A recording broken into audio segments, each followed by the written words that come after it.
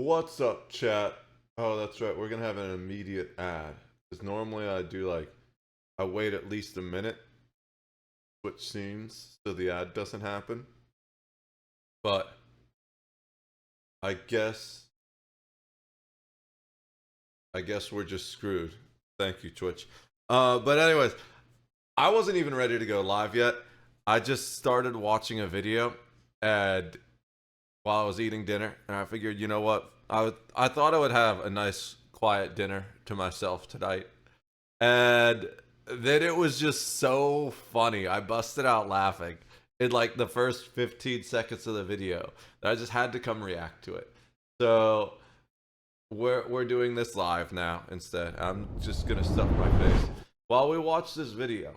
So if you guys don't know, it's actually codified in the United States Constitution that if you're born in the United States, you can be a citizen.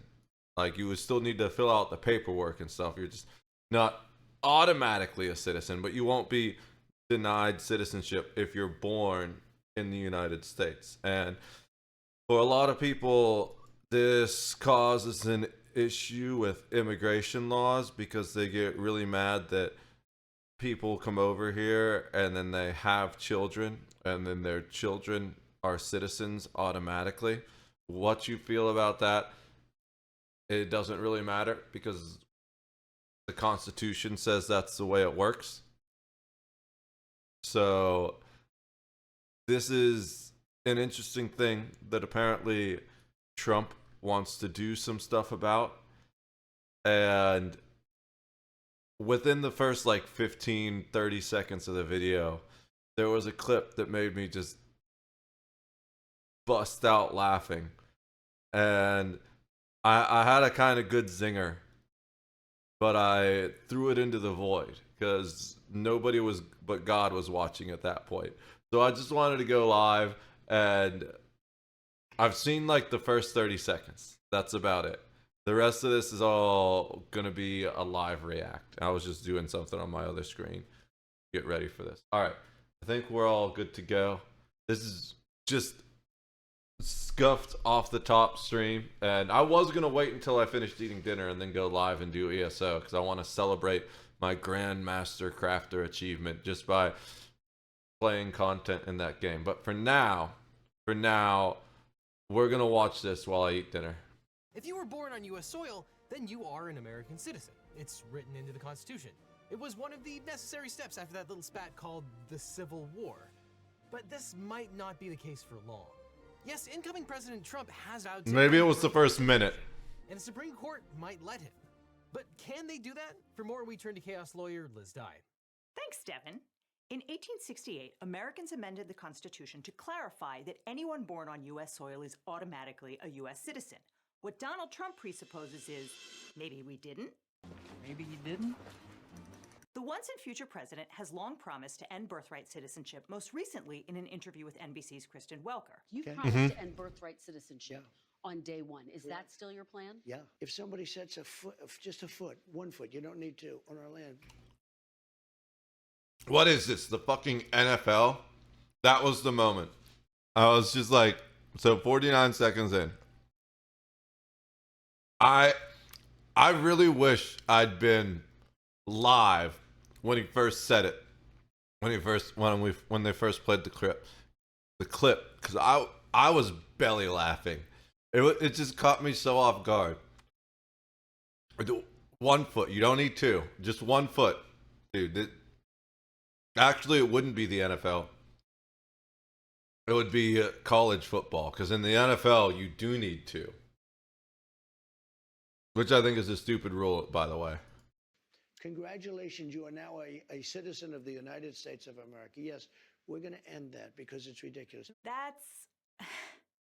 Look, I think he's talking about what was known as the wet foot, dry foot policy under the Cuban Adjustment Act of 1966.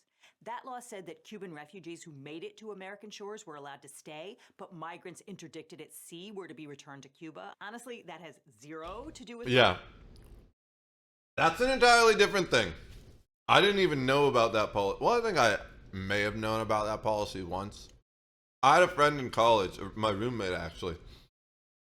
It was really awkward. I don't take compliments well.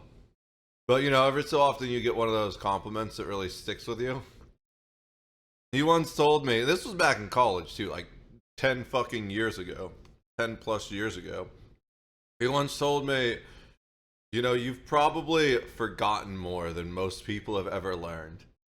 And that always stuck with me. And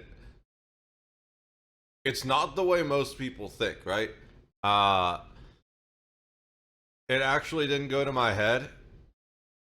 It's quite the opposite, where it reminds me that I need to be gentle with people that just haven't like obsessively studied as much about the world as I have. Like, especially when I see anti-gun comments and stuff. There was I don't want to like expose the individual, but there's a gun meme, an anti-gun meme today that someone posted. So we're just gonna open this in the browser and hopefully, yeah. This was the funniest shit. It made me so mad. Did you see they banned TikTok? Had to be done. It was a risk to society. You're absolutely right. So which one you after? The fact, this is like the most brain dead. This is like a toddler explaining why they don't want to wear pants. And I don't even react to it. You know, it's like, if you knew anything about the world, you would understand how stupid of a take that is, but they just don't. So it's just, you gotta let it go, man. You gotta let it go. You can't let those things, because imagine how dumb an adult looks when they argue with a toddler. And it's not your responsibility to teach someone else's toddler to wear pants, right? So it's just like, whatever. You gotta let it go. What's up, Seffies? Good to see you. I like that meme. I love it too, because it's so dumb. I love a meme when it's like political, but they're trying to prove a political point, but it doesn't make sense. I'm pretty sure that person either is like obviously super liberal, or like, you know,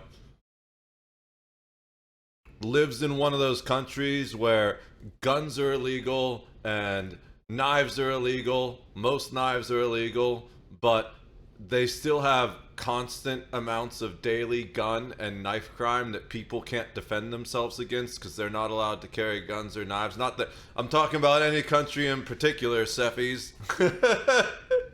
Good to see you, dude. How are things going, man? Yeah, I really want to, yeah, but people are sometimes a bit, let's say, not the most intelligent, and exactly. But there's also, there's the whole bell curve thing. I'm going to do an Asmongold moment. Do you know how Asmongold loves paint, right? I mean, I don't know if you know that, but I think his paint sessions are the funniest things ever. So do I have yeah, okay. So we've got the whole bell curve of humanity. And this happens multiple times. I'm not very good at drawing with my mouse, by the way, clearly. That's a terrible curve.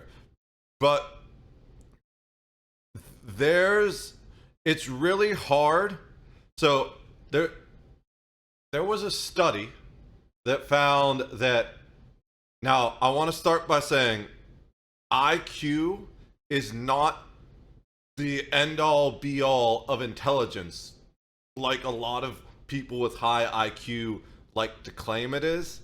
It is just one of many facets of intelligence, and IQ primarily focuses on pattern recognition and memory recall. So a lot of those like brain trainer apps, those can help you put your IQ up by a fair number of points. Like if you learn to figure out which one of the weird squares with a triangle and a circle in it is going to come next, you can train your brain to figure that out and up your IQ points without actually getting any more intelligent. Because how applicable is that to real life? When is the next time in your life you're going to need to know which random geometric shape comes next to like help you with your job or something? Really only when you're taking an IQ test, right? So it's one of those things, that number, it primarily means that you're really good at taking IQ tests. True intelligence has to do with open-mindedness.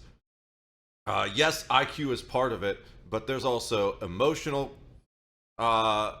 intelligence. There's so many different types of brain stuff that factor into a truly intelligent person. And we can do a whole discussion about intelligent versus non-intelligent people. There's essentially four categories of people, and even if you're in a category, it doesn't mean you always act that way. For example, the definition of intelligent person, according to I think it was Italian philosopher and mathematician, was a person who makes decisions that benefit both themselves and everyone else. Now, the definition of a bandit is a person who makes decisions that benefit themselves at the expense of everyone else. Now, I aim to be an intelligent person as much as possible, but I will admit I've had my bandit moments, like when I decide to take the last piece of pizza, right? That only benefits me because I get that last piece of pizza and no one else does. So the thing about having those conversations, though, Cephis, is they've found through studies that people that have more than 20 points difference in IQ have difficulty having conversations with each other, because it's just their brains think and are organized in such different manners that dumb people can't understand what intelligent people are saying, and intelligent people can't understand why the dumb people can't figure out what they're saying. So I do believe it's very much on the more intelligent person to try and dumb things down for the other person, because there's no way someone can be smarter than they actually are. But it's often really hard for a highly intelligent person to figure out where the dumb person is going wrong. It's like if someone doesn't know how to tie their shoes, how do you explain that to them without watching them tie their shoes? And if you sit there and watch them tie their shoes, a lot of people are going to get mad at you. You're going to be like, bro, why are you watching me tie my shoes? Like, it's, people get so dumb about the stupidest thing. So when we talk about things like why we have like this gun issue, for example, it is almost impossible for someone that's on this side of the curve to be taught by someone on this side of the curve, because this hill gets in the way, essentially. You know, you kind of need a direct line of sight. So like this person can teach this person who can teach this person who can teach this person. So it's just, it gets really difficult to have those conversations sometimes. So you just got to move past it. Let's see. What? Let me catch up with chat. That's fair though. I'm doing good. Tired of not moving forward with some stuff, but getting there. Did a lot of work today on the house and stuff. Yeah, I was walking around the house today. So one of the things I did before the stream is I carried like an entire armful of empty Coke cans and water bottles upstairs and some dishes. And I was like, man, I really wish I had time to do the dishes. And the whole reason I collect those bottles and cans is because I recycle them. But to recycle them, if you want them to recycle it, you need to pull the labels off and wash them all off. And it's more work than just throwing them away. But I try and do my best to do every little part I can for the environment, you know? But I totally relate to that. There's so much work around here that needs done that I just wish. You know what I wish I had? I don't know if you're a Harry Potter fan, but in Harry Potter, Hermione had this magical tool that would let her go to 2 different classes at once. Most people, personally, I would use that to play 2 different video games at once. Well, during that time of my life, I would have. But these days, I wish I could like stream and clean the house at the same time, you know? But having high IQ is not always the best. Oh yeah, so having had high IQ has its really big downsides. There are times where I lament that mine isn't higher than it is, but usually when I end up meeting people that have like that disgustingly high IQ, I'm like, really? Really? God, I'm so glad I'm not like you. But like one of the smartest women in the world, she died by trying to squeeze herself down a chimney. That's a Mr. Ballin video, actually. I don't know if you know Mr. Ballin. Let's see. It would be way too hard to find that right now, and my hot dogs are getting cold. So let me catch up to chat. We can talk about that some other time. It's still a good discussion. What's more important, EQ or IQ? Also with high IQ, yes, that's the biggest thing. The high ego is a big thing because they think they're so intelligent, but they're actually really fucking dumb. Because the dumbest person in the world is the person that thinks they know everything. And that's when you immediately lose all ability to learn and grow, and you're gonna do something dumb like assume you're smart enough to fit yourself down a chimney just because you put your arms up like this. But then she had no ability to grab onto anything or haul herself back up because she's just like a fucking, she's condensed into a worm that's gonna suffocate to death as she slides down more into the chimney and it compresses upon her chest, and there's no way she can haul herself back up. That's basically what happened. I think she was like drunk or something too, or which contributes to it, or had some kind of head injury or whatever. So definitely wasn't 100% in her right mind when it happens, but it's just insane. I gotta find the video now, just so you guys can look for it. Mr. Ballin. If someone wants to watch this,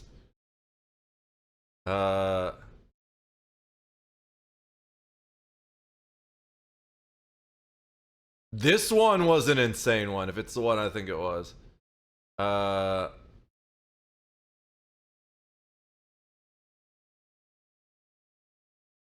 he's probably got a lot. You can see I've watched several of these because they got the red line under them. Let's see. This is the top one, so let's see if it's in here somewhere. And I'll link you to the exact story if we can find the time. Down the chute. Nope. Teen goes missing. Probably. Why did this get... Did it get cut out? Why is there a line? Joshua Maddox was an 18-year-old guy living in a small city in No. Colorado. He was It's so much louder than the other video. I gotta figure this out. Just so you guys can listen to the story yourself. I think this is the one where the guy's in the ship engine when it turns on.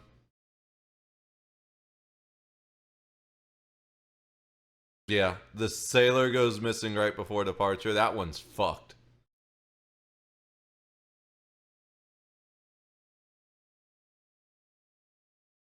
Why can't I find this?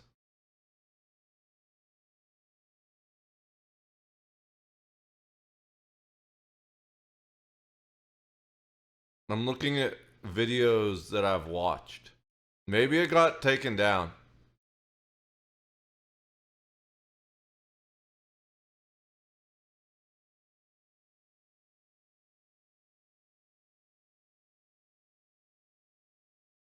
I don't know.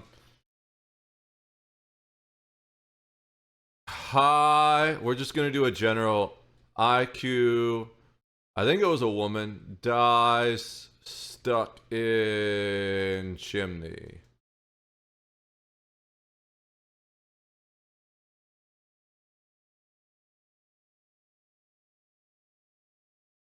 Doctor, here we have the Daily Mail.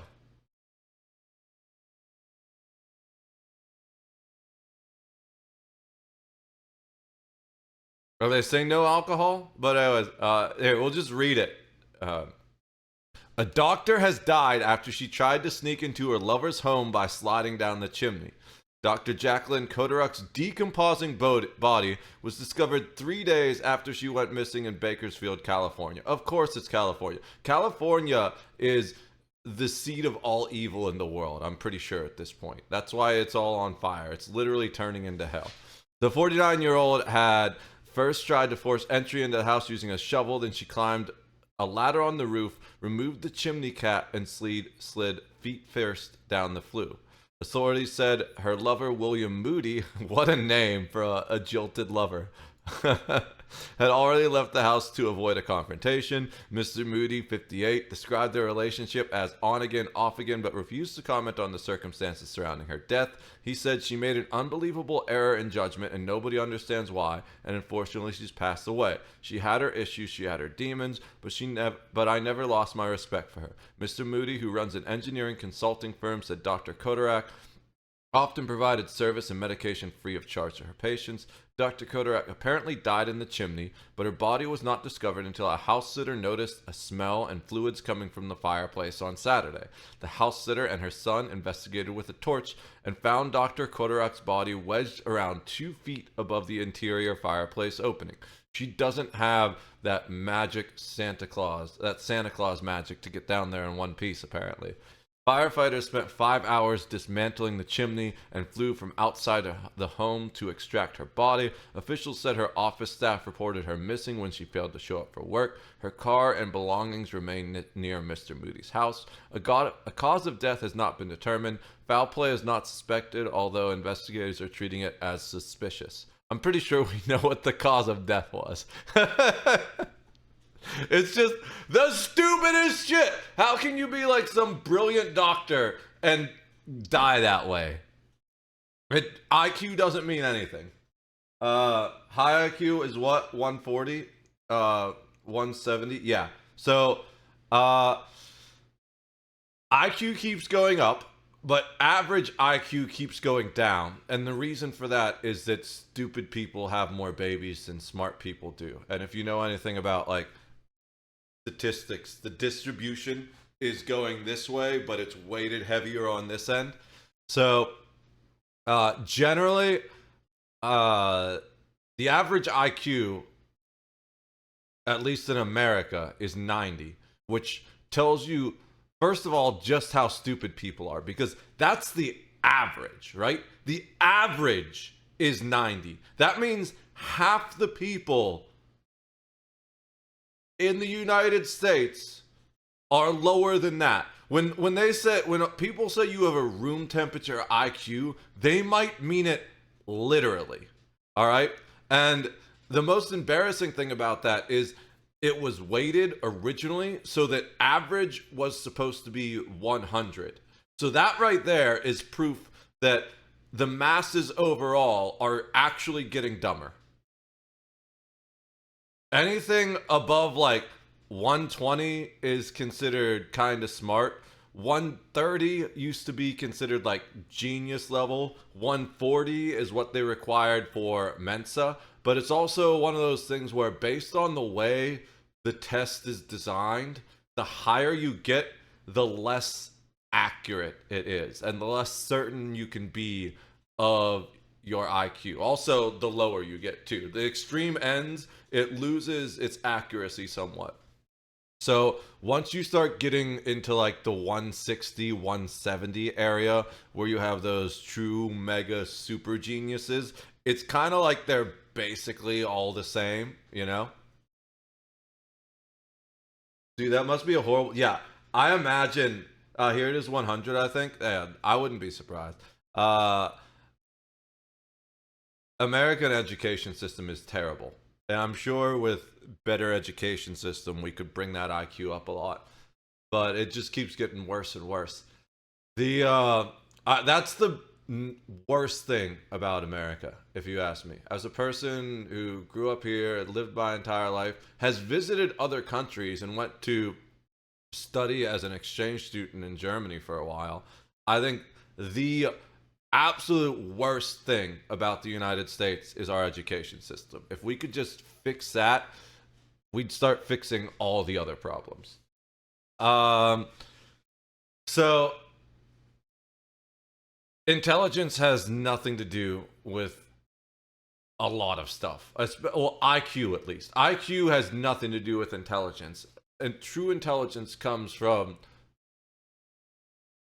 a whole bunch of factors combined. I shouldn't say nothing to do, but you can't use intelligence as the only, you can't use IQ as the only factor to determine intelligence, because in a void, all IQ score really means is that you're really good at taking the IQ test. And there are people who are really smart that just aren't good at taking tests. I had a friend in, I think it was kindergarten or second grade or something. I would ace all the spelling tests. I used to do like spelling bees and stuff. When I was in kindergarten, I was really proud of, or first grade or whatever it was. No, it wasn't second grade because it would have been at the school before we moved. So it was either kindergarten or first grade. I was really proud of the fact that I could spell zucchini.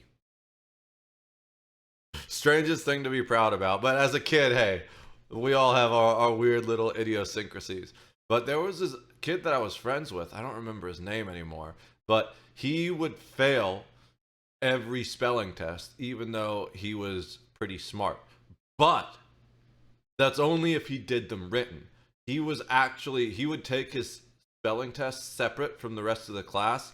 The teacher would give him his spelling tests verbally, and he wouldn't maybe ace them, but he would do fine on them. He'd be able to pass them as long as he took the spelling tests verbally. He couldn't write them down for whatever reason. So maybe a dyslexia thing. We didn't have as much knowledge about it back then, you know? Not to be the actually guy, but the average is defined as 100. Whether people get smarter or dumber, 100 will always be considered average because that's how it's defined. But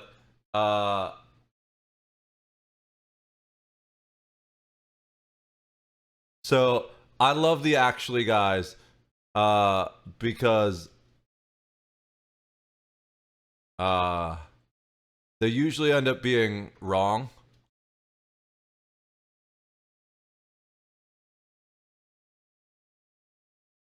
Approximately 98. The score is slightly below the standard average of 100.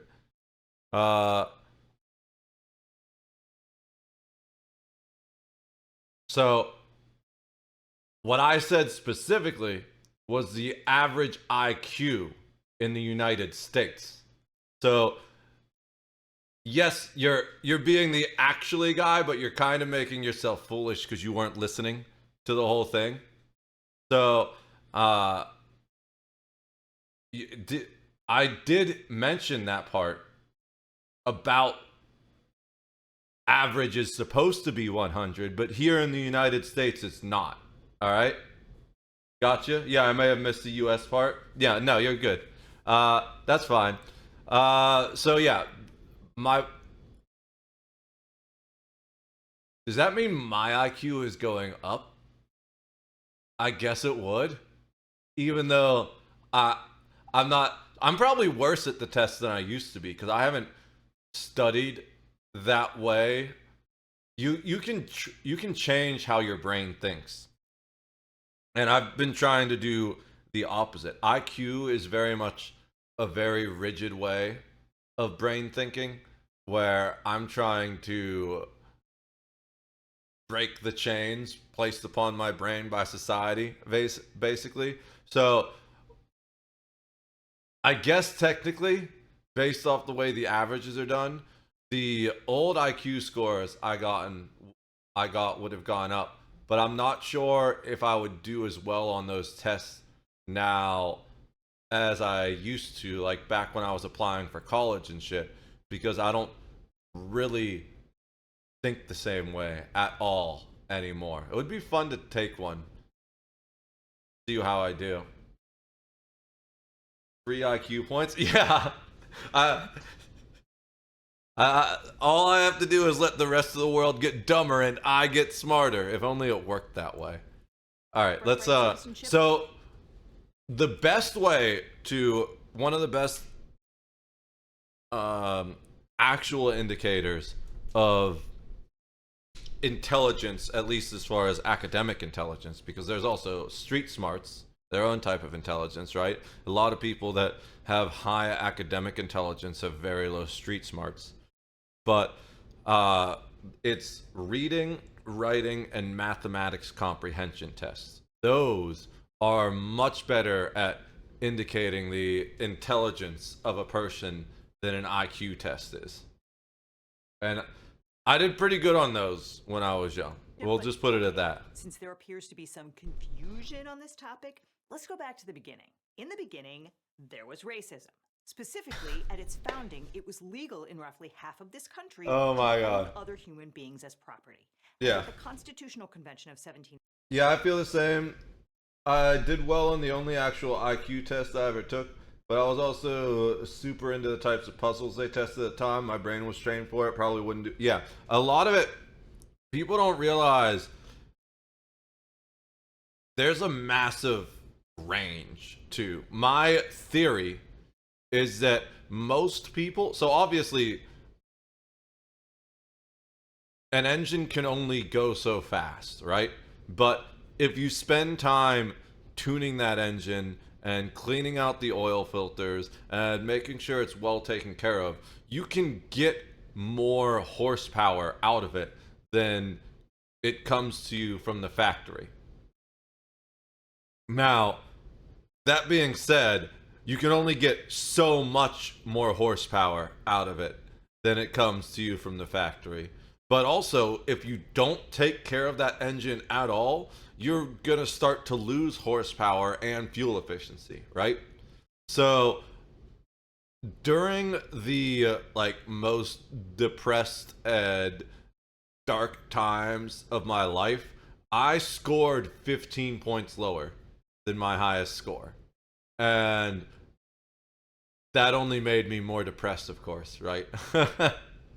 But because of that, my theory is that on average, most people can probably move about 20 points in either direction from where they were born. I don't know how true that is. That's just a shot in the dark theory that hasn't been tested at all.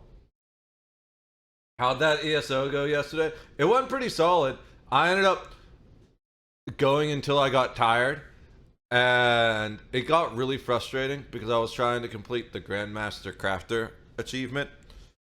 But I ended up finishing it off stream because I just got so tired to the point where I wasn't talking anymore. But I really wanted to get it done because I used to, when I played constantly like 2 or 3 years ago, I started working on that achievement. And then it's the worst grind I've ever done in that game, to be honest. So coming back to being a full-time streamer and wanting to stream ESO again, I just wanted to check that box off first. So I managed to complete it last night. We're going to, if I ever finish eating dinner and finish this video, we're going to switch over to Elder Scrolls and show off the achievement, show off the title I got on my Master Crafter, and show the real reason that I wanted that achievement in the first place. Then we're probably just gonna do some random content. I'm not sure what. I'm gonna need to do some inventory and bank management, unfortunately, because I don't have ESO Plus right now. So a lot of it's going to be making sure I have bank space to actually do other content. But I have a guild. It's kind of defunct, but from when I was streaming, there are still enough people in it that I have access to a guild bank. So I can use the guild bank to make up for my lack of extra bank space, especially because no one else in the guild logs in anymore that I'm aware of. And I don't know if they had access to the bank to begin with anyways. So we'll until I get ESO Plus back, we'll just use my guild bank as my actual bank. You got it? Thank you. Yeah, I'm really excited because I've had a master crafter for years in that he knew all the traits and he was high enough level to do all this stuff, but he just didn't have the title. So it kind of felt weird to call him a master crafter when he didn't have the grandmaster crafter title and I didn't have it on my achievement. But really the only thing you need to do that I hadn't done was you need to make like 100 crafting writs or something like that. I'm not sure what the number it is, but it's a lot of crafting writs. Maybe it's less than that, maybe it's more. It's probably less than that, but you need to grind out a lot of crafting writs as one of the necessary achievements. So I did a lot of that for a while. That was the first grind I completed, and that wasn't the bad part. Oh shit, we got it out. The bad part was I'll go back to watching the video, and then for people who are behind the ad, we'll finish the story after the ad's gone away. In 1987, there was a fight about how to count those enslaved black people for the purpose of congressional apportionment. Slave states wanted to increase their proportional share of the population and thus their number of congressional representatives by counting slaves. Free states wanted not that. And so they passed what became known as the Three-Fifths Compromise. Enslaved people counted as 3/5 of a non-enslaved person for the purposes of the census, and Native Americans were excluded entirely. Now, there were black free persons in America, but in 1856, the Supreme Court ruled in the infamous Dred Scott case that because Scott's ancestors were kidnapped from Africa and sold as slaves, he was not a citizen of the state of Missouri where he lived. 7 years later, President Abraham Lincoln abolished slavery in the United States, and then we had a war. Okay, so to finish the story, the more difficult part of the Grandmaster Crafter achievement was you need to know 50 different crafting styles, which, first of all, that's a lot. Especially because generally they drop as individual pages, and I think there's like 13 pages per style. And while there are some crafting styles that are very common and easy to get a hold of and pretty cheap, when you're going for 50, you run out of those cheap common ones very quickly. It becomes a massive gold investment. I think I spent between buying crafting writs and the materials required. Well, I think I mostly had materials besides some weird ones. I accidentally picked one where I needed to do like a prismatic glyph or something, and I was like, oops, regret getting that one, but I've already activated it, so I might as well finish it. But between the combination of crafting writs and the style pages, I think I spent about 2 million gold getting the achievement. For the first time in years, I'm below 1 million gold. I think I have like 500k left. So I definitely need to grind the gold back up in ESO at some point. And the crafting pages were actually really annoying because I don't have ESO Plus right now. So some of the time, there were a couple times I would find one. And do I have a UESP command? I should definitely have a UESP command. If I don't, I need to make one. Oh, okay, we're going to make a UESP command. So that's unofficial Elder Scrolls pages, which is the good wiki. It's actually an amazing wiki. Don't ever use the Extra Life or fandom wikis for Elder Scrolls. They're both terrible. They aren't updated, and the format is disgusting.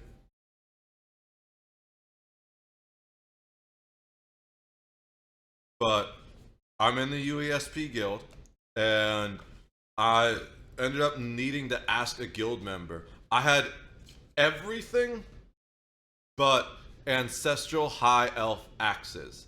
I could find all of the other pages, just not the axes. And there were 2 pages, 3 pages actually, but 2 in the same zone. 3 pages for sale on Tamriel Trade Center, which is the market aggregator third-party website. But all 3 of the pages were in a DLC zone that I didn't have access to. So I had to ask one of the guys in the guild to go get it for me, and I paid him an extra 2k. It was 8k and I paid him 10k to get me the page. And that's how I got the last page I needed. So I've managed to get it after stream. But it was one of those things where I was just too tired to the point where I couldn't keep talking. And I used to just stream until I would stop gaming back in the old days, but that's a good way to dwindle your numbers down to 0. And even though I don't really care about the numbers per se, like most streamers do, I don't want to do things that are intentionally going to negatively affect my numbers, you know? I'm not focused on necessarily like, oh, I gotta always pay attention to the viewer count and viewer count only, but at the same time, I don't want people to just like click off the YouTube bot because I'm not making content anymore. I'm trying to be a better content creator and focus on, well, if this isn't content, why am I even posting it? I can do this gaming off stream, right? So we ended up calling it a night, finishing it off stream last night, and well, actually off stream 2 days. I took last night off because I had a massive sinus headache, and we were technically working on that 2 days ago, but now we're back. Is that Thomas Jefferson? No, that's Abraham Lincoln. Are you trolling? I don't know if you're trolling, Sevis. I'm pretty sure you're trolling. But just for anyone in chat who doesn't know, that's Abraham Lincoln. I can't imagine playing without ESO Plus. I tried it once. It's painful. It really is. And every time I come back to the game, I kick myself for not at least logging in once in a while to try starting research. Yeah, learning all the traits was one of the most annoying things. Actually, it wasn't, because I played the game so much that it just happened naturally, I guess. I have 17 characters. So that's why my bank is so full. Because I would funnel stuff from my other characters through my bank to my crafter. So as long as I kept logging in, which I was doing because I was streaming it daily, the crafter learned the traits very quickly because I would just get those trait items. They all look alike, those Americans. I mean, Abraham Lincoln was quite unique in his look. There's a book I want to read that we might do on the Sunday streams once I finish the Play-Doh stuff.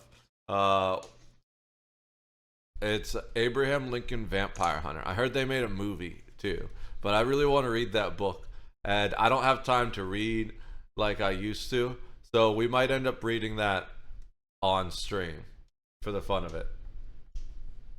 That would be quite something if we all looked like Abe Lincoln. It would, wouldn't it? Alright, hold on. I gotta do an attack in my Star Wars roleplay game to keep farming XP, and then we'll get back into the video. My hot dogs are actually cold at this point. I've been streaming. They've been sitting here on my plate for 45 minutes. Someone send it back to the chef. I'm complaining. They served me cold hot dogs. Which the I'm gonna be a Karen. lost, and that meant that the Three-Fifths Compromise was no longer operable. And so I'm actually gonna eat this if shit you're now. 5/5 of a person, does that automatically? The buns are kind of hard. After the Civil War, during the period known as Reconstruction, Congress took its first crack at answering that question with the Civil Rights Act of 1866. It said that all persons born in the United States and not subject to any foreign power, excluding Indians not taxed, were hereby declared to be citizens of the United States. And then in 1868, Congress made it part of the Constitution as the 14th Amendment, which reads, all persons born or naturalized in the United States and subject to the jurisdiction thereof are citizens of the United States and of the state wherein they reside. No state shall make or enforce any law which shall abridge the privileges or immunities of the citizens of the United States, nor shall any state deprive any person of life, liberty, or property without due process of law, nor deny. By the way, for new streamers to Twitch, I just want you to know that while it's important to pay attention to your number of Twitch viewers, the viewer counter lies because it says I've got one viewer, but I've got 2 people talking in chat. So don't let that get to your head. Deny to any person within its jurisdiction the equal protection of the laws. Freed slaves were, at least on paper, American citizens equal under the law. Obviously, we've fallen down a lot on those ideals. We're still fighting to ensure racial equality. But as to citizenship, the amendment is unambiguous on its face. If you are born here, you are a U.S. citizen, with 2 very narrow exceptions, which we will talk about in a sec. But now, let's talk about a case which every law student in America reads in the first. I'm not gonna lie, I missed the days when I had 20 average viewers, but we'll get back there. It's only a matter of time. 2 months of school. We'll get bigger than we ever were Born in San before. Francisco in 1873. His parents were Chinese citizens who came to work in America as laborers. In 1889, they went back to China and they took Wang with them. In 1895, Wang attempted to re-enter the United States but was denied admission on the theory that he was not a U.S. citizen. The government argued that even though he was born here, his parents were not Americans when he was born, they were Chinese subjects, which meant that they were not subject to the jurisdiction of the United States under the 14th Amendment. So Wang wasn't an American citizen. And the Supreme Court said, no. If you are here and the government can throw you in jail for breaking the law, you are subject to the jurisdiction of the United States. The justices ruled that not subject to jurisdiction described 2 and only 2 kinds of people. The first,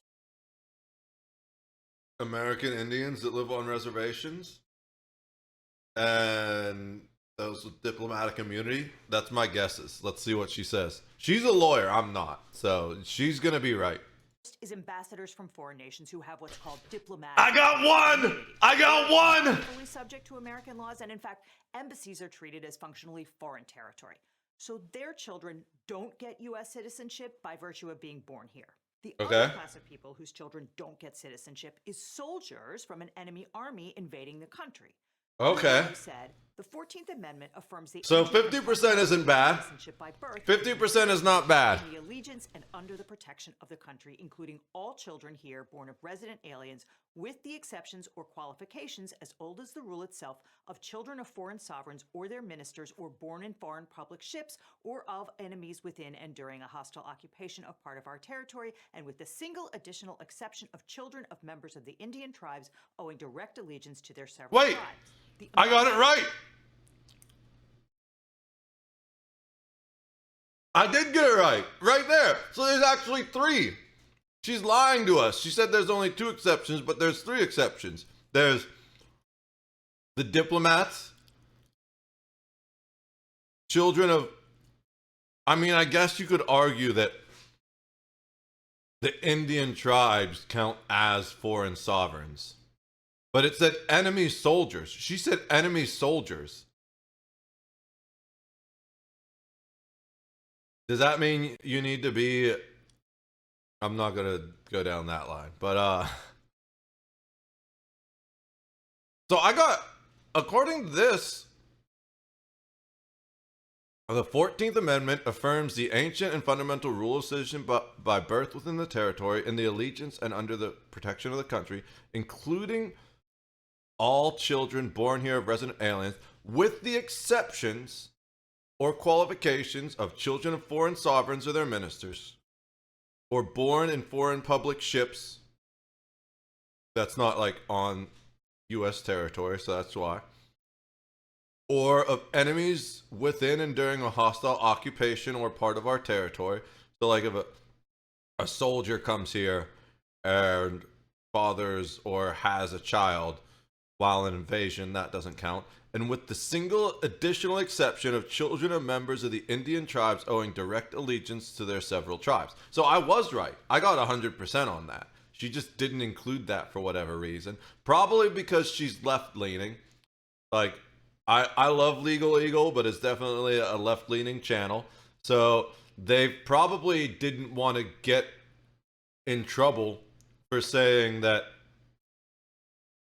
Indians aren't guaranteed Indian tribes, Native American tribes, to use a more modern term. They said Indian in there, so my brain copy pasted basically. The Native American tribes, if she said Native American tribes aren't citizens of the US, the lefties would probably cancel this channel. But this is what the law says. So that's the issue I have with Legal Eagle. I actually stopped watching him for a while because I don't even remember specifically what he said, but there was just a thing that I was like, that's not law, that's politics. But when I came back is when he called out Biden for Biden's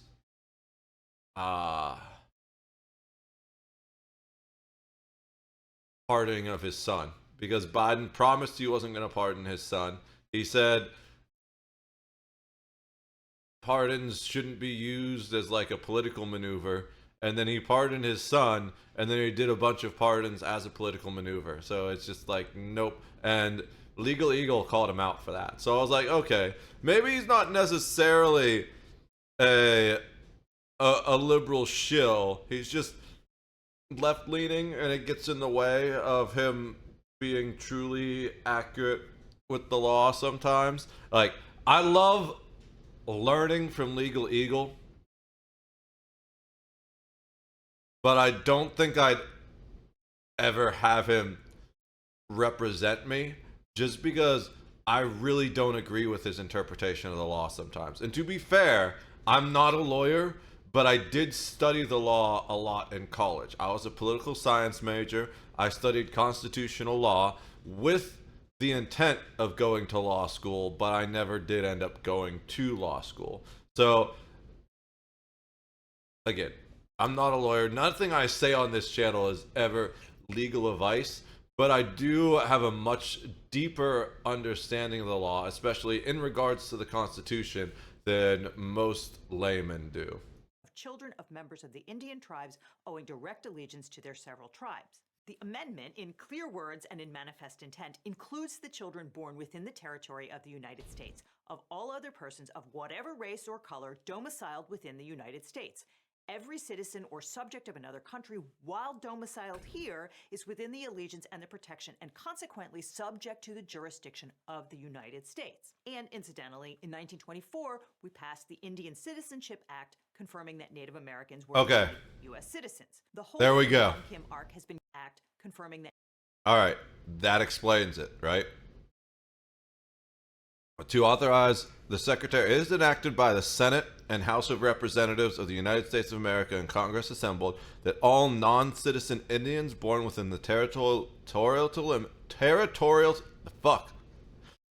born within the territorial limits of the United States be, and they are hereby declared to be citizens of the United States, provided that the granting of such citizenship shall not in any manner impair or otherwise affect the right of any Indian to tribal or other property.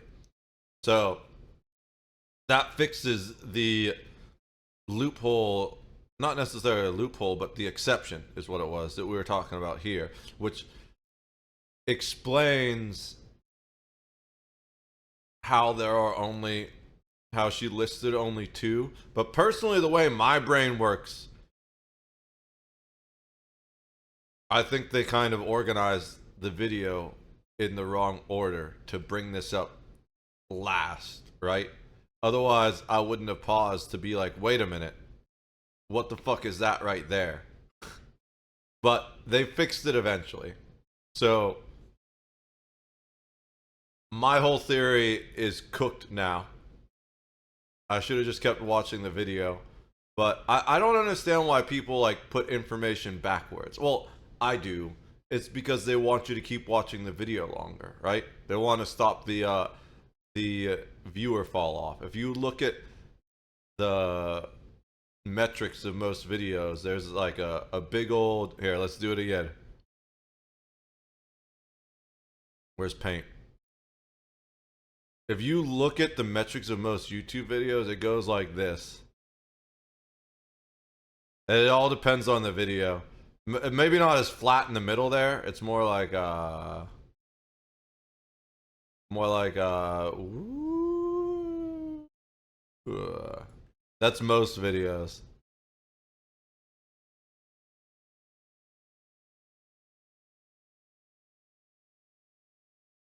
That Native Americans were indeed U.S. citizens. The holding in Wong Kim Ark has been good law for 125 years, and the Supreme Court affirmed it again in a 1982 case called Plyler v. Doe. There, Texas wanted to charge tuition to the children of undocumented immigrants who used the public school, and the court said that would violate the Equal Protection Clause. But the court also affirmed the holding of U.S. v. Wong Kim Ark. It said, no plausible distinction with respect to 14th Amendment jurisdiction can be drawn between resident aliens whose entry into the United States was lawful and resident aliens whose entry was unlawful, i.e., undocumented immigrants who are very clearly subject to the jurisdiction of the United States. The court said, those who elect to enter our territory by stealth and in violation of our law should be prepared to bear the consequences, including, but not limited to, deportation. But the children of those illegal entrants are not comparably situated. Even if the state found it expedient to control the conduct of adults by acting against their children, legislation directing the onus of a parent's misconduct against his children does not comport with fundamental conceptions of justice. So it doesn't matter whether the parents are documented or undocumented. You can't punish children for their parents' undocumented status by taking away their education, much less their citizenship. Which sounds pretty fundamentally American, right? Well, not to everyone. On August 12, 2020, a law professor who was little known outside conservative circles penned an opinion piece in Newsweek. He suggested that then Senator Kamala Harris was ineligible to run for president because her parents were non-U.S. citizens at the time of her birth. His theory was that the holding of Wong Kim Ark was that only the children of lawful permanent residents were entitled to citizenship under the Supreme Court's ruling, as opposed to visiting students or guest workers who intended to return to their home countries. He dismissed the language in the opinion specifically exempting children of consular workers in occupying armies and no one else as mere dicta. Dicta is extra language outside the holding that's not binding precedent, but there's dicta and there's Supreme Court dicta, and generally speaking, if the Supreme Court says it, you treat it as actual law. The professor wrote, were Harris's parents lawful permanent residents at the time of her birth? If so, then under the actual holding of Wong Kim Ark, she should be deemed a citizen at birth, that is, a natural-born citizen, and hence eligible. Or were they instead, as seems to be the case, merely temporary visitors, perhaps on student visas issued pursuant to Section 10115F of Title I of the 1952 Immigration Act? If the latter were indeed the case, then derivatively from her parents, Harris was not subject to the complete jurisdiction of the United States at birth, but instead owed her allegiance to a foreign power or powers. This is just wrong. He even said student visas. As said, the only exemptions provided in the law are for foreign dignitaries, which have diplomatic immunity, or maybe not immunity, but diplomatic protections of some sort, because they're not beholden to the laws of the United States. Soldiers of foreign combatants, because again, they're not beholden to the laws of the United States. And it was American Indians on reservations, because to some extent, they're not really beholden to the laws of the United States. Like if you go onto an Indian reservation, they have their own police forces and everything. But that third factor was modified and removed. That third exception was modified and removed by the act that she brought up that made all Native Americans citizens of the United States. And this is why you can't exactly always trust lawyers. This feels very much so. I said my problem with Legal Eagle was sometimes he makes decisions that appeared to be based more on politics than the letter of the law. This is way worse than anything I've seen Legal Eagle do. This is absolutely a politics-based decision which expressly ignores the letter of the law. Usually when I've had an issue with a Legal Eagle opinion, it's more that he's kind of twisting the letter of the law. This just expressly ignores the letter of the law, which is absolutely insane. So, yeah, this is one of the most L takes I've ever seen from a lawyer. That, as much as I despise Harris, I despise Trump too, by the way. I despise virtually all politicians. As much as I despise Harris, she is absolutely, according to this, a citizen of the United States. His own words say they were on student visas, which don't give them any special benefit to ignore the laws of the United States, and therefore they are beholden to those laws, and as such, she is a natural born citizen and has the right to run for president. Jamaica in the case of her father, and India in the case of her mother, and was therefore not entitled to birthright citizenship under the 14th Amendment as originally understood. That's so as originally understood, bro. No one understands it that way except in your own damn mind. That's so egotistical. Not entitled to birthright citizenship under the 14th Amendment as originally understood. The column was widely condemned as racist in an unsubtle echo of the birther conspiracies alleging that Barack Obama, the nation's first black president, was secretly born in Kenya, not Hawaii. It deserves to be widely condemned.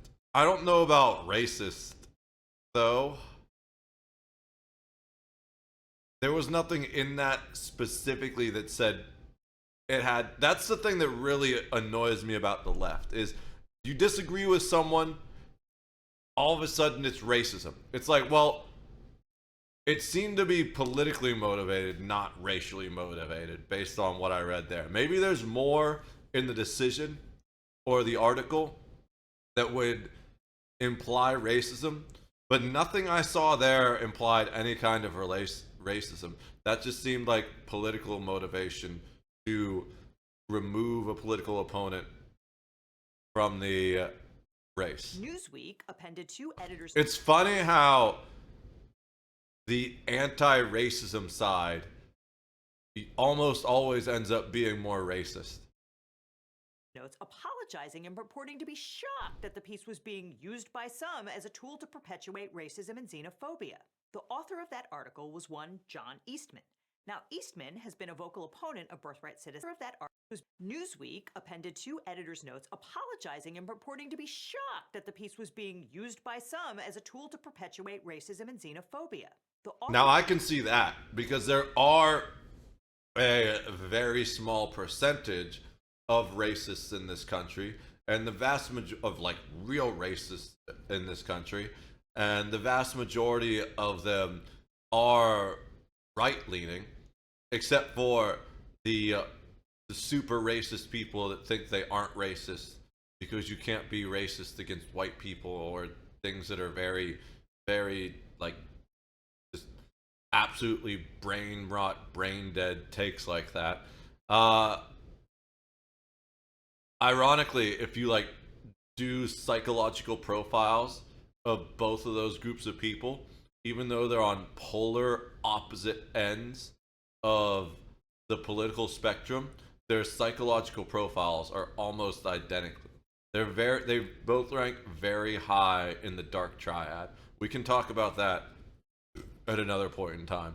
But now, this part I can absolutely see that small percentage of racist people would hop on this opinion and use it as fuel for their racist fire. That I can 100% see. Author of that article was one John Eastman. Now, Eastman has been a vocal opponent of birthright citizenship for a long time. In 2005, he testified to Congress that Wong Kim Ark was wrongly decided and they should feel free to disregard it. He said, "The prospect of potential terrorists coming across our border and giving birth to children once they're here in order to specifically open up a fifth column on our shores is a very real possibility." He also opened his testimony by... Okay, that is kind of true, but it's not a justifiable reason to deny people citizenship. Just a mere almost anything is possible. People are fucking crazy and will go to very extreme lengths to ruin the lives of people just because they don't like someone. So, is it possible that terrorists have come over to this country on a work visa and had children to give them American citizenship to raise as sleeper agents? Yes, I'm sure it's happened many times, to be honest, but it's not a legal justification to deny those children citizenship because the law, it's like 0.0000001% probably. By explaining to the late Congresswoman Sheila Jackson Lee that it was a canard to say that the Three-Fifths Compromise was racist against black people. He insisted that its purpose was to deny additional representation to slave owners. Won't someone think... This guy's just a fucking idiot. This guy is such a fucking idiot. How could that be anything other than racist? It's an entire law based solely on the race of an individual. That is the definition of racism. Think of the poor slaveholders. But Eastman didn't get famous for being a jerk. He got famous in the aftermath of the 2020 election as the intellectual mastermind of the fake electors plot. He was the one who theorized that Mike Pence had the right to reject real electoral certificates representing the accumulated judgment of 20 million voters and instead accept fake ones from the swing states. Well, to be fair, Eastman wasn't the only galaxy brain saying that. He had a lot of help from a Wisconsin lawyer named Ken Chesbrough.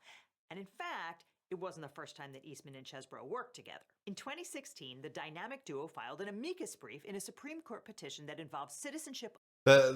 When his name is Chesbrough and giving him the cheese head, oh man. That's just mean. Of people born in American Samoa. American Samoa is a U.S. territory, and Samoans are U.S. nationals who can travel freely within the United States and don't need authorization to work. But they're not U.S. citizens by birth, meaning they can't vote in U.S. elections or hold federal office. And that continues to be true. Which is fucked. Same for Puerto Rico, I believe. Let's see, what are you? We have 3, I'm pretty sure, unless that changed.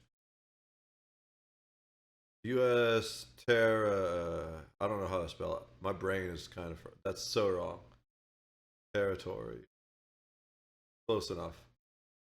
Google will fix it. Territories of the United States. I don't want... Okay. Compact of Free Association. Palau, Marshall Islands, Federal States of Micronesia. I want... Okay, here we go. Yeah, American Samoa. That's what I was thinking of, the other one. I didn't know Guam. The North Mariana Islands, Puerto Rico. No, Samoa is the one she was talking about. I guess Guam is... Oh, the Virgin Islands. That's the other one I was thinking of. So these are all states that aren't states, basically. You remember how, like, the whole thing Americans kind of freaked out about was no taxation without representation?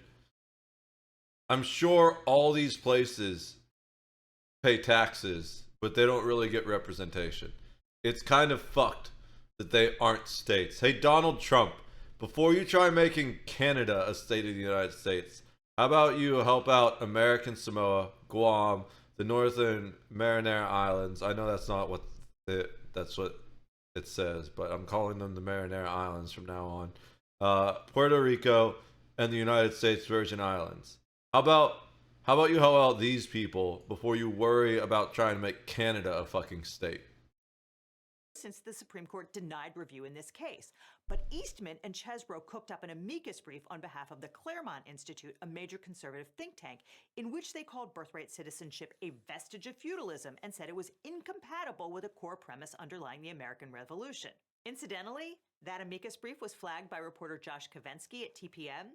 Kovensky tracked down Ryan Williams, the head of the Claremont Institute, to ask him how he reconciled the United States being a nation of immigrants, since pretty much everyone who is not Native American is descended from people who came from somewhere else. Williams insisted that we're a nation of settlers more than immigrants. You're kind of saying the quiet part out loud there, dude. Hostility to birthright citizenship is common among Trump's nominees. For instance, Michael Anton, a former speechwriter for Rupert Murdoch, will be the White House Director of Policy Planning. He insists that everyone has simply misunderstood Wong Kim Ark for the past 130 years. He says the court has ruled only that children of legal residents are citizens. That doesn't change the status of children born to people living here illegally, which is clownish and juvenile. But it is coming. So let's talk about what the argument here is likely to be, and then we can talk about the mechanics of implementation. Now, you've testified repeatedly to this committee that you will uphold the laws of this country and defend the Constitution of the United States. Do you believe birthright citizenship is the law of the land, and will you defend it regardless of a child born in the United States, regardless of their parents' immigration status? Senator, I will study birthright citizenship. I would love to meet with you regarding birthright citizenship. Can I answer the serve as the question? Attorney General? No, because you're not answering. I hate it when people do this. I can't watch C-SPAN or any senator or government or any of these confirmation hearings at all, because the moment they open their mouth, regardless of whether it's the Democrats or the Republicans trying to nominate people, they all just start lying. No one fucking answers the question. She starts lying, doing some roundabout shit, and then when he cuts her off and says, "Can you just answer the question?" she's like, "Will you let me answer the question?" No, because you're not fucking answering the question. It's the stupidest shit. Of the United States, and you still need to study the 14th Amendment of the Constitution? That's a huge point. You're being nominated to you're being nominated to help lead the country, and you don't know something that I learned in my high school government class.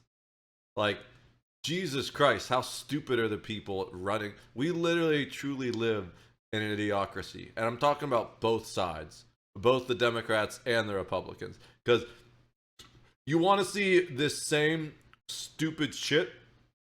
Go back and watch Biden's ATF nominees. They're just as dumb as these fucking Trump court nominees.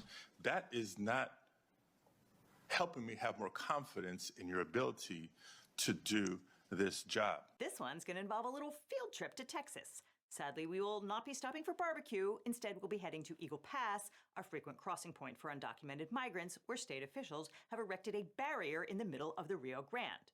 USA Today reports that the buoys are connected to form a barricade about 1,000 feet long. They're fastened to the river bottom and have nets below the water to prevent people from swimming beneath them.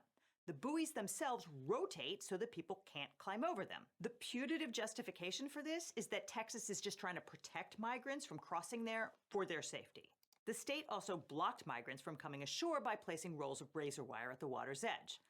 For safety. But multiple people have already drowned after getting caught in what is effectively a floating gate. The Biden administration sued to force Texas to get that thing out of the river. The Justice Department... So here's the thing. I don't think people should be allowed to cross illegally.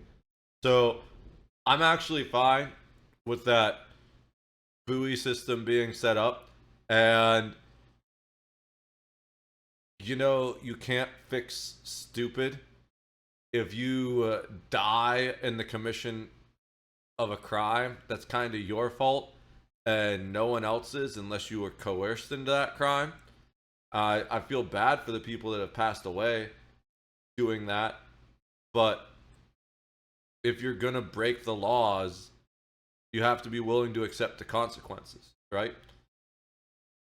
That being said, I do think we also need to make it easier for people to come into the country legally with in certain ways. In other ways, there are things I would do that would make it slightly, so I would make it easy to enter the country legally, but difficult to obtain citizenship.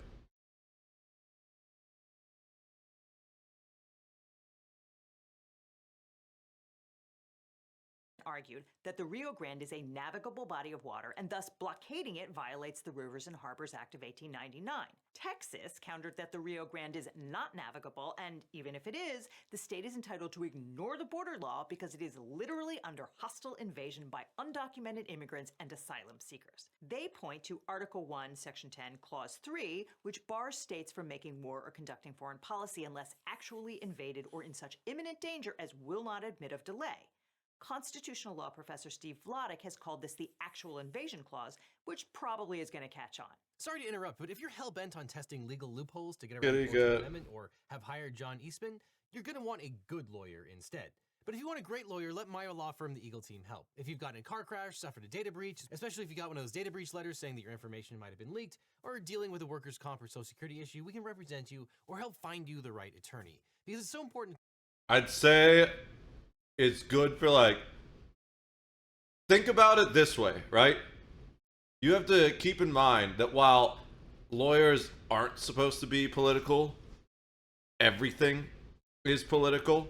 So these situations, great to go for a legal eagle attorney. Workers' comp, accidents, anything that you think that, like, the Democrats would be really opposed to. Like union busting, yeah, absolutely. Go get yourself a legal eagle attorney. But if it comes to something like a firearms case or self-defense or perhaps some financial laws, you're probably better off going to find a more conservative attorney. Talk to a lawyer right away so you can maximize your recovery. And by the way, we don't get paid unless you do, so there's nothing up front. So just click on the link in the description or call the phone number on screen for a free consultation with my team. Because you don't just need a legal team, you need the Eagle Team. On January 24th of 2024, Texas Governor Greg Abbott announced that he declared an invasion under Article 1, Section 10, Clause 3 to invoke Texas's constitutional authority to defend and protect itself. That authority is the supreme law of the land and supersedes any federal statutes to the contrary. Basically, he says Texas is at war with an occupying army of immigrants, and so he's entitled to ignore all federal laws. The trial court and the three-judge panel of the Fifth Circuit Court of Appeals agreed with the Justice Department that the Rio Grande is a navigable body of water under the Rivers and Harbors Act, and they ruled that illegal immigration does not constitute an invasion. They also rejected the "we are at war" argument. As U.S. District Judge David Ezra wrote, states may not exercise immigration enforcement power except as authorized by the federal government, and surges in immigration do not constitute an invasion within the meaning of the Constitution, nor is Texas engaged in war by enforcing this law. But Texas appealed to the full Fifth Circuit, and sitting on banc, the appeals court reversed itself and held that the Rio Grande is not navigable, so Texas could build that floating wall. The appeals court specifically declined, however, to rule on the issue of whether undocumented migrants constituted an invasion under the actual invasion clause. And that's because there's a strong precedent against issuing constitutional rulings when not necessary to resolve a case. But one particular judge took issue with that. Before we get into that, there's a few things I want to comment on. So, I have no idea whether or not the Rio Grande law, Rio Grande being navigable, I don't know knowledge about that law. I would have to look into it. But as far as the whole immigration and invasion thing, I probably come down more on the side. I'd have to look at the specifics, but I almost certainly come down more on the side of the federal government with that one. Technically, it is the federal government's right to determine immigration laws, but it's also their responsibility. So I think what we need in this country is more ways for the individual states to hold the federal government accountable for when it's not doing its job. So yes, it is the federal government's job to make immigration laws, but if it's not doing that, then I would argue that if the federal government isn't doing its job, then you either need to give the states, in this case Texas, the ability to enforce the federal government to do its job, or you need to give them the option to do what they can to solve the problem itself. Now, as far as whether or not it constitutes an invasion, I'm going to say no, because as far as I'm concerned, an invasion is an organized assault by a group of military actors and a bunch of people coming across the border while illegally, while it's definitely going to have a negative impact on the state, does not constitute an organized invasion. So no, it's not an invasion. Judge James Ho, who would very much like a spot on the Supreme Court if one opens up. Vox's Ian Millhiser has called Ho the edgelord of the federal judiciary. Scathing rulings defending the rights of wife beaters and child abusers to buy guns. He loudly announces that he won't hire law clerks from schools like Columbia. So here's the thing. This is why I don't like the Democrats, because when that statement on the surface sounds really bad, defending the rights of wife beaters and someone else to buy guns. I mean, depending on the situation, they probably do have that right. And one of the most important rights in the United States Constitution is the right of people accused of crimes to still maintain their rights until, like, it's ridiculous. This is the thing that I don't like about the Democrats, is they say that they're trying to protect the people, but they do more to erode individual rights, which individual rights are designed to protect the people, than the Republicans generally do. So they claim they're the party that's out to protect the people, but they do more to remove your right to protect yourself than anybody else does. So is that really true? University because of the cancel culture and the woke, and he goes out of his way to misgender trans litigants. Now, that's first fucked. Time around, President Trump's red line for Supreme Court justices was abortion. He was never going to appoint anyone to the Supreme Court who was unwilling to overturn Roe v. Wade. But you can only take away women's right to bodily autonomy once, and what Trump wants now is a justice who... This is the thing, too. While I do think all women should have the right to abortion, Roe v. Wade was actually just bad law.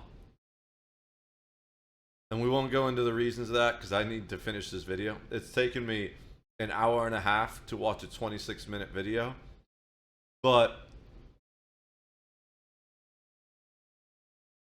overturning Roe v. Wade was actually a good thing in the grand scheme of things, because it creates a space for there to be a new law, which is good law, that actually protects body autonomy. I think we need a general body autonomy law that gives body autonomy for everything. But the problem is the Democrats don't want that. They and the Republicans don't want that either, to be fair. Neither the Republicans or the Democrats want you to have control over your own body. The Republicans want to force women to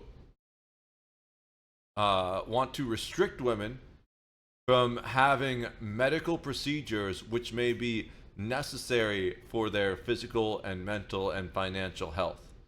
The Democrats want to force you to take medical procedures which might have a negative impact on your physical and mental and financial health. Neither the Democrats or the Republicans care about your body autonomy at all. They just want one little portion of it to slot into their political platform, which they feel the brain dead idiots that support their party will rally behind. What we actually need in this country is an amendment to the Constitution that declares all persons in the United States have autonomy over their own bodies. And you got to be more specific with that, because lawyers will always find a way to twist the words and decide, well, autonomy over your own body doesn't mean autonomy over the body growing inside you. Yes, it does. Autonomy over your own body doesn't mean the right to refuse a vaccine. Yes, it does. Now, in regards to the vaccination stuff, you can absolutely make restrictions based on public health that could theoretically say, now this would be a long shot and they'd probably never do it, which is why they don't want it this way. But you could absolutely, like, so one of the big things was certain businesses and government, not necessarily public areas, but businesses and stuff are absolutely allowed to restrict unvaccinated people. Probably. It would be a discrimination lawsuit. But if there were a serious health concern where there's a pandemic and you have a person who is not vaccinated against that pandemic trying to enter your establishment and preventing a public health risk, you'd probably win that lawsuit. It's still likely a discrimination lawsuit, and if someone's trying to enter your establishment in such a means, they're probably trying to find grounds for a discrimination lawsuit against you. That's why it happens. There's a funny thing. You know why you don't see many ladies' nights at bars anymore? Because that's actually sexual discrimination. I do think there's a space for it if a bar that has ladies' nights also has a men's nights or gentlemen's night where they give the same discount they give to women on ladies' nights to men on gentlemen's nights. But most people aren't going to do that because they don't want the political backlash. So the most logical solution is just, how about no sexist nights at all, right? This is where I am technically a registered Democrat, by the way. I'm an independent voter, but I'm technically a registered Democrat. But this is where the Democratic Party goes wrong, in that they are so selfish and self-centered and hypocritical, and they have endless double standards where it's very much, oh, well, body autonomy for me but not for you. Oh, no sexism for me, but sexism for you. And it's just like, no. And that's one of the big reasons why the Democrats lost this election to fucking goofball clown ass Trump. To will greenlight his immigration orders no matter how crazy. But that puts Ho in a little bit of a pickle because in 2006, Judge Ho, who is, by the way, an immigrant from Taiwan, wrote an article entitled Defining American, Birthright Citizenship, and the Original Understanding of the 14th Amendment. And in that article, he scoffed at the suggestion that there was some kind of magical workaround for the plain language of the 14th Amendment. He said, birthright citizenship is guaranteed by the 14th Amendment. That birthright is protected no less for children of undocumented persons than for descendants of Mayflower passengers. Text, history, judicial precedent, and executive branch interpretation confirm that the citizenship clause reaches most U.S.-born children of aliens, including illegal aliens. Which is a little inconvenient for his career ambitions at this point. And so, Judge Ho Probably concurrence in the Rio Grande Buey case, in which he went out of his way to say that undocumented migrants could absolutely be characterized as invaders under the actual invasion clause. And furthermore, he said that a determination by a governor or a president that an invasion was underway was not reviewable by any court. In law speak, that's called a non-justiciable political question. Judge Ho started from the premise that the president's decision to declare immigration was an invasion is clearly unreviewable, and then he said, I see no principled basis for deferring to a president's determination of an invasion, but not to a state's. If anything, the Constitution is more explicit in authorizing the states to engage in war than it is with the president. And in case that was too subtle, after Trump won, Ho sat down with conservative legal scholar Josh Blackman to explain that anyone who reads my prior writings on these topics should see a direct connection between birthright citizenship and invasion. Birthright citizenship is supported by various Supreme Court opinions, both unanimous and separate opinions involving Justices Scalia, Thomas, Alito, and others. But birthright citizenship obviously doesn't apply in case of war or invasion. No one, to my knowledge, has ever argued that the children of invading aliens are entitled to birthright citizenship. Everyone agrees that birthright citizenship doesn't apply to the children of lawful combatants, and it's hard to see anyone arguing that unlawful combatants should be treated more favorably than lawful combatants. They aren't combatants, though. You just sunk your own ship by calling them combatants. People seeking asylum are not combatants. It's that simple. It's really that simple. There is not a pick-me-girl in this land who can compete with that man. But in case you got a little lost in the legalese, the state of Texas is floating a theory that undocumented immigrants should be treated as an invading army, and Judge Ho is telling Trump that that would be a terrific way to get around the 14th Amendment. All you have to do is claim that the nation is under attack by terrified people fleeing war and poverty, and then you can magically ignore the Constitution and 130 years of Supreme Court precedent. Yeah, that's they're showing up with their pink automatic assault blankets.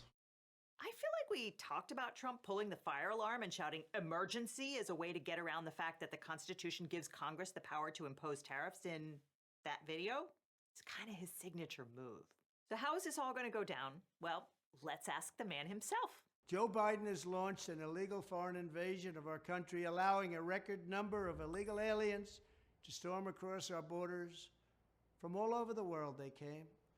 Under Biden's current policies, even though these millions I hate listening to him talk. have entered the country unlawfully, all of their future children will become automatic U.S. citizens. Can you imagine? Why are his eyes so close together?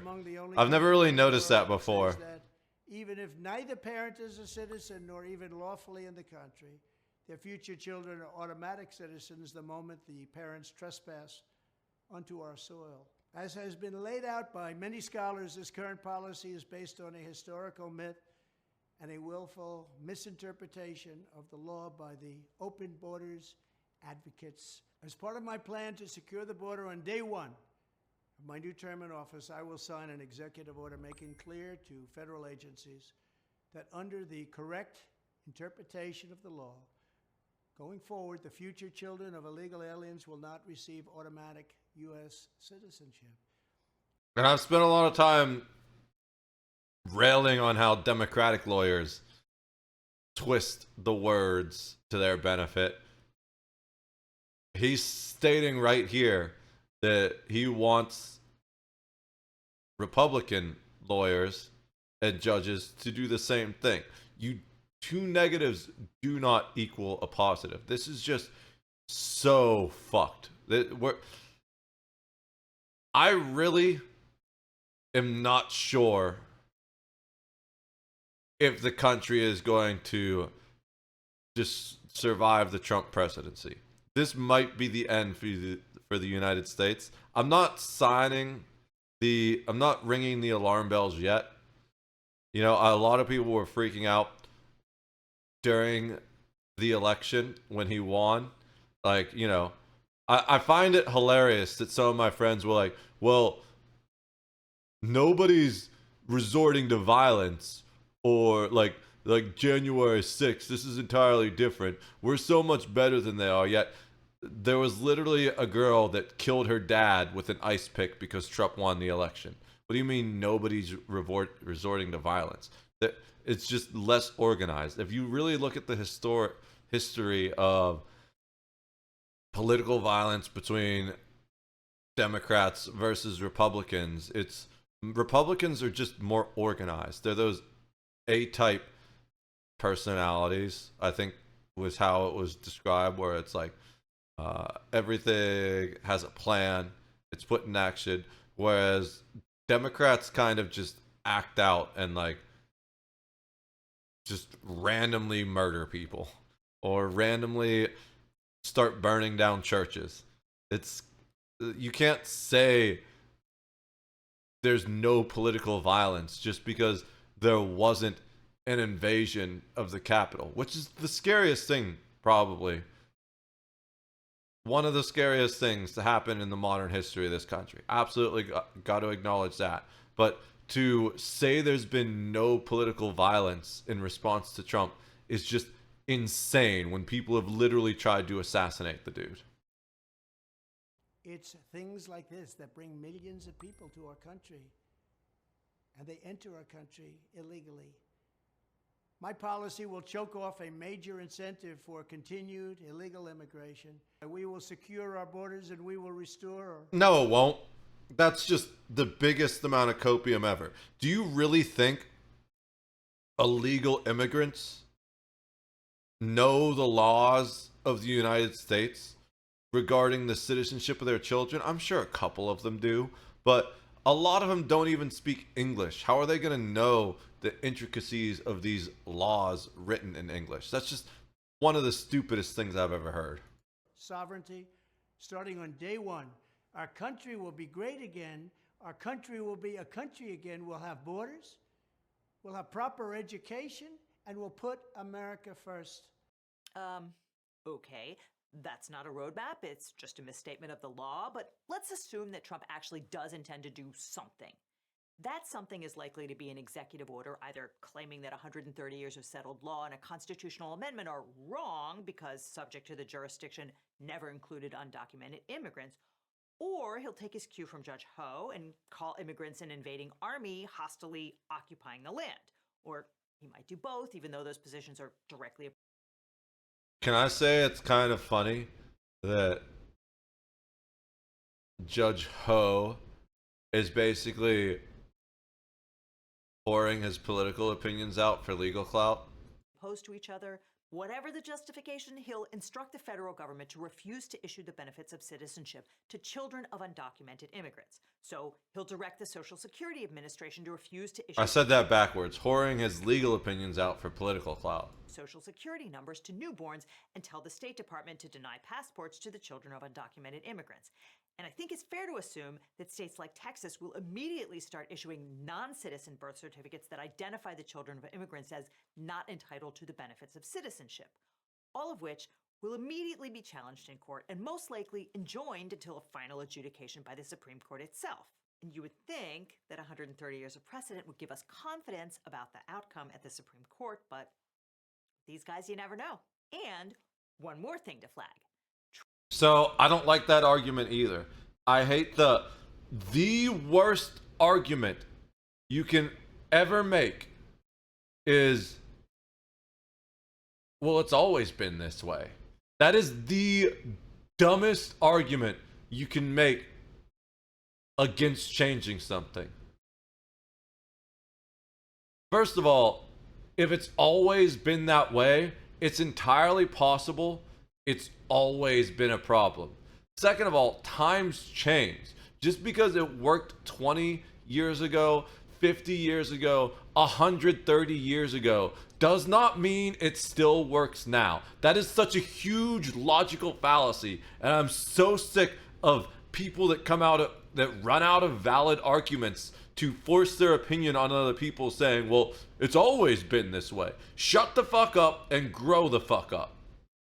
Trump is perfectly happy to deport those children who were born here and already granted citizenship when he sends away their immigrant parents. Let me ask you about another group of people, the estimated 4 million families in America who have mixed immigration status. So I'm talking about parents who might be here illegally, but the kids are here legally. Your borders are You're talking about separation. Yeah, well, I mean, there are two aspects to this. Your borders are, Tom Homan said, I do want to say he got a lot of flack for separation in his last presidency, but you know who actually started that policy?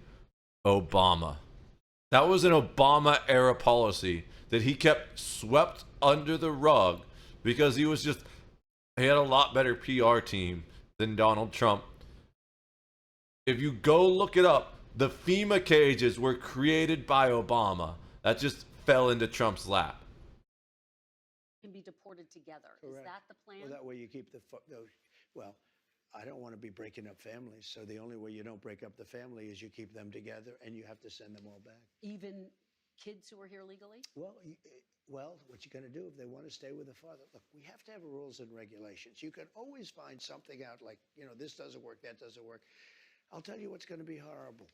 When we take a wonderful young woman who's with a criminal, and they show the woman, and she could stay by the law, but they show the woman being taken out, or they want her out, and your cameras are focused on her as she's crying, as she's being taken out of our country. I just hate listening to this guy talk so much. But we have to do it. I don't understand how people Is the camera focused on the actual human People beings fall for harmed his by this silver policy, tongue. and not the vicious drumbeat of hate against the most recent wave of people coming to America and trying to build better lives for their families. On the plus side, maybe Trump will get distracted and just wander off like he did last time. I was going to do it through executive action, but then we had to fix COVID first, to be honest with you. Sure you were, buddy. Now, as you probably saw, Trump's vow to end birthright citizenship. That's so. You're really just going to ignore the fact that he had to deal with COVID as the president? That's one of those things, like literally, the president of the United States, I hate having to defend Trump here, but president of the United States is the most stressful job in the entire world. So you don't think it was a good thing that he prioritized dealing with COVID? What the fuck is wrong with you, Liz Dye? Citizenship got a lot of credulous news coverage. It was covered by over 243 news outlets, with most coming from Politics is easy? and about 1/4 coming from the right. What do you mean by that? Give me president right now. Okay. All right, Seffies. I'm sure you do great. But if you compare those headlines, you start to see some interesting frames emerge. Okay, this is just him hawking stuff. Charlie's hard chilling. Look at him. I'm not allowed to use my arm right now. I don't know if you guys can see it from there, but my arm is utterly trapped. Free candy for everyone. Are you gonna be deploying it from white vans? You fucking freak, creeper. Can I have my arm back, Charlie? I'm trying to do things. I kind of need my arm. You should see the look he's giving me. It's like a little death gaze staring up at me. I don't know if you can. Oh, he's moving. He felt me move. All right. Can I have my arm back, Charlie? Please. Thank you, kitty. I don't even know if I angled that at the right angle for you to see him. Oh, you did. That was like perfect. All right. So I want to switch over to Elder Scrolls now. This is the one game I miss streaming most of all. I just wish I had ESO Plus. I could, we're gonna celebrate getting Master Crafter achievement by just chilling on the game, running some dungeons, doing some easy mid-level content because I'm so endgame that I could be doing I could be doing like vet trials if I really wanted to, but it's been 2 to 3 years since I played the game, so I would probably be absolutely terrible at any vet trials. And people would get mad at me and I'd get kicked from the group and never invited to a vet trial again. Trials are like WoW raids if you're unfamiliar with that. I need to change, we'll change the title and category.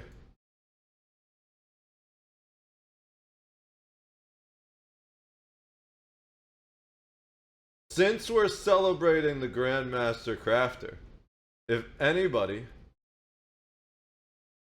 is in Elder Scrolls Online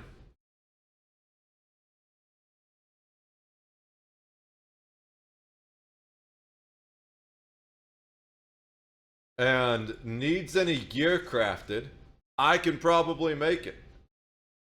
Cute pussy. No, your arm is his now, always. He gets really mad at me when I stream. You didn't see it earlier, but he was kind of poking at this cap right here. He didn't used to like bottle caps. My sister's cat likes bottle caps. But it's a new thing, so where since we've been in this new house, the old house was a hoarder house.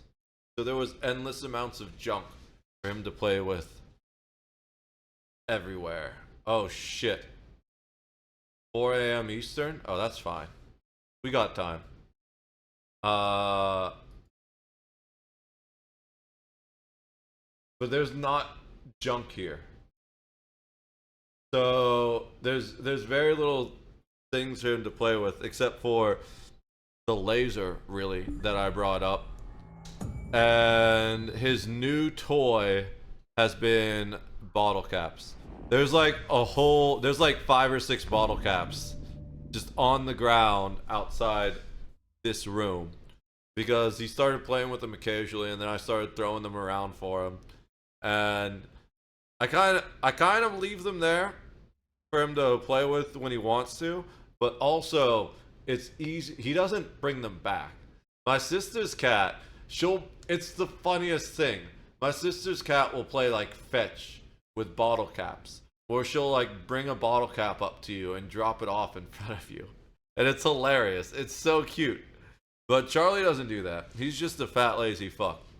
So I just kind of leave the bottle caps scattered around the basement floor outside in the laundry area, and then I'll just pick whichever one up is closest to me and chuck it across the basement for him. Alright, I need to... Oh, I completed the lock. Did it install? It did. We successfully installed another lock on our Colossal class carrier in my Star Wars role-playing game. Let me go pop up to the bridge and check how long we have on this current hyperspace jump. Ooh, we land in system in 6 hours. Do I want to... It takes 4 hours to install a level 1 lock, but also... Am I gonna AFK for 2 hours and forget? What time is it? I might end up wrapping up stream before then. So we'll just chill in the bridge here.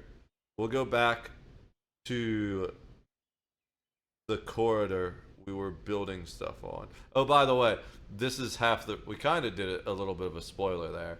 That character is half the reason I wanted the Master Crafter thing.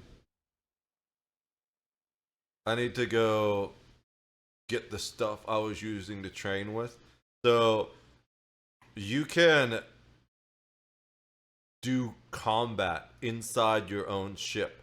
So to farm XP, I have a tank droid and a blurg that I beat up constantly, but I also have repair parts and Bacta, so I heal them up. And I gotta go grab that stuff and bring it back to the bridge of my ship, because I had it stocked up in the room that I was building the door in. All of my, whatchamacallit? All of my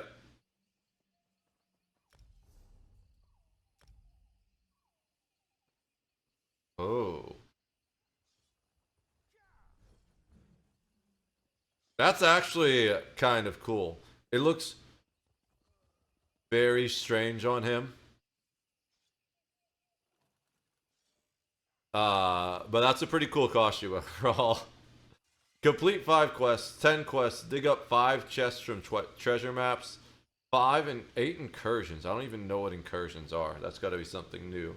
Destroy dark anchors, kill world bosses, kill public dungeon bosses, kill trial bosses, kill delve bosses, kill bosses in group dungeons, defeat 500 enemies, improve riding skills 8 times. We can't do that on him because he's already maxed, but we count on other characters. Catch 35 fish. Craft 60 items with any skill. Earn 10 ranks in a skill line. Deal 600,000 damage to training dummies inside a home. Okay.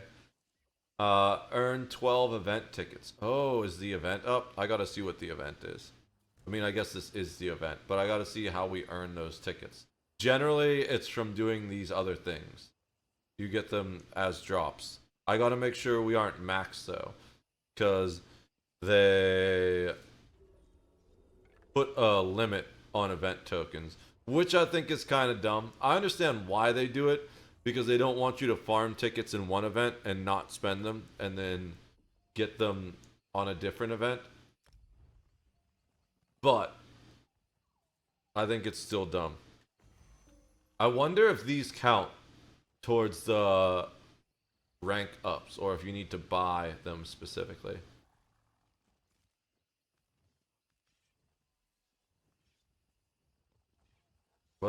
Is there like a big drop that I missed out on? These research things are kind of useless, but can I sell them? No, they're bound on pickup. The experience scrolls are nice, but the big thing, there's not anything major for this month. Just some nice housing items. There's not like a mount or anything, or a pet that I missed out on, so that's good. So I didn't do the attack yet. Let me make sure that I have the next. You can preset one move in the Star Wars role-playing game. So I have the next hyperspace jump set. I need to kick the things from my party, and then I'm going to attack my tank droid.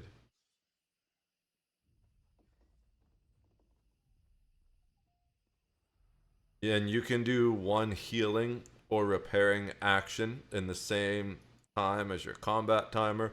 So I'm also going to repair the tank droid I just attacked for maximum XP. Alright, so the big thing, there's 2 reasons why, I mean 3 reasons why I really wanted to complete this achievement. Oh, we gotta look at the, I don't like notifications.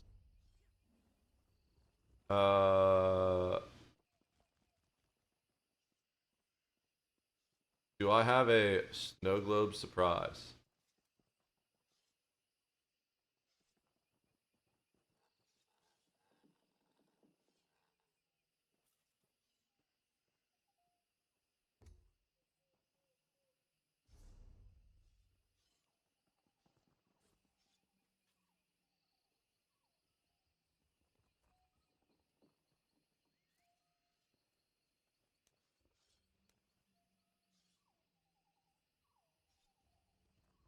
I don't.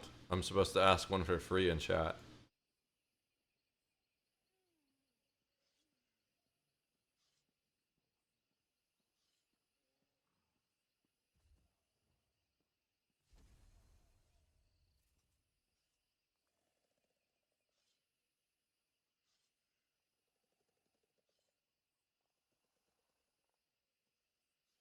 1, 2, 3, I'm free. What you want? Alright, so the main thing, there's 3 main reasons.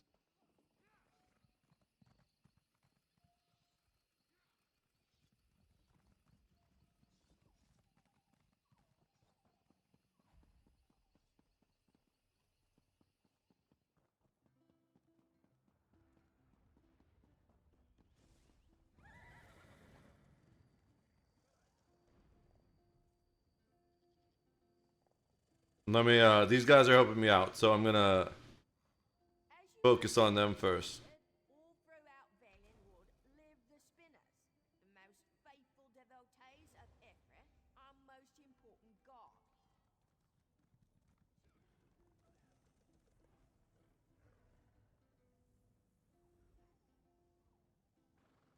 Okay, he's just gonna mail it to me. Alright, so 3 main reasons I wanted the achievement. 1 is because I've been calling this guy a master crafter for a long time, which is appropriate because he can craft any of the gear sets. So the way this works, to be able to craft certain higher level gear sets, you need to know a number of traits. And for example, the traits here are the things where see, this says divines, increases Mundus stone effects by 8.1%. This one's impenetrable, increases critical resistance by a certain amount. This one is probably going to be something different. Infused, increases weapon enchantment. You need to know all of those traits to be able to cast all of the gear sets. To be able to, create all of the different gear sets that are craftable. Also, there are different things you need to do to be able to craft. You need certain perks. Like if you go look at the crafting perks. Actually, we don't have any in alchemy, but that's because we primarily do that on our witch character. She makes my potions. But if you look at these, we got the other abilities maxed. These keen eye just help. They're like kind of useless, especially when you have add-ons. There's research doesn't help once you have it all researched, but the rest of these, he has the perks maxed that allow me to do the crafting things. I guess we were working on food, but the witch kind of does that too. But as far as the jewelry, he makes gear. That's what he's focused on crafting. So he has all this stuff. And so I've been calling him Master Crafter for a long time. But it should be in my inbox. Sometimes you need to force a reload UI to get mail to show up. So we're going to do that, which is I'm going to get all the warnings that my add-ons are out of date again because my add-on manager isn't working. Why you a furry, man? That's just this character. Most of my characters aren't Khajiit. I think I only have 2 Khajiit. But this is Mufasa risen, actually. This is Simba's dad come back from the dead to put the world in its place. You can see how if you look at his face, kind of beat up from like falling and get trampled by the bison and all that. But I spent so much time getting this to actually look like Mufasa. You have no idea. I went and I had a picture of Mufasa up on my other computer screen, and I was like adjusting his features and stuff to make him look as much like Mufasa as possible. Should be in my player mail. I don't see it yet. Let me try moving zones. Sometimes that'll do it.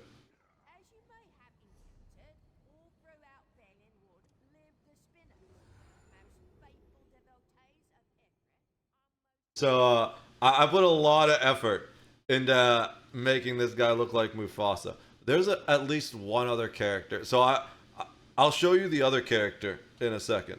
Okay, there's the mail.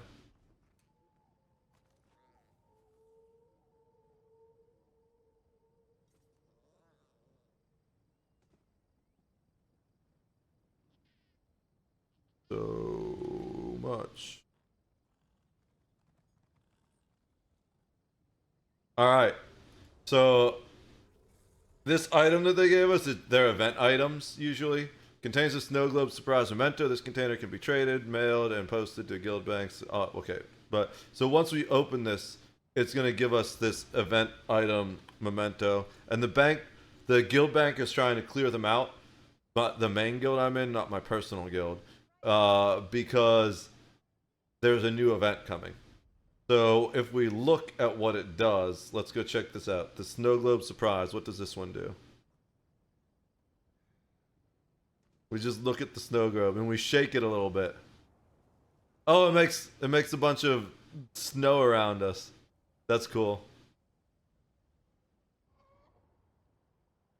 So there's all kinds of different mementos. Let's see what we gotta wait. They're on cooldown. I'm not sure what my favorite one is, but some of them are pretty good. Let's see. I'm gonna take the amount of time we have to go look. Some of these are from quests or achievements too. They're not all just event things.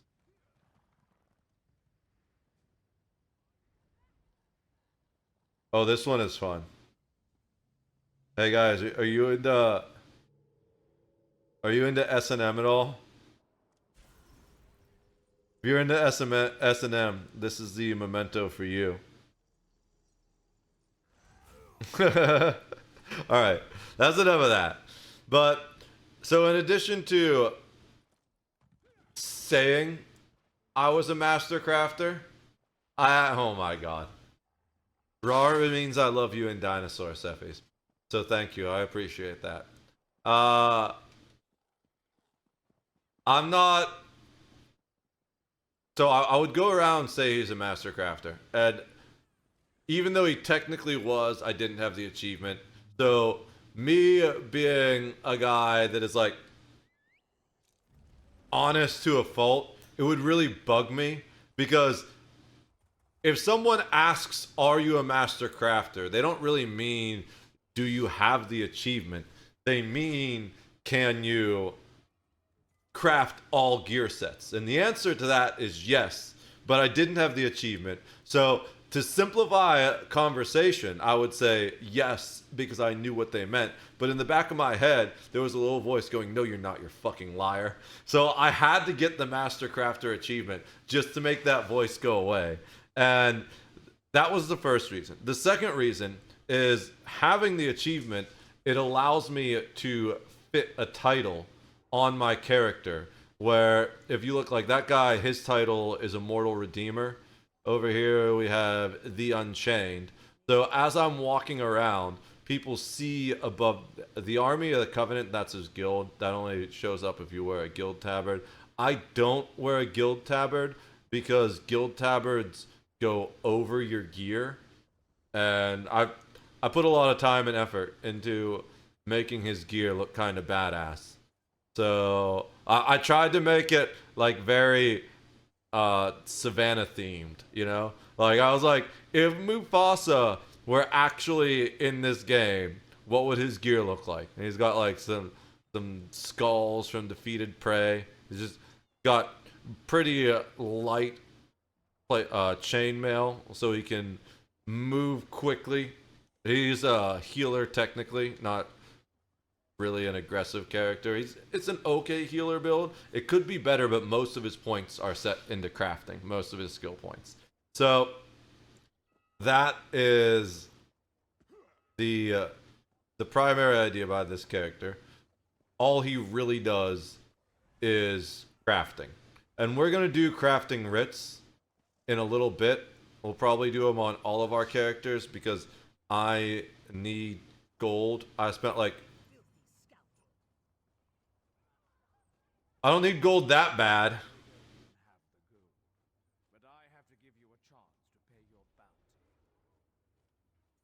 Probably don't even have the gold. Dude, I have like over 600k gold in my pockets.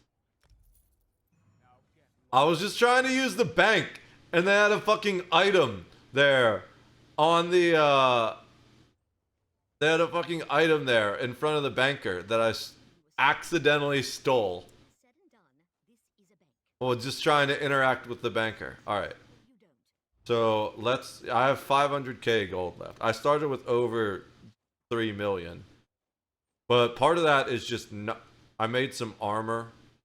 And then I also started doing writs and stuff. But we can deposit that back in the bank. So I can move that between characters as need be. But as you can see, I'm way over the max bank space. And the reason why is because without ESO Plus, you only get half the bank space. Normally it's 480.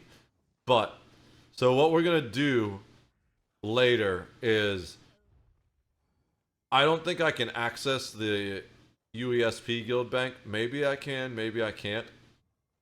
But if you see, this is my personal Shepherds of Soul guild. I've only used about half that bank space. And we're actually going to use even less of it because stuff in the bank doesn't automatically stack. So you can see we have 2 stacks of bone here, 2 stacks of carnelian, and these are crafting materials. 2 stacks of cheese. Guys, you can never have enough cheese. So we'll combine all those. Because normally the other thing is when you have ESO Plus, you also have this crafting bag. And the cool thing about losing ESO Plus is it doesn't kick everything out of your crafting bag. But I can't put stuff in it anymore. I can still use stuff in the crafting bag, but I can't put things in it anymore. So we need to store stuff in the guild bank until we get ESO Plus back. And even though I only have 500k gold, I'm not broke because I have these. All this gold and even the purple crafting material, it's kind of expensive. Even some of the basic crafting items, like if we can find, so anything that's gold is probably worth a fair bit of money. I guess we can't sell those, but the dreg wax, those are all worth a lot of money. And then if we go into, we got to go down to R. I don't know if there's I guess I could have searched it. There is a search box.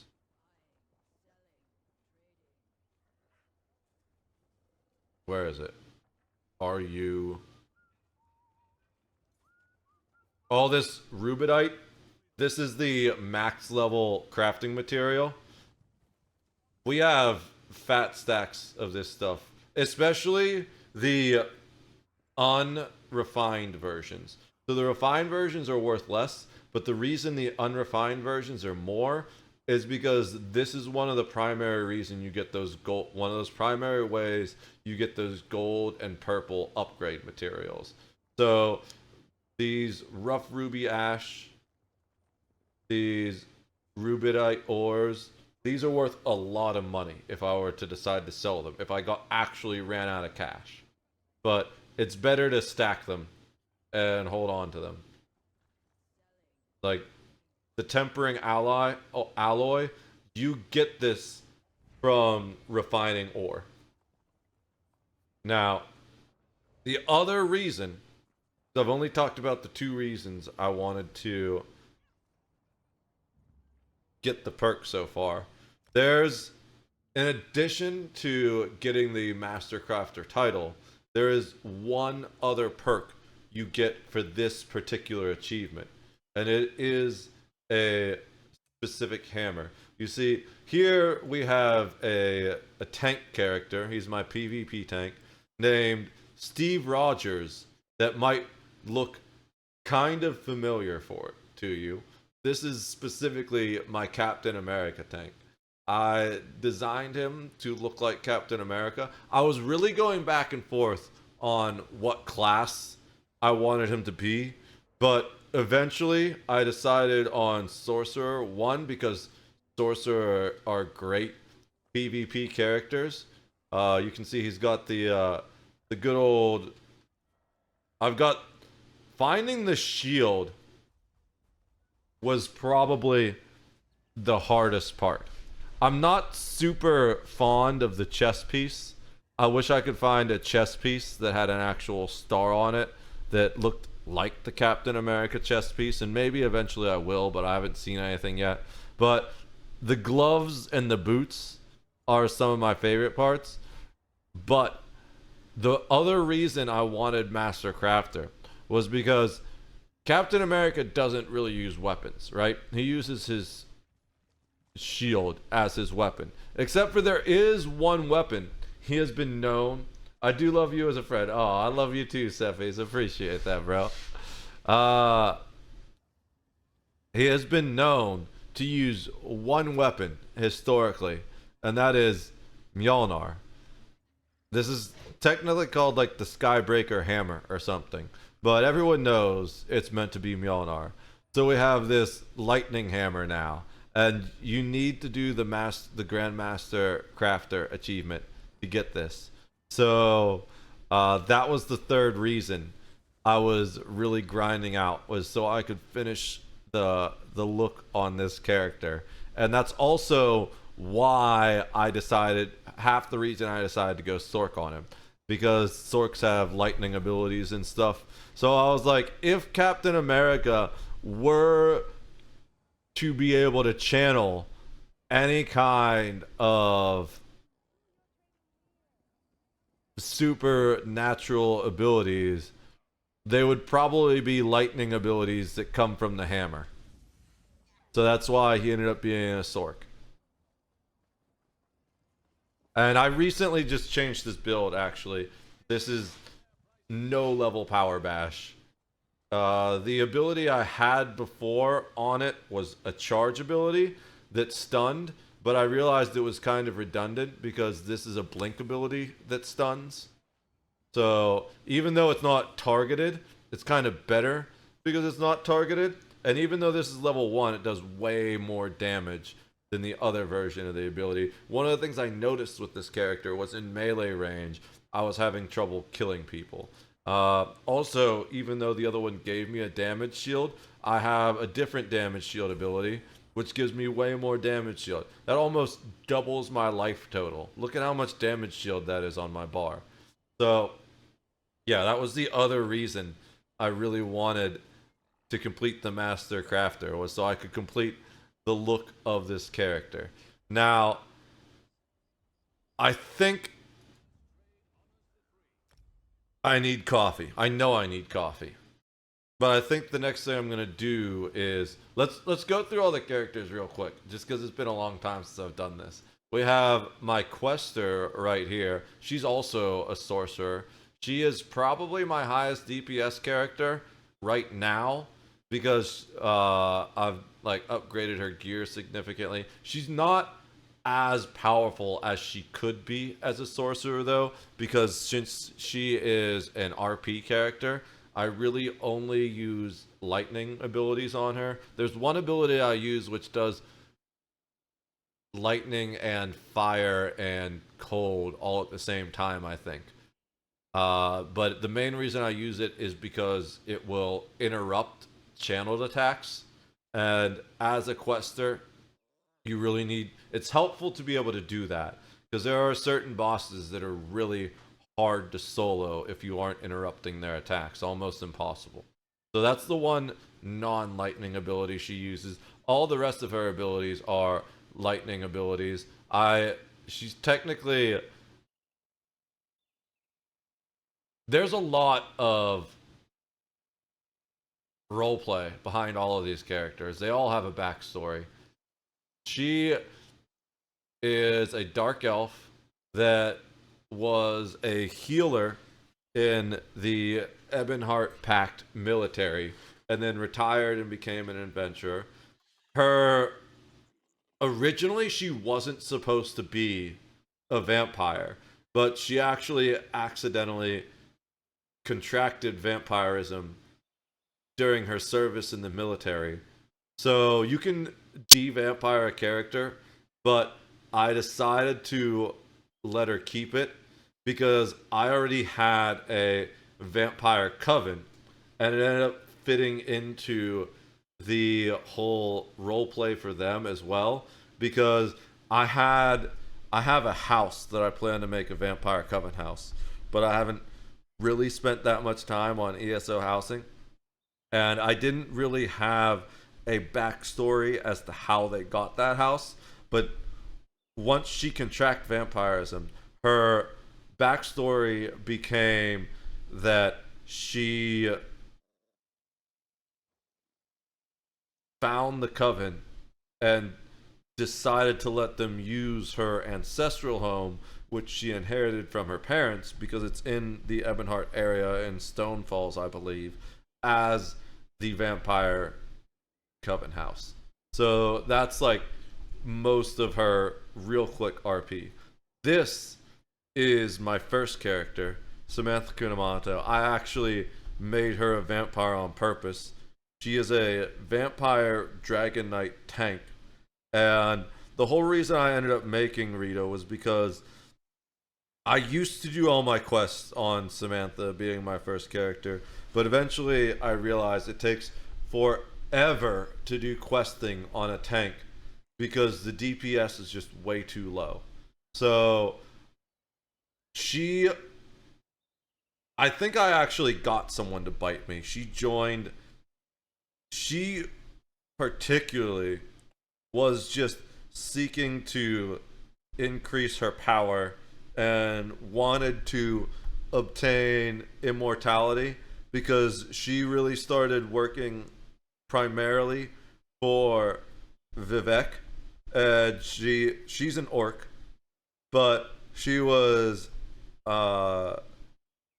enamored by Vivek's immortal power, and really she wears the champion. This is my witch, by the way. That's her title. You can't tell from the hat and the witch kitty. She's my potion maker. She uses the champion of Vivek title, and she wears the Boyagent Armiger armor with the champion of Vivek blue bonus. If you look at the normal Boyagent armigers, which are basically like the royal guard of the tribunal, they have like a gray here instead of that flashy blue purple. But there are times where I would actually stand outside Vivek's temple and just salute with the other buoyant armigers as people pass by. And in her pursuit of immortality like Vivek, she ended up becoming a vampire. Now, this guy, he's the opposite. He's my one werewolf, if you can't tell from all the wolf themes. He is my other sorcerer. I think no, I have one more sorcerer still. I have a lot of sorcerers. I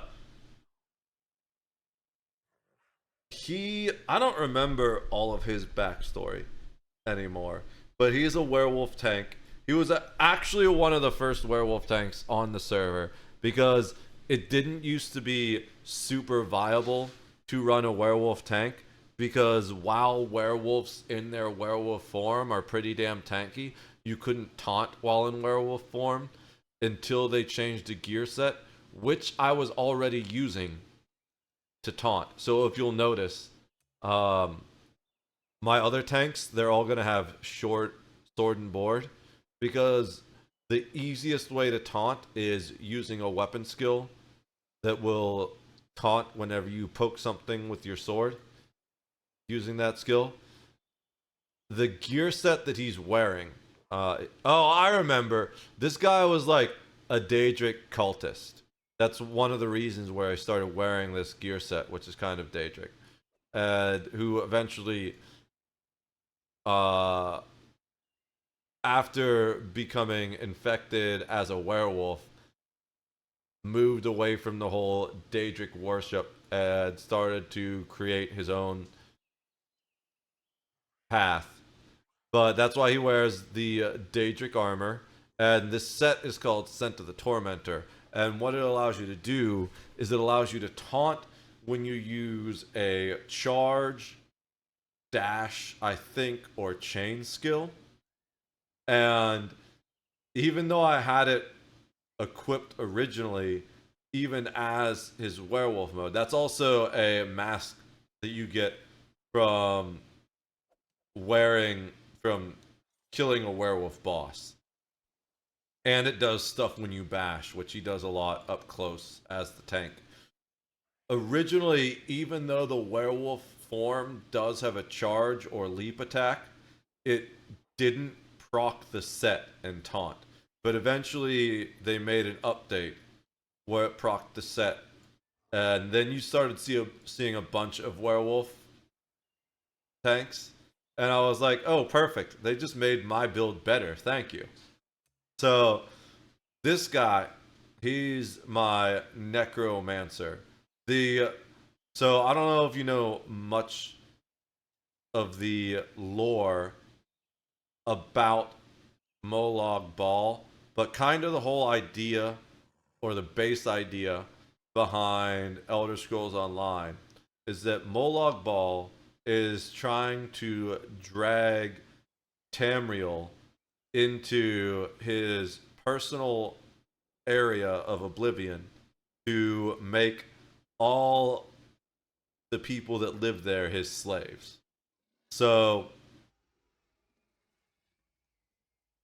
in addition to trying to capture these souls, he also historically tries to resurrect old souls. Basically, if you've ever seen a Titan, which is actually where you get this helmet from.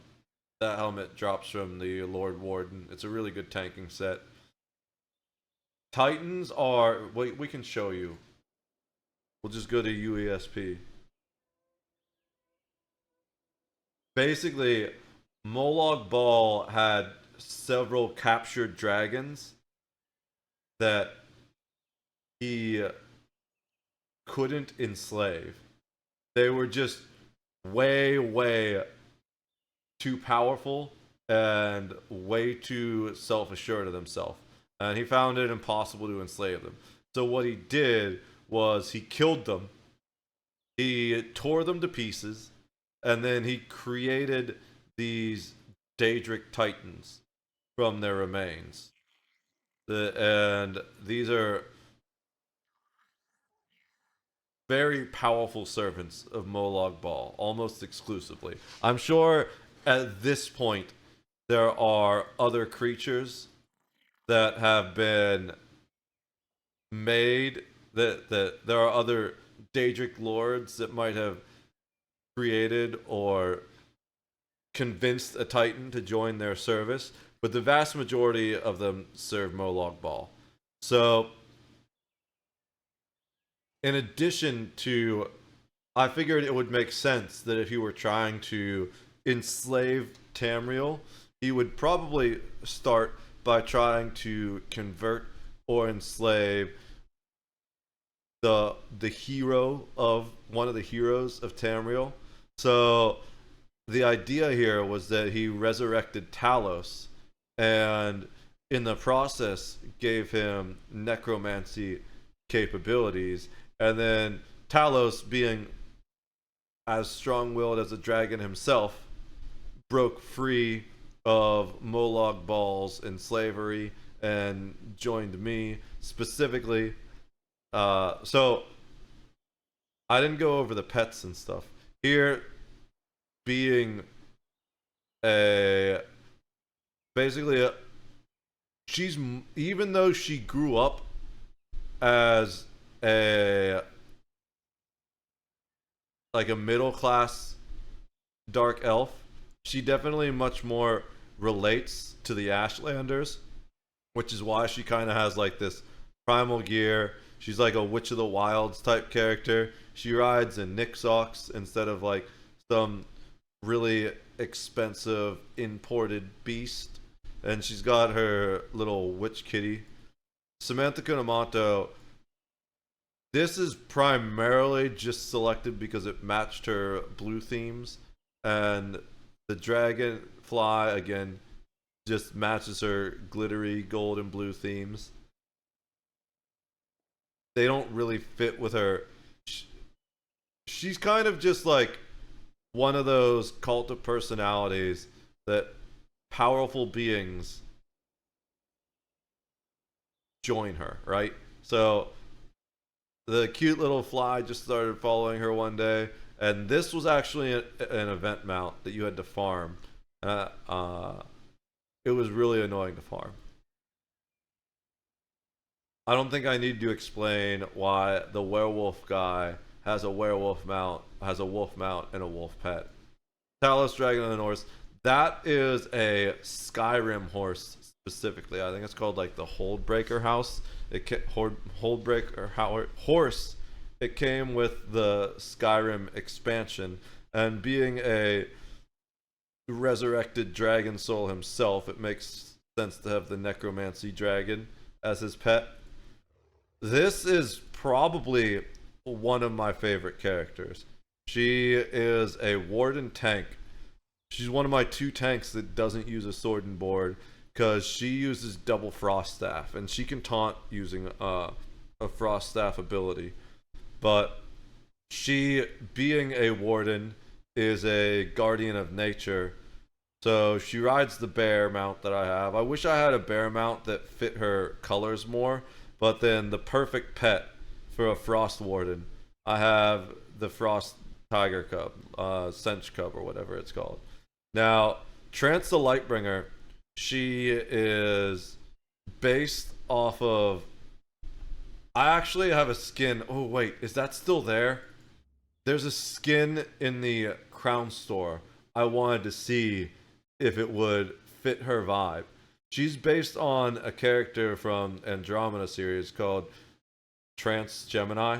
And I don't want to give too much away of the story in case anyone watches it, but Trance is an avatar of light, so that's why her name in this is Trance the Lightbringer, also because Trance Gemini was taken, and that's why she's my Templar tank. She is going to tank as a Templar and deal more heals than any of my tank. If you see her shield, it shows the sun and the moon. Her pet is a little light bug to simplify all the light. And then she's got another one of those Indrik mounts. This one is designed just to match her colors mostly. But there was a thing in the Crown store that I think was going away. Was it special offers? No, it was Crown crates. Yeah. Limited time offers. Was it limited time offers, or was it just a regular redeem? And I wanted to see if I had enough for it and if it would look good on her. Ooh, there's a fire ox. I don't know what character I would use that on. Where is it? There's a skin that I was like, yo, should I get that? There it is. The Warrior Star Skin. Oh, it's even called Star Skin. Let's see if it looks good on her or not. I think that's actually perfect. It looks weird without the armor, but let's try it. Do I have enough crown gems? I do. We're going to use this. Because the thing about Trance in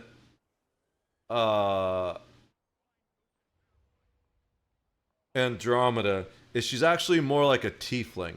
And the primary reason I chose to make her a Khajiit in this is for the tail. And she's actually purple and gold. And that's the character that plays her. She's actually purple and gold.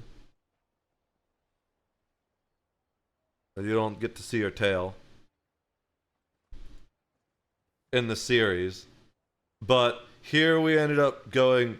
basically what happens is, like, this is low-level Trance. This is a higher-level Trance after later in the series. I guess we don't see her tail at all. And my idea with adding the red vibes is that it was a third evolution. Well, so she went from pink to yellow to red, and Let's go ahead and apply that now. Nice. It kind of gets rid of all the other stuff, but I like it. Especially the glowing star on her forehead.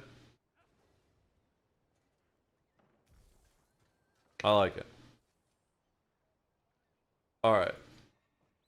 So her primary thing is she just does lots of heals everywhere. She's one of my 2 characters that uses Psijic abilities, the other one being my main. Because the downside of Templar tanks is that they really struggle with crowd control. So I got her the Psijic skill line so she can use this time stop ability. And anything that's in the first half of this spell where it's all flying around gets slowed, and then once the bubble pops out, anything that's in there is going to get stunned for a second. So that's how I crowd control on my Templar tank. But now that we got that before it got removed from the store, let's finish going through the other characters. So we have Trance the Lightbringer. Then we have Pokes from Shadows. This guy, if you can't tell from his eye patch, is a retired pirate. He used to just roam around the seas pirating, and then eventually he kind of retired, but also joined up with the Dark Brotherhood. He's my primary Dark Brotherhood. I've done, even though he's a tank and it's kind of slow to quest on him, I've done most of the Dark Brotherhood quests on him. I want to complete the Dark Brotherhood storyline, but I don't have the DLC right now. I want to complete the Dark Brotherhood storyline on him. He's primarily just orange and white and gold, because that was his like pirate identity. The designs he used to make people fear him. He has the black and orange bat. Maybe I should add some black to it. I think we replace the white with black. But yeah, he's a retired pirate, and the reason he has the big muscly horse is because he's fat. That's the only mount I have that's strong enough to carry his fat ass around. Then we have Hope and Shadow. Yeah, those 2 designs are way too similar. I need to change this. This was my first healer. He is a Templar as well. But even though it doesn't really make sense for the roleplay so much, he's basically a Argonian witch doctor, and I don't know why I gave him that mount, just because it's a really cool mount and I wanted somebody to ride it. I think we should actually change that to a different character though. But he's got this is a little turtle thing, I forget what they're called, from the Argonian area. I need to get him an Argonian type mount, because he's very much down with the Argonian stuff, and that's basically, he's got one of the most simplest role plays. Basically at the time, he was like the 3rd or 4th character I made. So we had Samantha Kunamoto, who was our tank. We had Joseph Cash, who we'll get to in a minute. And he was the DPS, and we needed a healer.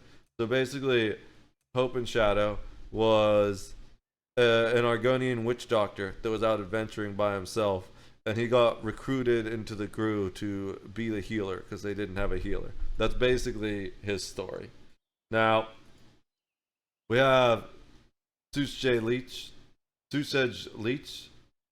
which is basically a resurrected king, similar to Talos of the North, except this guy resurrected himself.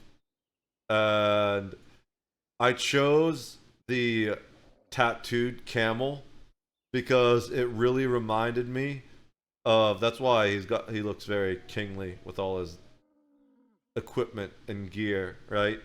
I chose the camel because it reminded me of that scene in Aladdin when Aladdin's pretended to be a very rich prince and rides into town on a very fancy camel. Also, I don't have anywhere near full speed riding speed on this, but watching camels sprint at full riding speed is hilarious. And then over here we have man's best friend.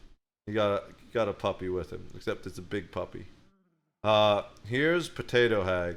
She is my vampire queen, hence the little stuff there. She's got a different bat, and she's got a vampire mount. That's a vampire death hound. And basically, she didn't end up converting Rita. Rita happened accidentally, but she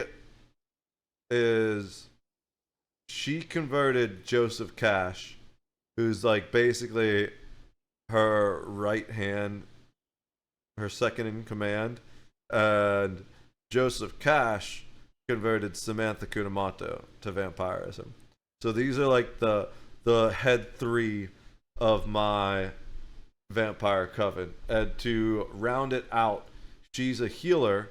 She's a warden healer, but she's also unique in that she's a stam healer. She just does things her own way. And eventually, through like Joseph Cash and Samantha Kunamoto meeting Rita, eventually Rita agreed to let them house the vampire coven in Rita's inherited house. And we'll show you that. It needs so much more work. But then we have Maria Onomatopoeia. She is also a dark elf, I believe. And she actually wears the Ashlander gear because she is a opposite of Rita, who came from like an upper middle class family. She was born in the Ashlands, and she is a necromancer healer. She's my necromancer healer. She was also a Daedric worshiper like Azrael. I think they were friends. I don't really remember that part of the roleplay, but that's why she's got the scary otherworldly horse, and she's got her pet pig princess that kind of just, she was originally going to use it as a sacrifice for her Daedric cult necromancy stuff, and then grew too attached to this one pig and started taking really good care of her. So then we have Joseph Cash, and he's also my Dark Brotherhood character. He's another Dark Brotherhood character. He is kind of just a mercenary for hire. He's my Necromancer DPS, but a Magicka Necromancer DPS. And he just, like I said, he's a mercenary for hire. He does things based off of what's going to increase his power, basically. It's all, anything that will increase his power, he's all about it. So he's got the vampire dog mount and the vampire dog pet. He went full on. He originally became a vampire to get access to the vampire abilities, but then when he became Potato Hag's second in command, he was basically all about, well, alright, if I'm a vampire, I'm going to be the best damn vampire out there. Kind of how like TikTok gave Trump credit for bringing TikTok back. So it's just one of those things where he's not exactly the most trustworthy individual, but he doesn't really go back on his deals or anything. But it's dealing it with him is very much like dealing with a Daedra, whereas he's gonna do exactly what he says he's gonna do, and if you misinterpreted what that meant, that's your own damn fault. So he always keeps his deals, but maybe not the way you expect him to keep them. He's got the whole black and red vibes. Joseph Cash was also my main in EVE Online, and he was a pirate in that. But you can't really be a ship pirate in this game. I ended up making Pokes from Shadows as my pirate, quote unquote. But he's also more of like a laid back, lazy pirate, whereas Joseph Cash is just straight up like a cutthroat mercenary type thing. Then we have Umbra Thurman. She is also a necromancer DPS, but she is stam based. She's the character that I kind of want to build up to be my endgame vet DPS. Her story is that she was really she didn't like her parents, so she set out from home to be an adventurer.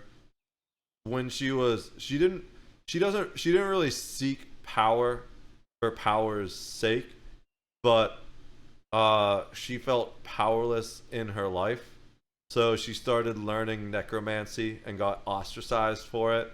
And even though whereas like Joseph Cash is definitely, I wouldn't say he's evil, but if you were to look at the whole scale, he's more of like a lawful neutral type,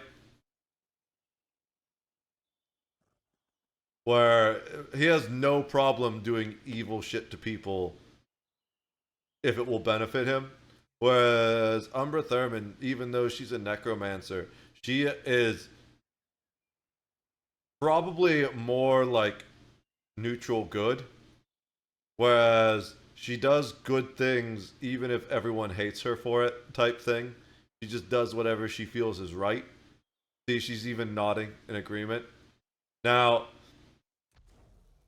then we have Ignis Darkstar. This guy doesn't really care about anything but fighting. He's kind of the opposite of Trance the Lightbringer. Whereas she kind of doesn't want people to fight and just tries to do everything she can to protect everyone. This guy is always up for any fist fight, but it's not in an evil way. It's just in like the epic challenger, come fight me bro, I'm bored type way. So he's actually my PvP main. He's really strong Dragon Knight, lots of damage shields, good poison damage over time. He's a very fun character to play. He's by far my strongest PvP character, although I think I need to change the gear sets on him to make him a little bit stronger. Then we have Talks to Angels.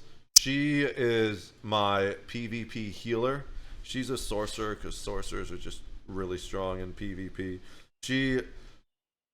I had like kind of ice themes for her, but not really. She's like, I'm trying to remember the whole idea. Oh, I remember now.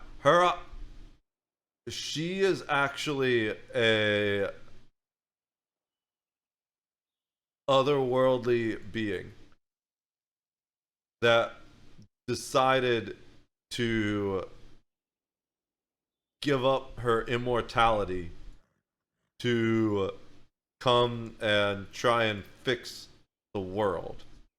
So that's why she's got like the glowing meridian eyes and the kind of angel like armor and stuff like that. And that's also why she's my PvP healer. She's pretty much designed to go into those PvP areas and try and keep the team alive. Her success depends on the team, because she doesn't do a lot of damage, but she can help execute people because she's a sorcerer, so she's got that long-range lightning bolt that will delete people if they're low health, but she doesn't do a lot of damage on her own. So for her to really be strong, she needs the team to stick together so she can heal everyone at once, and she also needs other people in the team to be doing damage so she can capitalize on the damage to other people too. And then we have Steve Rogers, the PvP tank.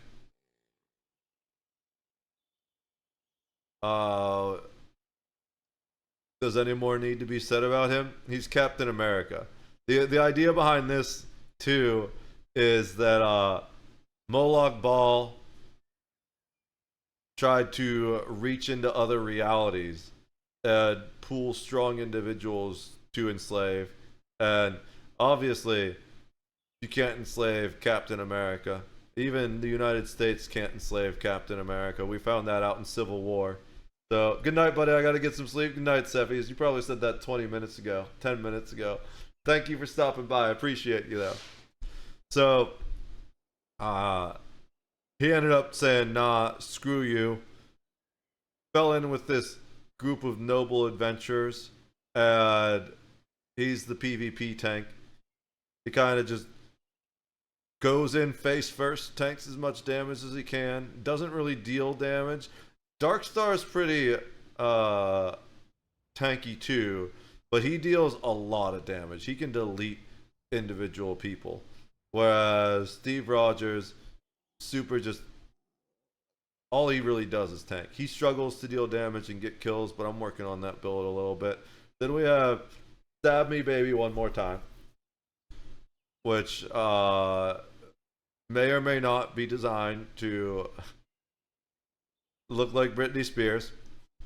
And she's my Nightblade PvP DPS. Basically, she just goes in and assassinates people. That's what she does. Got the 2 swords. I need to work on her build a lot. But her idea is, her whole thing is to not fight in the front line at all. She just sneaks around and picks up a kill and disappears. I'm not very good at that style of gameplay, so I was trying to learn it when I stopped playing. But then we have Steel Drifter. He has no idea what the fuck he's doing. Dude, why don't I put that on my Argonian? That would be a good mount for the Argonian. This is the brand new Arcanist class. I haven't played it yet. As you can see, it's only level 7. But he is, I think he's also a Dark Elf. Yeah, he's an old Dark Elf. So this guy, he is a wielder of ancient knowledge. And he's just trying to figure out his place in the world. And then, of course, we have Mufasa Risen. Again, much like Steve Rogers, he was pulled into this reality from another one by Moloch Ball in an attempt to enslave him and power up his army. But obviously, the great King Mufasa, you can't enslave that guy.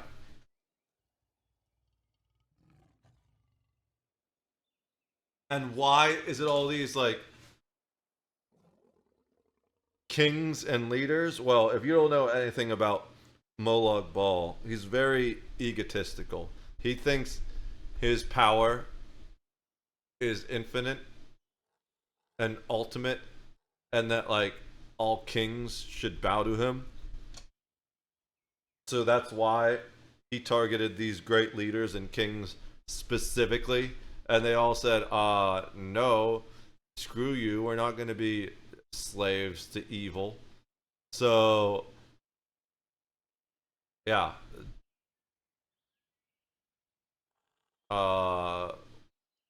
Mufasa kind of just didn't know what to do here in this reality, so he started making armor and joined my crew. That's Sazabi, I believe, and that's Simba. I want to get that mount.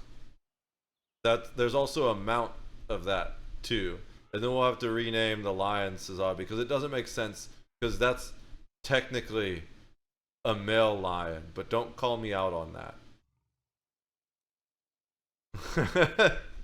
Whereas the other, the red version of the mount looks more like a female cat. So, but yeah, that's the whole crew right there. I have space for one more character, which I'm saving in case I need to make a. I'll probably make another Arcanist, I think. I don't know what Steel Drifter class is gonna be yet, because you can like respec into any class, but it gets expensive to do that over and over again.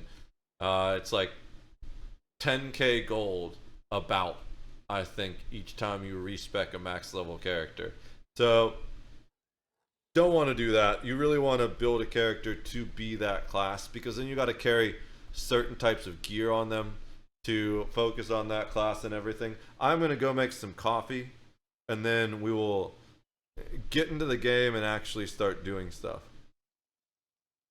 I've got to do another round of attacks in my Star Wars RPG, though. Always be farming.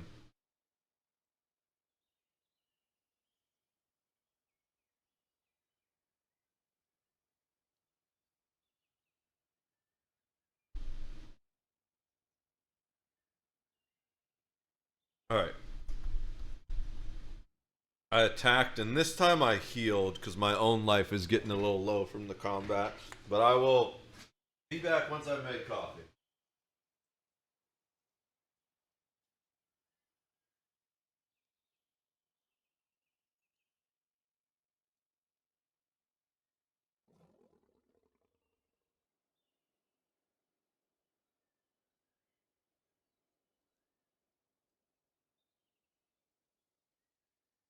I should press the button. I should press the button so once I get back we have uninterrupted chat.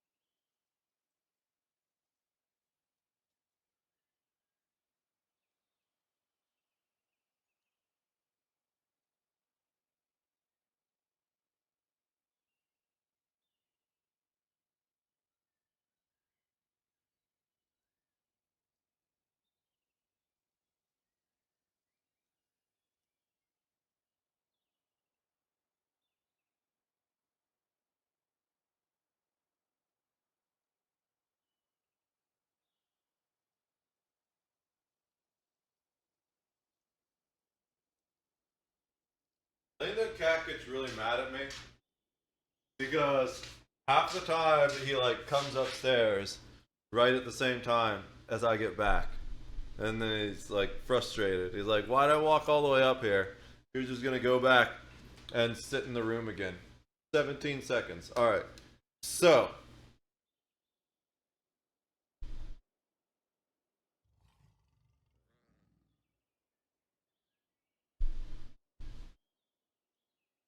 I guess we do Mufasa first. He's got the biggest bags. Came out weird. It's not really worth buying bag space on your characters, usually. But because he's my crafting guy, and often stores all kinds of things on him outside of the bank that the other characters aren't going to use anyways, he might actually have the max bag space, and he's probably the only character that does. What did I do? I hit the wrong button to accept. Oh, did I reload the UI? Yep. Yeah, I know that half my add-ons are broken because they're all out of date, but the add-on manager is broken. I don't feel like fixing it right now. That guy looks like he's having a great time. Alright. So, it's also a pretty solid character design. Gotta give him props on how much effort he spent on that. So, Mufasa has, I think, the max bag space. But he carries all these surveys and stuff like this. The extra motifs, which we should probably put those on the store. Because I bought some extra motifs that I already had but didn't need. Okay. So, let's start by trying to make space in the bank. Now the problem with the bank is, okay, the surveys, I think we can put these, I think we can put these in the guild bank, maybe. Oh no, not because they're bound. I don't think you can put anything that's bound in the guild bank. So let me try that real quick. Guild bank deposit. Yeah, so we can put the treasure maps, but not the surveys in the guild bank. I mean, that's better than nothing, to be honest.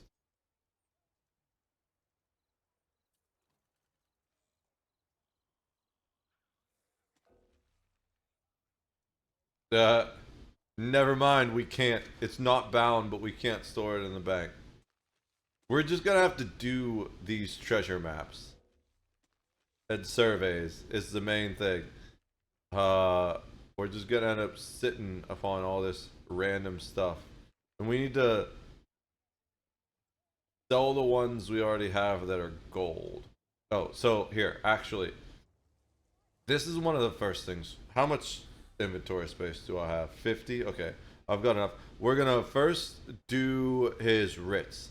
Now, these writs are probably the single best way to make money in the game, especially if you have a master crafter, because you're gonna get rewards that, one, you get resources, which resources are one of the best things to sell on the market, and being a max level crafter, you're going to get the highest level resources you can, and those are the most sought after. In addition to that, you get writs, and you can do those writs for money, and even the ones you don't want to do, you can sell them for money. So if you have, the best way to make money in the game quickly and consistently and easily, it takes, you don't make a lot of money, but it builds up over time, is to make as many characters as you have character slots, and then do crafting writs on all of them. I used to spend, I think, about an hour doing crafting writs every day, and that's one of the primary ways I got up to my 3 million gold. The other way is by doing daily dungeons. So if you look at your first dungeon, you get a bonus for your first dungeon per day per character. Not only do you get an XP bonus, but you get the premium undaunted exploration supplies, which often drops sets or other items that you can use or sell, and it's just really a good idea. I don't need to do riding skills on him unless they upgraded it, right? Yeah. These are all max of 60. You never know if they change stuff when you've been gone for 2 years. Who knows? Maybe they made max of 80 to everything. But it looks like that's all they say. So after I do those, if I can just not stop. There we go. I come over here and first of all sell anything that has this intricate, I think it's called. Where is it? Ornate. Anything that has this ornate thing is almost always better to sell to a merchant because they get 280% gold value. So definitely worth selling that usually. Then the other things I sell are, so the other interesting perk, I don't want to call it an attribute or whatever it's called because it's not technically, you can't create stuff with this the way you can create stuff with divines. And I don't know if it actually replaces divines, maybe it does, but the other one that's really important that you want to save, especially if you're making a crafter, is intricate, where it says increases inspiration, and inspiration is basically your crafting level within a certain area. Gain from deconstruction of this item by 200%, and gain additional refined material upon destruction of this item. So these items are really good to either keep for your crafter or to sell on the market for other people's crafters, and we're going to be keeping them.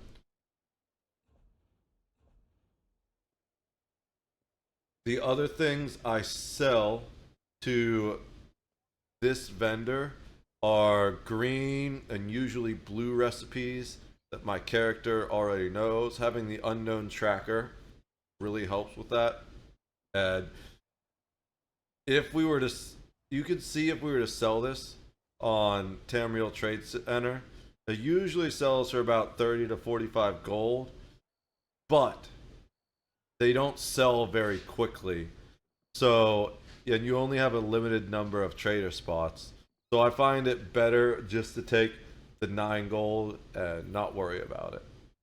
The other things we're going to sell are, we don't sell materials.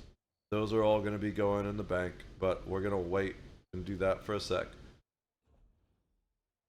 Sometimes I sell bad furnishings. You'll get like furnishings that aren't worth much on Tamriel Trade Center, or may even be worth more in a vendor than they are on Tamriel Trade Center.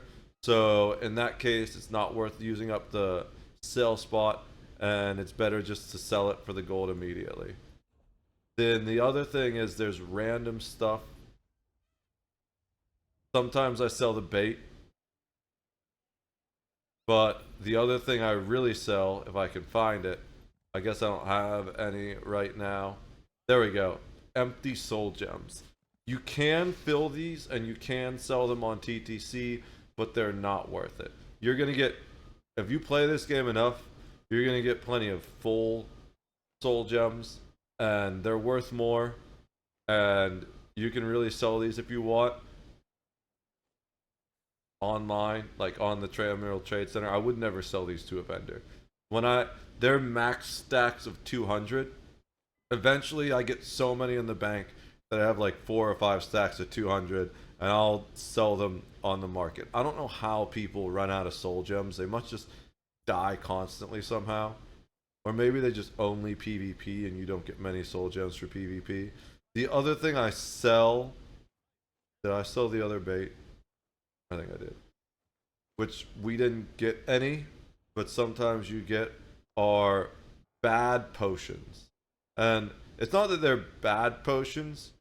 If you're a lower level character, they're pretty decent actually. Like the default potions you get, basically equivalent strength of these tri potions, except for only one type.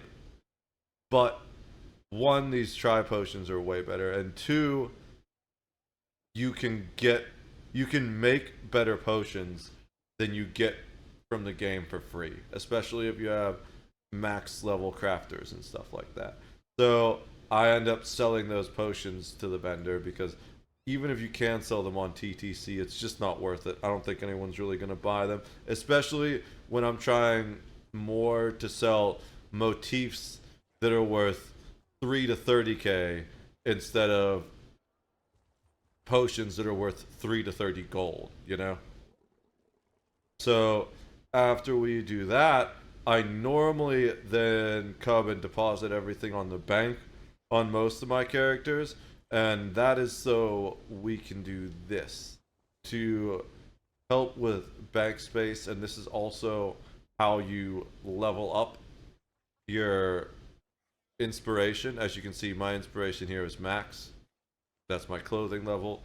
And also how you get materials back and how you learn certain sets. I will go and I will deconstruct all this. Now, for white items, you're only gonna get the base material, which is gonna be like wood or cloth in this case. You're gonna get the style item. There's a potential drop for that. For dark elf, I don't remember what it is. I can actually tell you though. So there's a material, a style item right here, and then a trait item. Dark elf is obsidian. So every time I deconstruct a dark elf robe, I have a chance to get some material of the appropriate level. Since we're max level, it's going to be a chance to get some of this ancestor silk, some dark elf obsidian, since it's a dark elf style robe, and then whatever trait it is, it has a chance to drop that trait item as well. That's if it's white. Now, if it's blue, it's also going to have a chance to drop some of the upgrade materials for that. In this case, I don't know what that's called, but it has a chance to drop some of the blue upgrade material if it's blue. Green, some of the green upgrade material, and if it's purple, some of the purple upgrade material. I have never seen anyone deconstruct a gold item, and I probably wouldn't do it because the chance of getting that back is way too low. If you have a gold item that's not bound, that you aren't going to use, your best bet is just to sell it on the market. So let's go ahead and deconstruct these. As you see, we got some ancestor silk, 1 obsidian, and 1 emerald. So that's 1 material, 1 what's it called again? It's been 2 years, 3 years maybe, between 2 and 3 years since I played this game. Some style material, and then a trait. Emerald was, are these the same ones? I don't know. No, it doesn't look like, oh, it's because it's armor. It would be, emerald is training. That's actually a really cool trait, but only for characters less than level 60.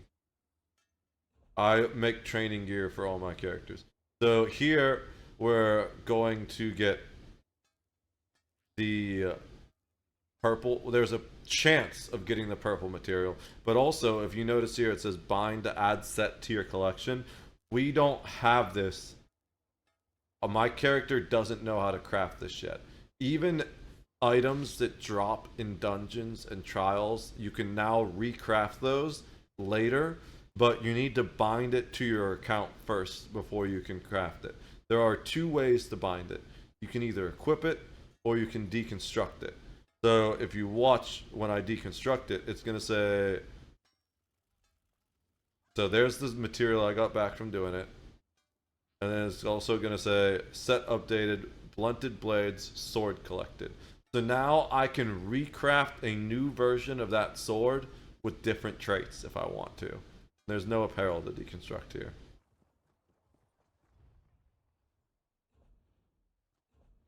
No apparel to deconstruct there. There is no deconstruction to be done with potions as far as I'm aware. Jewelry.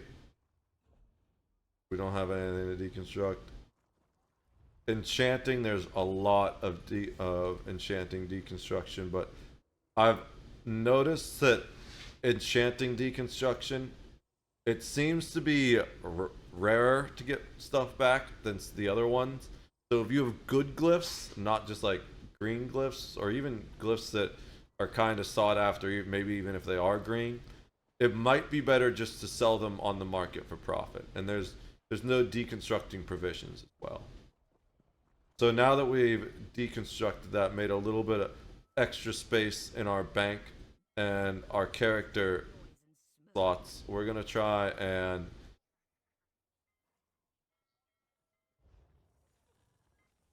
make space. So anything I take out of the bank, I can't put back in it until we get below 240. The things I want to save in this bank are right here. Most, not, I don't know about all, but there are many site, or even most, but there are many set items that they can drop a named version of it. Even though I don't use this set, and I probably never will, I am a bit of a collector, and if I ever use the set, I kind of want to have the named version. So I will save named versions of items that drop. And so this is the Undaunted Bastion set, but as you can see, it doesn't say Undaunted Bastion Axe. It says it's Akasha's First Love. So that is the big thing that uses up lots of space in my bank. However, my plan to deal with this issue is I have houses.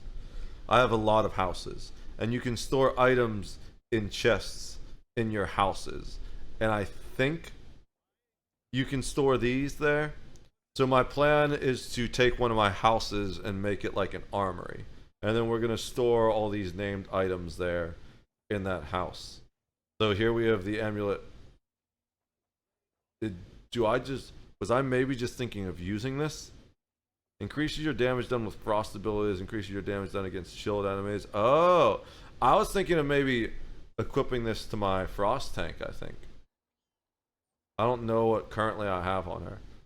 But here we go. This is Ancient Imperial Hammer, but it's from the Dune Ripper's scale set. I think Ancient Net's robe is named. So these are both names. So normally I generally only save one of each type, and then I'll deconstruct the rest. But for rings, you can use two.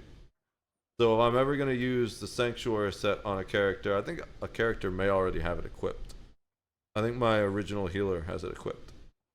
But then I can get two named rings on that character. So we have two Arachnoid rings and two Eridor's rings. Artificer's Coat of the War Maiden. War Maiden's actually a pretty decent set, I think. Artificer's Hammer. So as you can see, pretty much everything we have in our bank is these surveys, which we're probably going to try and ground at some blacksmithing station. Okay, I can put that up somewhere. And named items.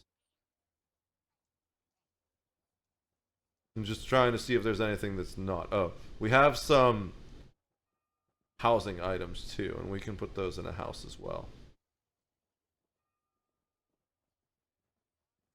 I know where the clothing stations are going to go. So let's go back to the top. I'll pull out all the clothing stations and put those in what will eventually and is kind of my guild house.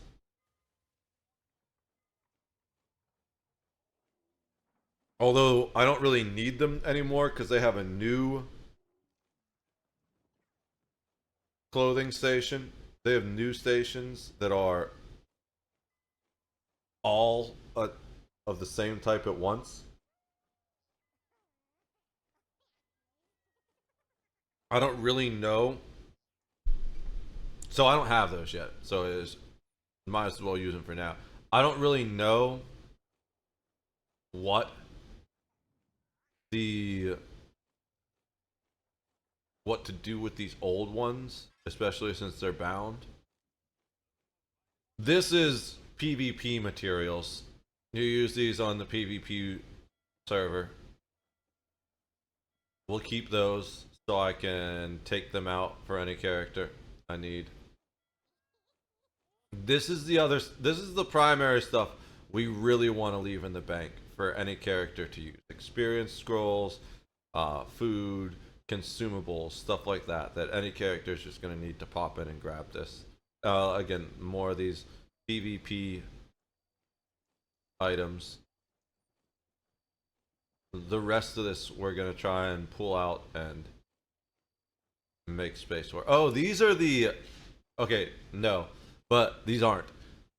These are the better versions. So the ones that I sell to the vendor will basically say Essence of Health. But as you can see, these were created by my whatchamacallit, my quester. And instead of just restoring health, it also restores magicka and stamina. This is basically a tripod, even though it says it's just an essence of health. So it's way better than those essences of health. Now, the essence of health that's default, I think, heals. It restores health immediately, and it also grants a bonus to health regeneration. I could make that potion as well, but instead I wanted to make more tripods. Then we have essence of spell power, which is just designed to boost damage and give the resource you need for your spells. And then this is the same thing except for stamina builds. It boosts weapon damage and gives the resource you need for weapon builds. Flaming oil, another PvP item. These formulas and motifs that we have, that we know on our crafter, we're gonna sell. We might sell these. I need to make sure I have all those first before I do. These treasure maps are weird in that they give you a style type instead of just a regular treasure chest.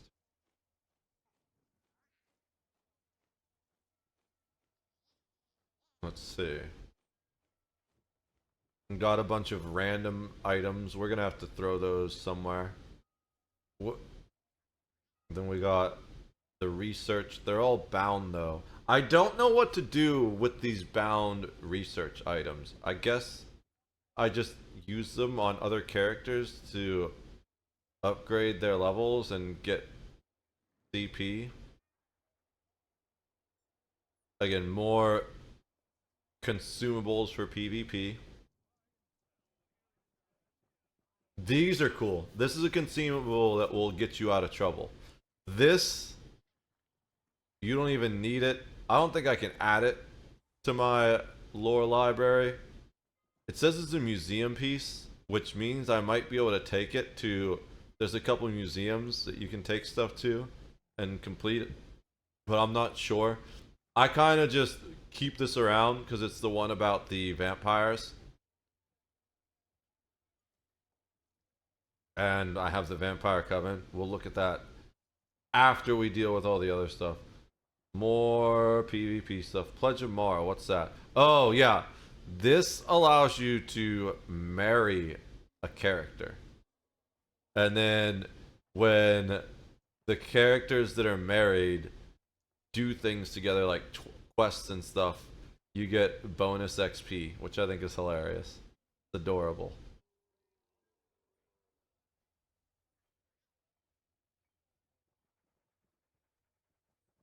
Do I have two of these, or did I never use this one? We'll look at that in a second. What's this one? Oh, this was a item that used to give you an XP boost, but I guess I didn't use it during the event, so it doesn't do that anymore. Damn, I got a lot of Slime Claw. Slime Claw is one of the better masks. One of the better helmet items that allows you that you get through undaunted stuff.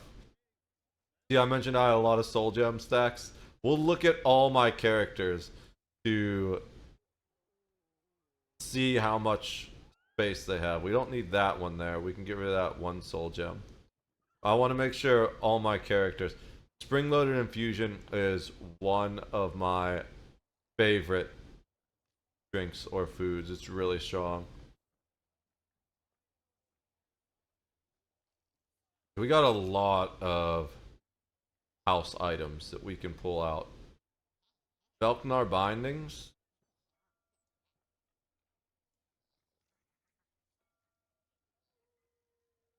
How many do we need? I have 10. So I can create one. We'll do that later. Witches Festival Writs. I can sell these. They're really cheap ways to get vouchers. Generally, I save them for Halloween. They were part of the grind to get the witch title. And these are leftovers that I just never did anything with. If I want to run them, they're really... I'm pretty sure I have all those styles learned, all those recipes learned, so I can craft them for cheap vouchers, but they're each only one voucher.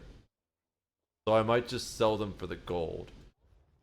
There are stuff I want from the voucher store. But first, let's go to... Oops, that's the wrong button. So, every guild generally has a guild house. And usually the best way to find it is you go sort by rank. And who's ever top will be the person who has the guild house. Because normally the guild leader is responsible for the guild house. If you're ever not certain, you can look in the About Us, and it will tell you. It says here, Guild Hall is Baraton's Observatory Prior. Whenever I do actual crafting, that's where I go.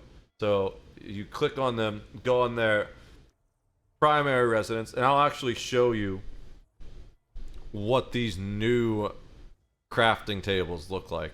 They're really cool.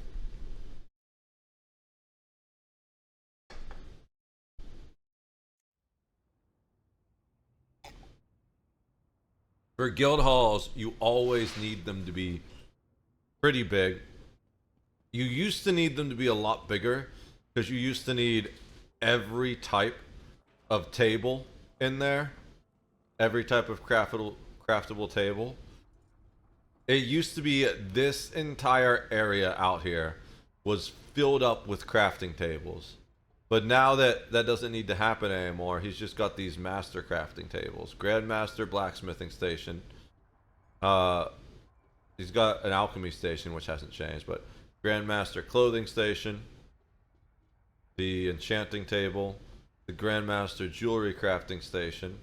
And then got an outfit station over here. And I think that's all he's got out here. It looks much nicer. We got some cheese. Never can have too much cheese. And then this scribing altar. I haven't done any scribing yet. No idea what that is. So that's a new skill I'll have to look into. I might not even be able to do that because I don't have all the DLC. But this is probably one of the most important items in the game in a guild hall. This transmute station. This is what allows you to... So you can transmute stuff, but I find that's generally a waste of gems unless you have something that's perfect. you get these transmute crystals from doing daily dungeons or just doing random dungeons in general. And this reconstruct is, remember when I said it bound that new item? This is where it is. You can go and see it's going to be the PvP one. Cyrodiil, let's find that sword.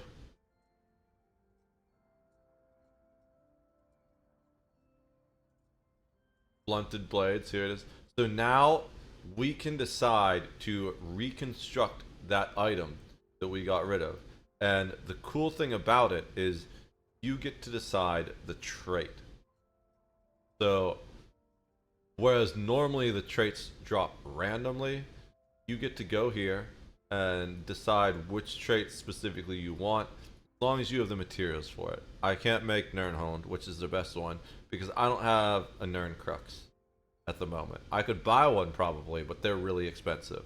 So it all depends on what your build is. Decisive is very rarely a good trait, but it can be okay for some unique builds where you're just trying to pop your ultimate as soon as possible. Sharpened is good for PvP because you're just trying to poke through people's defense as much as possible. It can be okay on certain PvE characters, but that's only if your class or build struggles to reach penetration cap. There's a max amount of penetration you can have. Training, it's very useful for low level characters, but once you hit 60, there's no reason to run training at all. Defending is okay for tanks sometimes, but I don't think I would ever really use it unless you were struggling to meet your resistance cap. Infused is one of the better ones. As long as you have a really good enchantment, this is a really strong trait. Most people will use this for both PvE and PvP. I think it's better for PvE though. Precise, this is okay. It depends on your build. I don't really use it, but if you're trying to go for a crit build, yeah, absolutely. That's worth it. Charged, this one is okay for certain characters depending on how you're applying status effects. I think I use this on my tank, maybe. I don't remember. What do I use charge at all? I have no idea. Powered, obviously this is the one for healers, and I think sometimes other ones are better for healers, but it's been a long time since I looked this up. Now the armors have different ones you can choose from, so we're going to look at those quickly. And now you can also use Nirnhond on armor, but it does the opposite. Whereas it did overall damage increase for everything, it does an overall physical and spell resistance. Now Divines is really strong for just about anything. It increases the power of your Mundus Stone, and a Mundus Stone is basically a god blessing that gives you overall bonuses that you can choose based on your specific character. So you can literally put this on any piece of armor and it's gonna be a decent choice. Invigorating, I've never seen anyone use this. I guess if you were really struggling for resources, you could put this on a niche build, but I've never seen anyone use it. Infused, again, really good. Buffs your armor enchantment. That's always a good thing. Training, use it on low level characters, don't need it on max level characters. Well fitted, I have seen some people use this on certain stam builds, especially because there are weird builds that proc stuff using roll. So if you're doing one of those roll proc builds, you might want this. Reinforced, this is a really good item for tanks. Also sometimes used in PvP to get your resistances up. But this is the PvP pro perk. You want crit resistance to help you survive PvP. Otherwise, you're just going to get constantly deleted. And sturdy, I guess you could maybe use this on certain tanks for sustain if you do a lot of blocking, but if you're running out of stamina blocking, it probably means there's something wrong with your build. Now, I have had times when I was running out of stamina blocking, but it's because I wasn't getting resources from the healers. A good healer is going to give your tanks resources, and your team in general is going to get resources from a good healer. But a good tank should be able to pretty much sustain themselves without resources from the healer, as long as the healer's doing enough healing. So in those situations where I was running out of stamina to block, it was probably my fault. But yeah, this is the big item. I need to get one of those for my house. Now, we are going to go to my house that I intend to use as the guild hall as I start to rebuild my guild, and that's this guy right here, the Thieves Oasis. I actually used one of my tax returns to buy this house. This is the only house I ever bought using real money. The rest were either purchased through crowns that I got as part of my subscription, or from just leveling up and doing quests or unlocking them through various achievements. With this one, I used real money from my tax return to buy this house, because my whole plan is to turn this into my guild hall over time. So we came here to drop our crafting tables. I don't remember if I put any crafting tables anywhere yet, but I think the original plan, again, it's been 2 years since I've done this game, was to make this house the kind of crafting hall, and then make this house the bunk room and bar area. Let's see what we got inside both of these places. Yeah, I'm gonna say this one's a bunk room because I got a bed up here. And we might end up stealing these coffers, because as you can see here, I've already started putting one of the named items here. I can put 30 in here. Oh yeah, this is the bunk room house. There's the bunks. And then downstairs, we were going to make a bar area. It looks like I kind of started a little bit of that. This also, I bought this furnished, and normally I don't ever buy furnished houses. I just buy them with gold, and when you buy them with gold, they're not furnished. So a lot of the stuff I've just been moving around. But I was going to make this area into a bar area.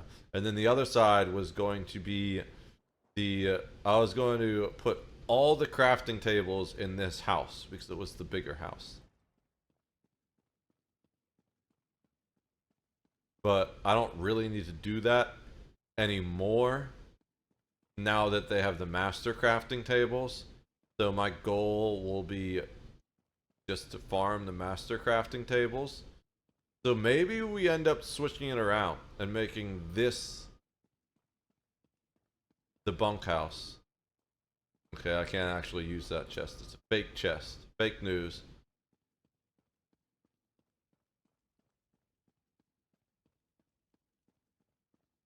I need to take a moment to think about this. This is a pretty open, wide area room for a bunkhouse. And then we have... What's up, Preacher of Allah? You're a cat. Do you eat fish? Occasionally. So this is one of 17 characters I have in this game. Yeah, this is one of several houses I have in this game. I used to go way too hard on this game. This is my master crafter. His name is Mufasa Risen.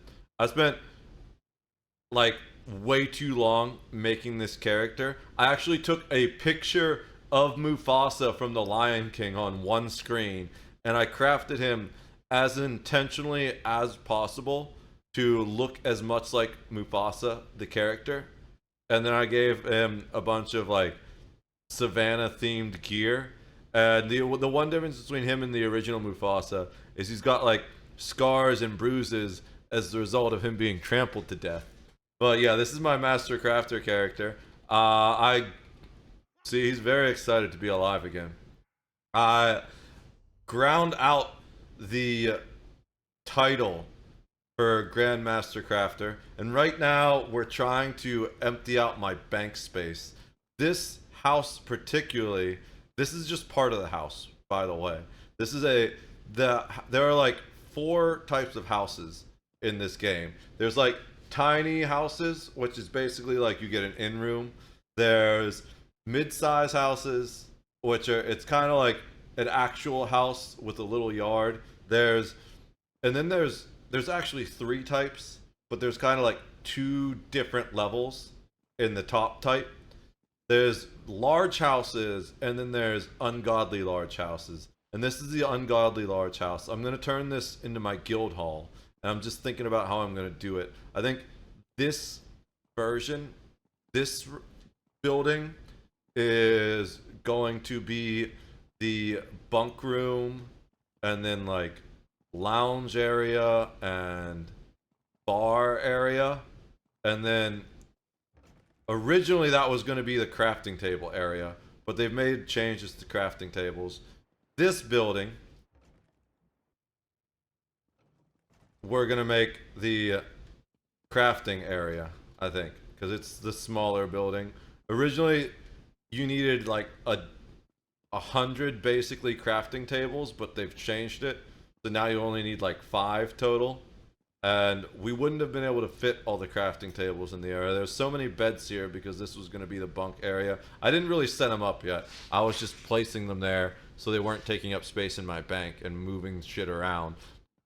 It takes more time to do housing in this game than it does to complete a trial, which is like a raid in this game. So I have not done a lot of housing. I'm really just trying to get stuff out of my bank right now. So let me go ahead. We came here to drop these things because I don't need these stations in my bank at the moment. And generally what happens is you take all of this stuff, and you need one for each different set. That's why you see how it says clothing station, adept rider. Well, basically what happened is they eventually came out with a new item. It's really expensive, but not too much of a farm if you're dedicated to playing all the time, where you no longer need to get 3 tables. Actually, it's 5 tables because there's a jewelry table too. 4 tables. You no longer need to get 5 tables for each set. And you can just get 1 master table that will do all the sets. And eventually we're gonna get those. But I'm trying to make bank space because I don't have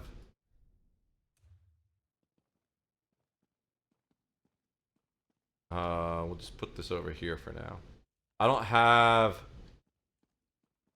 ESO Plus anymore, which doubles my bank space. I just want a spot that this can go in and it's not going to hit anything. Right there. So, let me exit that. 1 of 17. This man is rich. Dang, bro. That's a lot of love, bro. Oh, yeah. So let's go look at the whole house real quick. So we just have these 2 little buildings, right? Well, this is the entrance area. Over by the entrance, I have my banker and merchant. So people in the guild can teleport here to just use these and then leave, and it'll take them back where they go. But it's unfortunate I can't use a mount here, but I can make myself run a little bit faster. This is the rest of the house. You could actually use all this space if you build platforms and stuff. I don't really want to do too much swimming because I'm not an Argonian, and everything that's not an Argonian swims slow. But I think there's an area over here. Oh, you know what? I can walk up on top. There's a top area. I guess oh, there it is. There's the stairs. So it extends all the way back as far as you can see. And this is one of the ungodly big houses, which you kind of need if you're going to turn it into a guild hall. And you can go, there's space up here for stuff. At least one of the water areas, you can go swim down in behind them. And there's like a little oasis area. So, because this is the biggest house I have, I decided to make this into my guild hall that people can teleport to and use things. Oh, that's right. That one doesn't really heal much. It's best to heal that way. Alright. So, I'll show you one of the other houses real quick, though. I can show you examples of all of them. So, the Snug Pod is one of the tiny little houses. But this is actually one of my most used houses. And the reason why is because this character is a Khajiit. And when you do...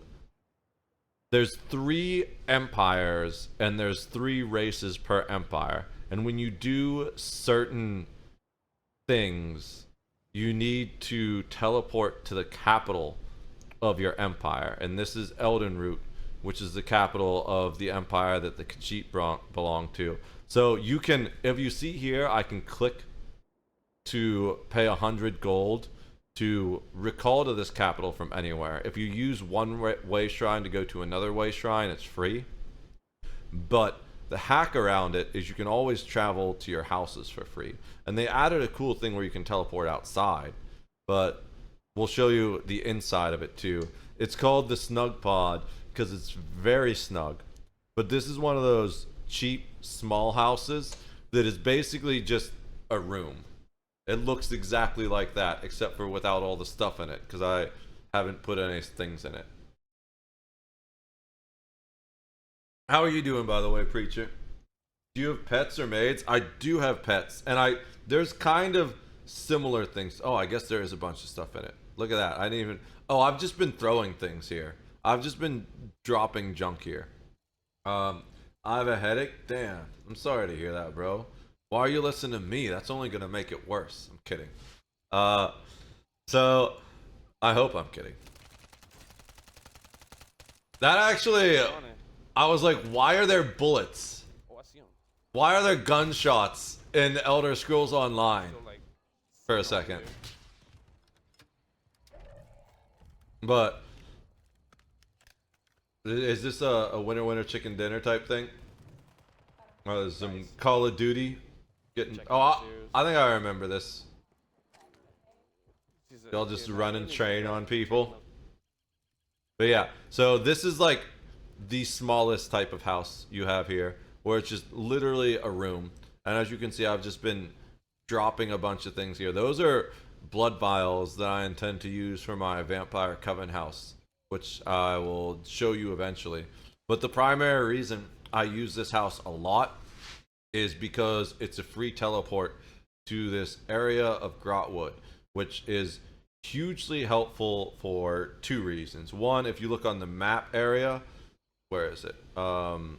This section down here, it's called Undaunted, and that's like the faction that helps you run dungeons and stuff, and you get some of the best drops from them that you really need to complete your character for endgame. The other is, if you look over here, the Mastercraft Exchange.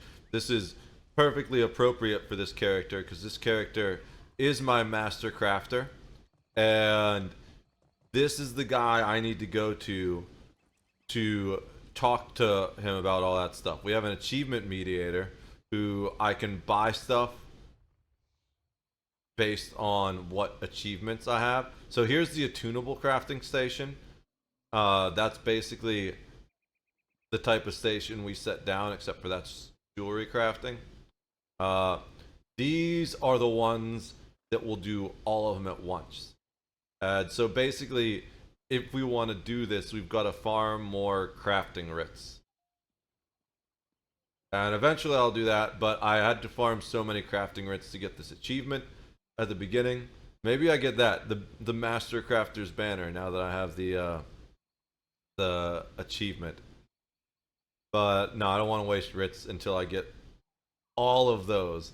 And this is the guy that you turn the writs into, but he can also sell a few things that are specific to crafters, like these crafting styles, some rare types of materials that you use for other stuff, some formulas and patterns which are designed to create housing items and practices as well, recipes which will give you, this is actually one of the best recipes in the game. I probably should farm that at some point.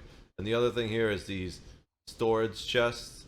We kind of need a lot of these for what I'm planning to do, but I'll most likely see if I can buy them off the market. I'm not sure if I can. But yeah, the transmute station is the other thing we really need. We talked about that. As for pets, yes, you have quite a fair bit of pets. We have the little red Sench cub right there, which is kind of rare, actually. It's, I think, the rarest pet in the game. The only way you can get it is by watching Twitch streamers, and at least as far as I'm aware, and getting a certain kind of Ouroboros loot box, which I think I might have some. No, I don't have any right now. But you can't buy the crates. You get them from watching streamers. So you have to, and they're only available at certain times. There's also a mount version of it, but we don't have the mount version of it. We just use the lion mount. And then as far as servants and pets, there are kind of 3 versions of that. So there's companions, which I haven't done yet. You need to do an achievement quest to unlock your companion, and basically it follows you around like an in-game pet that's an combat pet that's an NPC. Pets like that don't ever... Where'd it go? Where'd my pet go? What the shit? There he goes, he's back. Pets like that don't ever engage in combat. And there's 2 types of pets that engage in combat. There's summonable pets, which we'll show you one eventually, but that looks like a companion. See how that NPC... Oh no, that's not... That's an NPC that they're just in combat with. We're gonna heal them. Oh, that gained me aggro. That's pretty funny. I gained aggro for healing this person.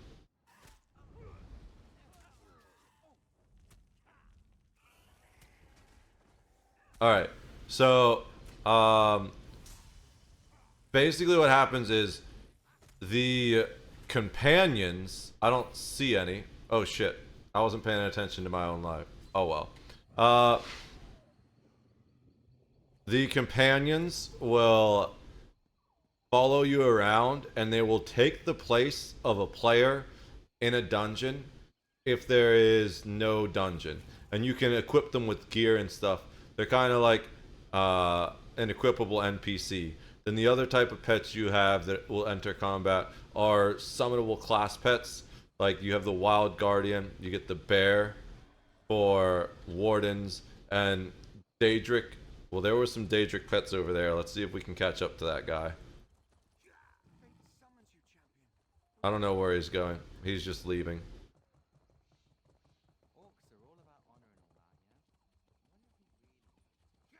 Alright. So then the 2 types of servants you can really have are assistants, which I can call out one of those. We have Azabi the Banker. So I have this banker assistant that I can call out to use my bank in most areas. Then we have Newsy the merchant. We have a merchant that we can call out to use in most areas. And then there's two types of what I would call let's get rid of her. Two types of what I would call, we can look at these in the store because I don't really have any. Oops, that's the wrong store. This store.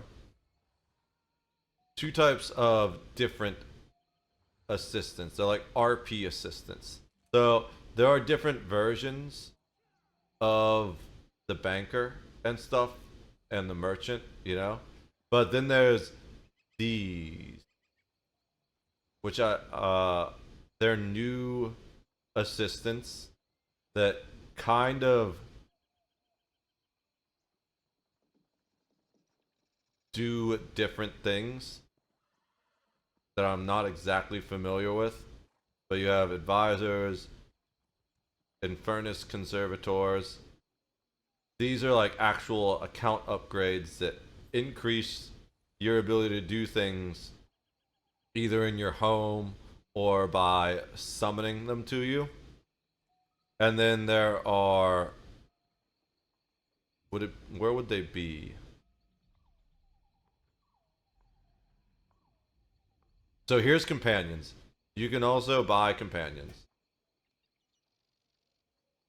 These are like a secondary pet that will always follow you regardless of your class, and you can equip them with certain weapons and stuff. But there are, is it a housing thing? No, that's straight up the houses. So here's the three basic levels: the staple homes, which are the basic homes; the classic homes, which are mid-size homes; and then the notable homes, which are the giant ones. But there's kind of like two levels of notable homes. So we'll show you the other level of notable home. Well, first we showed you the basic home. Let's show you a mid-size home. What's a good mid-size home?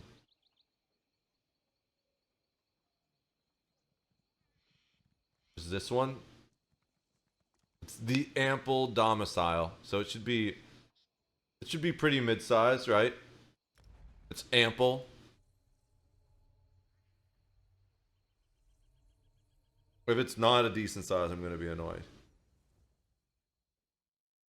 Yeah, okay, so this is definitely a good example of a mid-sized home, even looking from the basic area.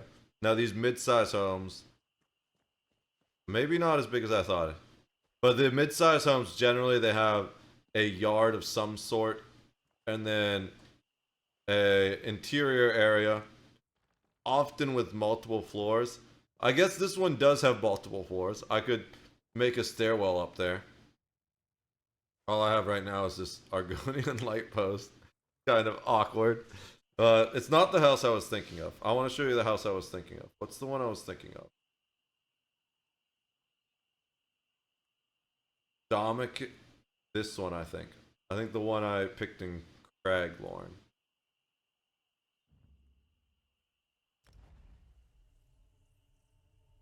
So let's check out this house real quick.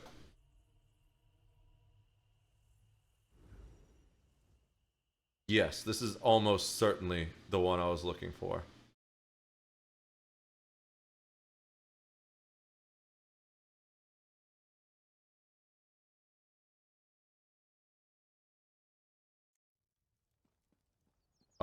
Not the one I wanted, but it's very similar to the one I wanted.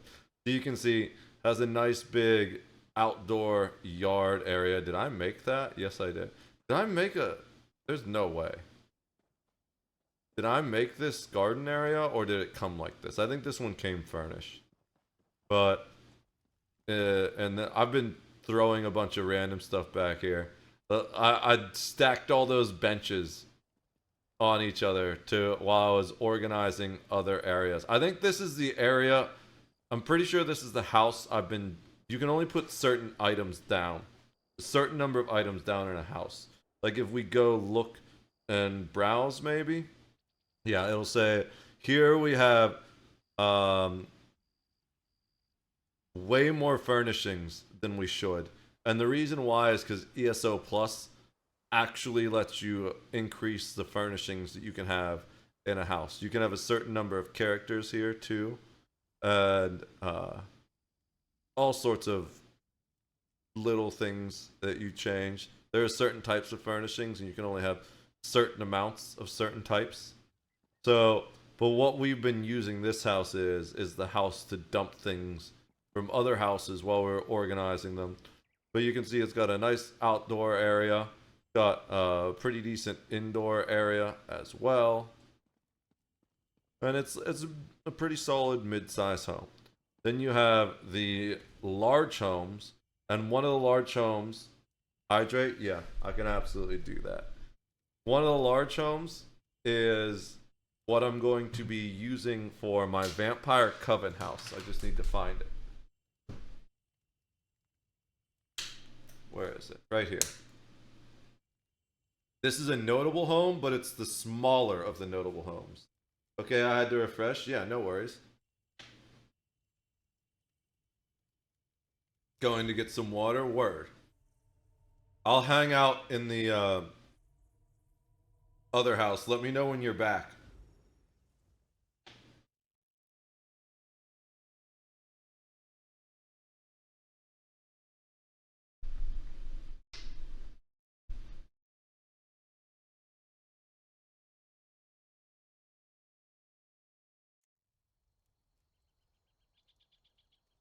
Alright.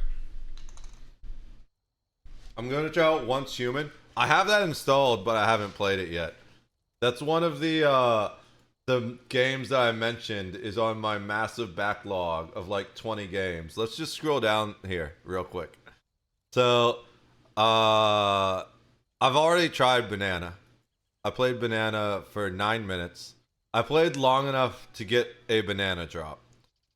I want to do Chex Quest HD, mostly just as a throwback to the old days. I played the original Chex Quest. This is basically a Doom clone, except for you're a piece of cereal killing slime monsters instead of Doom guy killing demons. This is one of the first games I ever played, so I really want to play the HD remake just for fun and like nostalgia reasons. I've played a little bit of Dark and Darker. This is the best flight sim in existence. I don't know where my light control stick is right now though, so I don't know when I'll ever play that.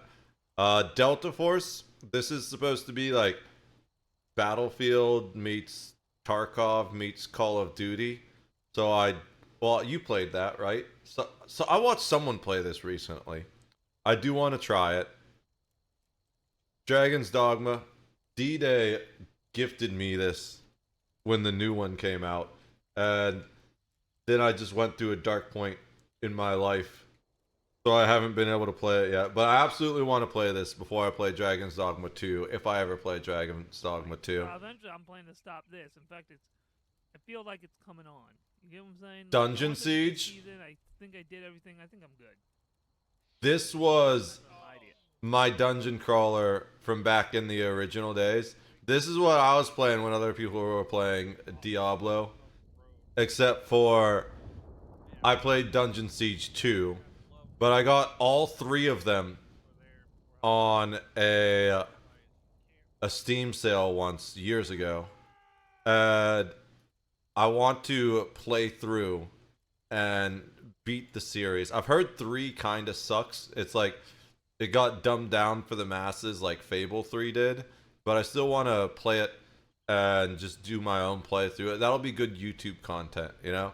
But I want to play the original one for my own time. I've started this game like 5 times, and then I always end up getting distracted by something else, and then it's so long that I forget what I was doing and I need to roll a new character. What else? Oh, First Descendant. And that's basically the same thing as Once Human, as far as I'm concerned. 2 of the new free-to-play, 2 of the new free-to-play MMOs that I want to give a try and see if they're any good.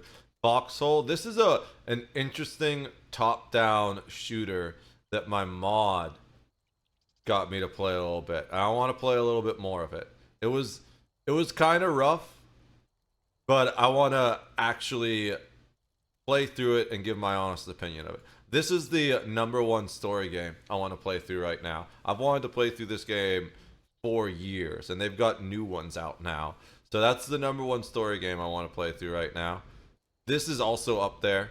I want to play it just because of the name. What else is on there? I have always had this game installed. I just haven't played it since December 2022. No Man's Sky. I want to finish the story of that. I'm like 2/3 of the way through the story, I think. I can probably uninstall Path of Exile. Sea of Thieves is one of those games that I just always keep installed because I know people from all over the like every circle of friends I have, at least one person plays Sea of Thieves. So I'm like, that one just never gets uninstalled in case people want to group up.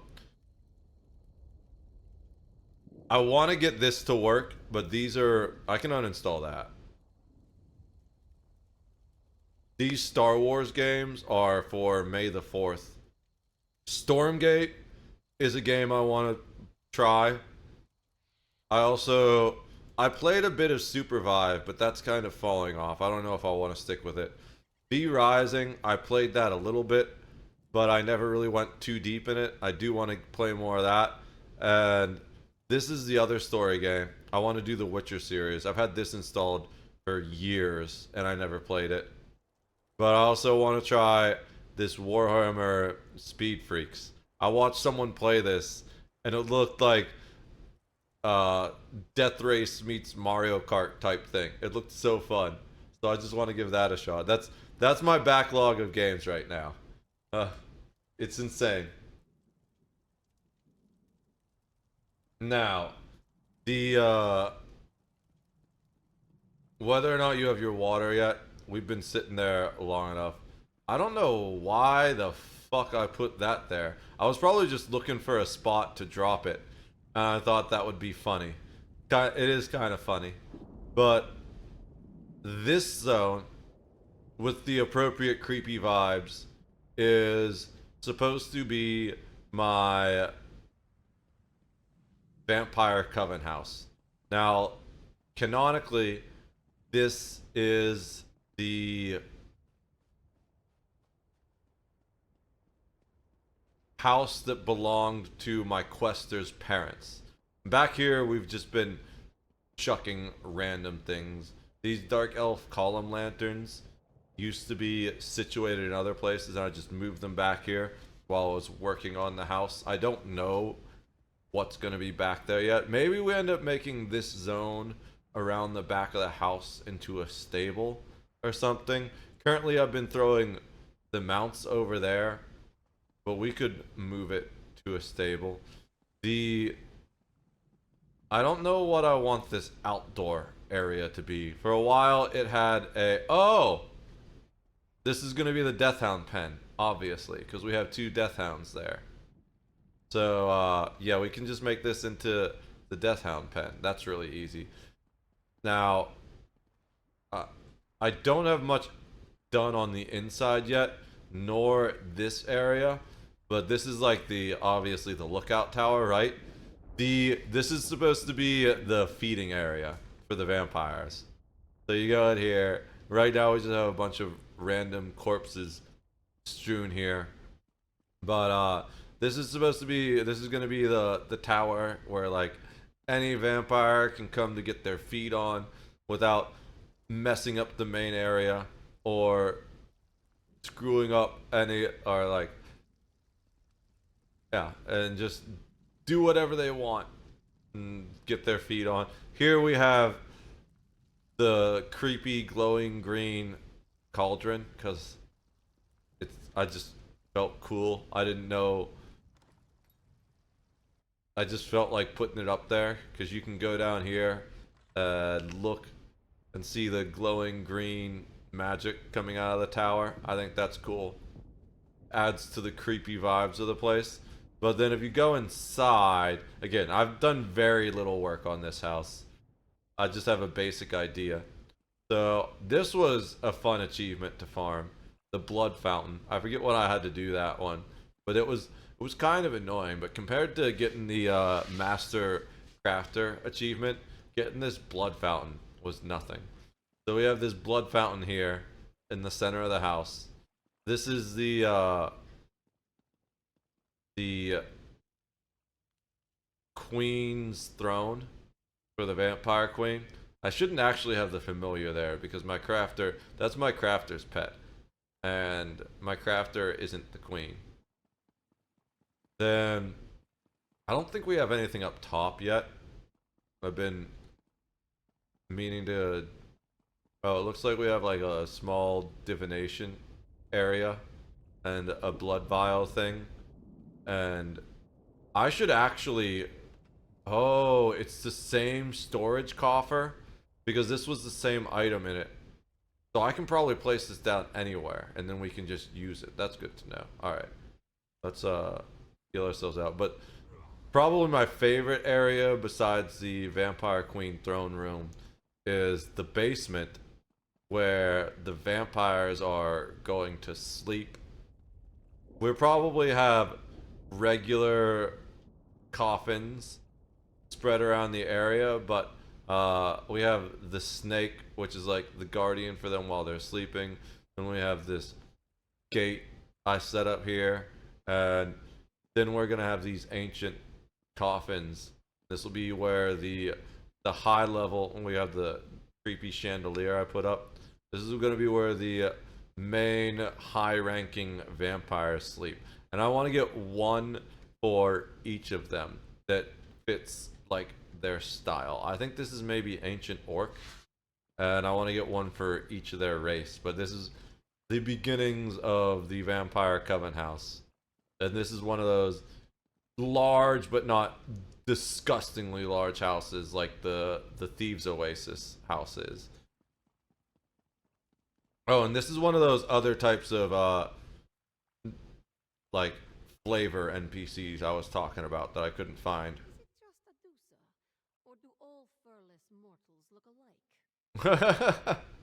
This is a vampire Khajiit, and she kind of just adds character to the place.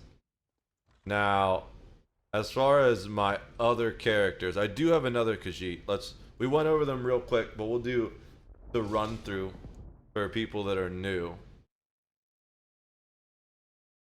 This guy stays at the bottom because he's my master crafter, so he's just there separate. And this guy is slightly above him because he's the new class. He's my newest character. I haven't done anything on him yet. Just really basic. I haven't figured out his roleplay or anything yet. So he's still chilling there until I figure out what role he's going to be in. These four right here are my PvP characters. They basically just have PvP specific things. This is Stab Me Baby One More Time, and she looks kind of like Britney Spears. This is Stevie Rogers, my PvP tank. We'll log into him real quick because I feel a little better. Awesome. I'm glad you feel better, bro. We're going through a real quick rundown of my current 17 characters. So you got back just in time. And then we'll log in and show you the other house real quick.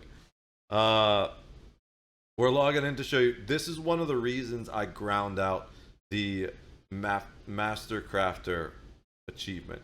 So part of it is because you get a title on that you can apply to any character, but I have it on my crafter character that says Grand Master Crafter. We gotta wait for the add-ons to tell me they're all out of date. But the other reason I wanted it was for this character, which is my PvP tank. His name is Stevie Rogers because I couldn't just get Steve, so I had to do 2 E's for both of them. And normally, Captain America only uses his shield as a weapon. And I think you can hide your weapon and just go around fisting people in this game. But that didn't feel too appropriate. So the only weapon we've ever really seen Captain America use, besides his shield, is Thor's hammer. And they actually have a hammer in this game that is very much like Thor's hammer. It's called the Skybreaker hammer. And the only way to get it is by doing the Grandmaster achievement. So I farmed the Grandmaster achievement so we could give this guy the lightning hammer. And then he has his whole Captain America vibes. So let's get back to the character screen real quick. I'm glad you're feeling better, bro. Maybe I gave you my headache, because I had a headache yesterday. Talks to angels. She's basically an otherworldly entity, a Daedric entity that decided to come down to Nern and try to heal people. She's my PvP healer. That's why she's got the glowing Meridia eyes and all that stuff, and has like angelic design. This is Ignis Darkstar. He's my main PvP character. He's like a little bit of everything. So she's just straight DPS. She's a Nightblade, so she uses stealth and tries to poison and stab and disappear. He just goes straight in, spits fire, and he does like some noxious fumes because he's stam based, and he does have damage shields, but he's a good mix of everything. Mostly his idea is just to get up in people's face and do damage. He's probably my best PvP build currently. He's really strong. We have everyone else is organized by class except Rita. She's the character I've probably put the most work into. She's my whatchamacallit, my questing character. I do all my quests on her, and she's like a Witch of the Wilds type. Originally, so she's the one that owns the house where we have the vampire coven. She wasn't supposed to be a vampire, but she contracted the vampire disease accidentally while leveling. And so her roleplay is that she was a medic for the Ebonheart, which is one of the 3 major alliances for the Ebonheart army. And after she completed her service, she retired and became an adventurer. During her service in the army, she contracted vampirism. She might be the only character that contracted it accidentally. And it wasn't part of her roleplay initially, but I eventually added it to just let it fit. And she's also my potion crafter. She has the witch title, the witch hat, the witch familiar. That she's got a giant bug that she rides as her mount. This was my first character. She's a Dragon Knight tank, and she's a sorcerer that uses all lightning spells. This is Dragon Knight tank, earth and fire, really tanky. I did a lot of quests on this until I realized that questing on a tank is ass because your damage is way too low. So I made this. She's also my primary DPS character, but she's not min-maxed for DPS because she's a roleplay character. I could make her stronger if I used abilities that weren't lightning abilities, but then that would mess up the roleplay. She was my first vampire too, and one of the inner circle of the vampire coven. This is my only werewolf. He's a werewolf tank, and probably the funnest tank to play. It's really fun to go in werewolf mode and just be a werewolf through the entire dungeon. He can transform into a werewolf, and that helmet and shoulders he's wearing, you actually get, well, the helmet you have to get as drops from a boss, and then the shoulders you get as from the Undaunted faction that I mentioned. This is Talos. Have you played Skyrim, you know that Talos was basically a human king that ascended to godhood according to the Nords, but not according to everyone else. And this is him reanimated. Well, so he's my necromancer tank, really strong. This is probably the friendliest tank, especially because it has an ultimate that can revive half, like, your entire team if they wipe in a dungeon and you're still alive. Really strong for doing endgame veteran dungeons when your team sucks.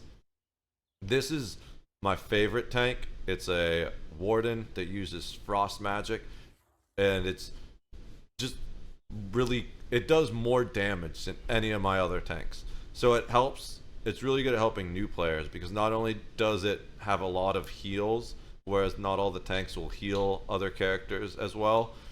This heals everyone really well. It does a lot of damage, and even though it can't really tank endgame content the way the other ones do, the way I have it built up, because she doesn't have a shield, she just runs two frost staffs.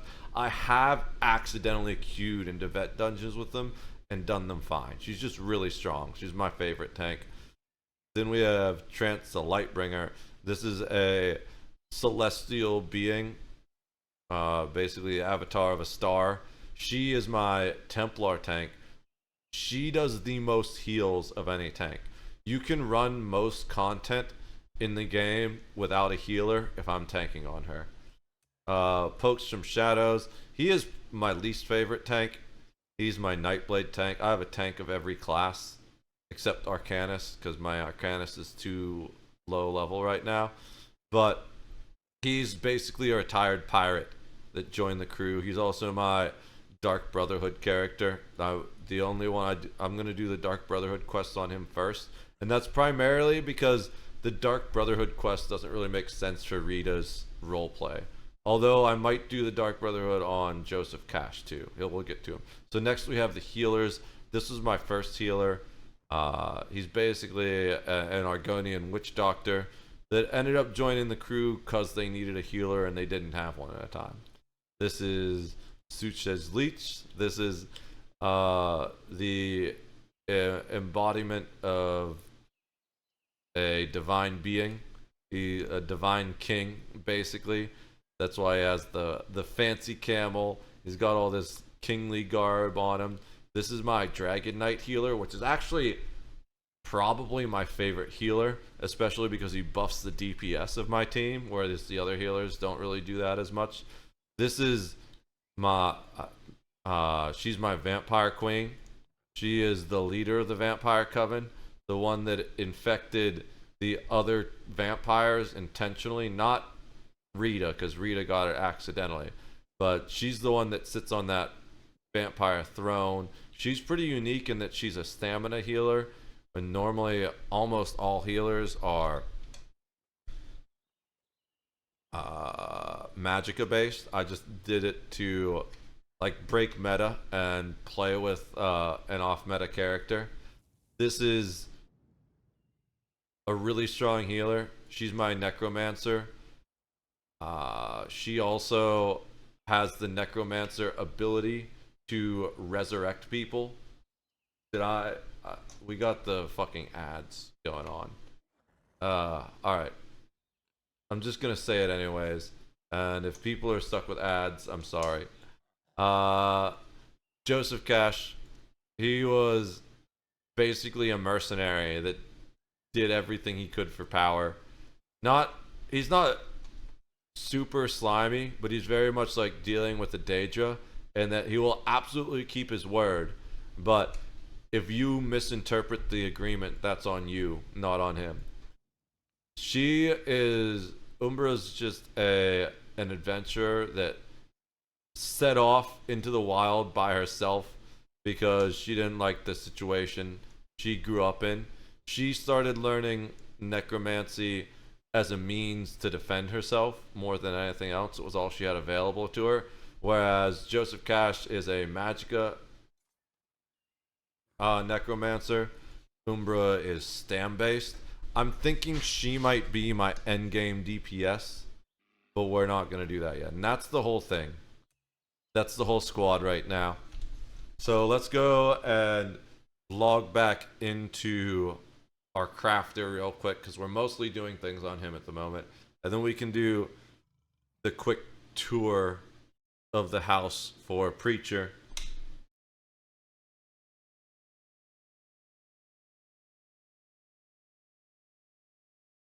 I'm going to hydrate while we're still in the ad break. I really got to get Minion figured out. I tried for like at least 30 to 40 minutes one day to figure out the problems with my add-on manager. I haven't played this game much lately, so it wasn't a huge priority to figure it out, but I'm gonna have to do that soon because it's starting to really annoy me. Alright, so now that chat's back, this is the house that's like large but not massive compared to that Thieves Guild house that we're going to turn into the guild hall. It's the what word am I looking for? It's Rita's parents' house, basically. Like, she inherited this, and she eventually agreed to let the Vampire Coven move in here and use it as their coven house after she became a vampire. I'm gonna turn this area over here into like the stables, but right now it's just a storage for all these lanterns, and we've got the steeds over there. I'm gonna turn this other side over here into the dog pen. You can see we have our death hounds over here. Then inside this tower on the first level, we have the feeding area. This is where we haven't really done much here except for throw a bunch of corpses here. This is where the vampires come to feed and not mess up the actual house. We have a little watchtower up here where I put the most obnoxious lighting item I have up here, because especially when you go down to the base level and look up, it just has the eerie green light coming out of the tower, which I think is really cool vibes. Then we go inside and we have the blood fountain, which I had to do some achievements to farm. This is the since I think you missed it, this is the other like kind of maid you can get. There's like 4 kinds. So there's 3 kinds of pets, which are the RP pets, the cat that was following me around earlier. The basic combat pets, which are class based, which you can summon when you're on a certain class, and then the companions, which are basically NPCs that will follow you, and you can equip items to them, and they'll take the place of a character during a dungeon if all your character slots aren't full.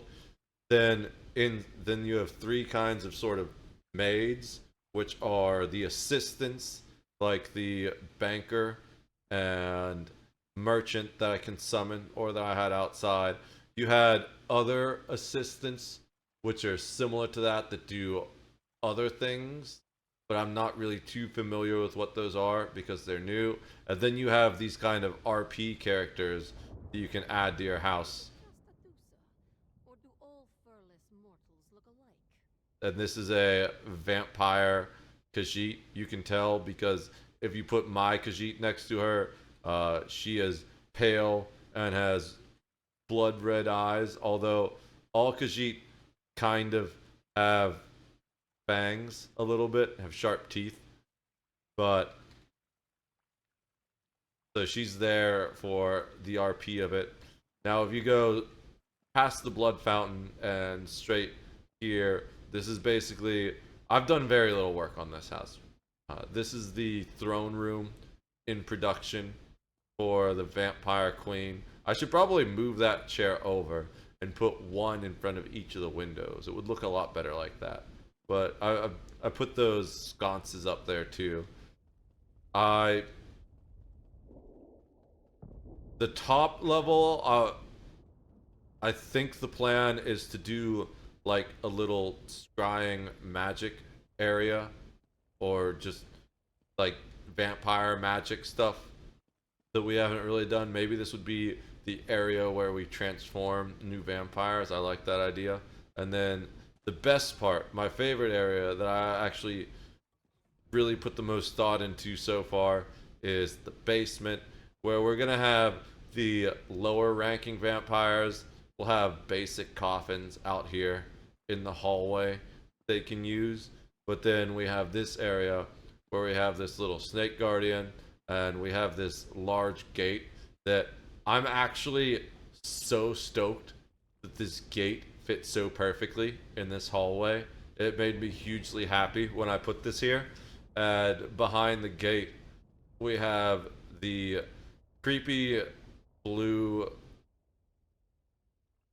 chandelier, which I'm kind of noticing right now is just barely off center, and it's sort of bugging me. But this is going to be where the high-ranking vampires have their coffins. And yeah, the housing in this game is insane. There are entire streamers that all they do is housing. Now, the main thing we're trying to do right now is manage my inventory so I can get back to enjoying the game, since it's been kind of years of neglecting the game. So what do I want to make? Let's go here. I'm trying to find a house to make my armory, where I'm just going to store a bunch of equipment that isn't housing stuff.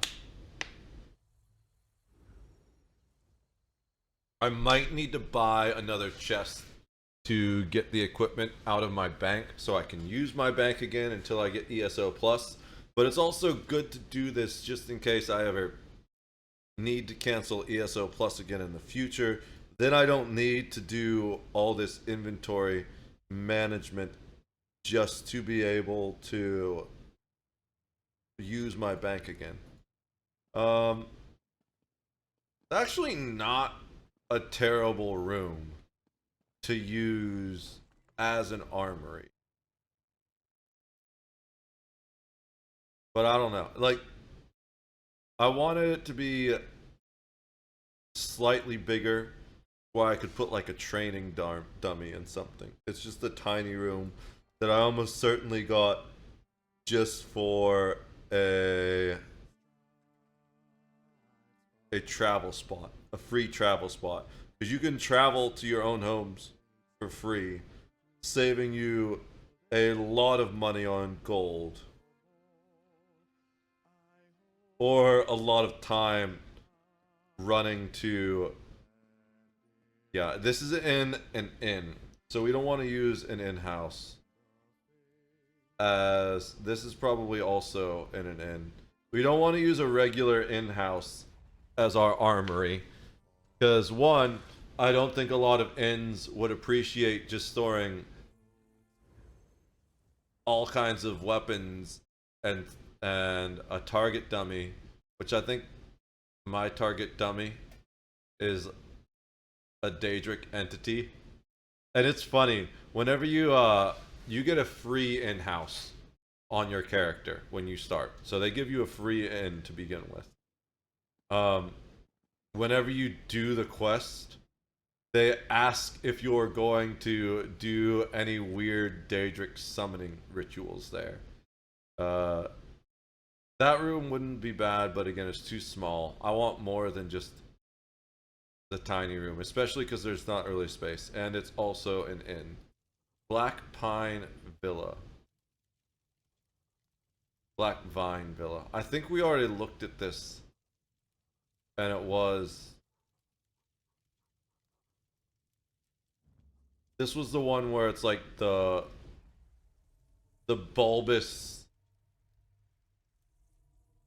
It looks like a giant dookie, basically. Maybe not. Because that doesn't look like the inside of the house did. Oh, what is this one? This actually might be perfect. Unless I've already been using this place to dump stuff. No, there's like nothing here. Maybe this is the one. Maybe the Black Vine Villa. I like the name for the armory too. We're gonna go through all of them real quick, just to make sure though. Domus Brasticus. We've been to this one. This is the house where I was dropping all my extra stuff, so that one's not gonna work. Ebonheart Chateau. That's the Vampire Coven house, so that's not gonna work. The Flaming Nyx Deluxe Garret. This sounds like another inn home, but let's double check. So right now the Black Vine Villa is going to be our armory. So the Black Vine Armory. I do kind of like that. Yeah, based on the image we have here, this absolutely just looks like a little inn room. Ooh. Although I kind of like the design. It wouldn't make a bad armory, but I'm pretty sure we go outside and oh, maybe we just go straight outside? Ooh. I still like the Black Vine Villa better. Oh no, it is an inn. So the Golden Griffith Garret. Are these all inn rooms if they're called Garret? What even does Garret mean? We're gonna look this definition up.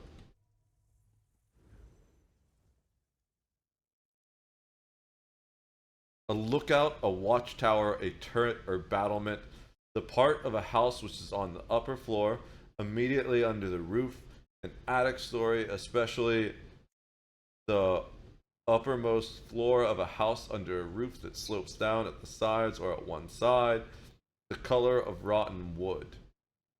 I don't know if they're using this term correctly. Yeah, that's just a little room.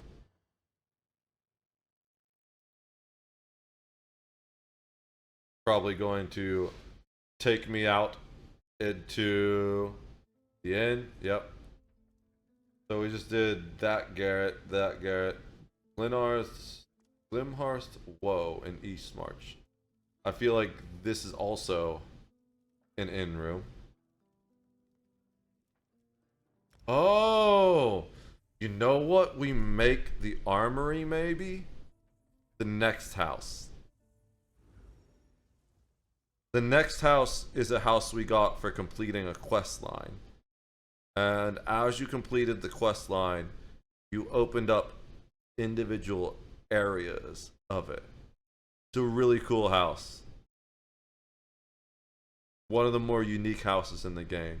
It's not super big, but it's large enough. We should have enough space to put all of our stuff in it for the armory.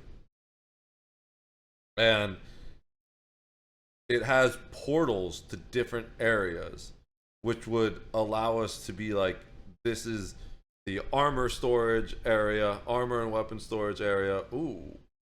Oh, is it maintenance already? What? No. We just DC for no reason? Probably because the internet here is shit.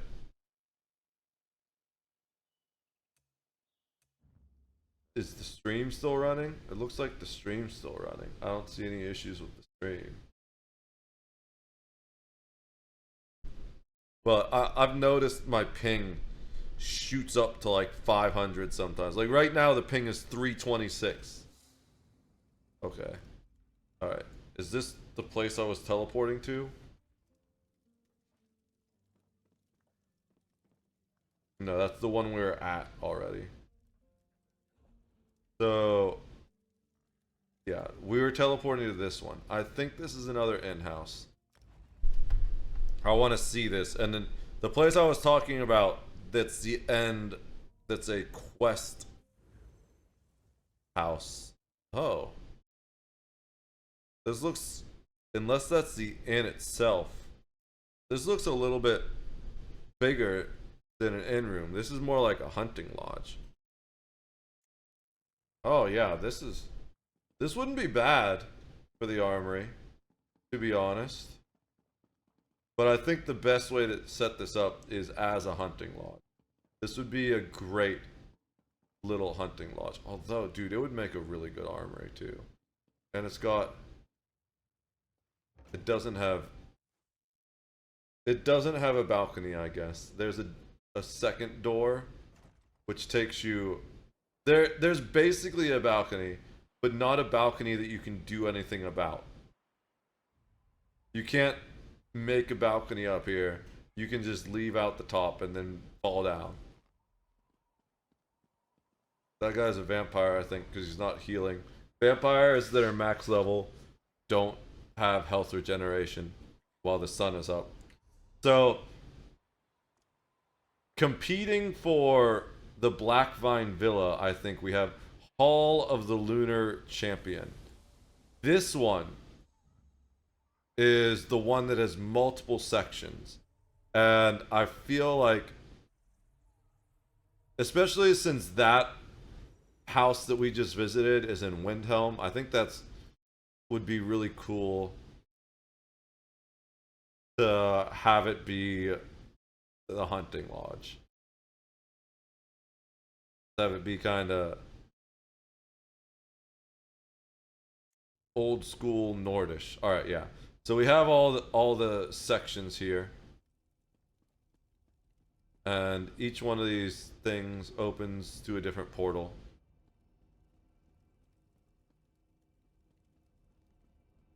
Does it, or am I missing one? I don't remember. Maybe I need to finish things? Did I not finish everything? It looks like there's 3. I guess I need to get 2 other pieces for it still. I think there's more I need to do to finish the quest specifically to get these other areas. So maybe we don't make this the armory yet, because I only have one of the portals. But the idea then was you come to one of these other areas, and this area becomes the training zone. Because this one's kind of outdoors. You put like a dummy here. So I guess if I don't have the other portals completed,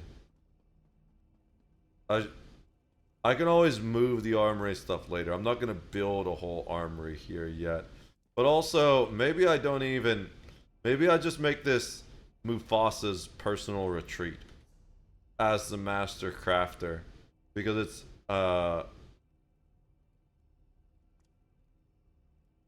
Public house is going to be I'm almost certain of it. Maybe we just make this one Mufasa's personal retreat, because it's in Elsewhere, which is the Khajiit area. And Mufasa ends up joining the stars, and it's called the Hall of the Lunar Champion. Yeah. This is the smallest room I've seen yet.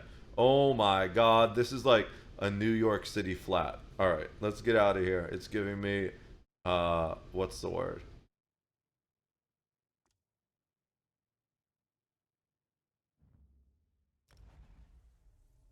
Confined spaces. What's the fear of confined spaces? It's so small. Claustrophobia. It's giving me claustrophobia. Alright. I need more coffee. Pilgrim's Rest. Okay, I guessed this was another inn room. See, this one's actually decent. You can fit a bed here and still walk around it. It's almost as small as the other one, but not as small.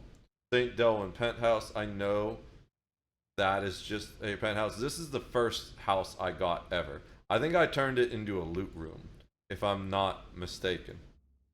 Yeah, I haven't been on the inside of this forever. Ever since they made it so you can teleport to the outside of your homes, or outside for just travel, I always teleport outside.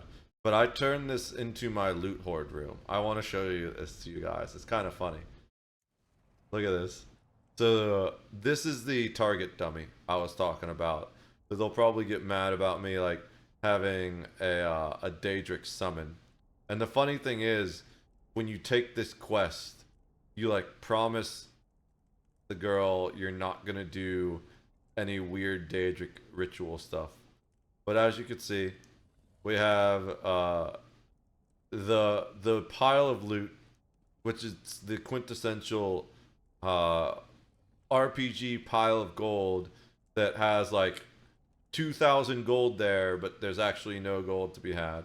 We decided to put my cat perched on top there. That's actually my banker. I was talking about the assistants that you can use. You can't actually use her because of where she's located, which is hilarious. I can't interact with her, but you can use the merchant. Care to bargain? And these are assistants that you can use. The merchant or the banker, any place you have a house, or if you're outside of your house, you can summon them using your quick wheel. And then we just have he's basically the guardian of the treasure. Anyone that comes in here that isn't approved to get my treasure is gonna get their shit kicked in by this, even though it doesn't actually fight. It just sits there and takes it. So we did the penthouse, the Sisters of the Sands apartment. This is going to be another apartment room.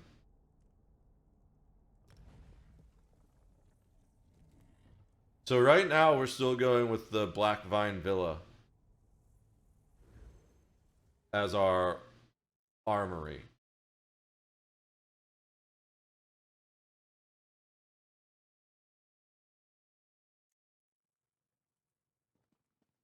Yep, another apartment room. Bleak Creek House. Okay, this is a potential... Oh, is this the place I was thinking of earlier when I was teleporting around trying to find a mid-size home? This one is outside of the town, so it's probably not an apartment. Oh, yeah. Ooh. I probably don't have all of the fancy stuff in there. I almost certainly bought this house to use it as a teleport. Oh, no, this isn't the one I was thinking of. But this is a cool house. I do like this one. I don't think it's the best armory, though. You know what this is going to be? This is going to be my skooma den. Which, skooma is like an addictive drink. Like, all kinds of things mixed together. But this is going to be the ganja house, basically. We'll set this house up to be the chill spot. Would be perfect for that. There's just one open room, elevated, with a balcony. Got a little part of the river. It actually is part of the river. That's such cool design. See how the river comes in under the wall right there? Dude, I love this house. Yeah, this is gonna be the chill 420 friendly house. Next we have the Snowmelt Suite. This is absolutely gonna be another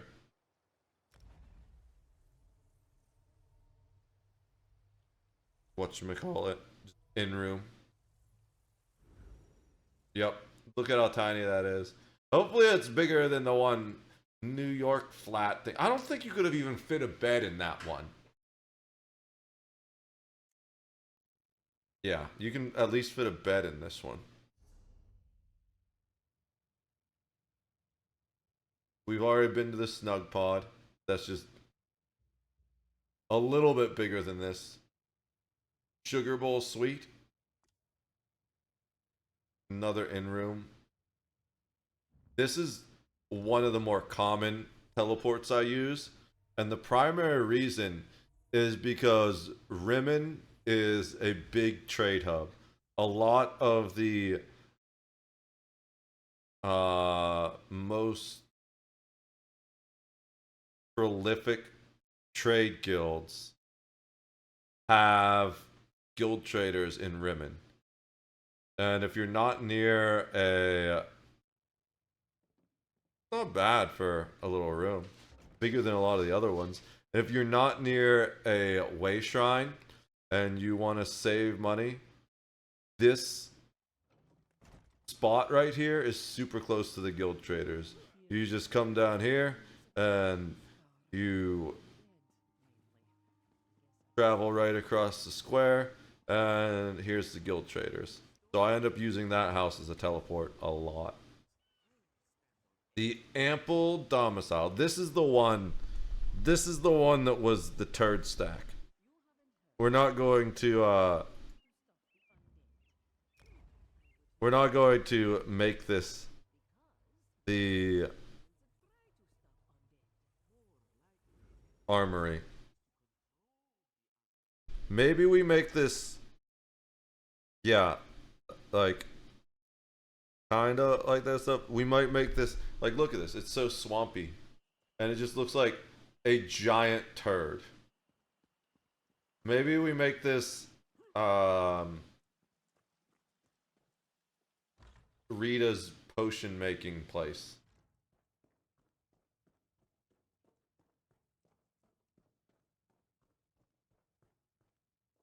If you ever wondered what the inside of a turd looks like, there you are. Alright. The Ebony Flask Inn Room. I'm gonna go out on a limb and say that's an inn room.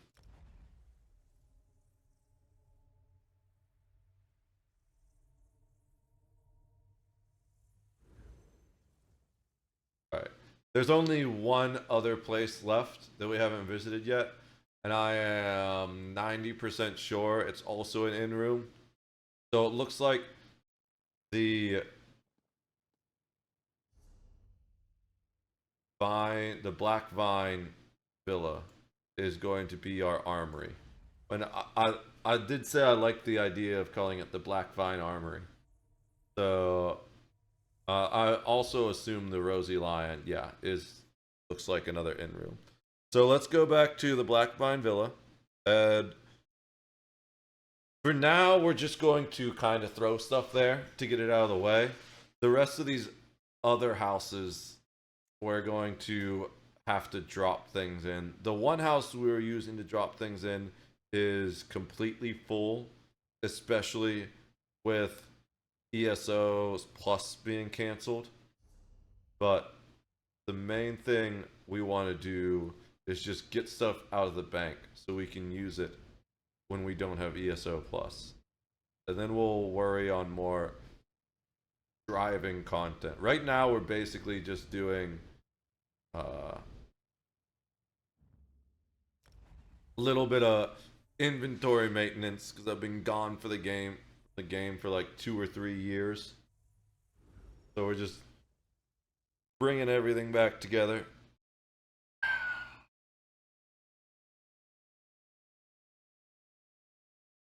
Not getting a tiny bit of a headache. I guess it's because the preacher got rid of his, so now it's coming back to me. If you look, this timer here is why you want these houses. Every time you teleport again, you get a recall cooldown. While this recall cooldown is maxed, now you noticed before when we looked at a way shrine, it was like 100 gold. It's nearly 1,000. It would be more, but we have a bonus that reduces the price of recalling to way shrines on this character. But as you can see, it gets cheaper and cheaper. If you're teleporting around a lot, like you do usually in endgame, or if you're a crafter, or going for certain achievements, having these houses everywhere is really helpful. And that's why a lot of them are just the small inn rooms, because I bought them literally just to be teleports. And so I got the cheapest house on that map. Now, this house specifically, we're going to turn into our... Okay, I figured most of these plants and rocks too, okay. I want to know how I got this one furnished. Was it a quest house or something? Because when you buy houses with gold, they don't come furnished. And that's kind of a good thing, but it's also kind of not a good thing, because No, I must have just thrown those there. Because the inside of this isn't furnished unless I moved all this stuff to another house on purpose. But so the big thing we want here is we don't want to run out of space. And okay, we've only used 37 out of 100, so we're fine. So services, crafting station. Oh, I do have the other champion tablets. We just didn't plug them in. I should go do that. And then maybe we will make that one. Let's go do that. I swore I finished the quest. Let's go plug the other champion tablets in.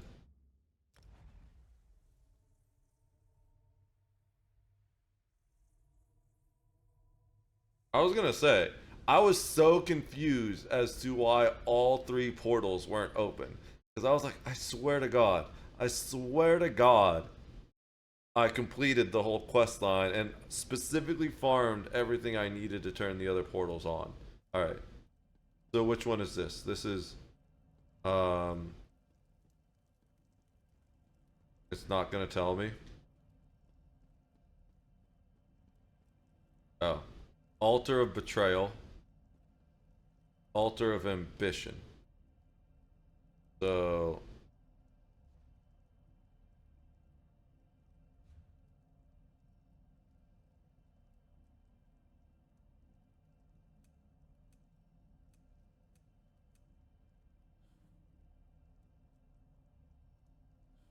Why don't they show up?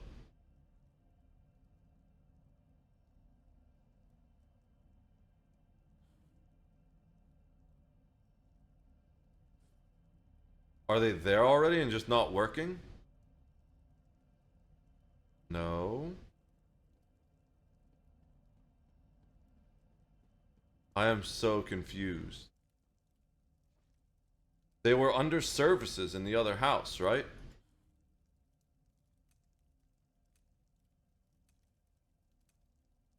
Yeah, because I didn't go any farther than services.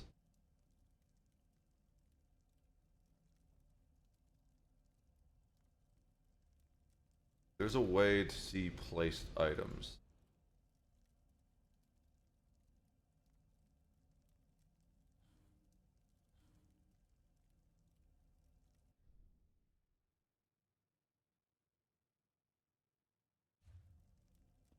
Which one is this?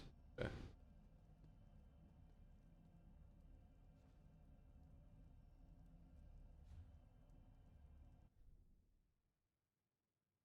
Going to just put them away for now. Okay. So that one was working.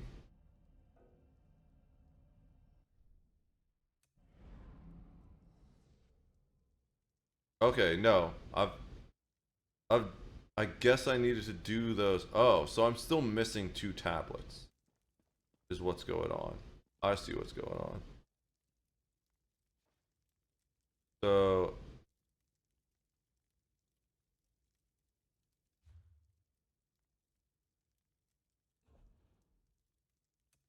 behold the lunar champion, I'm assuming is the one that goes here. Can I just place it and will it automatically fix it? It won't automatically fix it, but it still turns it on. Precision edit. Rotate.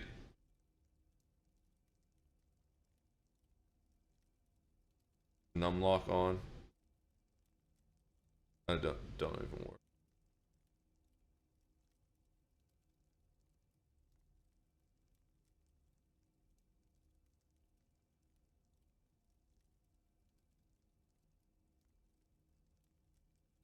Oh, I don't want precision edit actually. Oh, I can just click a line and it'll do that automatically. Perfect. Alright, and then we'll go fix this other one, which is behold Kunzari, whatever.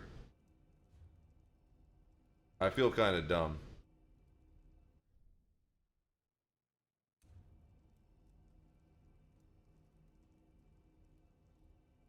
Align. Place. Alright. So that was a bunch of wasted time. But, at least I answered that question. Now let's go back to the Blackvine Villa.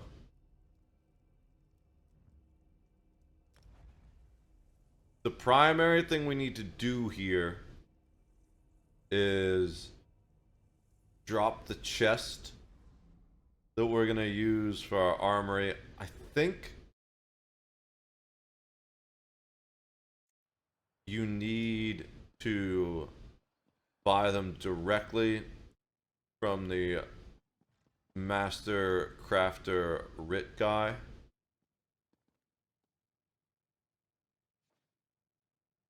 I don't know if you can buy them from the store, and if you can buy them, or buy them from guild traders, and if you can, they're going to be insanely expensive.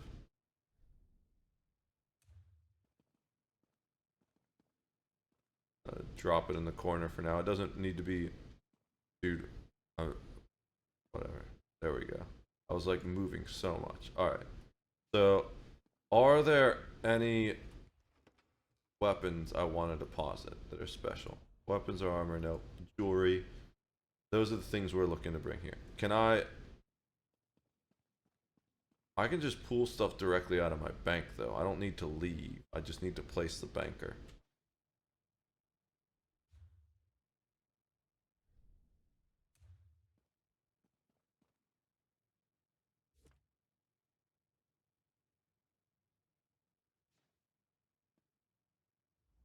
What do you require of a zombie frequent employer? Alright. So we are probably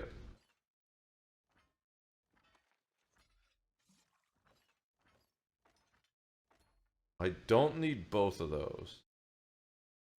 Sharpened. We have a purple. Unless they're oh yeah, it's a two-handed staff.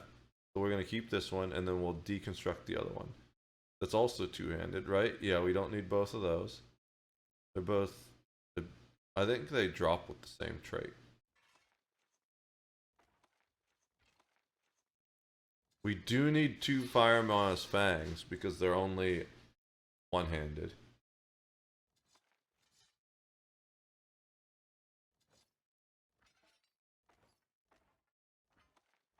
Same with the Harvest Dirks.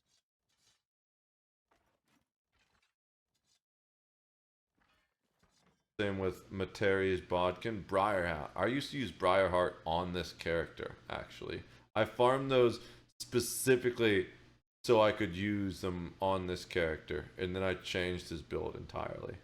Now he uses Julianos. I don't know if that's better, but whatever. Probably. I know it's more meta.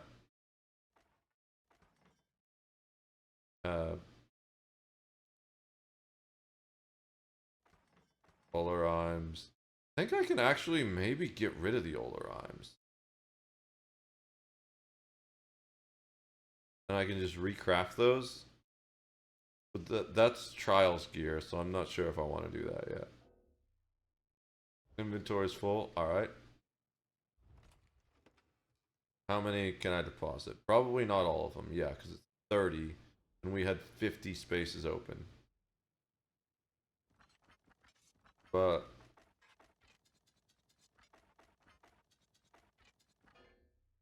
alright. So I need another one of those chests. Let's see.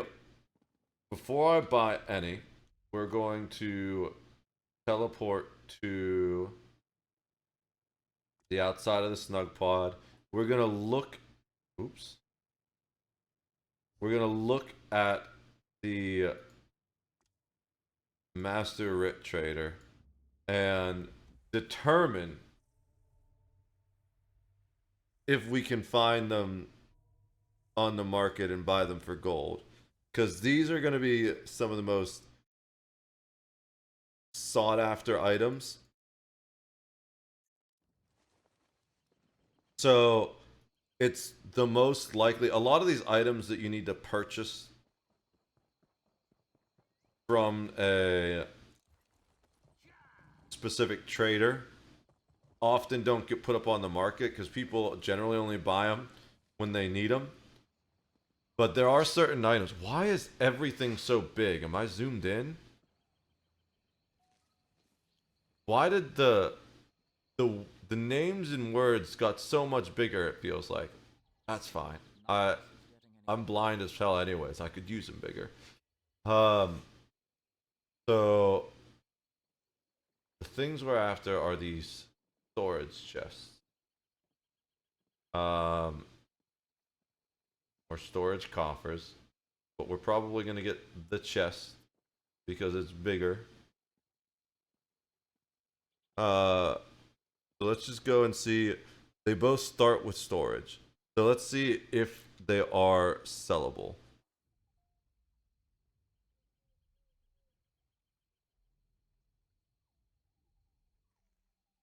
It looks like there's only a few things that are named storage at all. And I don't know if they even work as storage. There's an easy way to see, though, if they're cheap enough to buy. Nope, they're expensive. I'm guessing it's probably not actual storage. So for storage, ow, cat, you just stepped on my headphones. For storage, we need to buy these chests. Means to help fix our bank issue, we need to farm these crits a bit more. So which one do we want? Stop. We'll just go, we'll get one of each. So we'll start with the first one since we don't have the first one yet.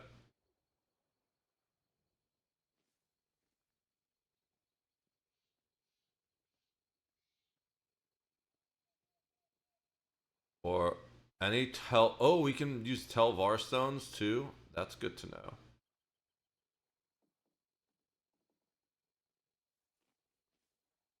So let's get the fortified first.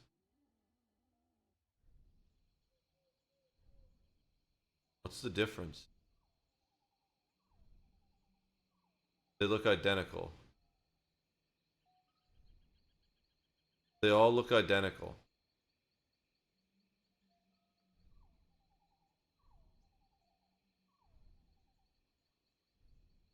If they're all identical, we just go secure. I think that's what I have at the house already is secure.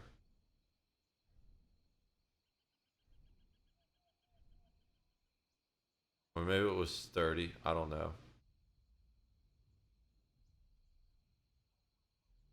Oh, I think maybe you can only have one of each type in the house. So let's just go fortified first. We're gonna repair our gear while we're here. So we'll go back to our armory, which is going to be the Blackvine Villa.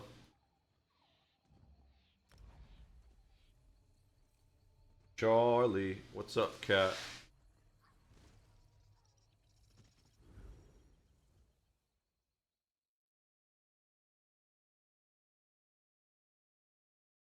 Sometimes he like goes to groom me by gnawing on my beard and accidentally bites my throat, and that kind of hurts. So that's why I kind of am like a little uncertain when he goes up there like that. He hasn't really done it much lately, so I think he's learning. Because I used to kick him out of the room when he would do that. So we have a fortified chest. Oh, yeah, but we couldn't buy that from the guy. I noticed that. I noticed there were only 3 coffers that we could buy. So F5. Browse. Storage. So you can only have one of each. That's good to know. And we'll worry about organizing these later. For now, let's just get all the shit out of our inventory. I don't think I want to get rid of Olorime. Well, here, I think...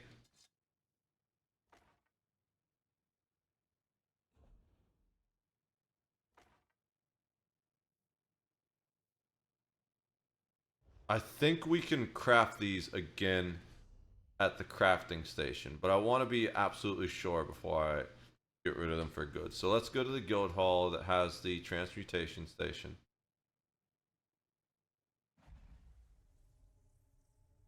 Kitty cat. Kind of want more coffee.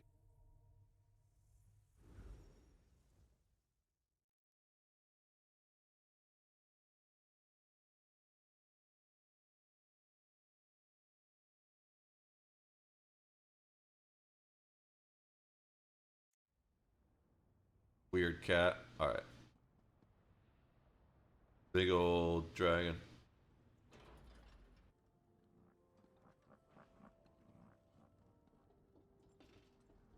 Alright. Transmutation.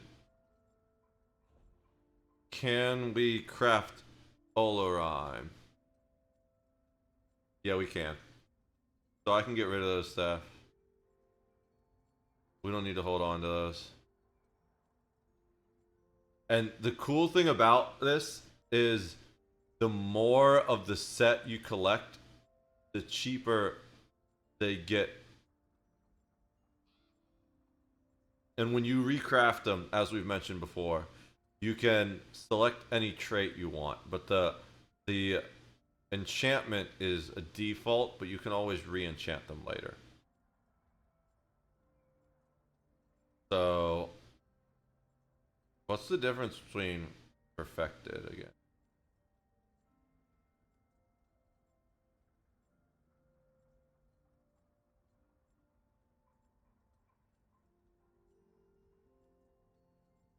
So the fact that it drops purple, obvious, but that's not. I want to know what the different ability is. There's an up. So the way trials work, which are the raids in this game, the basic ones drop in normal, and perfected drop in weapon and spell damage, I think. No.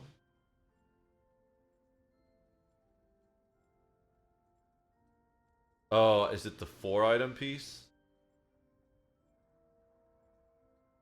I don't even remember what the difference is.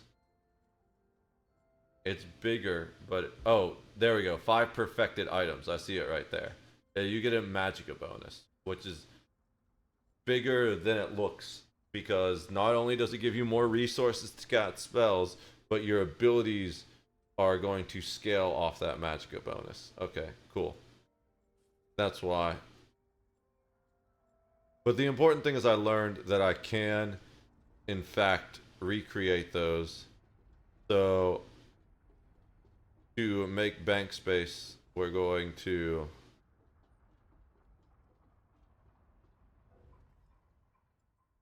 First of all, we gotta unlock those.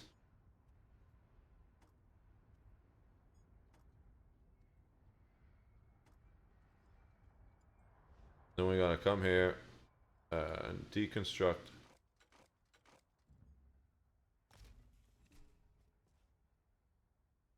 Alright. Now, unfortunately, we can't access the guild bank from our banker. So, the best way to do that is to go use a regular banker. So, oops. I always do that when I'm trying to use the other one. I want to right click to bring up the whatchamacallit, the context menu, contextual menu, but end up backing out instead. So we teleported to our in-house, our little in-room here to save us the gold instead of teleporting to a way shrine. And especially since I'm kind of low on gold right now. This is the first time in like 3 years I've had less than 1,000,000 gold. But I want to go make coffee. I'll be back in 3 minutes.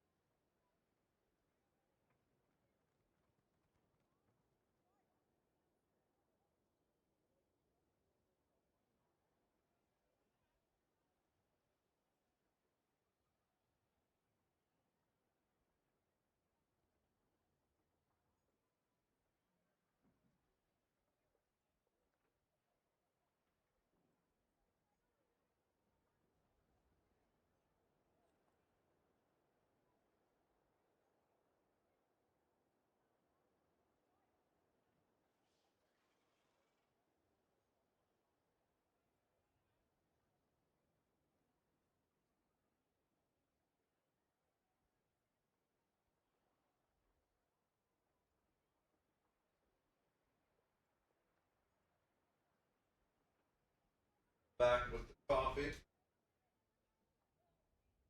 I need to remember to bring some water down. I only got. We'll do that next time I go up. I only got a little bit of water left, and I don't think I have another one in the fridge. We'll have to do that soon. But let's see. We were here to use the guild bank because I have a bunch of random mats. I have a bunch of random mats on my character, and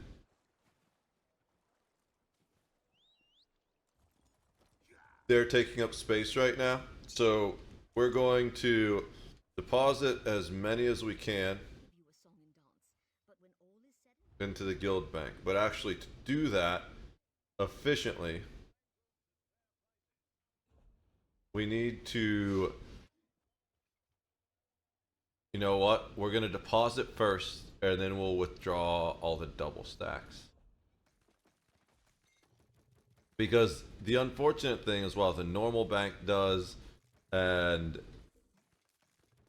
the inventory does, the guild bank does not stack like items. And it's probably to prevent you from doing this, to be honest. Or it's just a coding thing. But now we've got to withdraw all of our double or triple stacks. Worry about all those motifs later. We can use those to recoup some of the guild we invested on motifs. Look at that. That's a lot of stuff we can sell. We just need to take the time to get it up there on the guild store.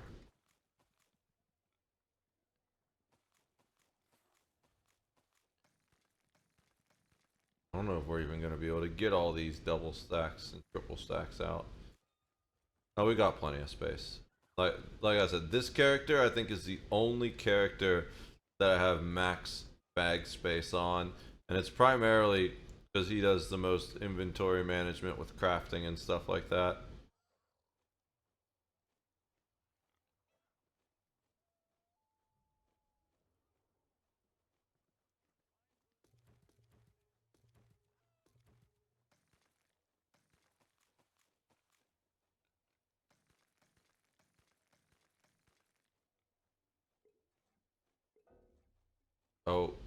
Oh, it's just lagged out. I thought we were full, but it's just lagging.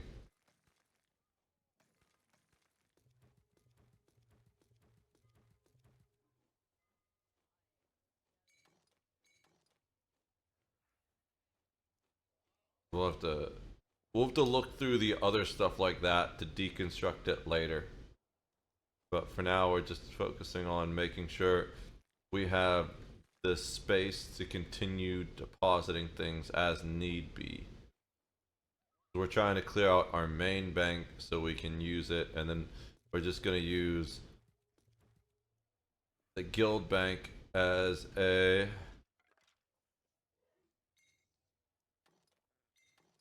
backup bank until we get ESO plus back. Oh, we're full. So can I combine it in this window? I can. Cool. We don't even need to back out. Is there a stack all?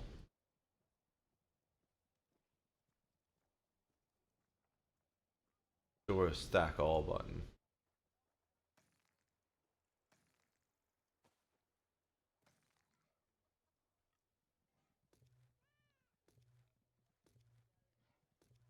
In EVE Online, there's a stack all button. There's so many other problems with EVE Online now. I do love the game, but not the way I used to. It's been on a straight downhill slope ever since Pearl Abyss bought CCP.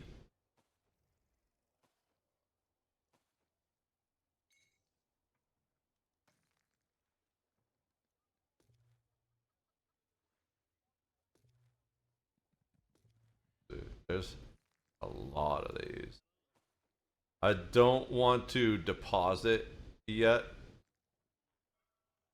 because then I'll feel like I maybe might lose the spot where I was. So, but once we combine all these, hopefully we have enough space to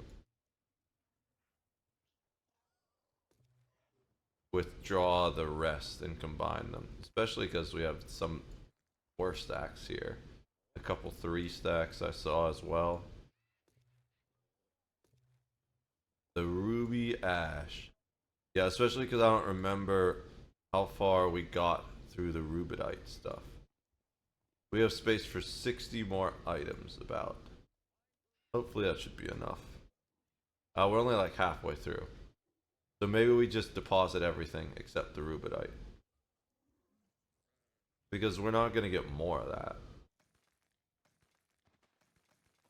I don't want to have to stop multiple times.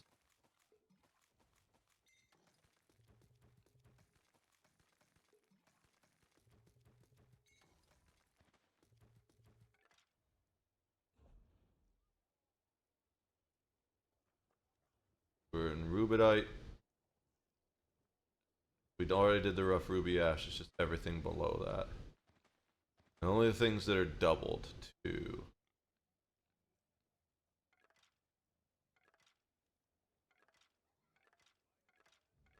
or quadrupled or tripled.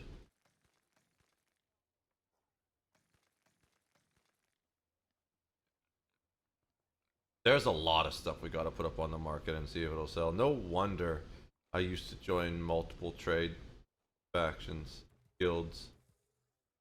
We will see if we can find another trade guild to join when I start putting stuff on the list. All right. Okay. I've noticed recently though that they made trade guild requirements more expensive than they used to. Trade guilds used to be pretty chill, at least a lot of them were, but a lot of them not so much anymore. And I feel like part of the reason is probably because there's more competition for guild traders. You need to bid on the guild trader to be able to keep it. So they absolutely don't want people in the guild that aren't going to be selling enough items to contribute to help them keep that. So I understand that.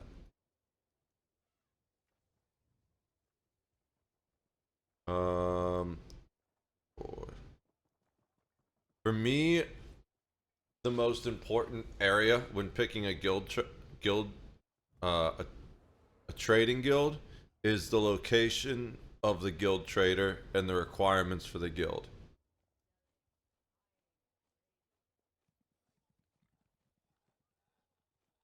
I'm doing a real quick attack training in my Star Wars RPG game. I used to drag it over in front of the screen, but unless I'm doing something that takes a lot of time, it's just not worth it.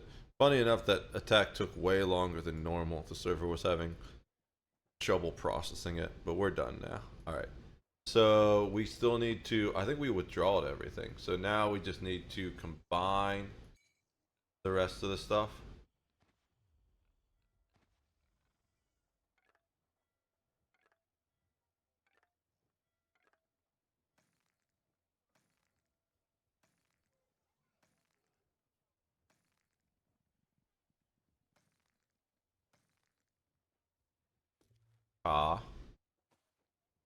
Is that it? Okay, and then we deposit it back.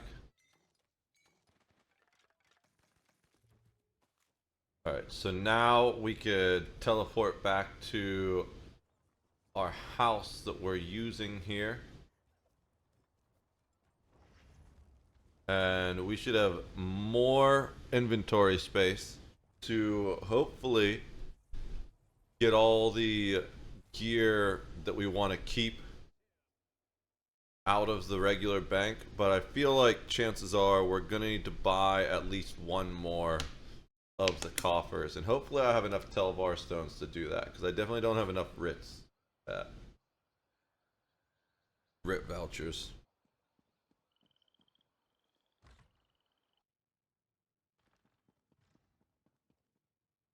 This one keeps your sleep. Alright. I think I should have unlocked the versions. Do we already have a Dregskin's Death and Dreg's Death? Yeah, I know we do, because those are T's and we're in P's.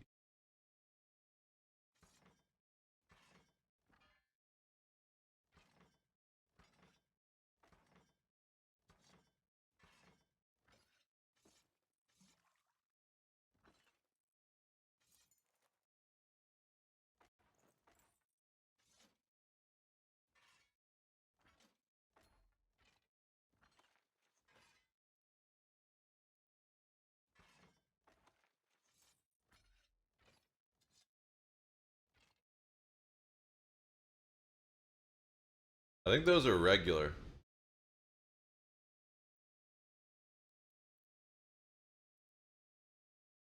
I think that's just what it's called. So we can probably unlock those.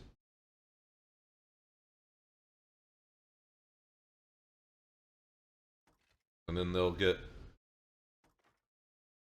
reprocessed next time we...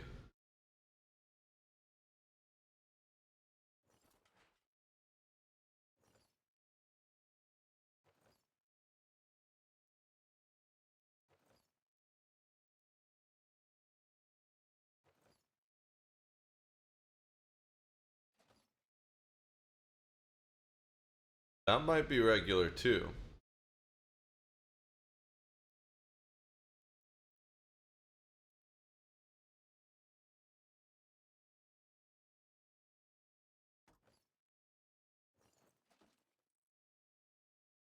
Ancient Crown's not regular. Fulminating Chestplate, I love that one. Gallonways. I think all of that is regular as well. Some of the armor were armor sets we're planning on keeping for different builds. And I think I was thinking of putting this on a tank maybe. Yeah, when you block you grant empower to 11 other group members, but no, we just need to farm that if we really want to do it.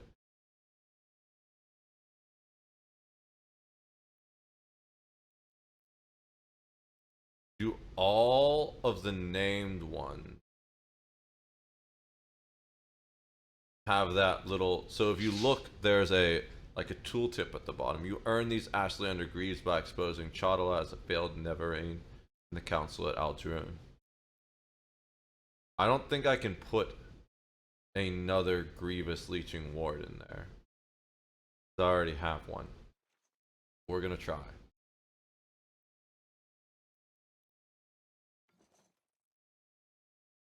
The masks, do we keep those? Nah. I need to actually be able to use my bank again. And we can recraft those. Yeah, okay. It does look like the named items all have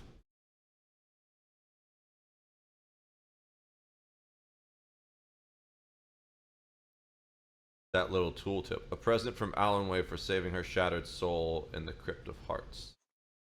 Ice Heart. Ice Heart's so good, but I don't think we're using it right now.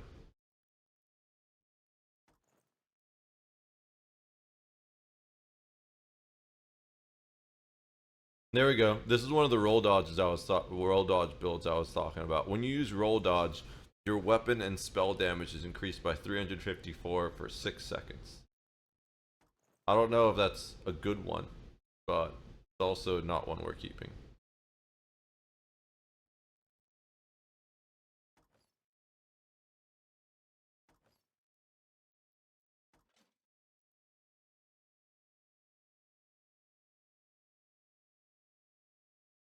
Can I recraft pauldrons? I do want to make sure I can recraft pauldrons.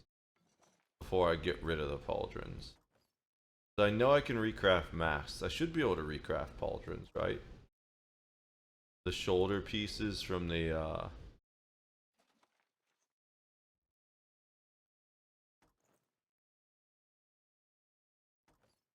Undaunted. So they just changed the name. Even though it says Resilient Yokeda, this is Defending Warrior, and they didn't update the name.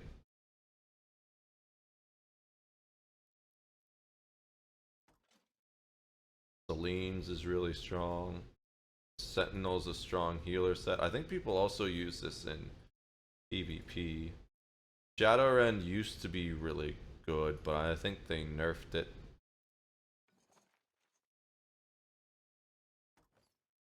Slime Claw is really good, but we just have too much gear. What's this mean?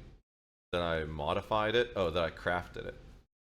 Spell Parasite. Why did I craft a bunch of Spell Parasite? Whenever you deal damage, you restore Magicka.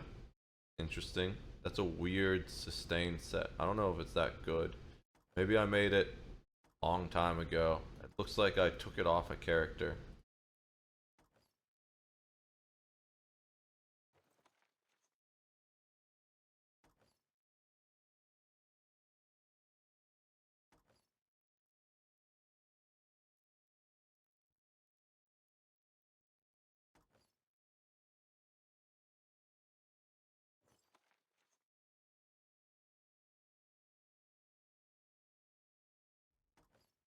Kitty. Are these all bound? No, a lot of these aren't even bound, so we're gonna have to see what's bound and what's not. We might end up selling some of these. Ooh. So it doesn't always have the tooltip, because this one doesn't appear to have the tooltip, but it's also called Web Spinner's Brace. So maybe if it drops random instead of just being a piece of gear that you got as a thing from a quest, it won't necessarily have the name, the tooltip. But it looks like most of these... Oh, that's not... That's definitely named. It's Burning Spellweed, but it says Rukon's. Maybe? I feel like Resilient Yokeda was the old name of that set, so we're just gonna get rid of those. That's Dark Convergence, that's Air. Gallon Ways, okay. Widowmaker. Yeah, this is okay, but that was a reward, so we keep it. And Claw of Yonok. Alright. So as we're depositing these, let's double check.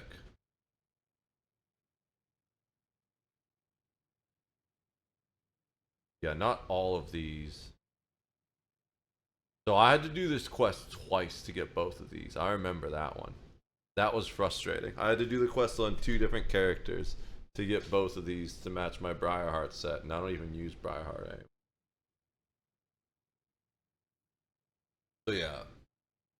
It does look like not all of these named items have the tooltip, because this one doesn't. But that's good to know.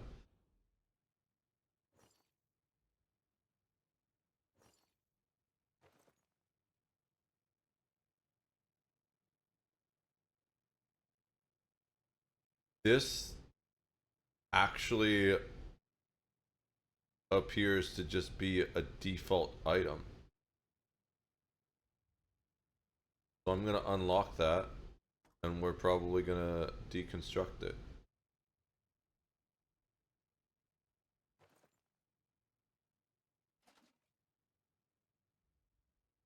I think we decided that Resilient Yokeda was just the old name, and they haven't updated all that, so we're gonna unlock that one too. Fulminating Chestplate. I know. I actually had a build I was gonna run on Ember Shield, and so I was so excited about getting this drop. I think we were trying to farm that for Ignis Darkstar, actually, my PvP character. I don't know if that's any good for him, but it just fit the Ignis. We'll have to look at it. Because PvP is one of the only times you want like a damage set in heavy.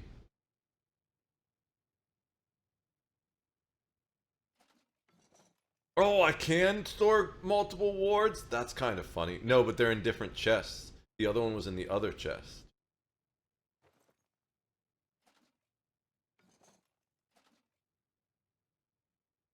Yeah, that's a special name even though it doesn't have the tooltip. Also, special name even though it doesn't have the tooltip. Special name, no tooltip. Special name, no tooltip. Ruin. This is one of my favorites. Even though no one uses Worm's Raiment, I love the name. Maybe someone uses Worm's Raiment. I don't know. This is one of my favorite names too. I can't say it, but that's one of the reasons I love it so much. Ruzo Zualpazmaz's Charged Barb. But Leviathan's that's pretty decent. Look at all that crit. How much crit chance is that? That's so much crit.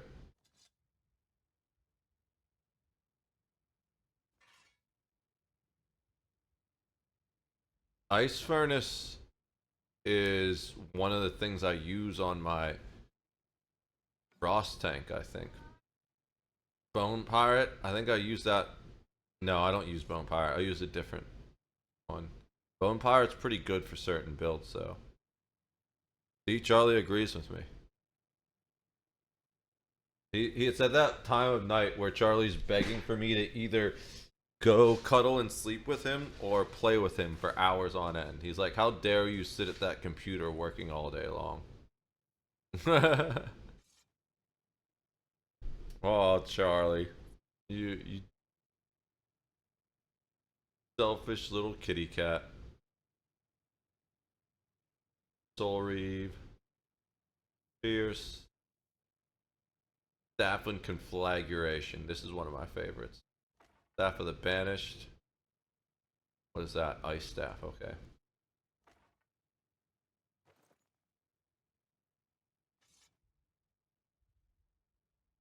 Two items. Increases the direct damage cleave deals. Oh yeah, these were kind of new weapons, right? Or no. No, this is a Maelstrom Arena, right?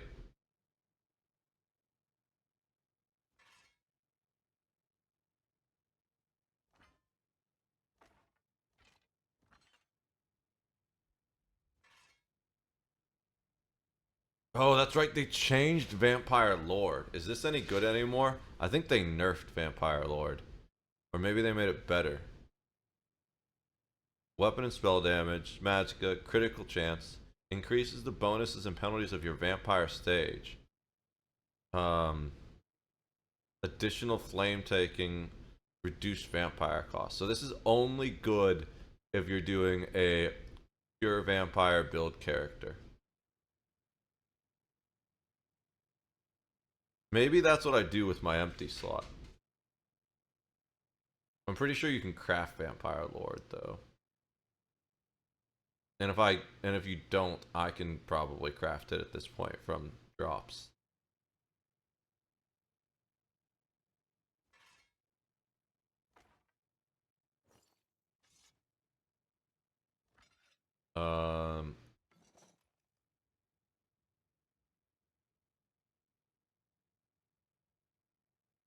Lunker. Oh, fight. Alright. I think that's all the weapons. Yeah. So we actually still have space.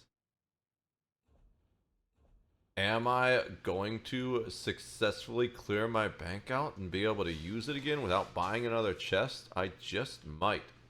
Now, the thing I need to do at this point is go back to the guild hall that has all the shit and see what I can actually get rid of.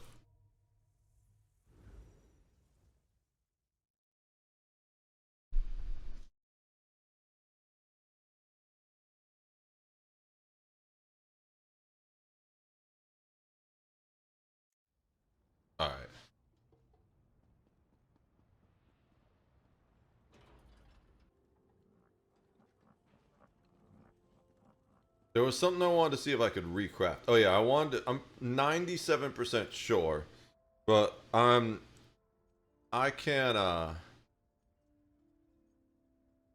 that's not, what should I do? Malubeth, I know that. Maybe not. What is Lord? Yeah, okay. So we can craft shoulder pieces if we've already had those. So we can pretty much deconstruct just about anything. It didn't make sense to me that we wouldn't be able to craft the shoulder pieces because I was pretty sure I've done that before. I just didn't want to delete them and then fuck myself over and need to spend keys to getting them back. Greg's death, we've already determined we had 2 of those. So, yeah.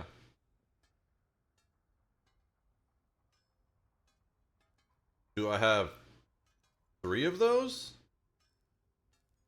No, this one is in my bank. Okay.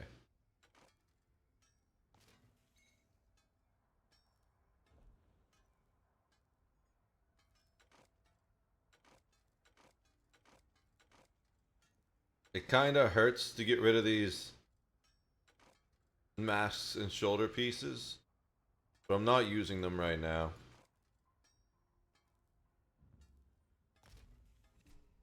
I have enough transmutation stones that I can craft new ones.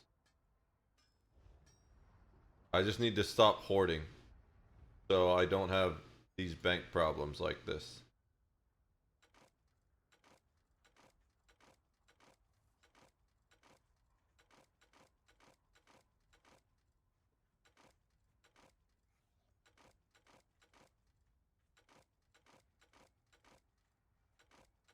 I'm not really reworking any builds at the moment.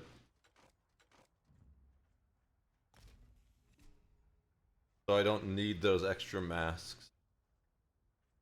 And I can always... Half of the masks probably need a trait change anyways.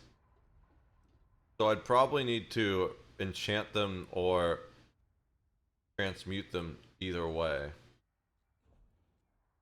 No jewelry. Is that everything then? Yeah, because that's the outfit station. Oh, woodworking.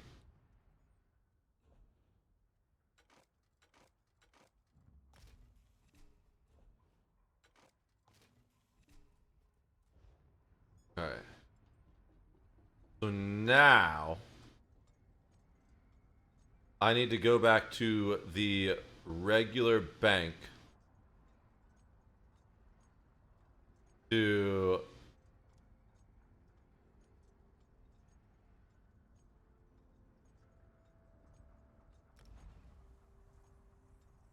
deposit the materials.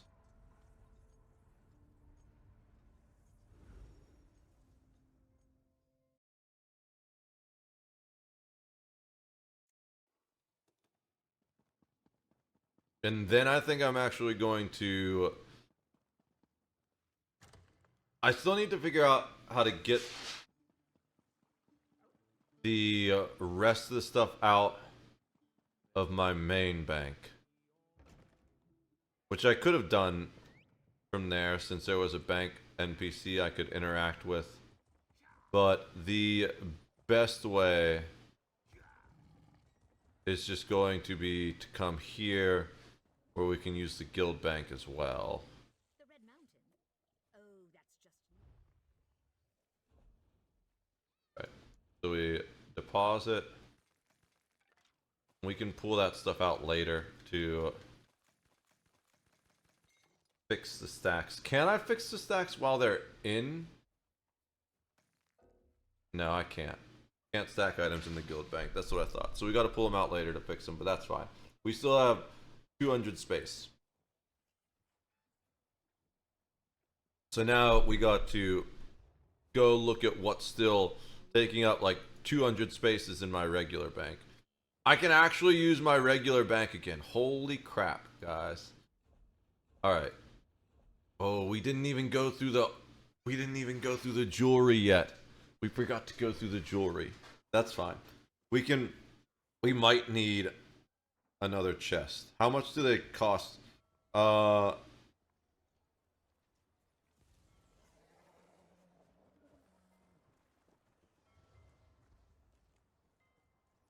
much do they cost in Telvar stones? I don't think I have a lot of Telvar stones. I have 3K. That's probably not bad. Where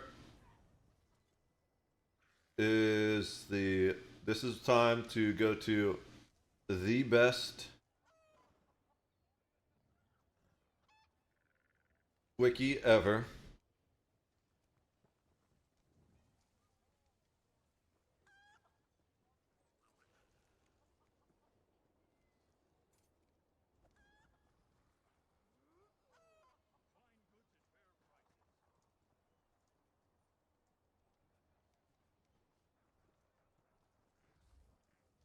It doesn't have what I wanted. Of course it doesn't. Oh, it's asking...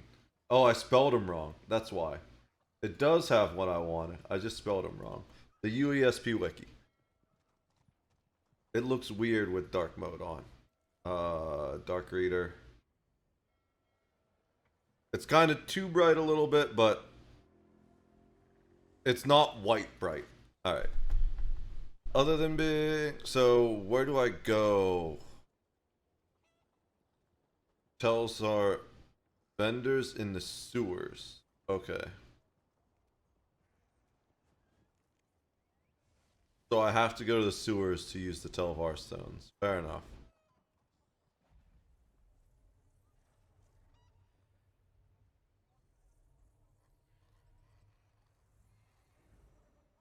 They can be found in most major... Oh, it's just all vendors.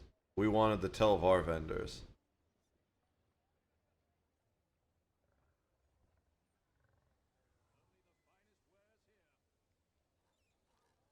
You can also use them to buy found in the sewers. So what we want from these guys is a chest. That's all we want. G P.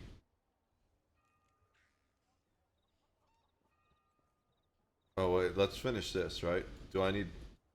I just... Okay. I don't claim it. It's just there in the quest for whatever reason.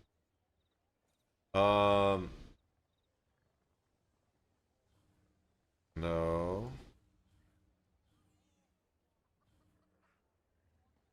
It's this we need. It's L. Okay. Imperial City. Imperial City. I don't think it matters which one. Technically, I'm low CP. So I should go no CP Imperial City. But we're also not going to go anywhere except for talk to the vendors. But we might...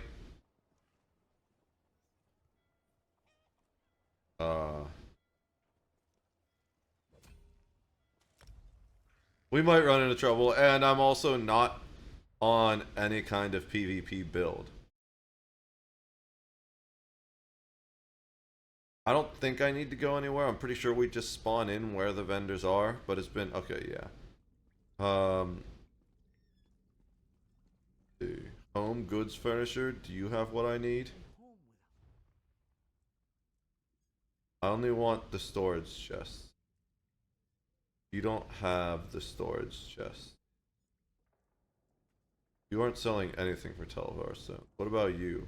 The achievement furniture. I doubt it, but you never know. Nope. That's a lot of Telvar stones.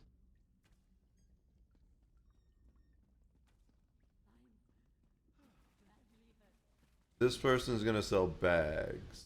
So will you also sell storage containers? Which one of them is the seller? Neither. Oh, this person... What?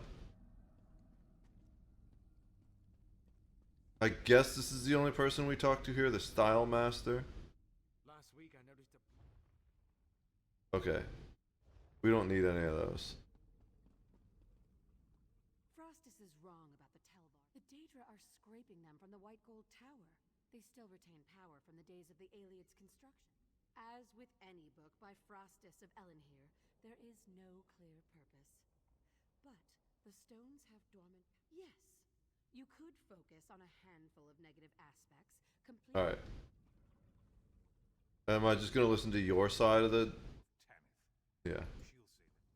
So, the only reason to talk to anyone in here... Oh, the scribing altar? What does this even do? Okay. Can't figure it out yet.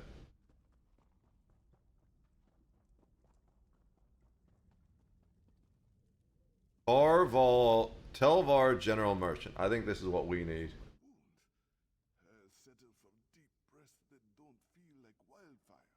Fair enough.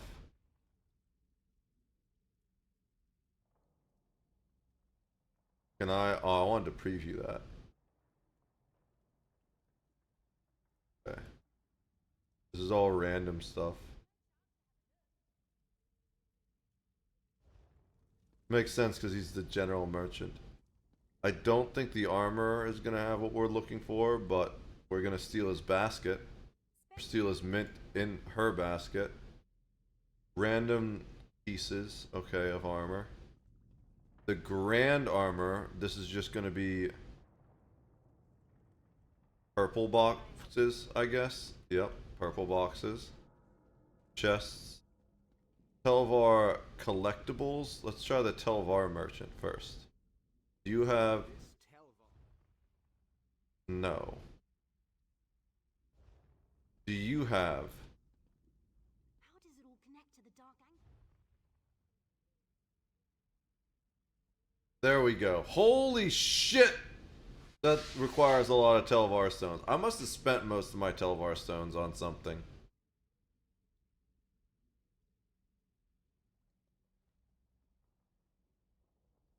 Kind of want that. Doesn't do anything, but I kind of want it. Alright. So, I guess the best way to get another chest is more crafting writs, especially since we are on a master crafter after all.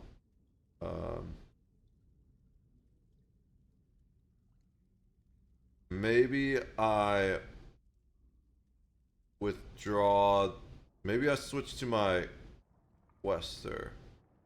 First of all, let's just get out of here. We'll go back to here. Oh, I can't leave that way? That's right. I need to, like, leave through the main doorway or whatever, right? It's been so long since I've been in Imperial City.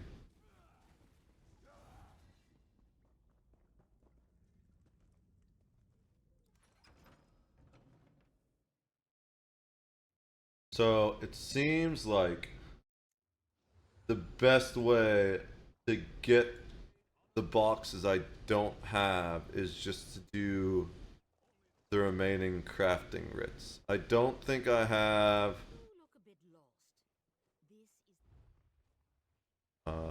I guess these consumables.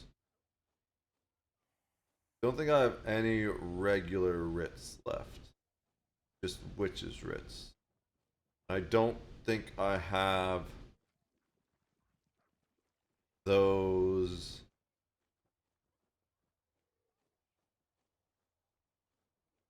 on my main crafter. I think those are all on my witch. So let's switch over to my witch because she does my potions and I think my provisions too. I don't remember if I trained her to do provisions. If not, maybe we train someone else to do provisions. But it also kind of makes sense to train her to do provisions because she's gonna have the most spare skill points from doing all the quests.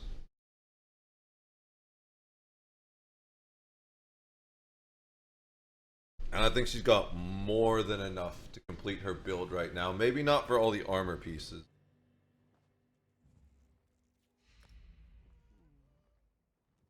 And that's even with 2 different versions of the build. Because the matriarch I only run when I'm solo. But when I'm not solo, I swap it out for 2 other abilities. Another damage ability and another buff ability, I believe.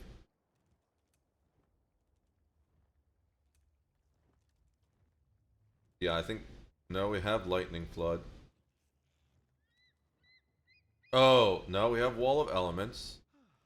What's the other ability that I put on?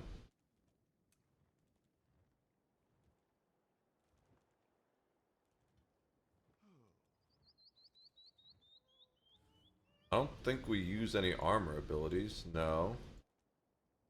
Oh, is it a vampire ability? It might be vampire abilities. World. I don't think anything else. We did have Soul Trap for a while, I guess, on her, but no. No, don't use vampire. I don't know. I don't remember. Maybe it looks like at some point I respect her to get rid of that. But alchemy, max alchemy.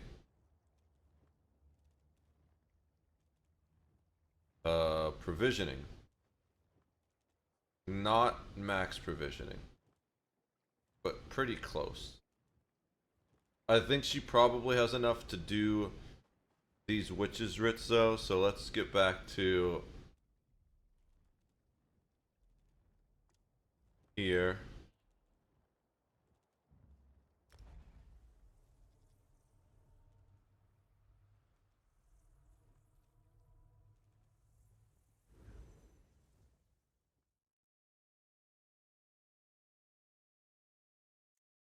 I don't know why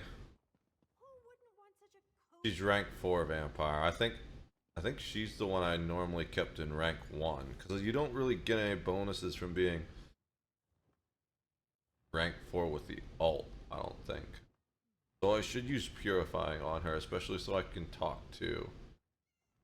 Do I have a purifying? I do. Oh, I remember why.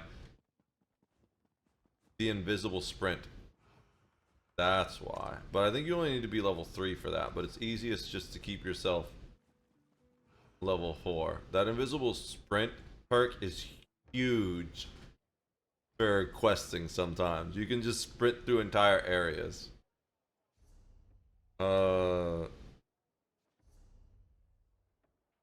World.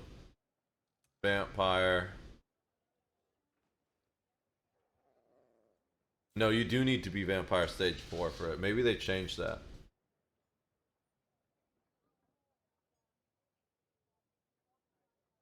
Okay.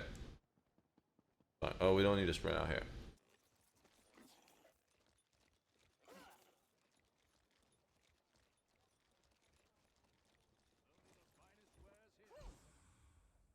So, before we do those regular writs, or those master writs, the witches writs, which will get us rich vouchers, let's just do the basic writs, get these out of the way.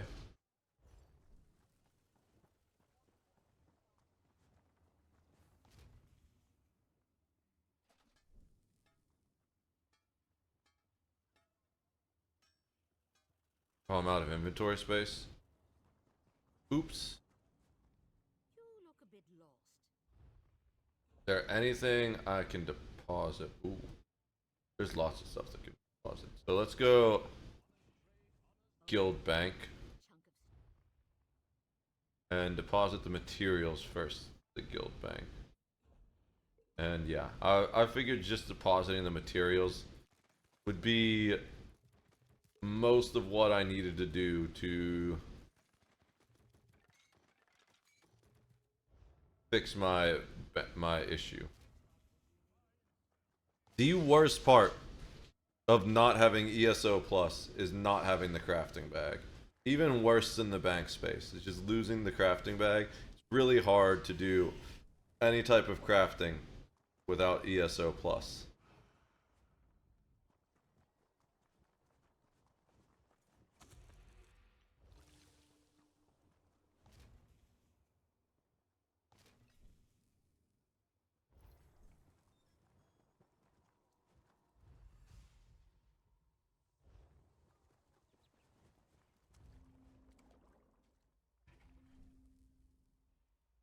Alright.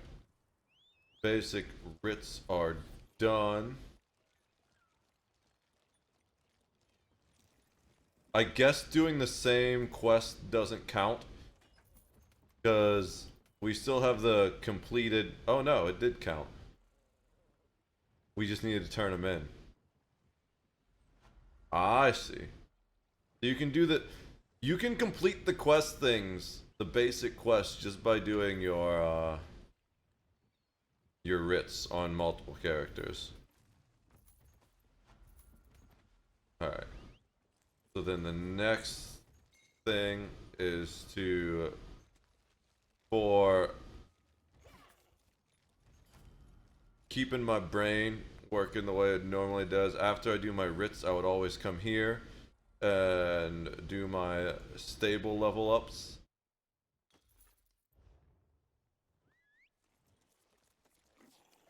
Alright. Then sell to the merchant. I don't think I can sell to this merchant while I'm full vampire. No, I cannot. He's a little scaredy bitch. So we gotta come down here into the Outlaw City's Outlaw's Refuge.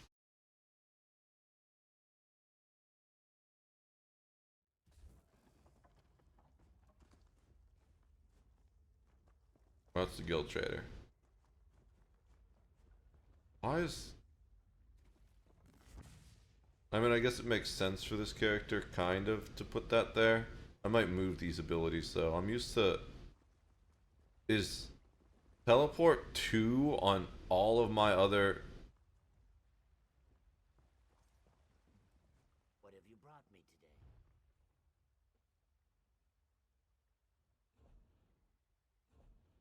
Really? I can't sell you anything?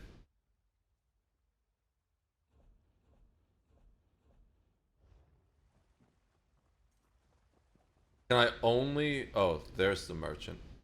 I was gonna say, I thought there was a merchant down here. Defense only buys stolen items, that's right. I didn't even know I could buy that down here.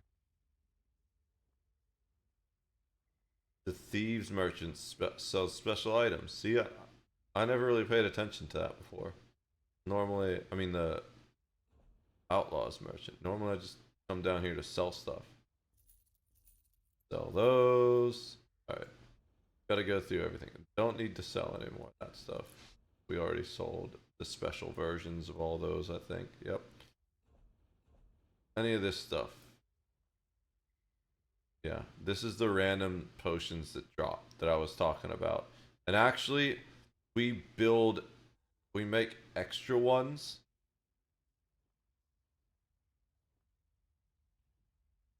Because of her perks.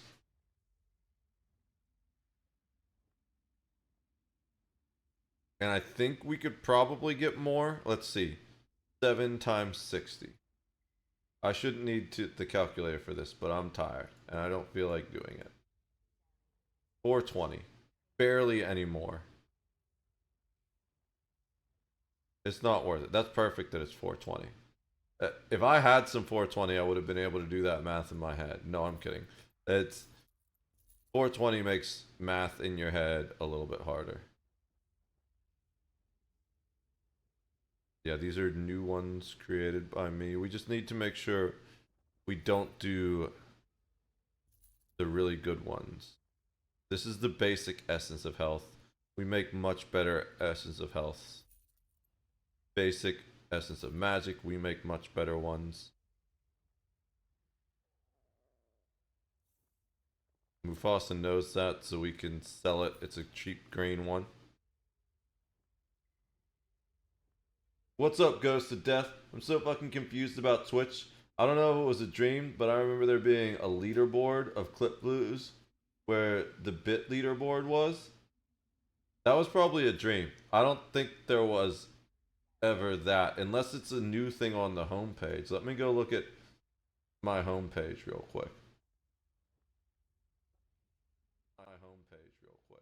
Oof. Or I can just listen to my stream and you guys can hear an echo of my weird voice. No, I don't... Nothing looks really different to me.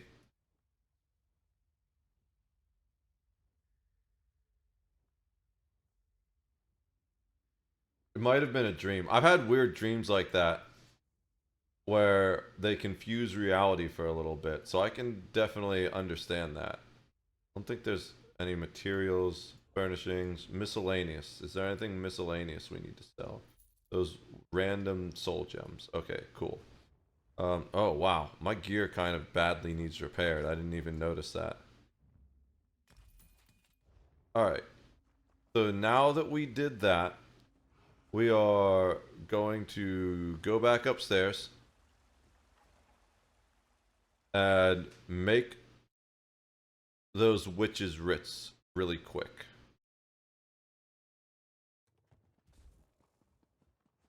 Oh, I went to the wrong one. Damn it.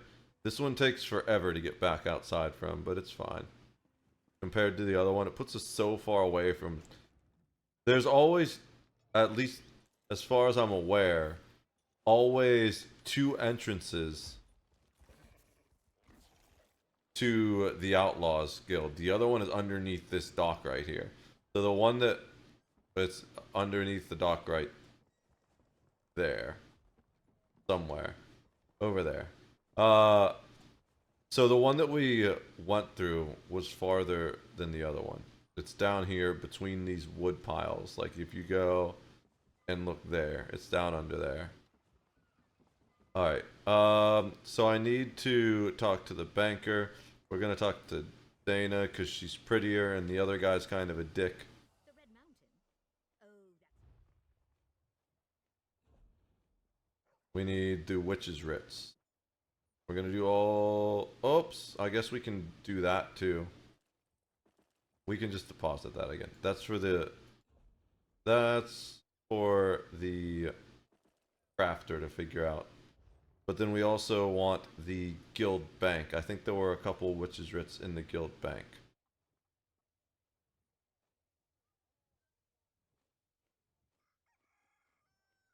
I know the recipes, right? Okay, cool.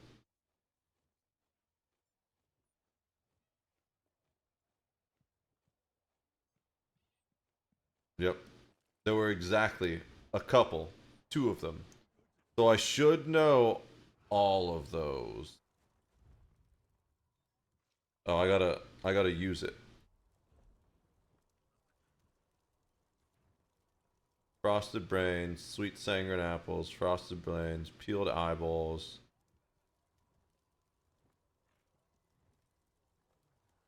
If she doesn't know these, I'm gonna be disappointed. We'll have to teach her them.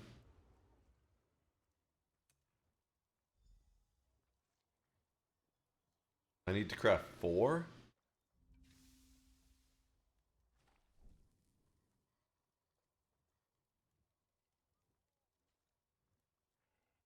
Oh wait, no, that's not even the one.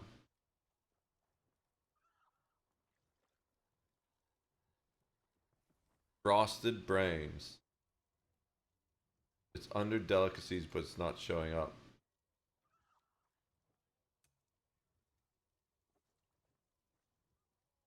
Requires recipe quality 2. I have skill points.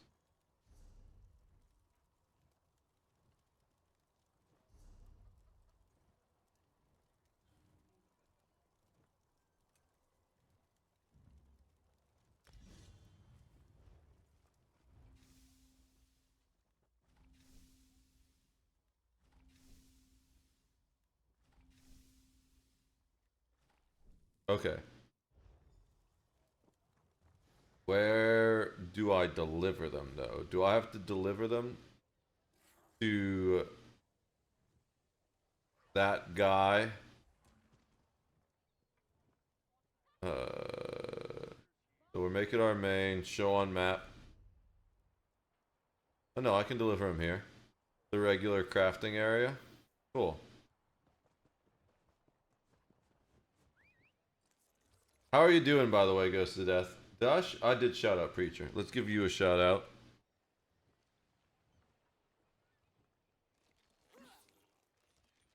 I wonder if the shout outs show up. Fuck yeah. Witchley gift. I forgot about that part. Clip that, my man. My first fucking victory in a long time. The classic Ghost of Death clip. Besides having weird memories of Twitch that may or may not exist, how's things going for you? For all you know, maybe you're right, and it's just a, oh, we should probably open these. For all you know, you're right, and maybe it's just a, Mandela effect.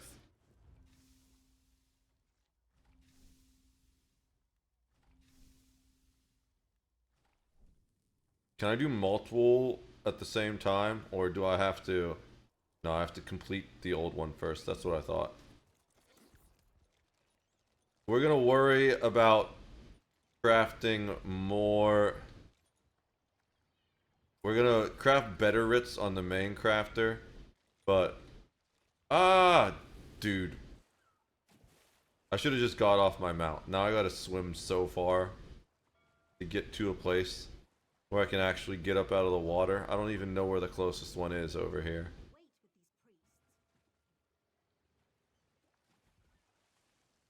I'm a vampire. Vampires don't like water. Get me the fuck out of here. Alright. We're just gonna sprint the rest of the way because we're that close. Vampires don't like fire either. I guess vampires don't really like anything, huh? It depends on the lore how vampires feel about water.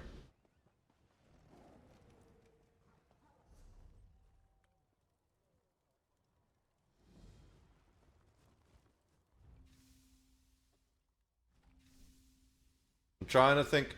I think in Blood Rain, the vampires can't cross water or something like that. I don't think Anne Rice's vampires care about water too much. They're not big fans of fire, though. That's one of the ways to successfully kill a vampire, I think. They definitely don't like fire in this game.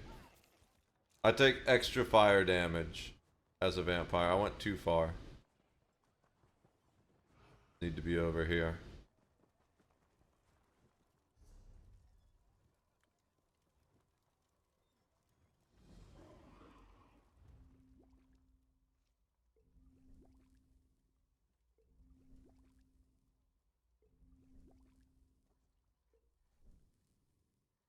Alright.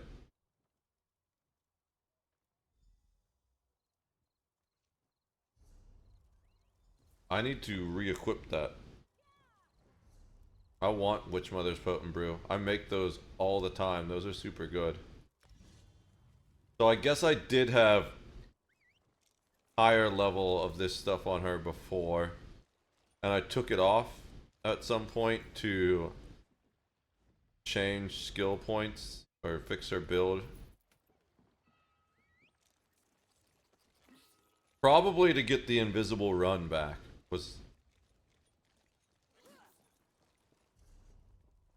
I remember at some point I took an invisible run off her and I had to add that back. And the fact that I knew those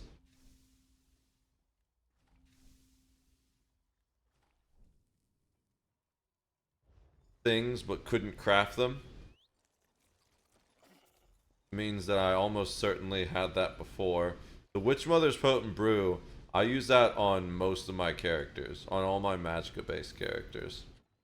And even one of my Stam based characters, because he still needs Magicka regen, since he's that type of... He has the ability to regenerate Stam easier than he does Magic, because he uses 2 stamina based weapons, so he can just heavy attack to get Stam back.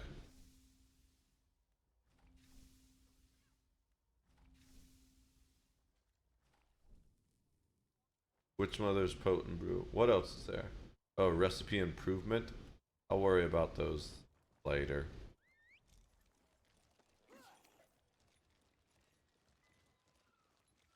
We're just trying to get that chest so we can get our thing.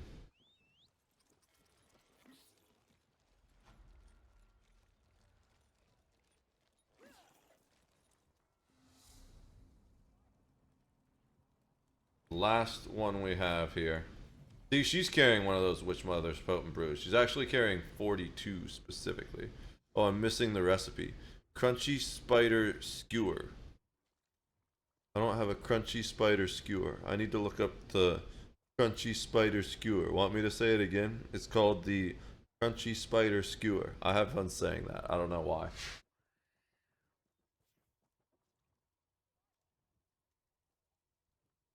It's not too long after. Yeah, it's only 500 gold. That's real cheap.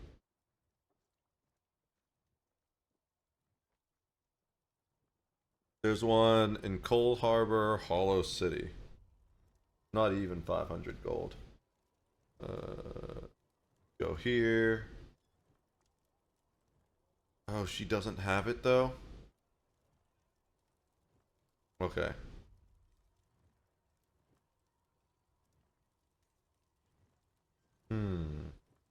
The character that has the most is my Master Crafter. He's definitely going to have the teleport for Cold Harbor City. And the primary reason he has the most is because he's the one that does all the... Since he's got the perks for it, he's the one that I collect all the surveys on. So he has traveled most maps.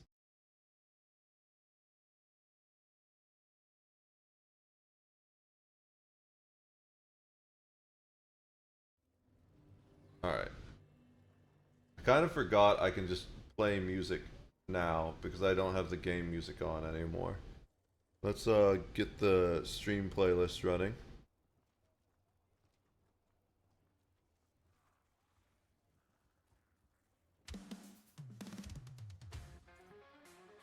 Of course, we start off with Flubber. It's a little louder than I want it right now. That's better. Okay, so I need to do that real quick.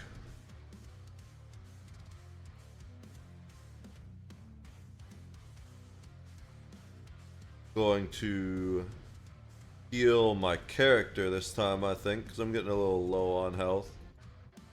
And I'm not using Drain Life right now. Okay. So I need to go to Cold Harbor. Hey, look at all these locations I have unlocked. I could have saved 100 gold. I still can.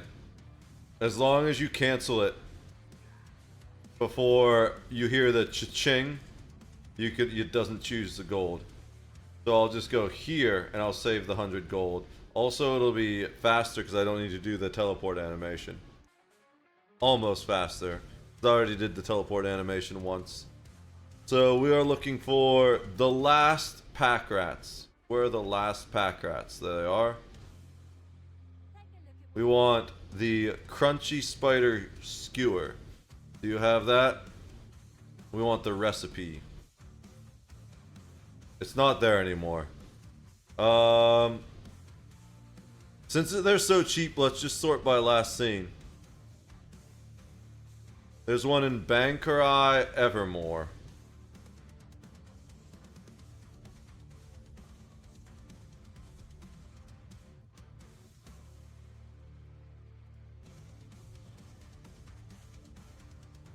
I think the other way shrine's closer. I remember when I was teleporting around looking for stuff. Yeah, the other way shrine is slightly closer to the door, but that's fine. They're both about equidistant.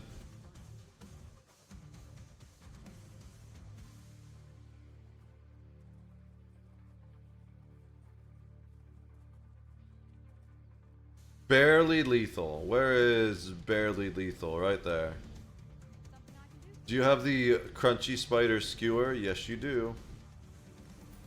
Alright.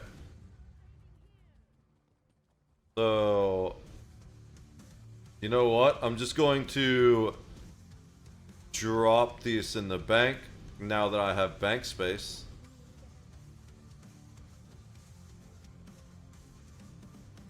I gotta pick it up from my... Oh! I can just pick it up on mail from my other character. And I don't even need to worry about transferring it from the bank. Save even more time.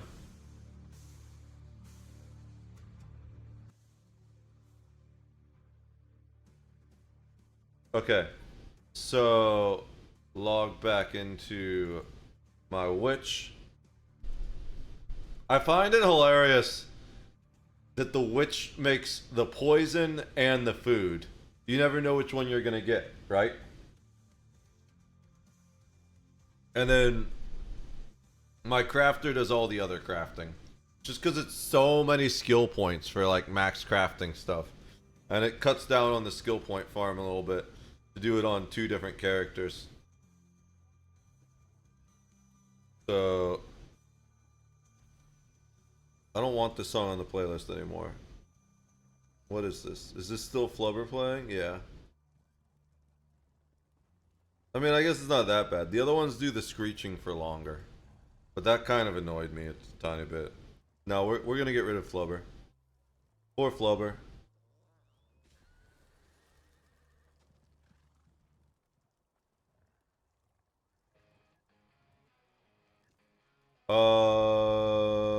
I need to find this, and then we drag Flubber up out of it into the folder above so it's not on the playlist anymore.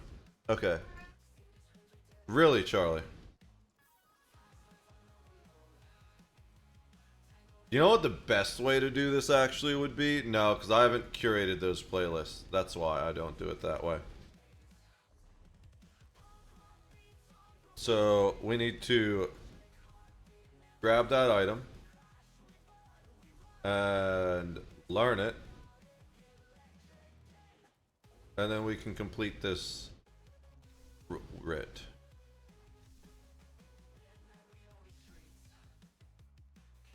Charlie, begging for attention. I feel like we're at the point where he's getting annoyed at me spending so much time at the computer that he's about to start trying to climb on the table. And that's when I really need to kick him out of the room. Alright, so we got the writs. We got some witchly gifts.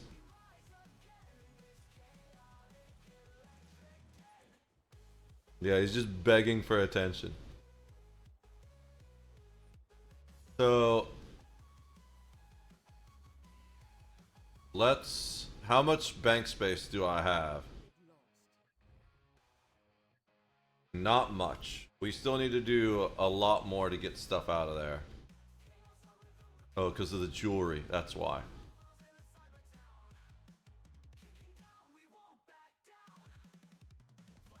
But where are the witchly... Oh, that's the bank we're looking at. Witchly gifts. We can sell these hollow jack, not for a lot, but we already know the hollow jack.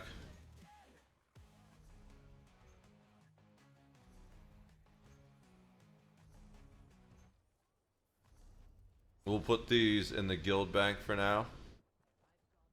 I could give you a song and dance.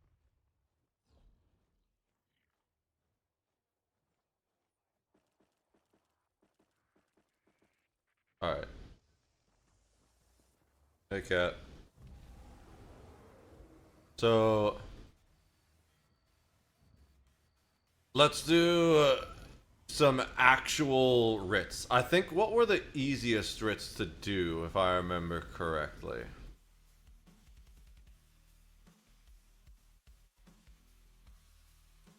I figured it out a long time ago.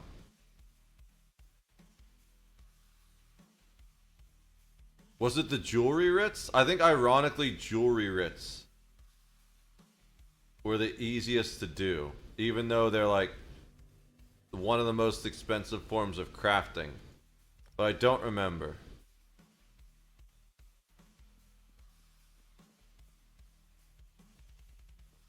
Oh, you know what it was? It was the enchanting writs. I used to do a bunch of enchanting writs. You just need to not do the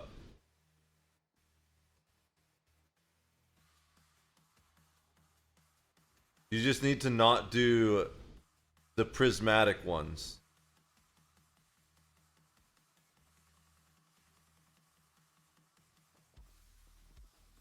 Let's just search, see if there's any here while we're here.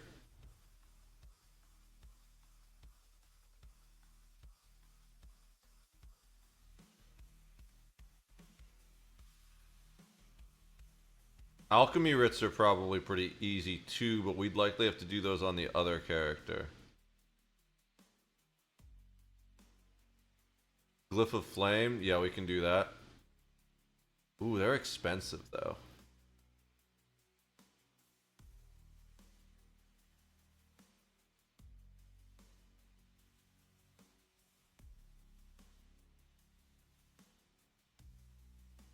Do we just burn through a bunch more gold? This is the first way we burn through all of our gold.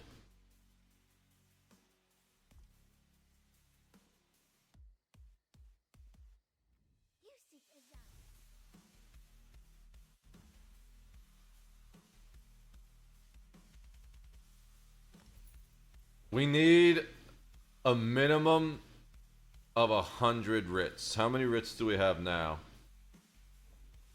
Writ vouchers. We have 28. We've got a long way to go. Oh, there's a bunch here. Nice. Gold mine. These ones are comparatively cheap. Why are those ones so expensive? Who's selling them for that much? Alright. Prismatic Onslaught. That's why there's so many here. Glyph of Foulness, but they're legendary. Ooh, that's kind of the problem, I guess. But they're worth a lot if they're legendary, right? No, they're worth even... Legendaries are gonna actually suck. I shouldn't have taken a legendary crit, but whatever.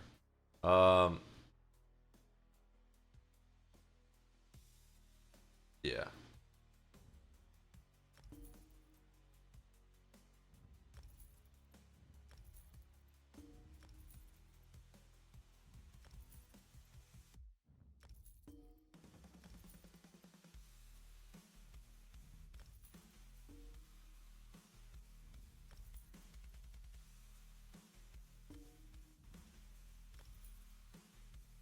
Alright, and then the rest of these are insanely expensive. The guy's name is Easygoing, yet he's selling these for way over the purchase price.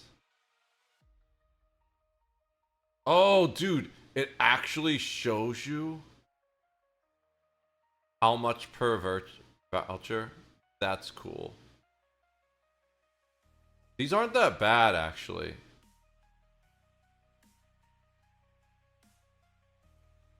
Well, we might go back to the gold ones if we don't find other purple ones that are good.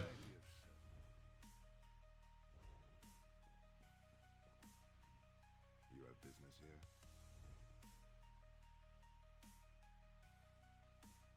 The Hey Jokos for the prismatic are just insane.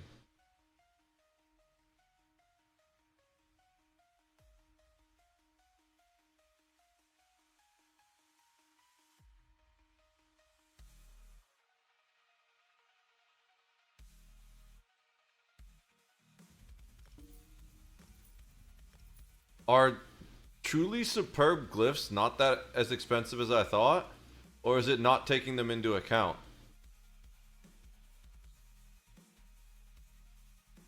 Because they were pretty cheap.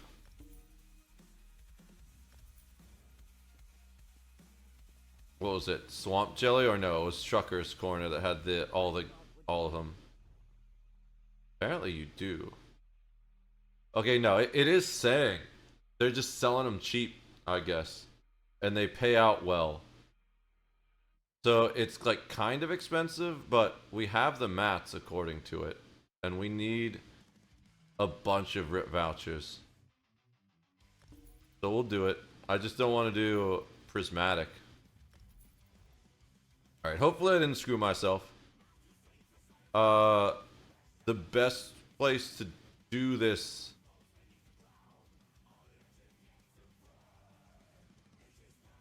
is probably Northern Elsewhere.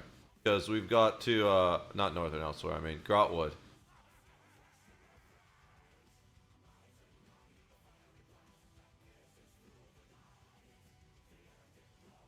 Because we've got to talk to the guy that's by this.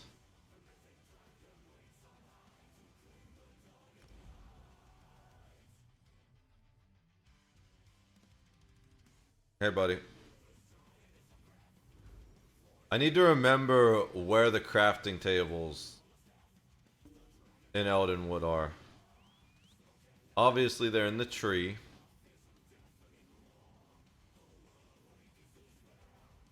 I think they're this way.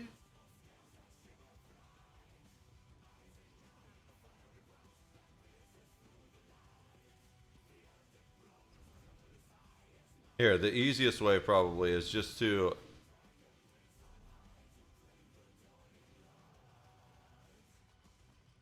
take all these.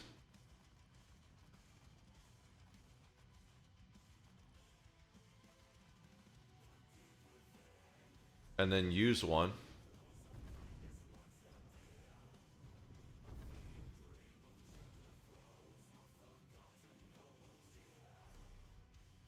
And then set it as my main quest. And it should show me, right?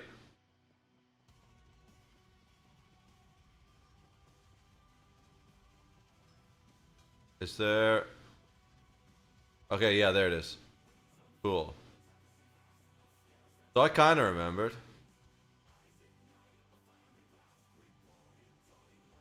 Does this not automatically do it for me? Maybe because it's out of date, or you need a separate one for Master Rifts?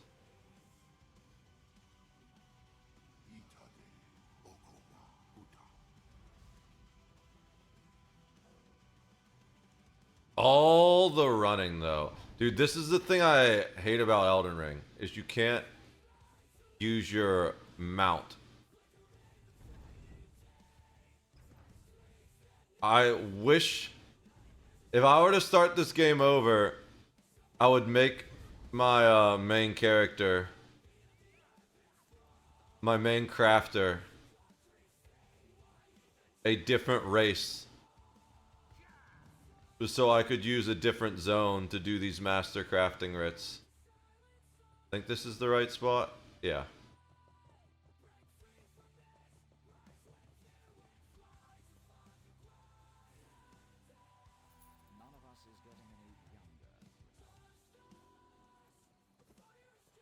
I know. I've got to keep running back to you over and over again to do these damn writs, dude. We're gonna do all the writs I have, and then we'll see if I have enough to buy the chest. And from that, we'll calculate how many more specifically I need to buy if I don't have enough.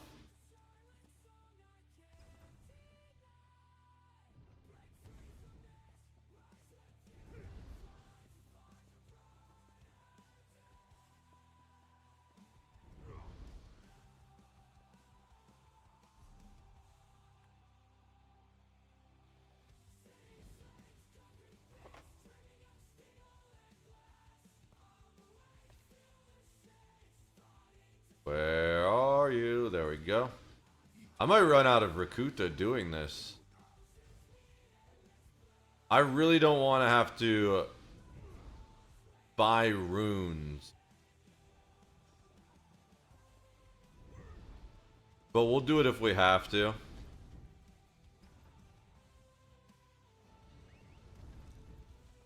Enchanting Rifts are the easiest in my opinion to farm.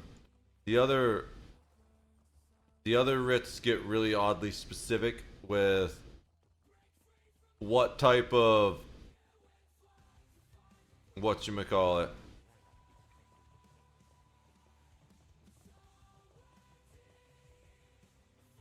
what type of styles you need and everything.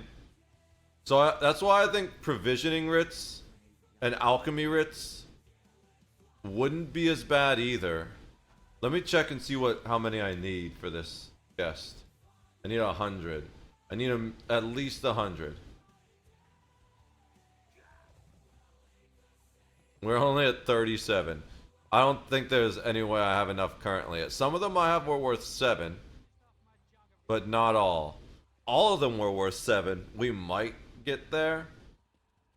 I think I got like 18, 13. I got some double-digit number of rifts that's around 15. I keep calling them rifts, but they're writs.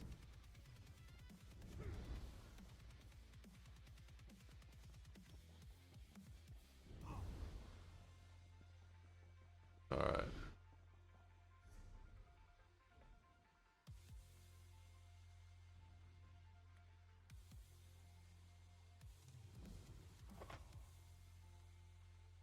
I don't know why the autocraft isn't working. Well, probably because all my add-ons are out of date. Because my add-on manager isn't working. That might have something to do with it.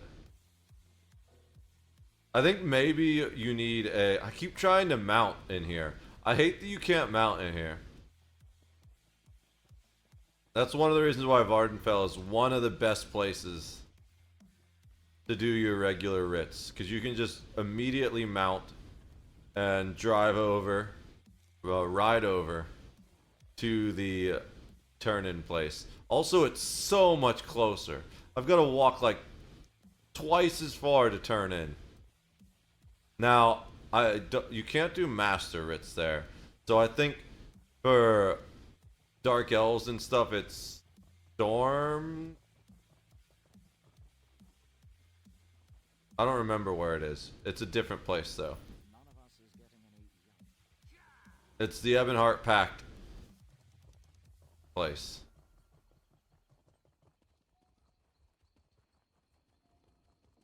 But it's still way better than this place.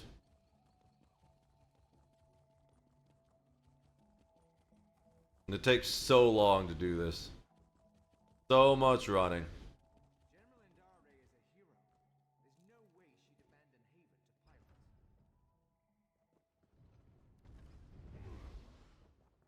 Alright.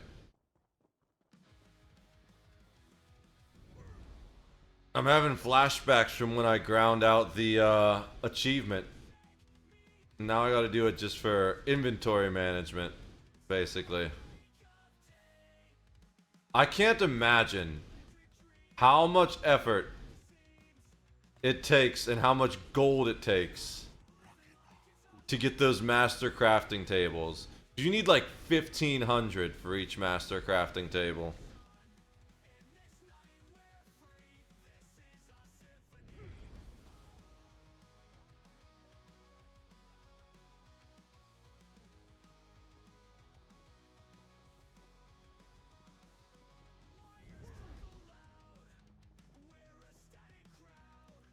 Alright.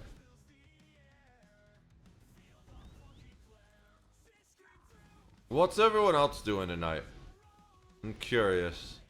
We got some people lurking in chat. We always got lurkers. You don't want to speak up, that's fine though. I'm having a moment where I don't know what to talk about besides how much I hate doing this grind. And I've already said it like 3 times. So, alright. We can talk about what we'll do after once we finish this. I want one of those mounts. But I also don't like buy boxes in the game. The only time I've ever put money into this game was through ESO Plus, which I do want to get eventually again.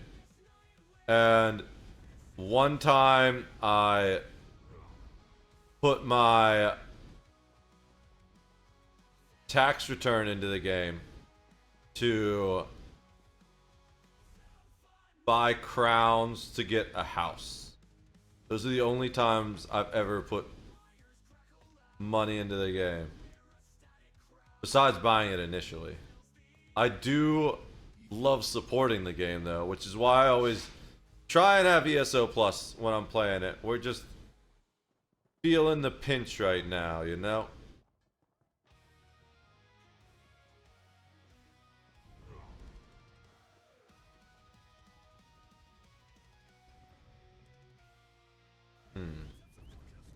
I think after I complete this... Oh, you know what we could do? We could do that now. We could queue up for dungeons on this character. I don't do the... I used to do daily...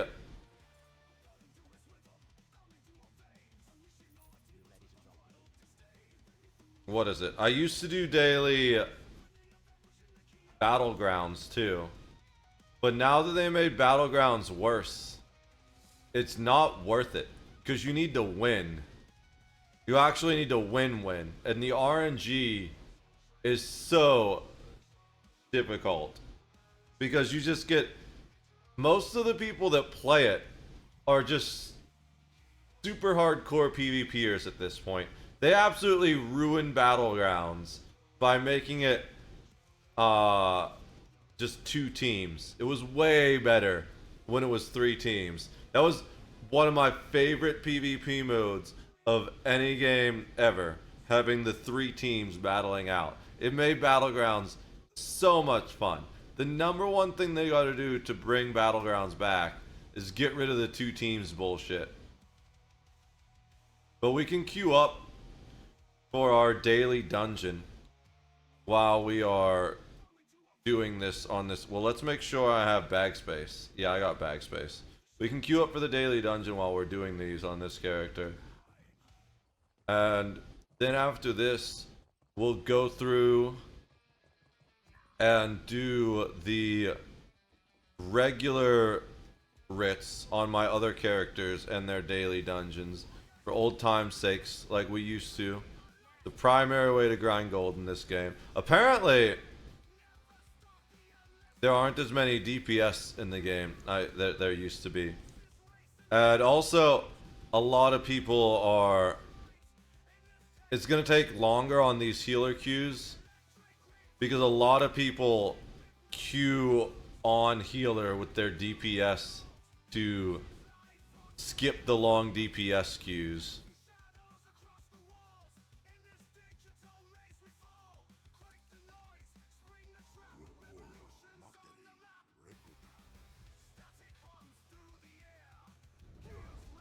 It used to be near instant queues. Not near instant queues, but it's like max 3-minute queues for healers.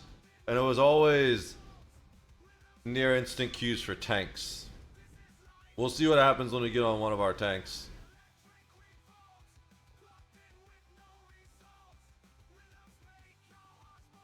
To be fair, I don't queue any of my characters on DPS, but unlike a lot of people that queue into the wrong row for normals, I actually use... Dude, I hate this fucking guild spam.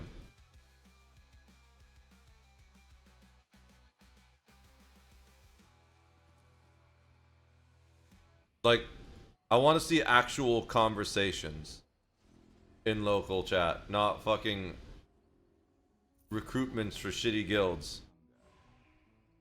There we go. We got our... That was about 3 minutes, I think. Max.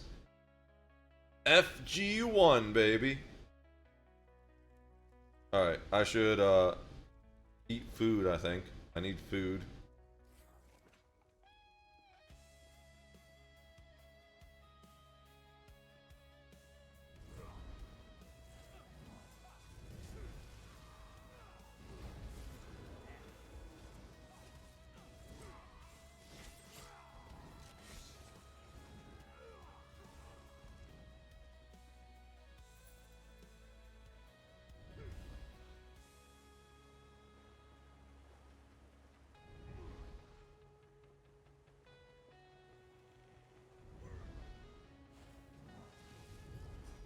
I don't remember how to play this character at all, but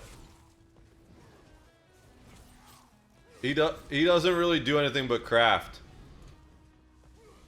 We clearly don't have a tank. Well, I mean, I guess we do have a tank. Oh, but he's level 16. I think he's actually level 16 because he doesn't know how to tank.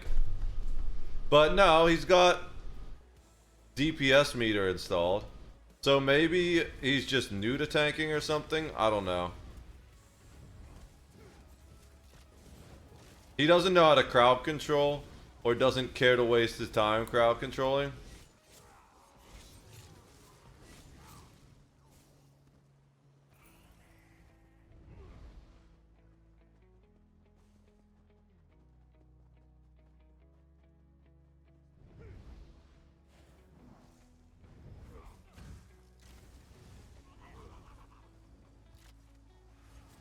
Oh, I'm on the wrong bar. I'm not healing anyone. Not that it matters. It doesn't look like anyone actually needs healing.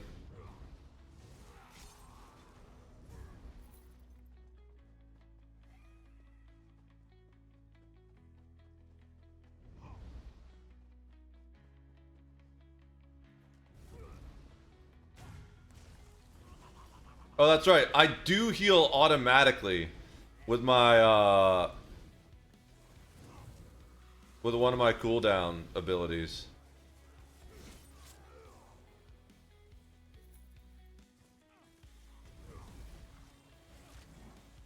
Also, my, ability that I'm primarily casting heals people.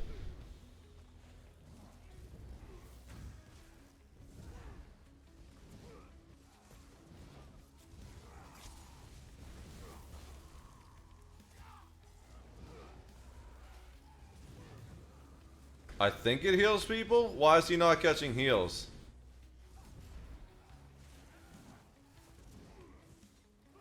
Was he using an ability that didn't allow him to catch heals?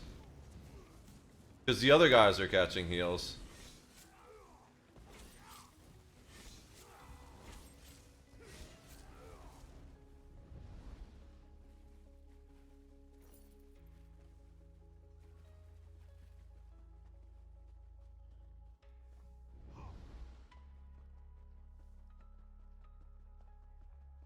Alright. Are we gonna skip? Generally people skip in this dungeon. I'm gonna wait for the people doing the quests so that they can... when you run up in that area, you make the goblins charge the dreg, and it's kind of a cool thing to watch if it's your first time ever seeing it.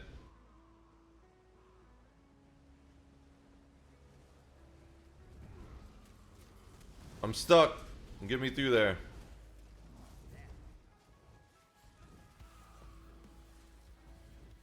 Are we gonna skip? They don't know to skip. They're too young. That's fine. We'll do the whole dungeon. I got no problem with that.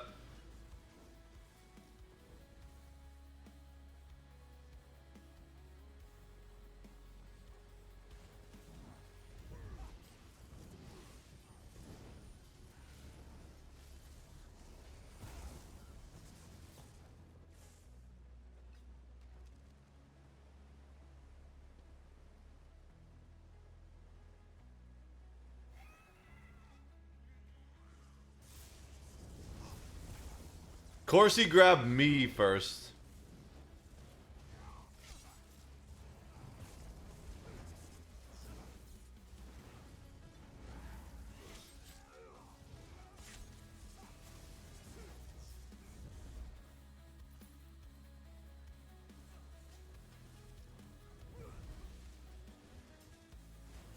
Maybe they changed these abilities. I haven't looked at any of these character builds in like 3 years.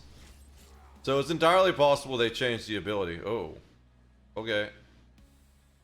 Claim those rewards. Can I just do my normal loot? Thank you. Ooh, 100 transmute geodes though? Dude, I'm gonna need to craft something. Actually, you can just not use the geodes.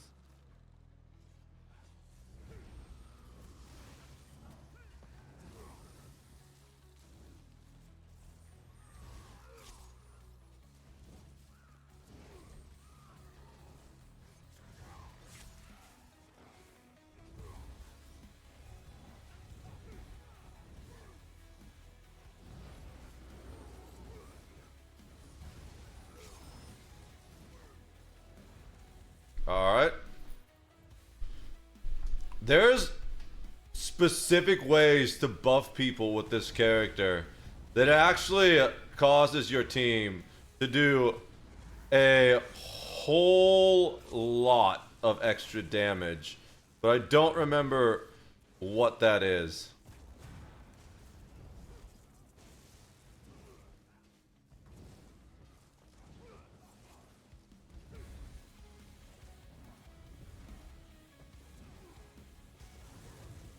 I do think that debuffs to help them do more damage. And then I deal a bunch of damage once we get into execute range, because I have that execute ability to help my team out.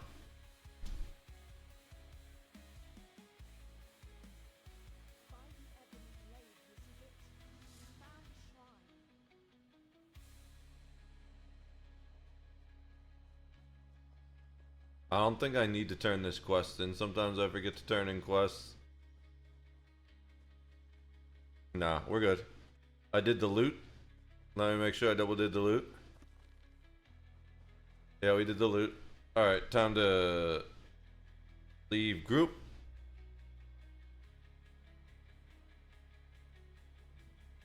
And then it will automatically take me out of the instance, or we can just speed up leaving the instance. The reason I like leaving the instance by leaving group is because then it puts you back exactly where you were. Otherwise, you need to teleport out to a specific area. What do we get loot-wise? Oh, that's right. The 100 geodes. We can't even use 100 right now, I don't think. I think we were... Well, there's a way to find out. What's our currency? No, we're almost close on crystals. We'll have to store those.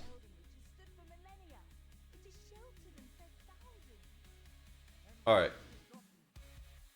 Charlie, I kind of need to pee right now.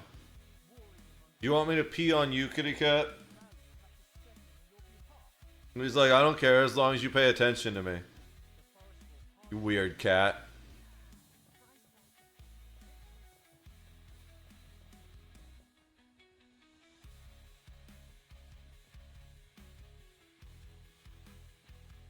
I kind of want to keep just queuing for dungeons to break up the monotony of doing this. But then I'm never going to get this done. And I won't be able to switch to the other characters that I more enjoy playing. That's kind of one of the reasons that he ended up being my my crafter. Is I don't really enjoy Nightblade playstyle as well as much as the others. So I was like, well, we'll make him the crafter to make him useful.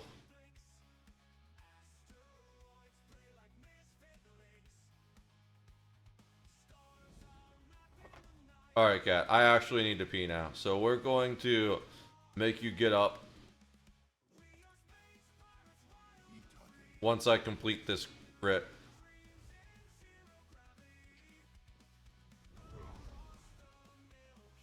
The other advantage of him being in Nightblade is he is one of the speeds, one of the classes that gets speed buffs, so he can buff himself when I have to run around inside that area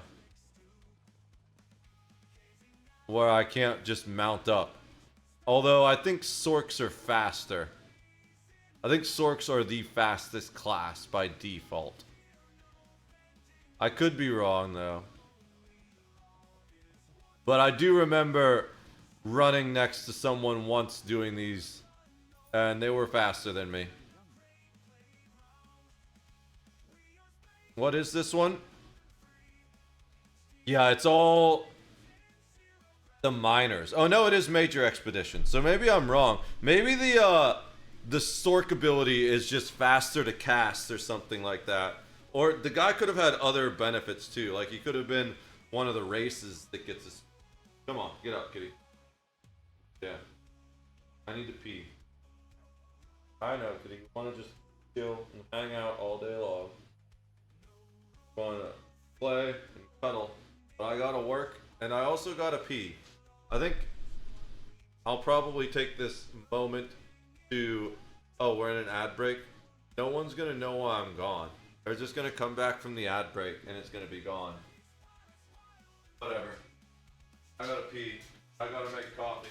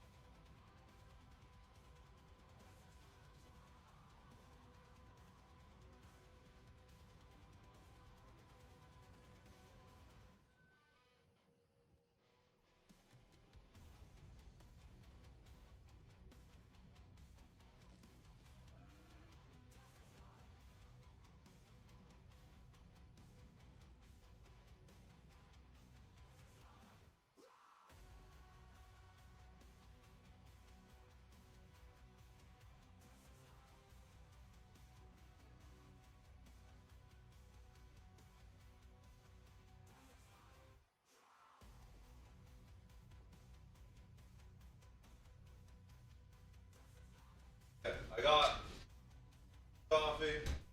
I got a snack. We're back. I don't know when I'm gonna eat this snack because it was occurring to me this is a very a high inputs per minute snack, and I'm also playing a high, not really high inputs per minute game, but I guess like an auto run. I can auto run in this game, but that's I still need both hands to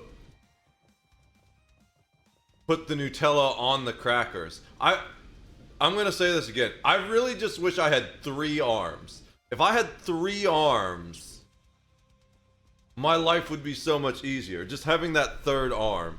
I don't even need like a full Doc Ock setup. Just the third arm.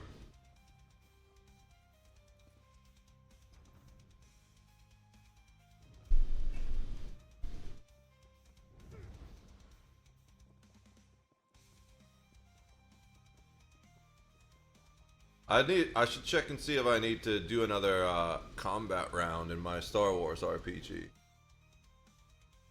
Looks like I do. Oh, and we're also within 2 hours of landing. So, even though I mentioned you can do the whatchamacallit,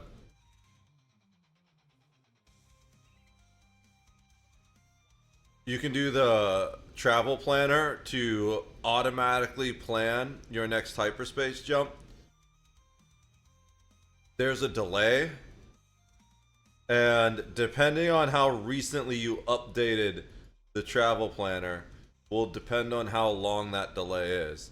So as you get closer, you want to keep doing it more. Alright, let's do the enchanting writ. I don't know how many of these we've done and how many we still have to do, but probably better not to look and just keep going.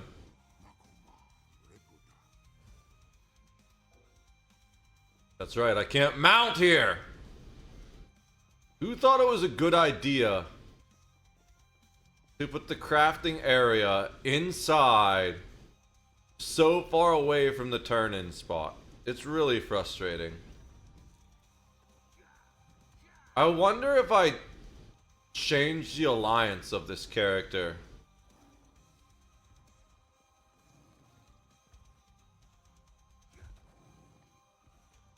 If it changes the place where he turns in writs, or if it's still based on his race.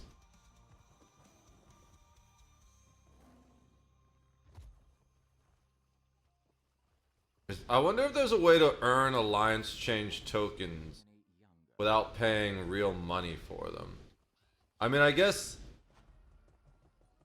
I'm pretty sure you can get them in the Crown Store. Well, I know you can get them in the Crown Store, but I think you can I guess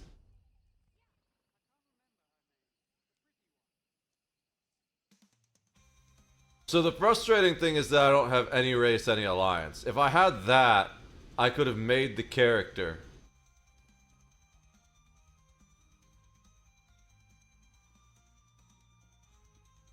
I don't even know what the armory slot is. Additional armory build for this kit. I need to look at the armory stuff. There's so many new things in this I need to do. But account upgrades. Or is it? We're under it. Class. No.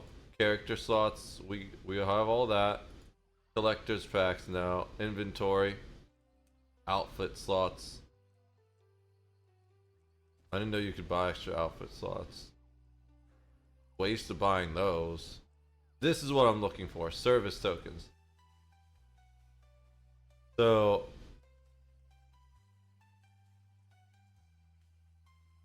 alliance change tokens are insane. Oh, and you need to have any race alliance upgrade. Where is the upgrade though? I looked and it's not there. Unless it's under something else.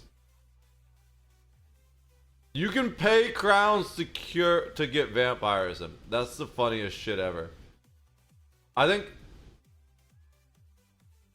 Oh, it instantly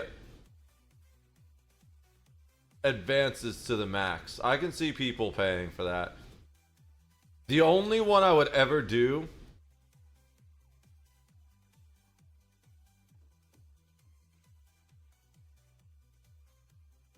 The only skill line I would ever pay for is Stygic Order.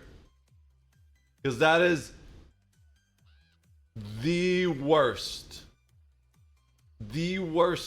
grind, I think, of all the skill line grinds. But no, where is...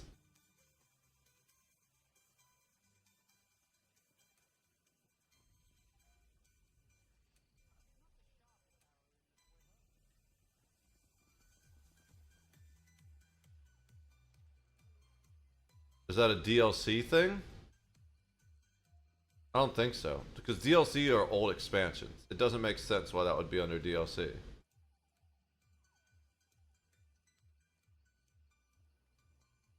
It should be under upgrades, right? But it's not. The collector's pack? No, because that's like the early buy stuff.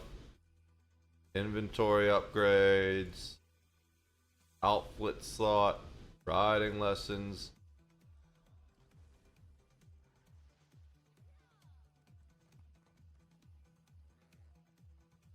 Yeah.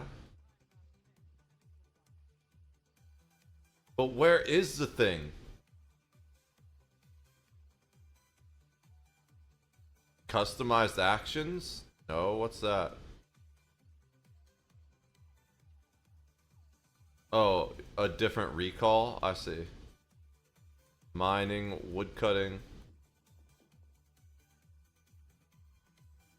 I really don't know where the any race, any alliance... Here. We can just search. It's a special offer. Okay. You get a race and name change token and a collection of treasure maps. I mean,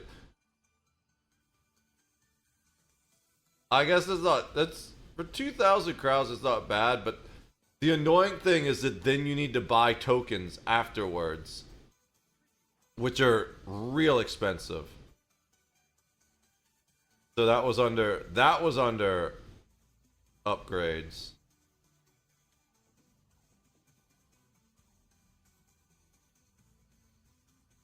Inventory? No. Class?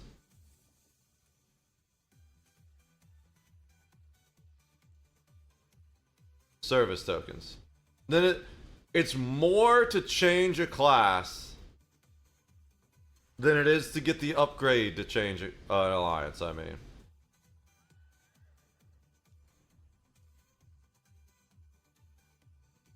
It does appear. So how many? There would be an insane number of crowns to do it for all my characters. I just want all my characters on Ebonheart Pact. Dude, I hate people spamming guilds. I want to see actual conversations in local chat, not you hawking your shitty guild.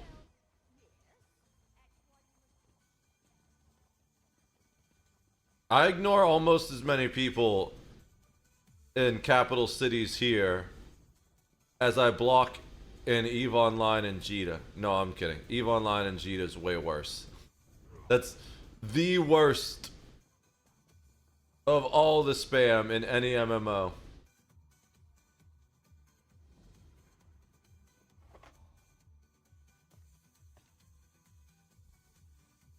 The funny thing is, though, when you actually do block all the spammers and scammers in chat and Jita,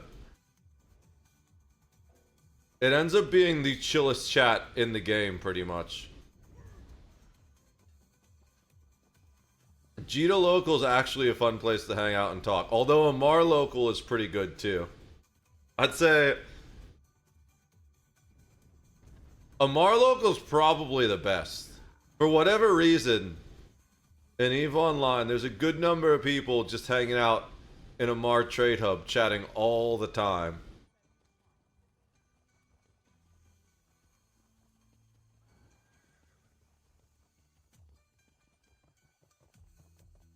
I have run across this bridge more times than I know how to count, talking to this dude, doing exactly this. I thought I was done with this grind, but I just need more storage chests. There's probably faster ways to do it if I look at all the writs available. But I don't think he has Provisioner or Alchemy points, like, at all. And I'm not jumping back and forth between characters. But I could still do the other ones. It's just a matter of how expensive the other ones get. But now that I know the add-on actually calculates the estimated cost to do each writ,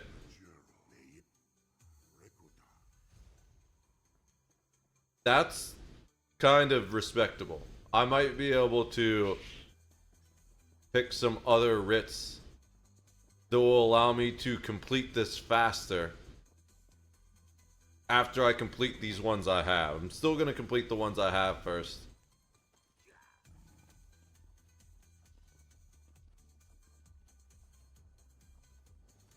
A lot of these are only 2 vouchers per writ, which would mean I had to do 50 if I were going from 0 up to 100.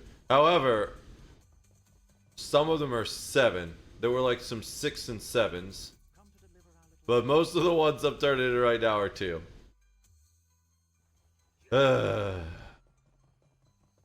Hopefully, like the, whatchamacallit,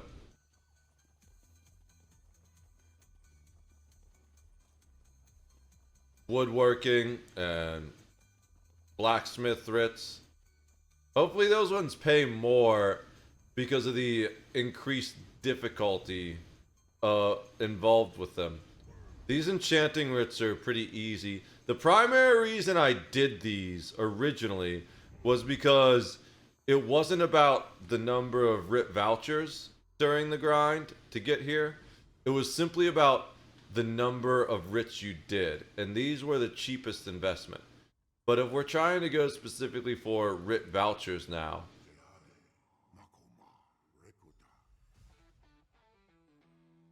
we might need to reconsider how we're going to get those chests and then eventually the tables, because I do want the 3 master crafter tables.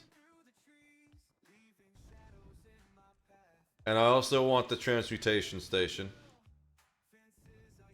Dude, how many people fucking spam their guilds? Oh, we already ignored that guy. I can't ignore any more accounts. That's annoying that there's a max. It should give you the option to unignore people.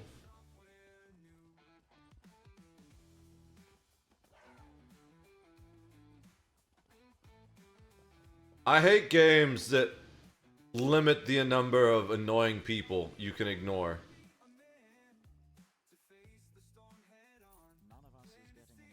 That just makes me want to start reporting people now that I can't ignore them anymore. But I probably can't report people just for spamming local chat.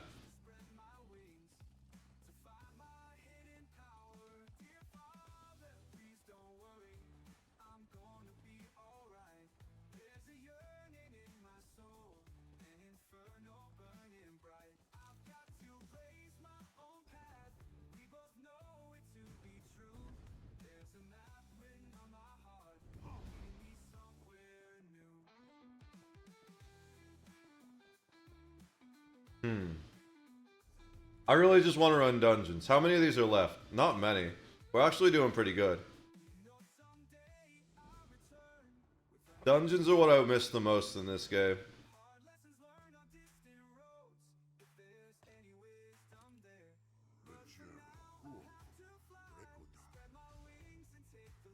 But I kind of keep trying to mount here. I kind of need to deal with the bank issue before I run more dungeons. So that's why we gotta do this grind first. Also though, what time is reset? Because we should complete this before we do reset. We should do all the writs before we do reset. Get out of my way! I love how you can just full charge someone with your mount and they just stop you. Like you wouldn't just knock them down.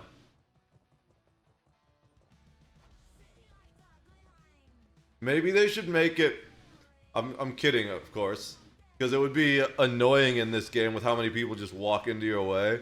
But maybe... I want to see a game that has like GTA where you get charged with crimes for running over people with your horse. What if there were a fantasy world GTA? That would be pretty solid, actually. Fantasy world GTA Online. Someone make it. Or give me money to open my own game studio and I'll make it. I do plan to open a game studio eventually, but that's probably like 20 years from now, the way things are currently going.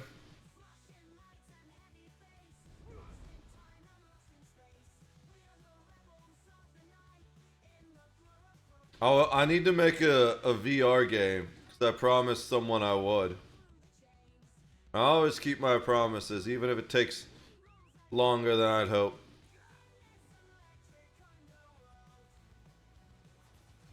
I want to make the best VR game ever. I want to make the #1 VR MMORPG is my goal.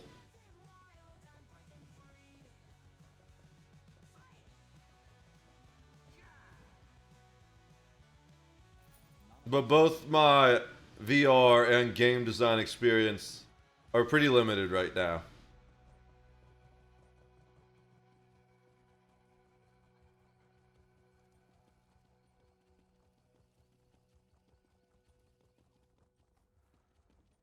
I need to do more VR gaming. The VR headset is one thing I have here. How is it that I brought the VR set up here, but I didn't get my Switch? I need to see if I can get back to Pittsburgh and bring a few things up here that didn't get packed that I thought were packed. I don't even know what's going on with that house. It's like a whole mess.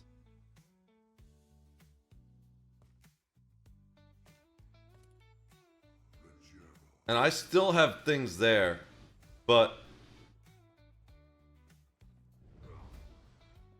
the moving truck wasn't as big as it was supposed to be, so I couldn't fit all the stuff that I was planning to bring up. It was like 1/3 the size of what I expected. And I was just like, okay, I guess we gotta roll with this.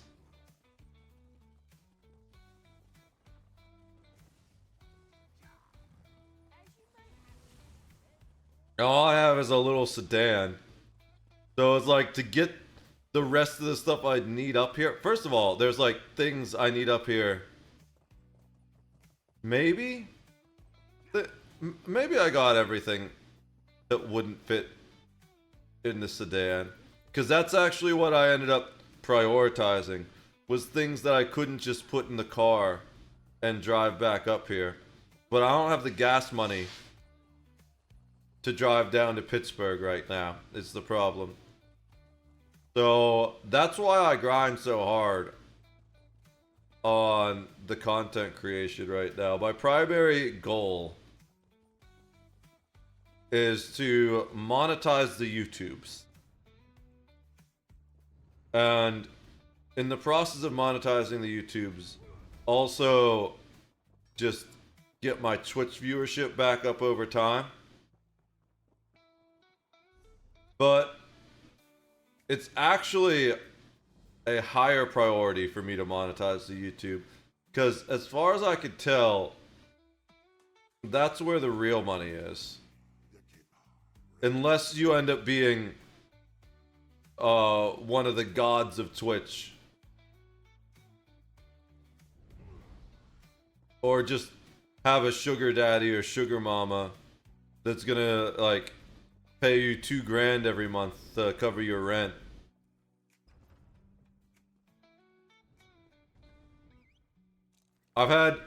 I've seen streamers that were my size or smaller that would just get paid crazy amounts of money by people just to exist, not even really create content. And I mean, I guess they were all women, so that makes sense. Just lonely boys with too much money throwing money at titty streamers to satisfy their loneliness.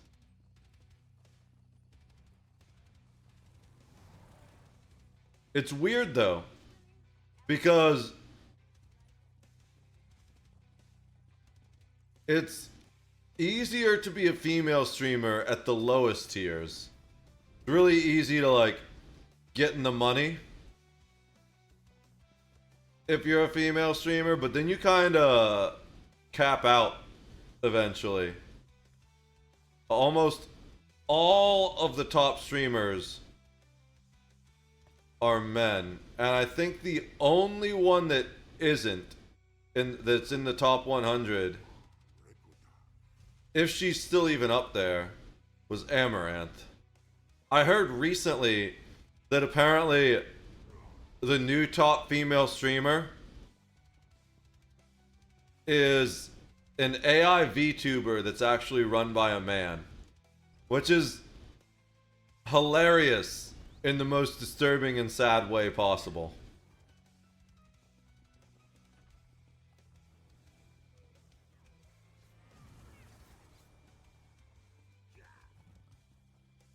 That makes me think of that swirling snow effect around that character makes me think of my Warden tank, my favorite tank, my second favorite.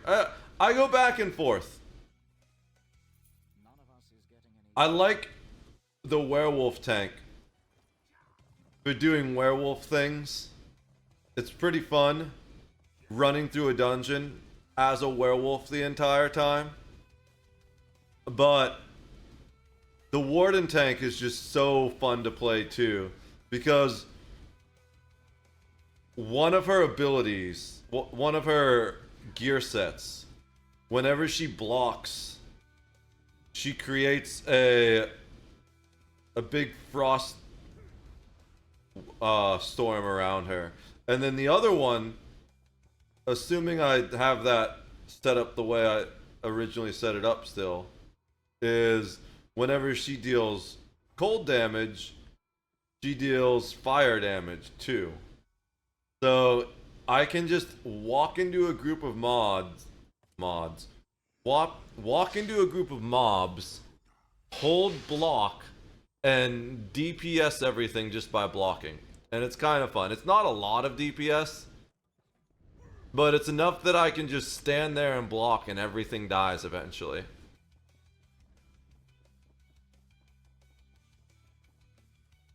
And then she's got some heals that I can throw down. So I can just throw down a heal. I can stand there and block. And everything's gonna die over time, and I'm just not gonna take any damage. Also, one of her heals creates AoE Frost Burst. It's such a fun build. The werewolf tank is fun because it's fun being a werewolf. The Frost Warden tank is fun because it's a really interesting little build that kind of has some cool procs.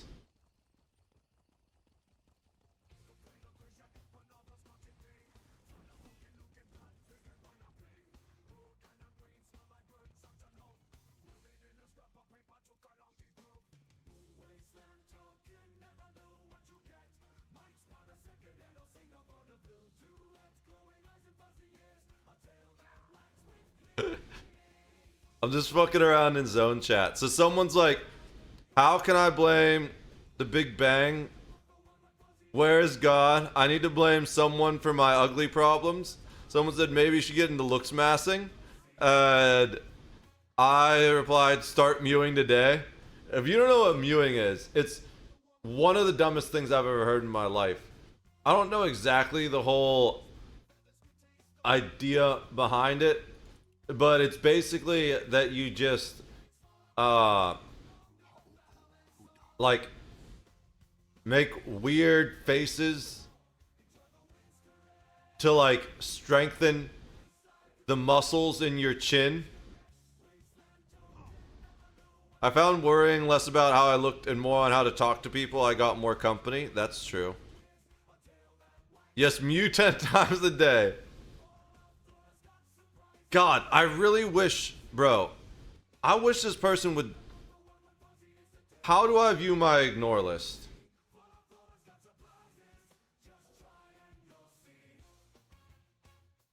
Can I report people for spam?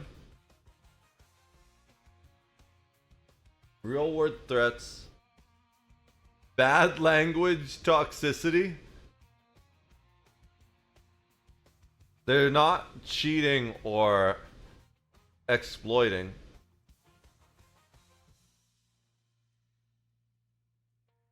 I'm gonna see what happens. I'm just gonna hit spamming chat. Why can't I submit? Have I not typed enough? Oh, select subcategory. There it is, spam.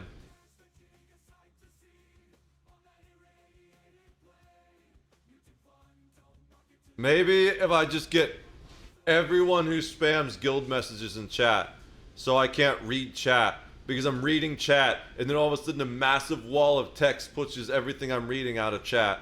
Maybe we just get everyone that spammed guild messages in chat. They'll stop doing it. I doubt it.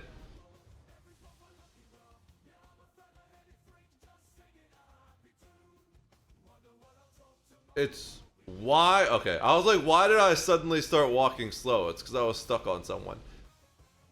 It's not that bad. It just frustrates me because it adds nothing to the game and it negatively affects the experience for everyone else.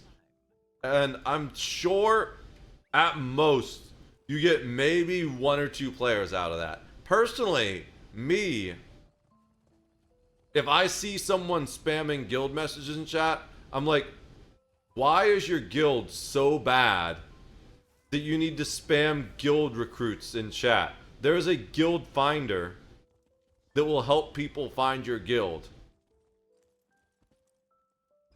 If you're struggling to get people that much that you need to spam local areas,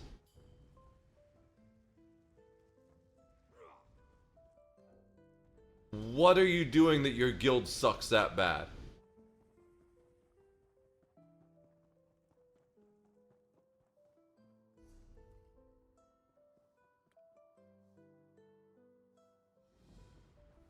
People can join 5 guilds too. If you're struggling to find guild members, when people can join 5 guilds, that's rough. One of the best ways to recruit people to guilds is just by grouping up.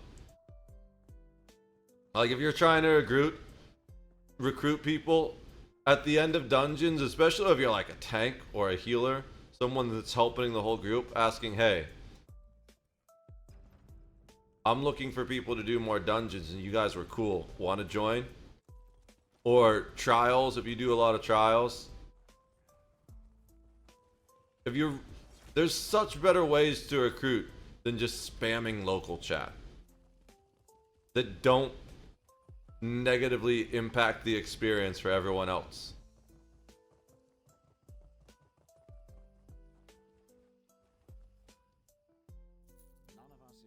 That's my unpopular opinion for the day.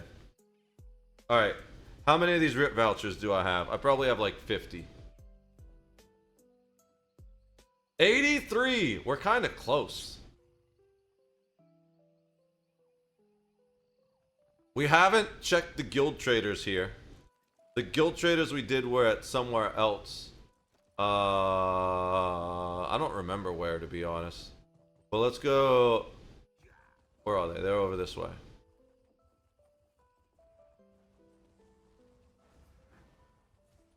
Let's go check guild traders for more RIP vouchers.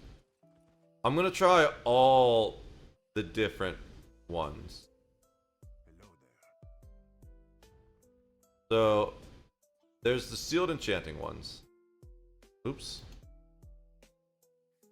So those ones. Well, since I have the muscle memory down for the sealed enchanter rants, they're all fucking prismatics. Good to see you. Oh, there we go. Oh, but that's right. The problem is I'm gonna run out of purple and gold materials for that. Let's see what else we can do. Let's start back at this guy. So we've got alchemy writs. Let's see what the... Let's double check what my crafting skills are on this guy. He has no alchemy. There's 1 point in it for some reason. I think he probably needed it just to complete stuff.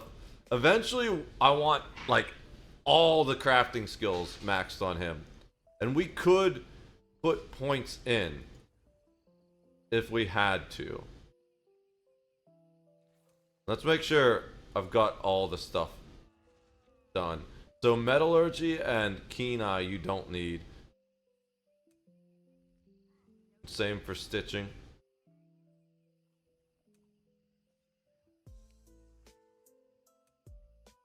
Same for lapidary research. Those are all the research perks which you don't need once you're maxed. Okay. He doesn't have provisioning and he doesn't have alchemy. That's what I thought. Those are both on my other character.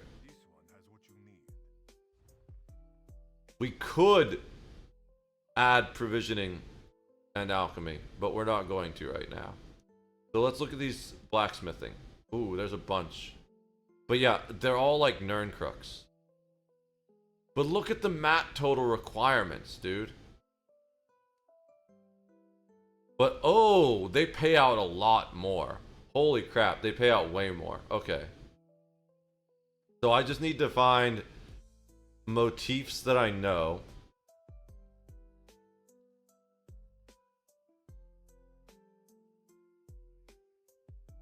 And materials that I have. So we're at that 833.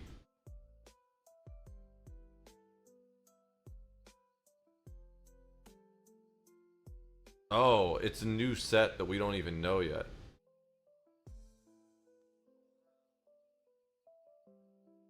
Yeah, most of these are for like really rare motifs. That's the problem with blacksmithing writs, which is why I did enchanting writs.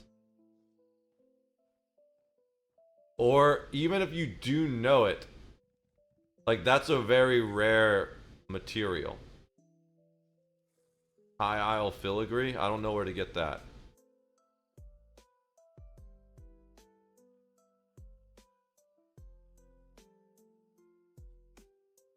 $10 days, 571. Perfect, actually. Oh, there we go. That's one. Stabity Doom? I think I know that person. Only 6 RIP vouchers, of course. But hey, it's better than the 2.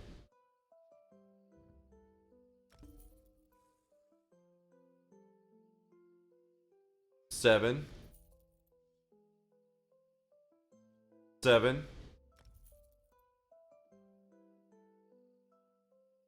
There we go.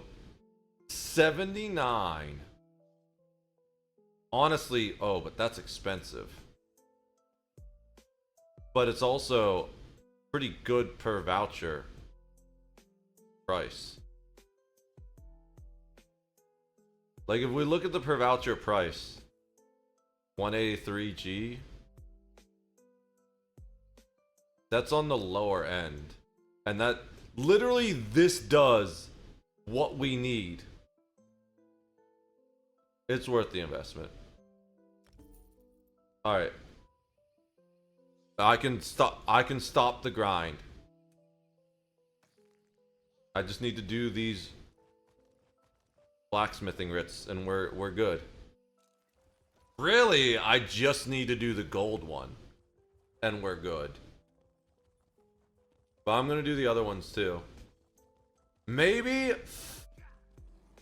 Honestly, if we can find another 79 like that... I went to the wrong one. If we can find another 79 like that...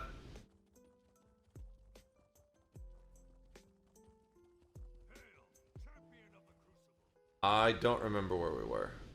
It was one of these two. It was this one, I think, that we just finished. If we can find another 79 point rip, we can get the larger chest, and then we almost certainly will have enough space. Whereas if we get the medium-sized chest, we'll only maybe have enough space. But we should still take all the ones we can get that are decently priced that we are capable of doing.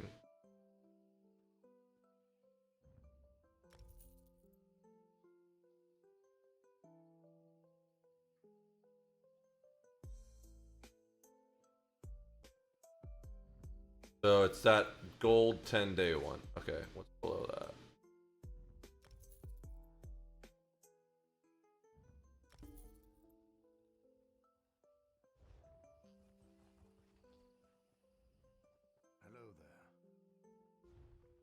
Hello there. Oh, there's a 98! Bro, that's so cheap. Why is it so cheap?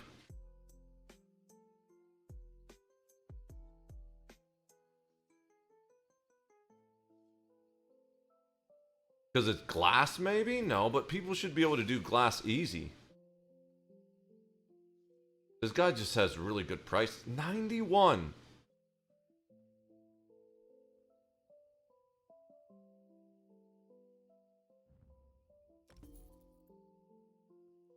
$109. I'm just buying all of these guys, all of this guy's rip vouchers.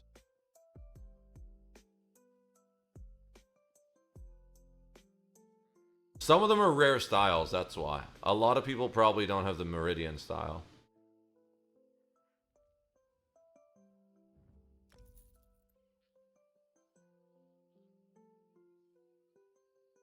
So 9 days, 437 below the 8 days.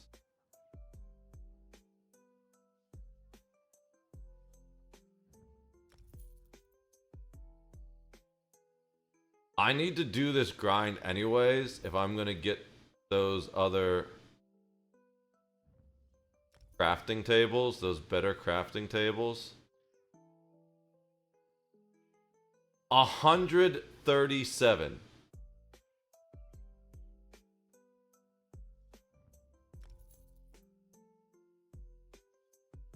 $84. 100. We can't do that anyways. This is the last one because we're out of gold. We're literally out of gold.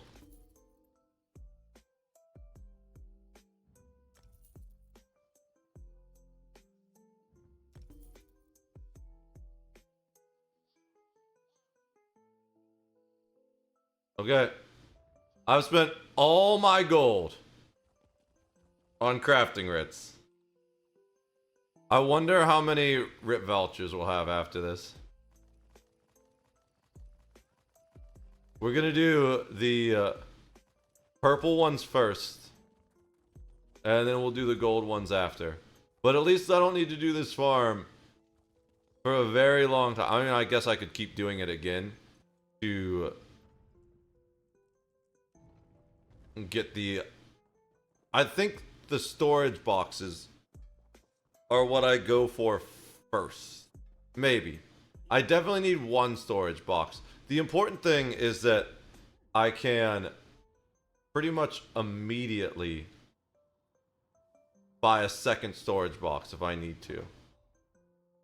Oops. Where... I don't know this crafting area. Up top, maybe? Yeah, it's up there.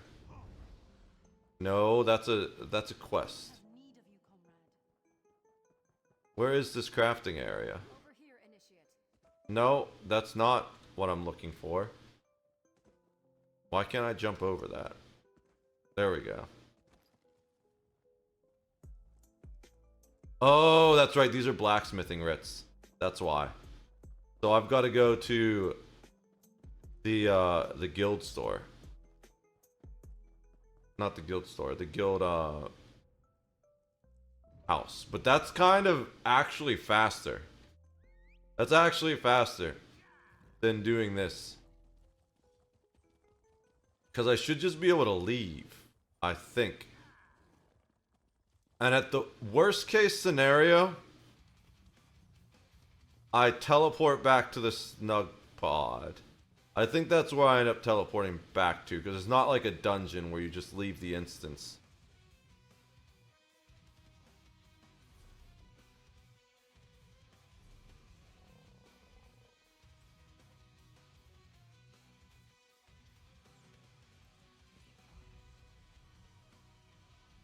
Yeah, it's not going to be like a dungeon where you just leave the instance. Although, since I have to spend so much time recalling now, I might actually have, and then going through this loading screen, I might have time to eat Nutella crackers in between.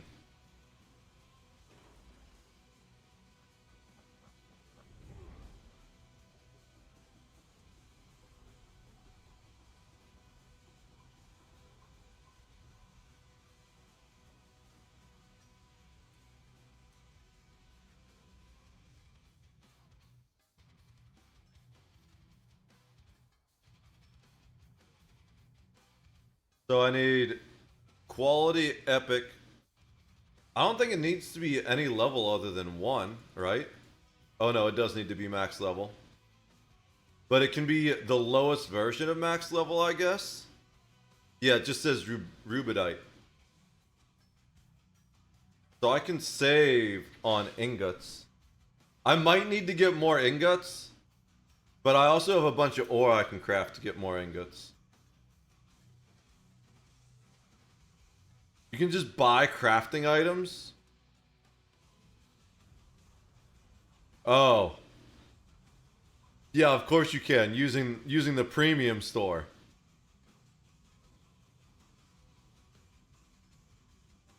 I need...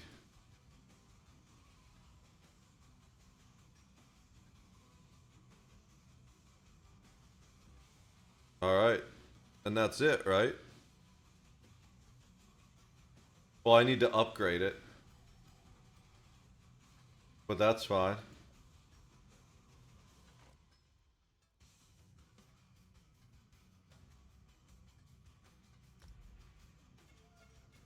They all need to be purple. Oh, that's gonna suck. I'm gonna run out of purple upgrade materials.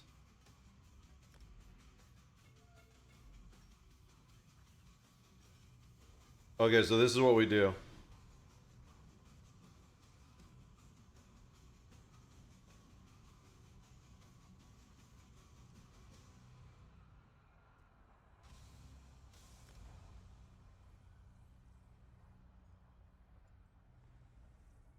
The primary reason I'm so low on purple upgrade materials is because I used to, when I would make a bunch of training gear, not just for my new characters, but also for other people in my guild. And then I would make blue originally, but then when I made the second set of training gear, I'd make them a purple set of training gear to max out their training. I should have just kept it at blue, to be honest. I love how so many people clearly got that just for the teleport. Especially a lot of master crafters, because look at that guy. He comes out of it and goes straight over to the master crafting area. Alright. So this is what we're going to do. I need to go to a bank. Where's the bank here? Probably inside.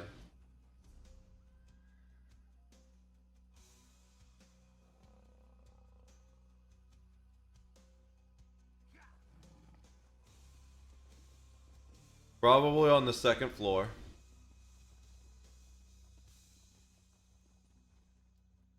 I don't see anything that looks like the bank. The bank is like a chest. Elden Root makes no sense to me. I get so lost in this area. Okay, I see 2 banks. As long as one of them lets me access my guild bank, that's all I care about. No safer vault in all of the Dominion. Do you see the trolls? We have trolls guarding our vaults. I've killed so many trolls. I don't care about your trolls. Alright, so what I need to do is withdraw all the raw blacksmithing materials that I have. I can just search raw, right? But no, it's not going to...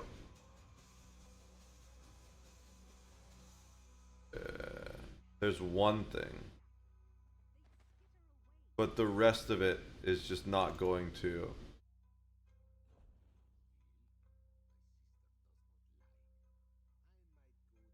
Not all of them are raw. Like, some of it's rough.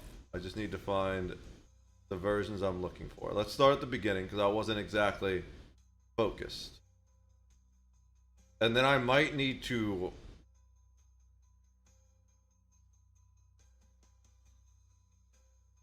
Then I might need to do some of my...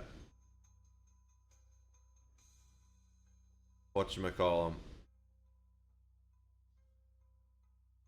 Oh, I'm also going to need to pull these out of the bank, too.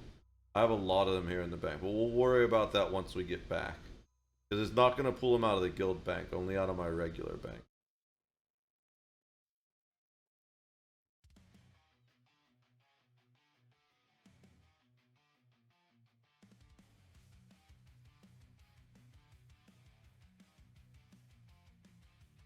Does dust... I mean, we're not doing jewelry. We're just doing blacksmithing materials.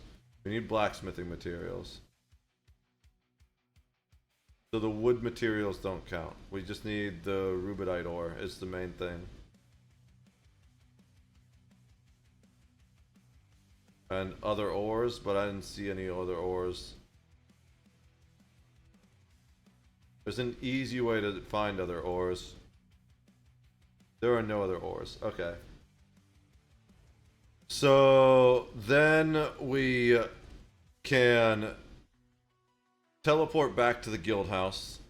Oh wait, I should just pull. So the grain solvent and what's the other one I need? Is there a blacksmithing thing over here somewhere?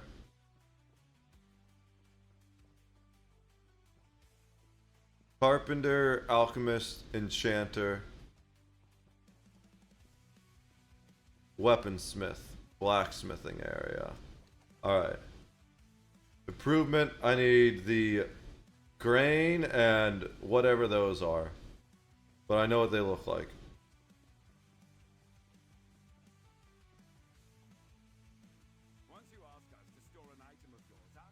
Grain oil, and I forget what the other one's called. But just look for the gold one that matches that. Grain solvent.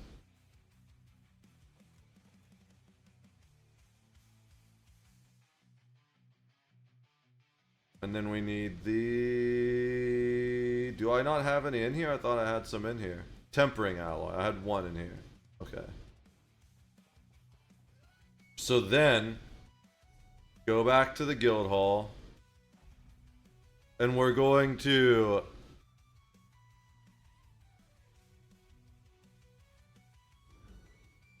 do as many of the writs as we can. And then if I run out of materials, which I probably will, because I grabbed a lot of writs, we're going to run blacksmithing surveys. I have a bunch of blacksmithing surveys.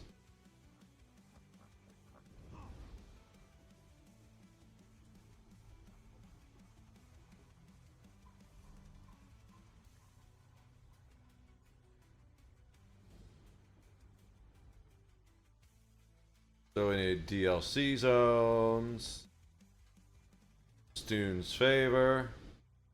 We need Stoon's Mall. We need a Redderon and Sharpen. And then we craft. I need to make sure they're all rubidite and be careful with that. Because I don't want to accidentally craft something and then upgrade it and waste all those upgrade materials. While we're here, we can refine. Let's just refine everything we can.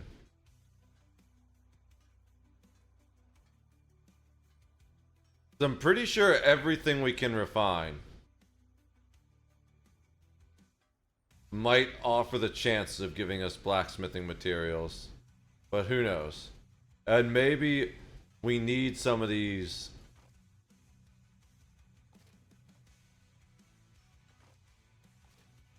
style materials as well to complete our writs.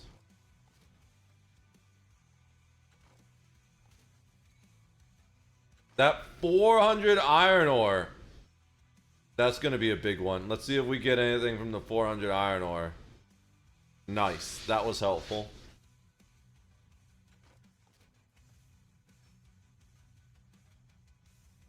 It looks like we get trait stuff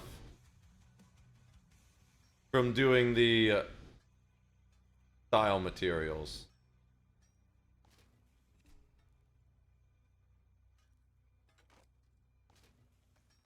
We only have 3.2k rubidite ore. I don't know if that's going to be enough. That's a solid bit. I've been stacking this stuff for a while, apparently. How many are we going to get? 10 grain solvents. That's not a lot.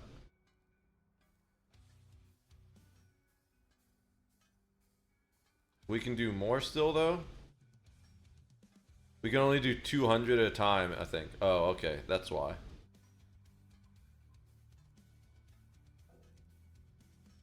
Oh, I need more inventory slots.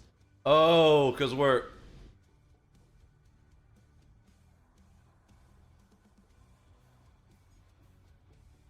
I don't think I can access the guild bank in here. This is why you need the crafting bag.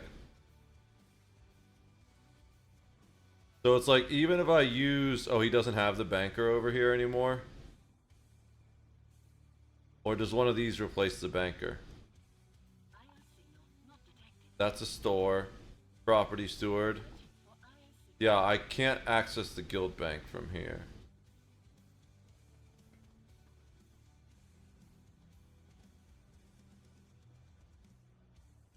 I guess the best way is just to teleport back to a place where I know I can get to the banker quickly.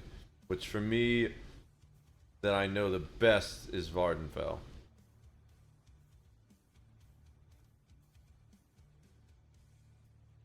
Plus, the banker in Vardenfell, you know what, screw it. I'm just... Oh, that's a lot of recall. We're already really broke now. I need to save every bit of gold I can. I didn't realize the recall was still on cooldown.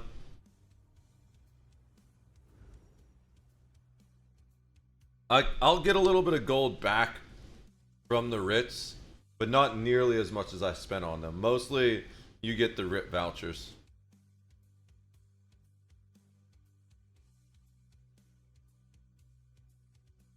But Vardenfell is by far, in my opinion, the best place for doing non-master writs. The sealed master writs, I'm not sure where the best place is. I'd have to look at the other capitals. I think it's probably here. The Ebon Pact is everything, but I don't remember what. Ebon Pact is best everything. I think it's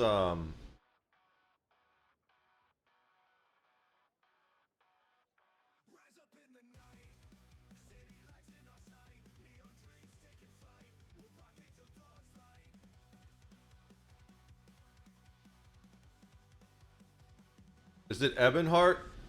Or is it... it's Davin's Watch is the capital. I've never done Master It's on an Ebonheart character. But Ebonheart's my favorite alliance. And I kind of wish I would have planned ahead and done that before I made this guy my master crafter. But it is what it is. Alright.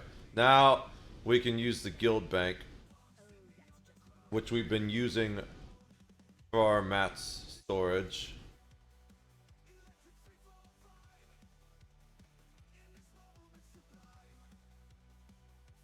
We're definitely not going to run out of rubidite ingots, that's for sure. The problem is we're probably going to run out of bank space in our guild bank, even once we double up the things we can double up. I really just need that, I'm just going to deposit everything that's not rubidite ore. Materials wise. And we can worry about figuring out the rest later.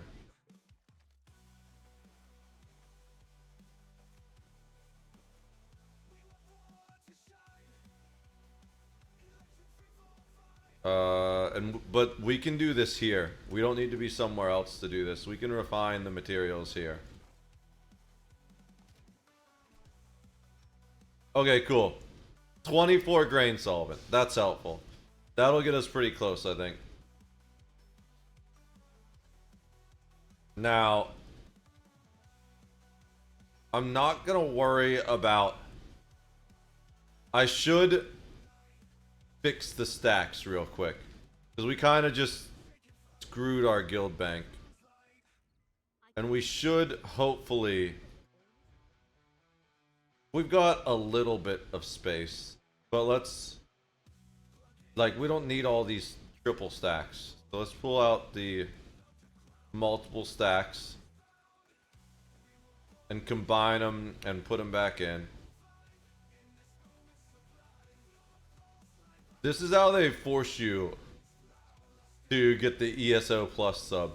It doesn't really matter for ESO plus.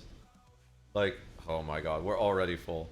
It doesn't even really matter for ESO plus until you start doing...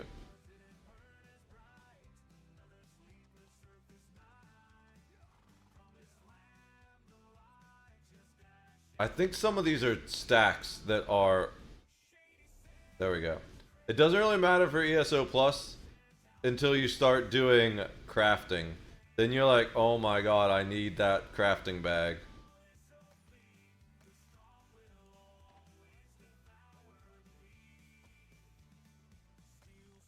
Especially, the worst part is the 200 stacks. Like, we're gonna have all that rubidite ore that has nowhere to go right now. We should keep the rubidite ore in our inventory. Eventually. We're gonna deposit it all for now, just to get it out of our inventory while we fix the bank. Same with the grain solvent and honing stones, but all those blacksmithing upgrade materials we'll pull out so that we probably use those first, hopefully, over the ones in our bank and our crafting bag.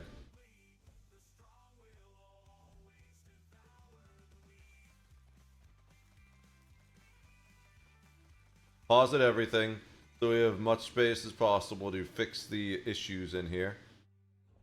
Alright. Things that are stacked that aren't... Things that we have doubles of that aren't max stacks.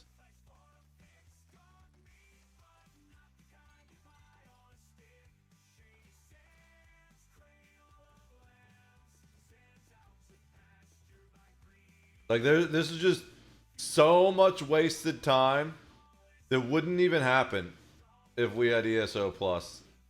That's the first thing I'm subbing to once I'm sure I can maintain the sub again, is ESO plus.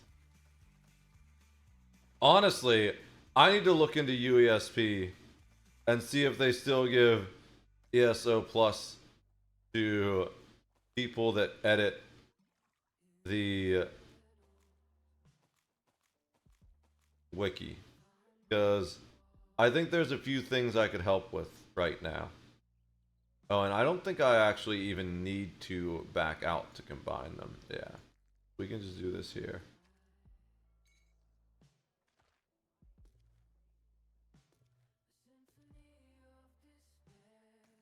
They did it for a while, but I don't know if they still do. I really hope they do. That would be a huge incentive for me to help with the things they said they're missing.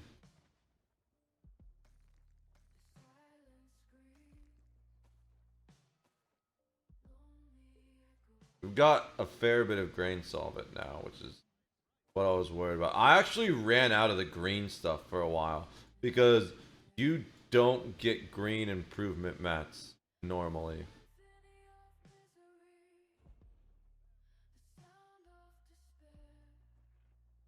Oh wait, no, we need to deposit first. You don't get green improvement mats normally. It's kind of rare to get green item drops once you get into the end game. So by making all the training gear I was making, I ran out of green improvement mats real fast. Especially because I wasn't doing my surveys.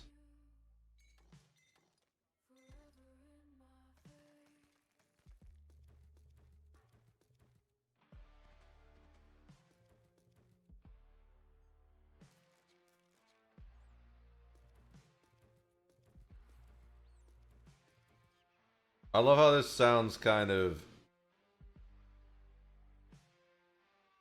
Billie Eilish-ish. I'm not a huge fan of Billie Eilish, but she's got like 2 or 3 songs that I think are absolute jams. The first Billie Eilish song I absolutely loved was Bad Guy. I was like, bro, this is fucking amazing. It's so good. I actually learned the bass line on my bass, but I don't think I remember it anymore. It's been so long since I played bass. All I'm trying to do right now is when I'm not streaming, grind through the backlog of content that I have and get that all uploaded. Once I complete that, we're gonna start working on the music again. But as I mentioned a couple times, my single highest priority at this moment is to get the YouTubes so I can monetize them. At least one of them.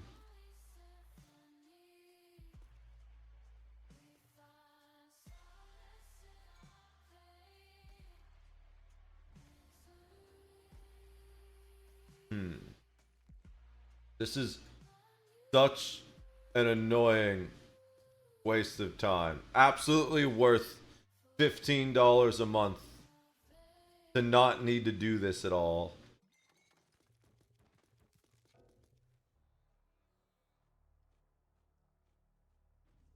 Especially because the guild bank kind of lags out, whereas the normal bank doesn't seem to lag out as much. And you can kind of spam stuff in and out more. You don't even need to do that.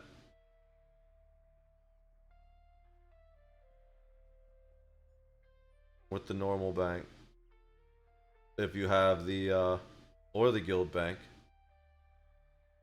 If you have the crafting bag.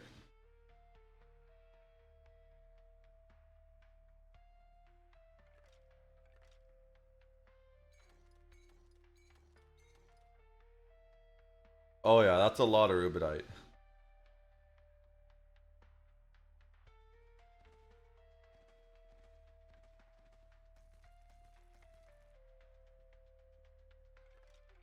Maple, oak, ash, sapphires, sardonyx, steel, tar, the dairy. We need the tempering alloys. We'll end up pulling those out. I don't want to use this As much as I should probably pull out the style materials and stuff too, so we can use those first. Don't want to, but as long as we have inventory space, it would probably be the smart play, you know?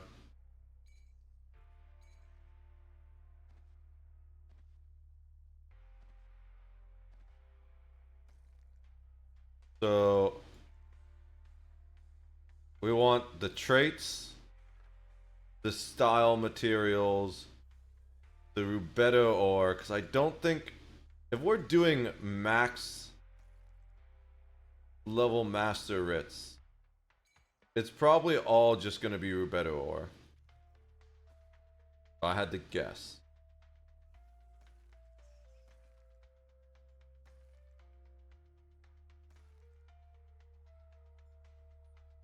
Alright.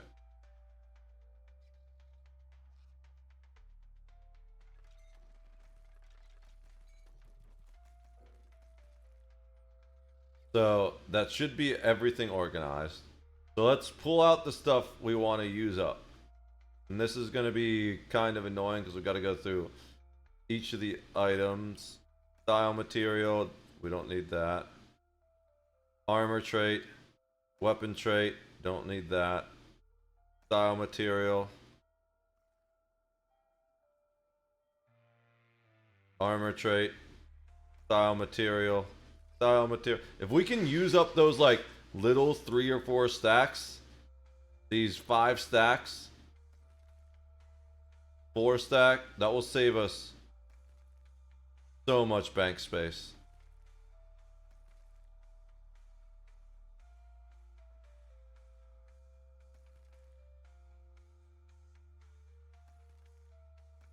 Oh, we don't need that. That's a jewelry trait specifically. We only need armor and weapon traits, style materials, and blacksmithing improvements, as well as Rubedo ore.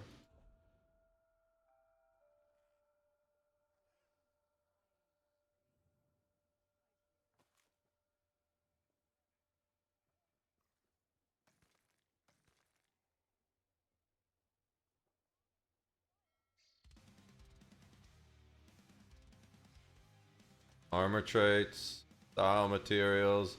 This is annoying having to do this all.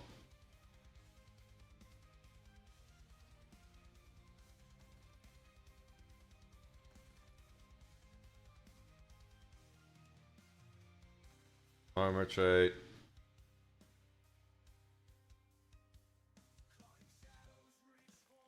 There's the grain solvent we did all this for. We absolutely need that.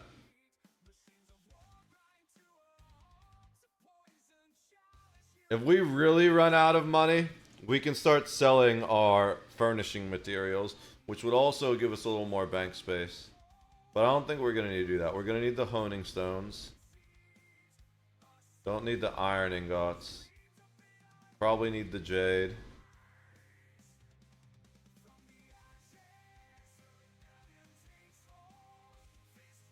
Malachite, we might need that. Manganese. Molybdenum. Moonstone.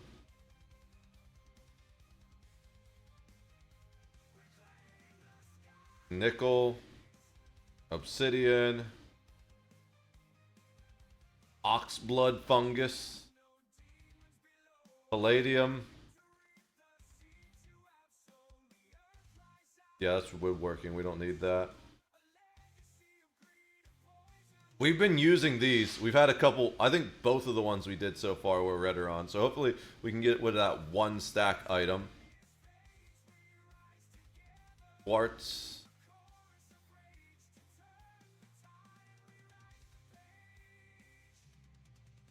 There's the rubidite ingots.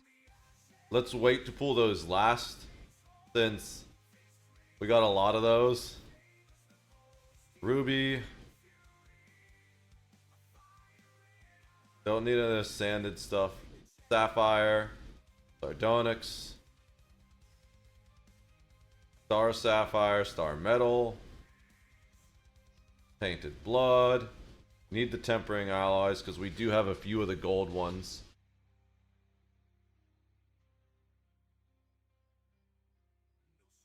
turquoise, iridian.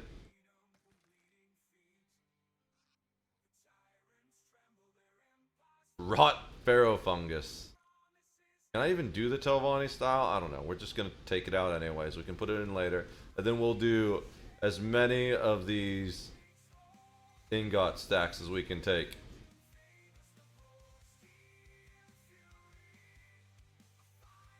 We should leave space for 2 items. So that I don't have to worry about it telling me I don't have space to craft the shit. And it's possible, I don't think it's going to happen, but it might be possible one of them requires like 2 weapons. Oh. I should deconstruct that stuff, but I don't have the space right now. And I don't want to put all that. Oh, we can sell. We can sell to get more space. Let's go.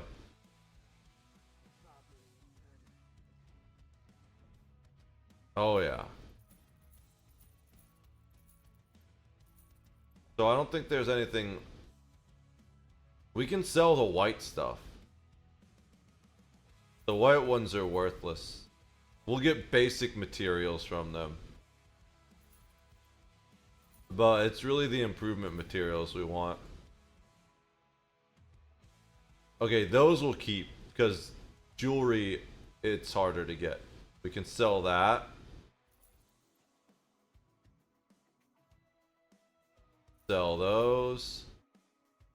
We make way better potions. I can use the 10 transmutation geode.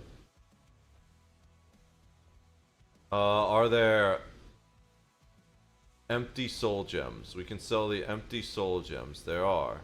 Gives us another stack. We can sell the white enchanting glyphs. Alright. That. Oh, and we can use that stone, I said. That might give me enough to pull all the rubidite ore out. Let's see.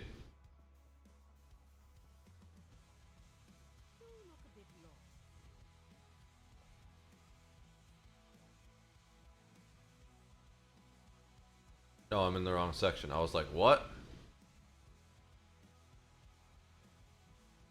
Wait. What? Oh, I'm in the regular bank, not the guild bank.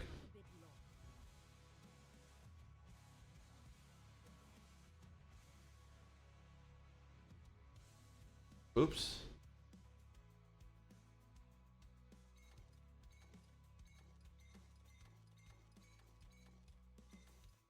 I got all the rubidite ore out. Perfect. So now we just gotta see how many of these we can do before we run out of improvement materials. And then once that happens, I guess we gotta run some writs to get more rubidite ore, not writs surveys. There's no point in buying improvement materials on the market. One, because I like spent all my gold on these writs to begin with, even though doing the writs will get us a little bit of gold back. But also because I have like probably over 100 surveys I need to run. So it would be a good excuse for me to run surveys.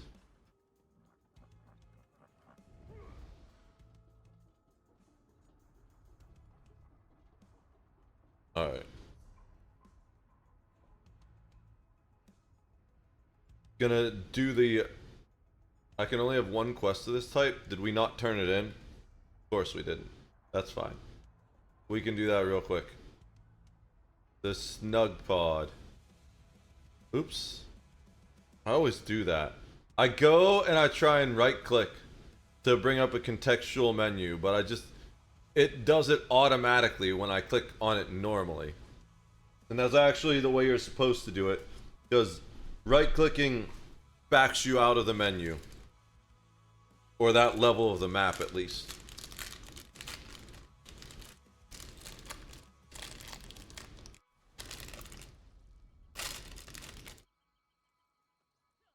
This grind is so insane.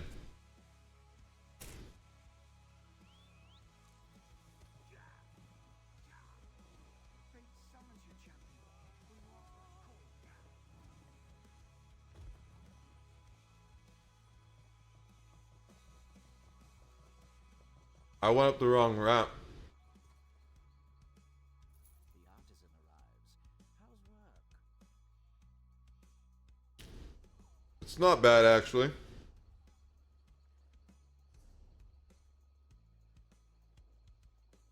It's much better now that I figured that these blacksmith writs pay way more in writ vouchers than the enchanting ones do.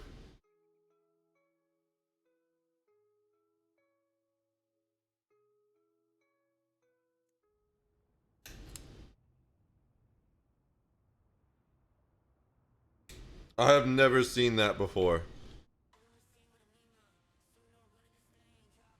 You know how, like, peanut butter? Do we get peanut butter juice on the top sometimes?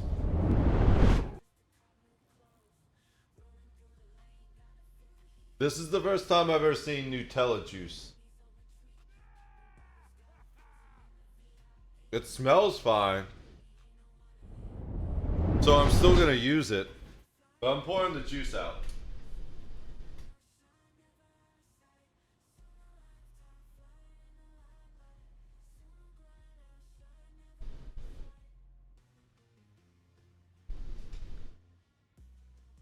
Alright.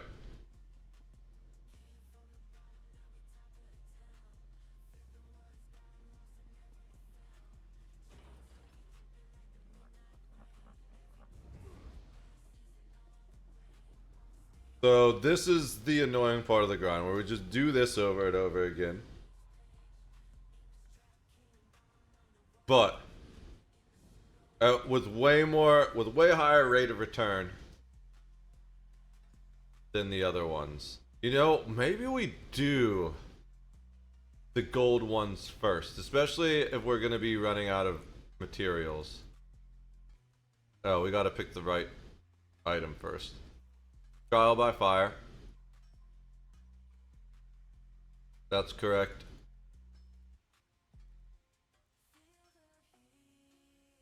That's correct. Oh, it's that way. Sweet. Hey, cat. He's begging for attention again. Mall of Trials.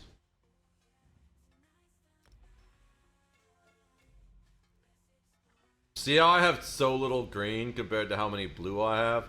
That's because I run lots of dungeons, and dungeons drop either blue or purple. And it requires more purple to improve.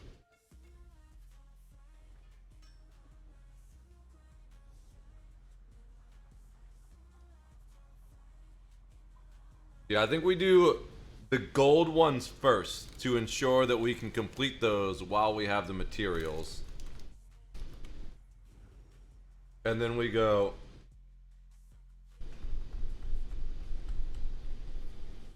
And then we go purples afterwards. I kind of wanted to, like,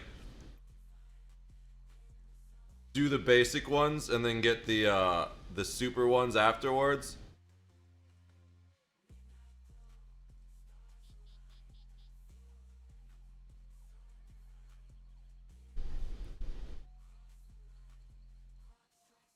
It's fine.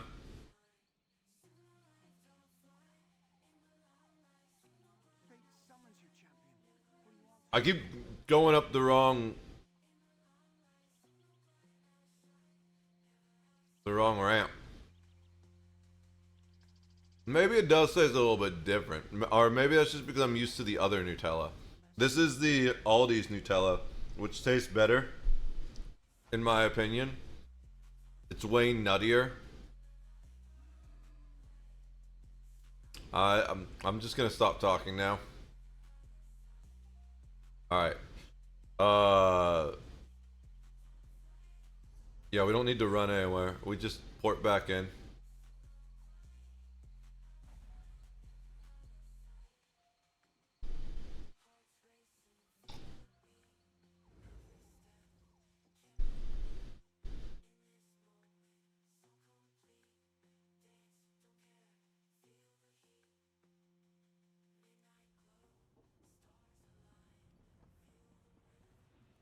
Alright. So we're gonna do the gold writs first. And honestly, if I complete all the gold writs, which will definitely be more than enough to get the boxes I need, I might just hold on to the other ones until after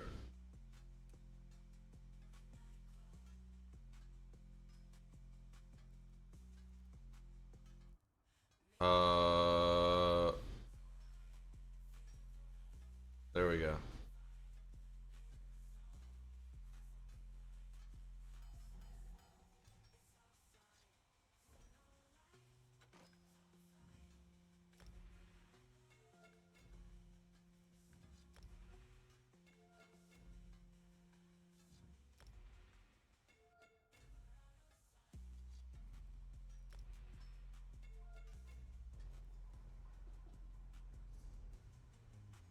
Dog pod.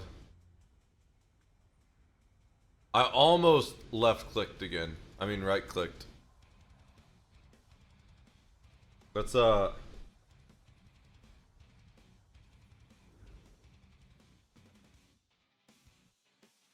it's runnier than I remember it be. It's nuttier and runnier than normal.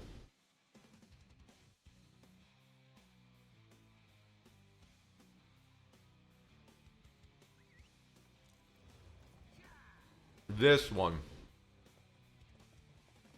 We went up the right ramp that time.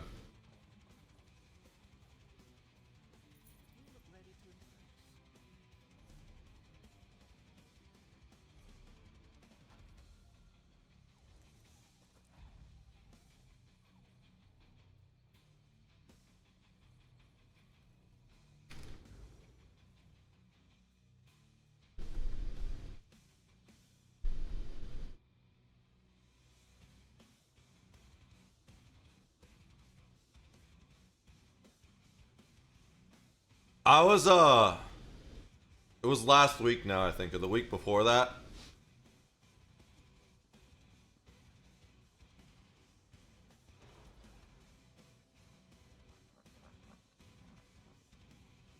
I was trying to figure out how much of a delay there is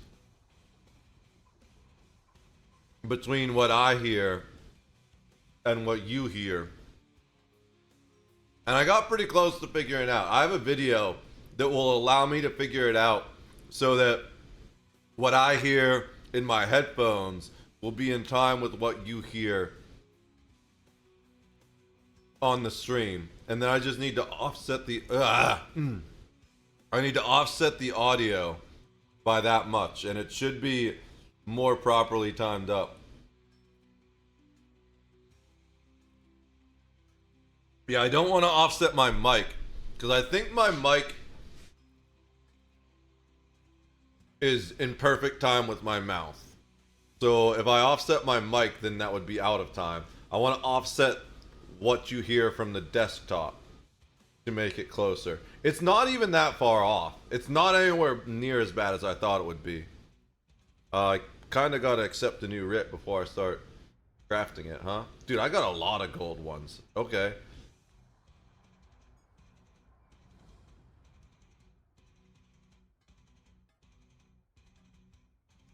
Gotta put the set on first. Ooh, redistributor. I actually like this set. I had a healer that would base this, that was based off this. Or was it one of my tanks? I'm trying to remember. It was either a healer or a tank that I put this set on for fun.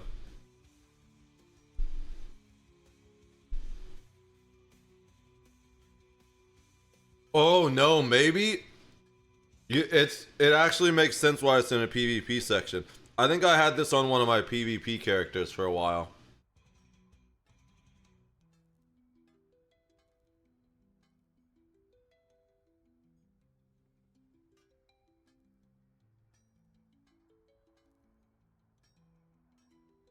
I didn't keep it for long though. Unless it's still on there. Watch it still be on one of my characters and I don't even know. I'm not really sure what most of them are running right now.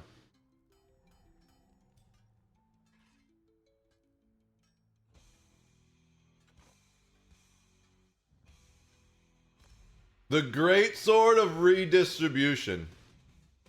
We need one of those in America right now.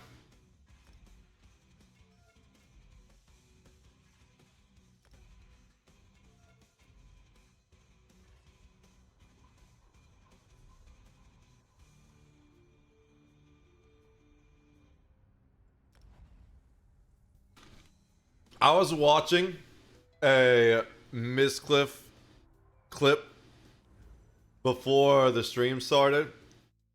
And he was talking about how, like, the next 4 years, he was watching the inauguration. He was like, bro, this is endless content. Trump is the ultimate content brain. The next 4 years, we don't even need to try for content. We just react to whatever Trump is doing.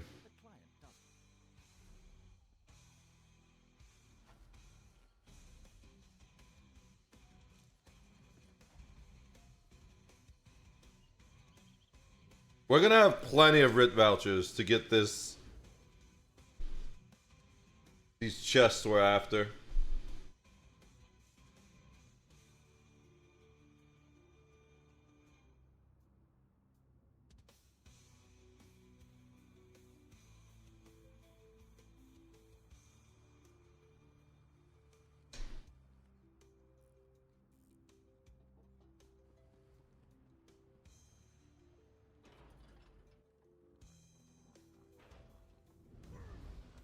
I do eventually want to get my own master crafting table, so.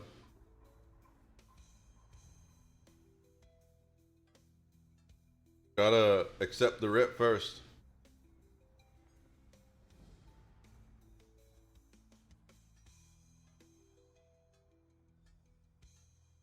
Sentrat's Grit?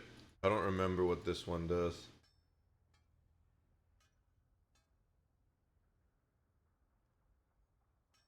I think it's more likely to be these front ones, so we should check these front ones first.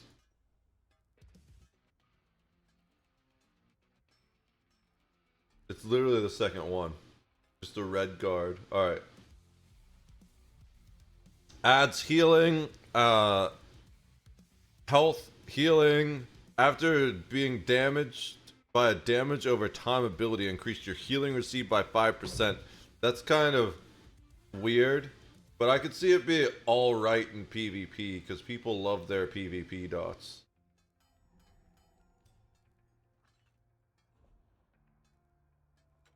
I imagine there's way better sets to use, though.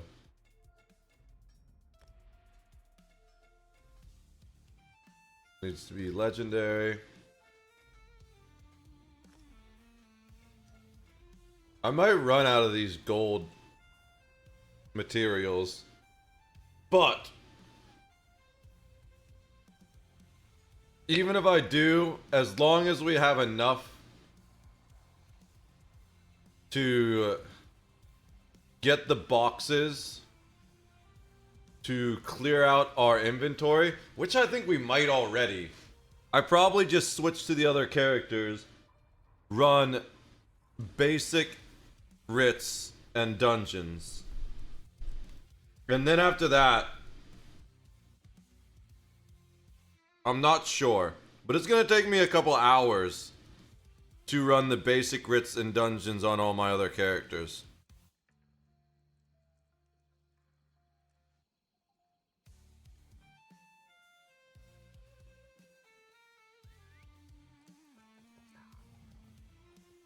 Do we level the Arcanist, maybe?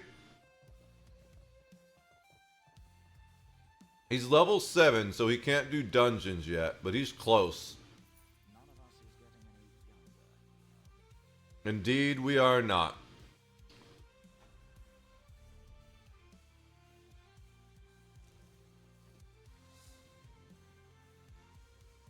Why did I not teleport? Was like being inside of him the problem? I need to watch my phrasing. Alright.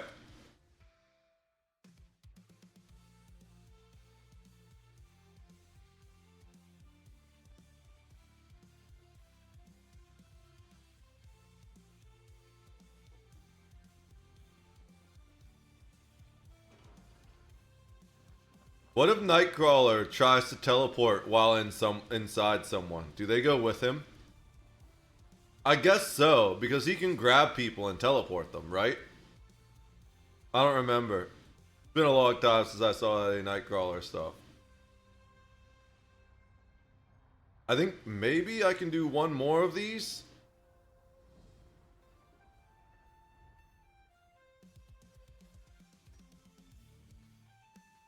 Because I just don't have any more upgrade materials after this. This is my first armor one. That's pretty cool.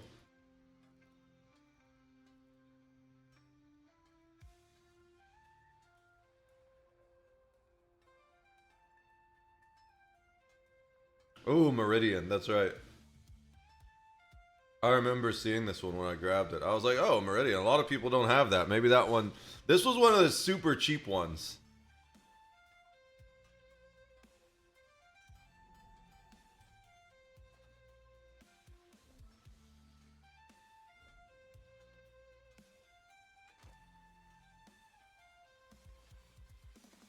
Why is that blinking at me like that? It's distracting. I'm gonna upgrade the wrong thing. Yeah, this is the last one I can do. Because we need 8.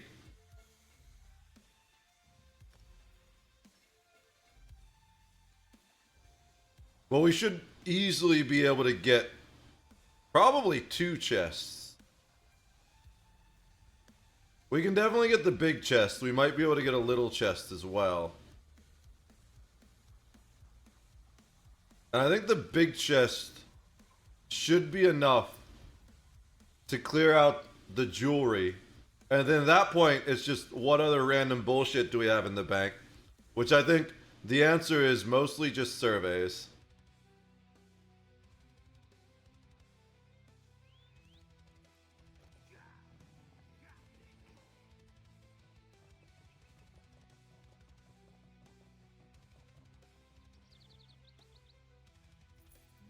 Alright. We can get 2 of the big chests. Although I kind of want to save some of the writs to get the Master Crafter stations.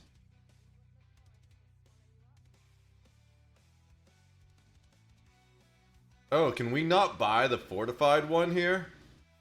Is the fortified one you get as a drop or something and then you just have to buy the rest? That's interesting. Well, let's get the Oaken.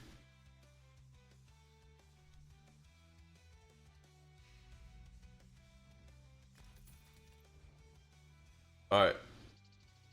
War Maiden? Really? What's War Maiden do?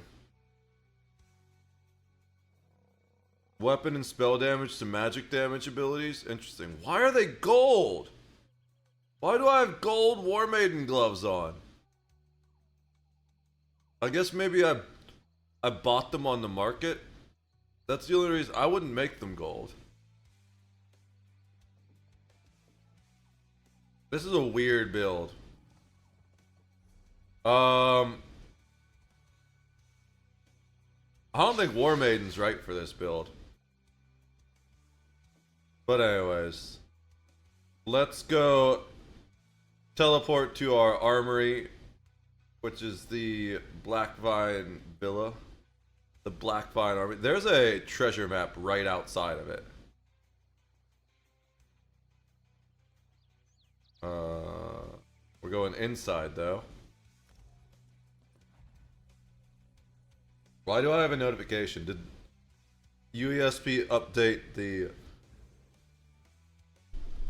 the guild message of the day again? They generally do that a lot.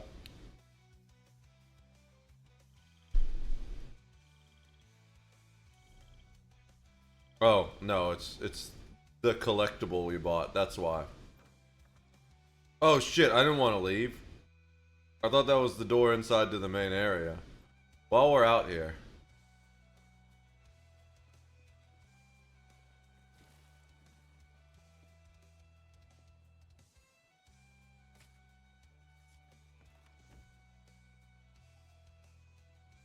What do we got here?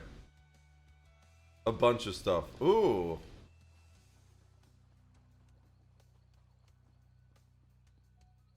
The funny thing is, I bought that motif. The upside is we can just sell that motif to make money. That's what I should do. We've got to sell, put stuff on the bank. I mean, not the bank. On the,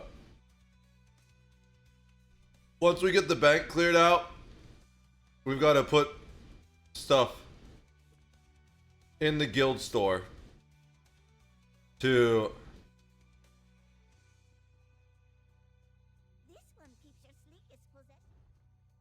get rid of as much room as possible.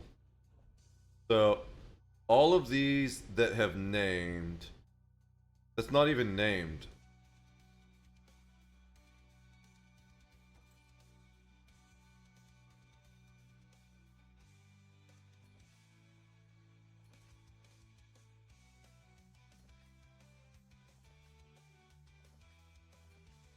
Normally we don't keep 2 copies of it, but since rings, you equip 2 rings, we do keep 2 copies of that. Dude, we have 2 gold bright throat bowstrings. Those are, look at that. Those are 178k a piece. Up to 223. We'll just say those are 200k a piece. I could sell those. No, I can't because they're bound.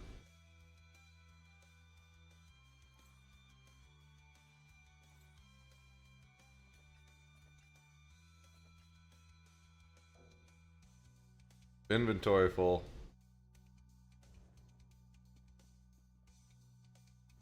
I forgot to get rid of all the RM, the materials I'm carrying. That's fine. Wait, I have 2 crab claw charms? I just got one?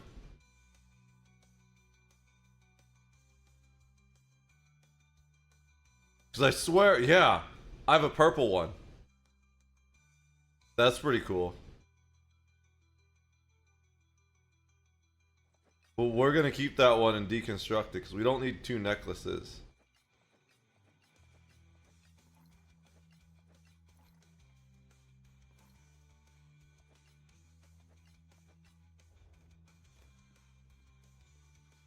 What do you require of a zombie?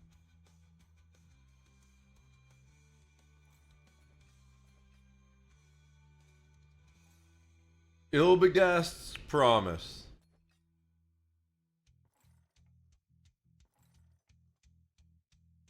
Warma Shepherd's Charm. See, some of these names are amazing. We don't need both of those.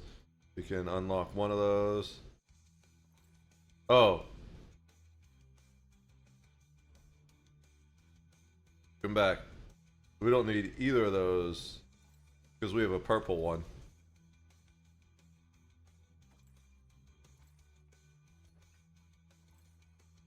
Oh, we have 3 Matriarch's rings. We can get rid of one of those. I think they're all the same because they drop the same. That. Mighty Glacier can just get deconstructed. That's gold. Oh, but that's just like... Oh, the minor Aegis is really strong.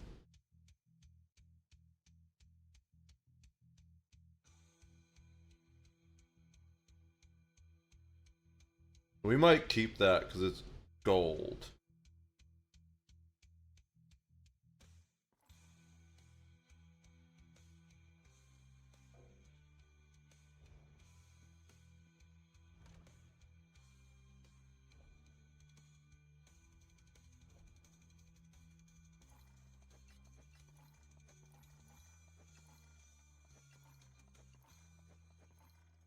Alright, we've got to be almost through these jewelry.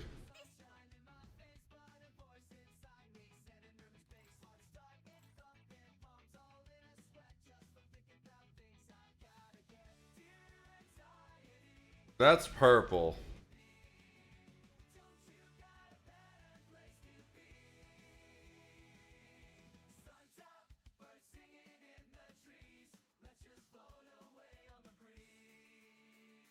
Like, if it weren't...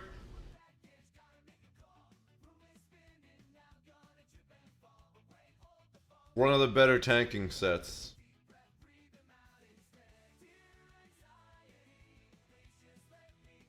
It's kind of like a oh shit tanking set.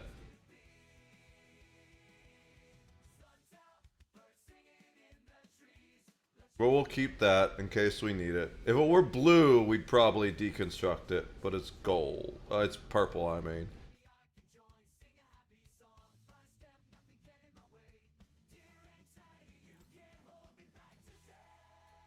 Spell power cure necklace. We don't really need those, though. Unless I'm trying... I think I might be trying to put spell power cure on someone, so we'll hold on to those.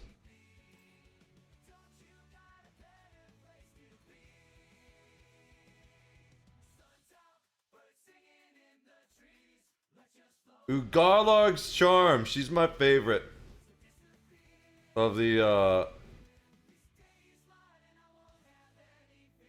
she's my favorite of the Undaunted. She always makes me laugh.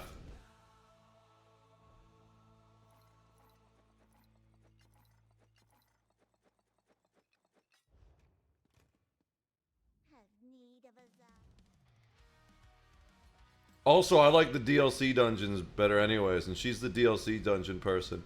That's one of the main reasons I want. There's just so many reasons you pretty much need ESO Plus to play this game. Alright, is there anything that I don't want in here that's in here? Yeah, there's lots of things I want to sell.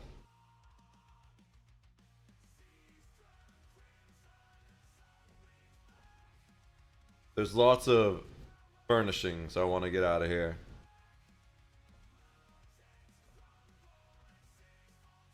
And there are so many surveys.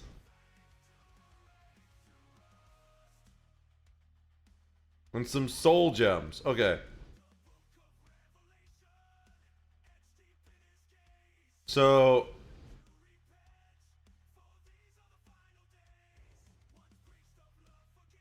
let's go back to... actually...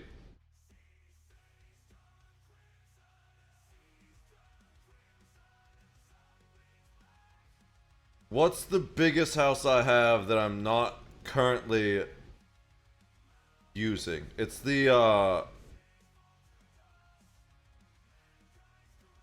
where is it?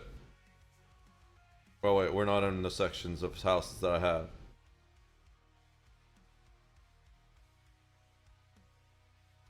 Hall of the Lunar Champion. I think it's the biggest one I have that I'm not currently using because I haven't done the thing to unlock the other two sections. So we're gonna drop all the random bullshit I have in there until we get that house set up.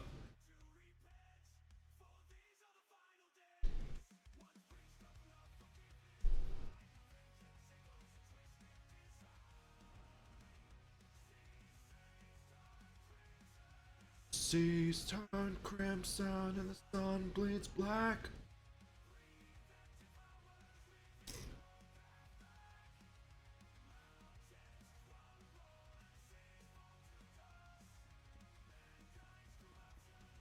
Alright. We gotta drop the banker somewhere so we can get the stuff out of the bank.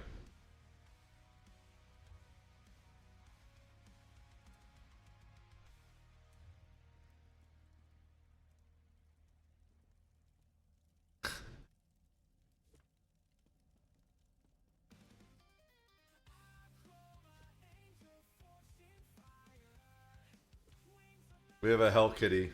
No, it doesn't look. It doesn't look as good as I want it to. Just put her next to it. She wants to be nice and warm. All right. Oh wait, I can just place things from the bank, can't I?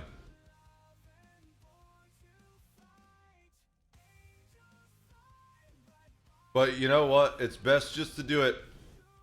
Pull it out of the bank. That way it'll say it's in my inventory, I think. How many things are there?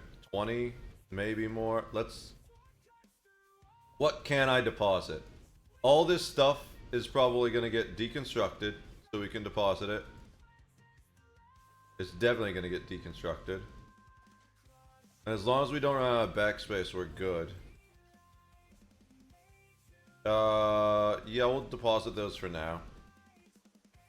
Definitely deposit those. He can't even use those.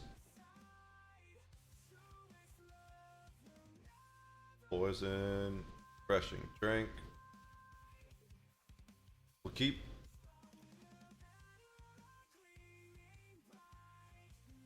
We just need one stack of that, one stack of that. Fragment of the Crucible. Consume the fragment of the Crucible along with fragments of Hercene, Badman, Wolf the Descendant. Okay. I don't know if I can even use that really. Character bound. Okay. I think that's an event thing that I didn't finish maybe. I don't know.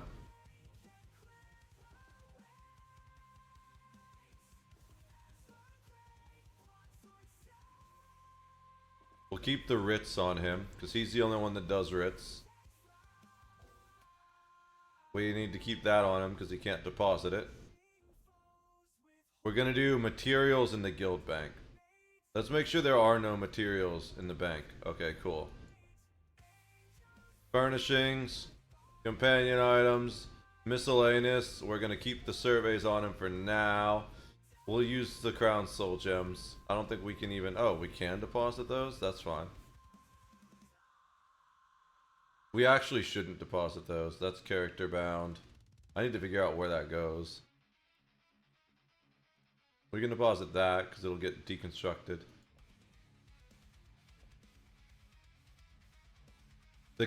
There's no reason to deposit the crown soul gems because they just take up an extra space and they won't stack with other soul gems. Alright.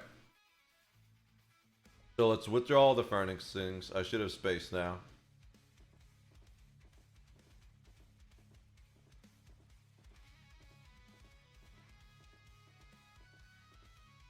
Alright. And then we'll just throw shit everywhere in here. And we can come back and grab it from here if we need to.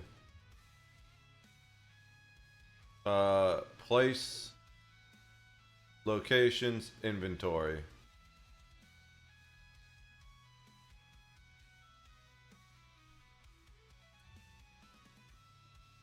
Put the mushroom here. Pumpkins can chill here too.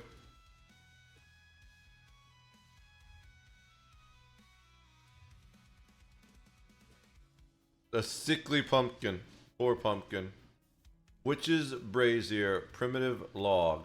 Sure, these kind of work here in the pumpkin patch area. Hagraven cauldron ritual. This one, I think this is the one that glows green. Ow. Hi, kitty. Put this in the opposite corner to not mess with the lighting so much. Let's see. Ooh, more pumpkins. Dude, that's a cool pumpkin. I love pumpkins. Ooh, it's a lantern.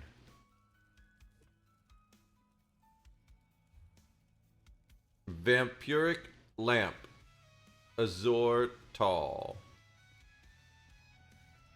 We will move this stuff over to the vampire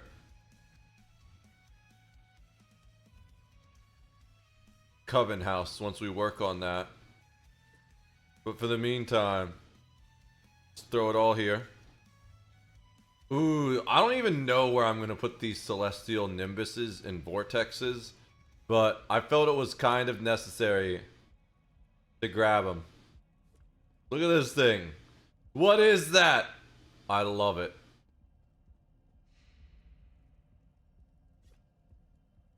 Oops.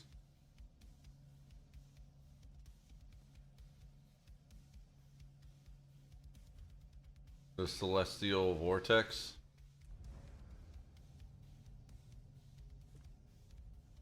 I'm not even sure what I'm going to use those on yet. But they were just so cool that I had to grab them. This should be more like in the air. It doesn't even matter because I'm just throwing the shit here. I just want to be able to see the vortex effect. Have a gathering of ruby flies. Probably over here.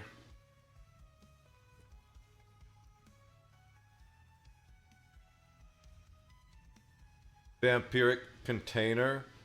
Yellow. Liquid. This will probably end up going in the, oh, come on. These will probably end up going in the, either on the upper floor or the feeding room. Witch's totem. Empathetic warning. We'll put that over here. Emphatic warning. Also over here.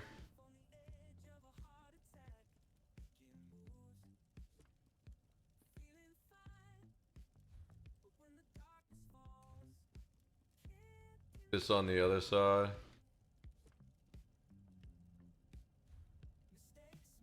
Congealed liquid.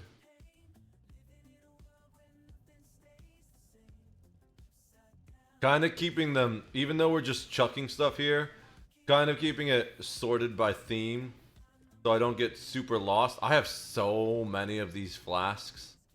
I don't even remember where I got all them from. Probably an event. Alright. None in the search. What about bank? None in the search. Awesome.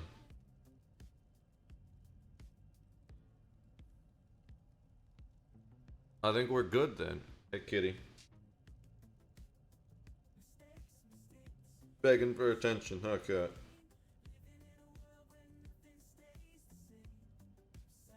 Yeah. So that's one less major banking issue.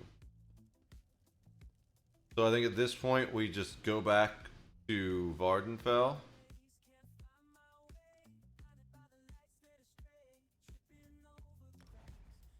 Sort this character's inventory. Sort the materials and put them into the guild bank. And then we're good to start doing stuff on the other characters for a while. But I am going to need to do the surveys eventually, because they're just taking up way too much bank space. We'll pull a lot of them out of the bank once we get everything else out of this guy's inventory. But the only way to actually deal with them is to do them.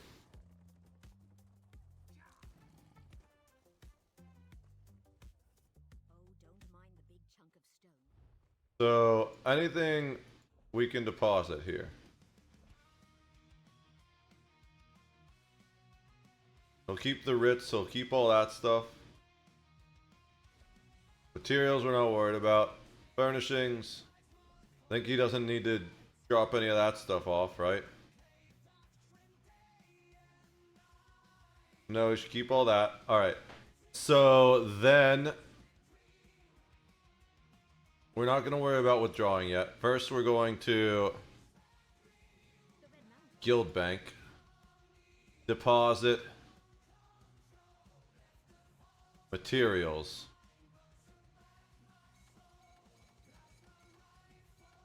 He used all of the stuff, but the ore.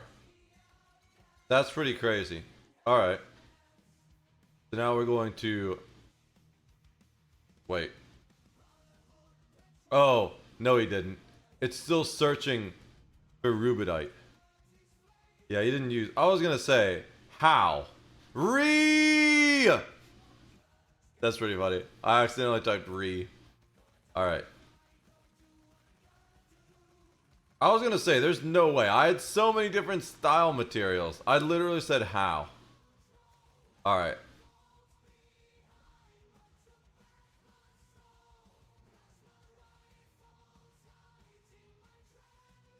I need doubles. That aren't full stacks.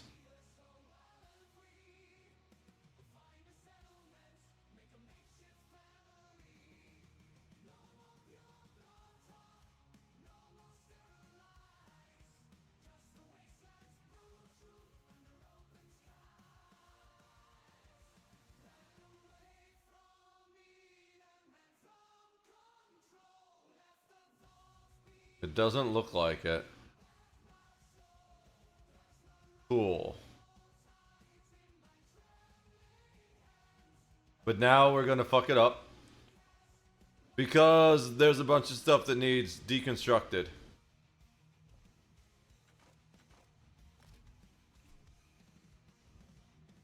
And then that's gonna mess it up. Because we're gonna have some double items. Some double stacks.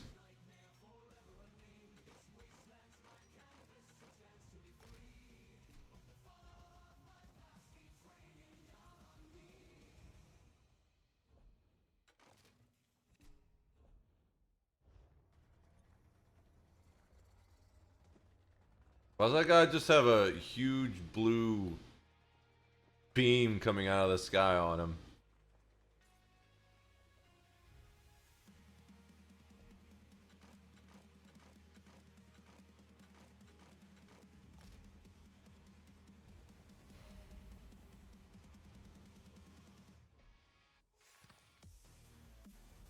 Alright. So now I come back here. And I'm not even gonna worry. We still have plenty of space in the guild bank. So I'm not gonna be too worried about these double items until later. Because we're gonna need to do it all again after we do the writs on everything.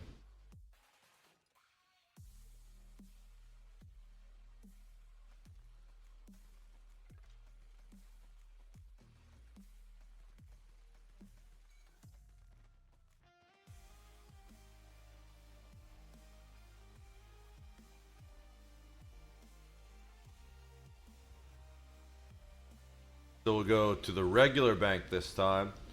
I deposit the extra cash, especially since we're so low.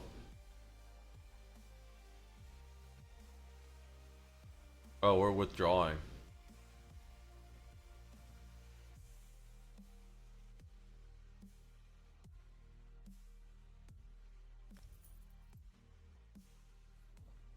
And then pool.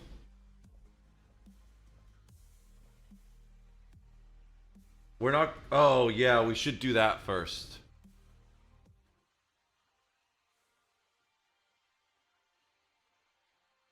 that even worth selling? I guess, because we can't sell it to the normal vendor.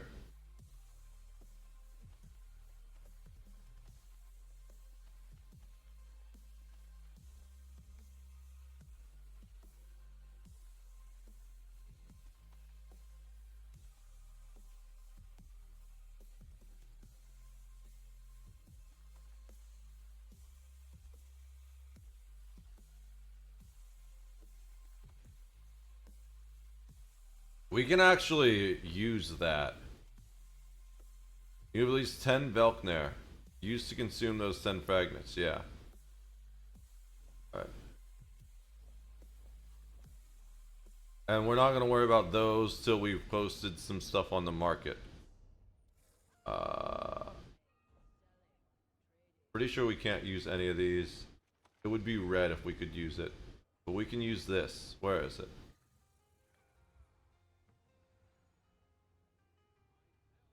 You already know this. I have at least 10. I guess we sell these too.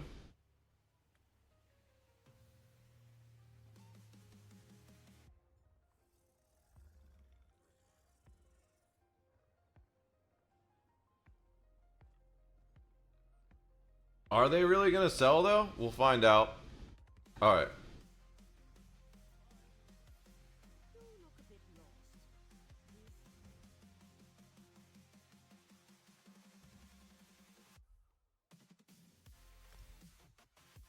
I probably need to... I'm not gonna sell my treasure maps. So...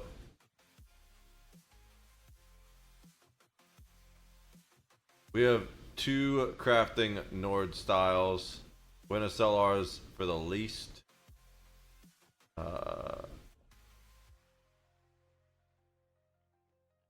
I feel like there's no way this sells, but we're gonna try it anyways.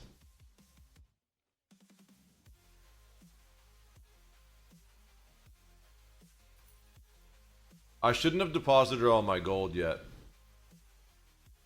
because I might run out of gold listing stuff. I forgot that gold costs listing prices, but it is what it is.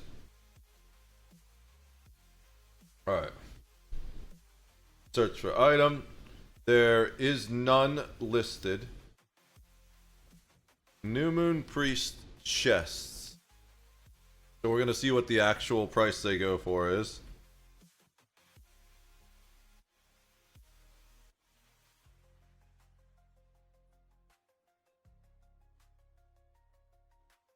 About 1K it looks like. Not even. More like 800 gold. Put it up for 800 gold.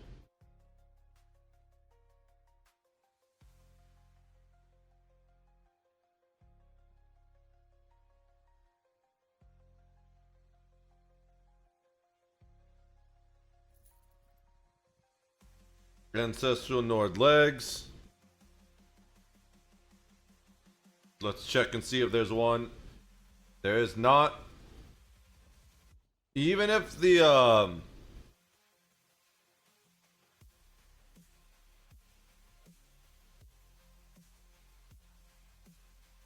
what am I gonna say? Even if the store price is higher, you want to kind of make sure you're competitive with other people selling in your same guild store.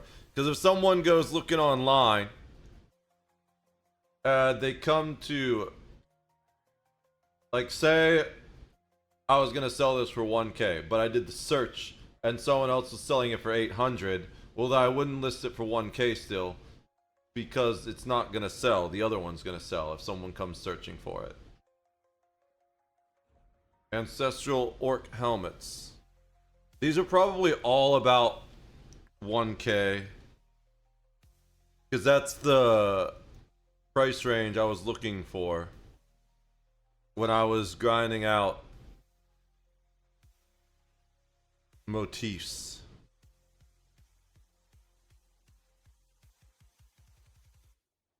Actually, this one might go for a little more.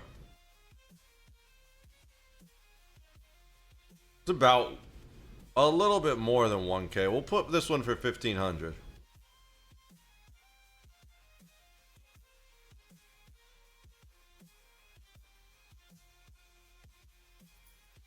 Ancestral High Elf chests. Well, let's check and make sure there's not one located here first. There's not.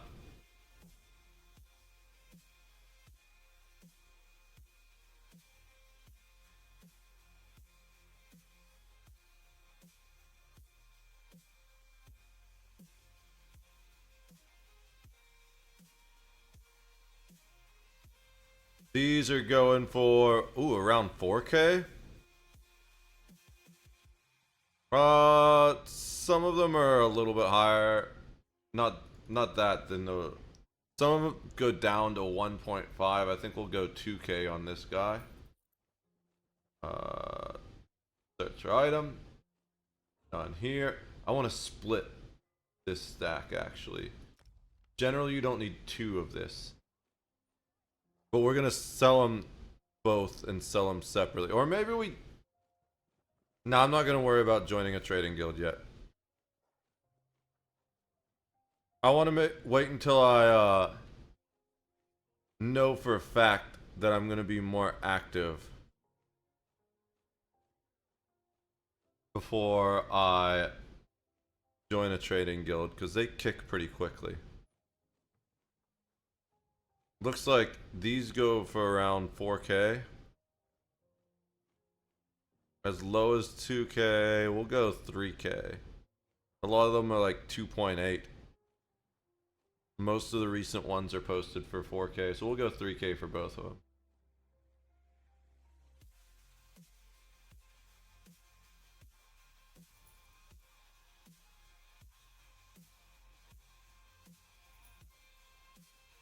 Formula, Daedric Brazier Table.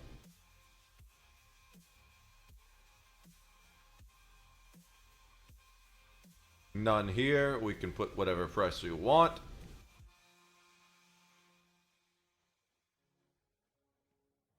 Daedric Brazier Table. Formula for it. The big thing when you're searching these formulas is make sure you search the formula and not the item itself, because they will generally go for a little bit more than the item. It depends. I kind of want to know. We're going to sell this for 500, I think. Maybe only 300. Looks like 300 is more common. I kind of want to know how much the table itself goes for. Sometimes the tables themselves go for more because of the crafting materials required. Let's see. The actual table itself.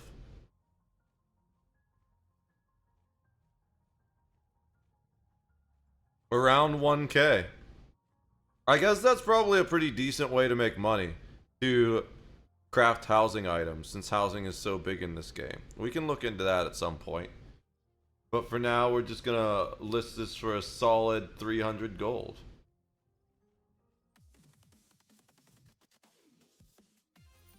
To stay competitive. I might need to sell these, but I don't know. Well, actually, there's a way to figure out.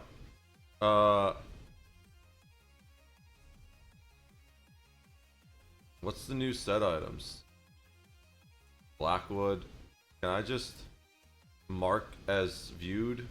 Oh, the frostbite necklace. I remember that. I got a new fungal grotto item? Oh my god, I haven't had the greatsword. How many times have I run fungal grotto that I'm still missing 2 weapons? Holy shit, dude. How? Now I'm missing 1 weapon, but still. That's crazy to think of.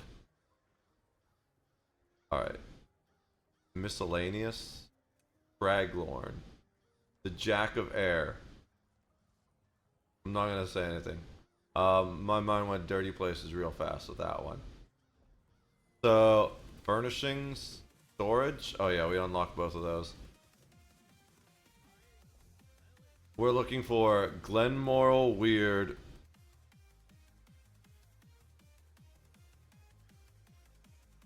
We're checking to see if there's any pieces we're missing. If so, we still need that treasure chest. No.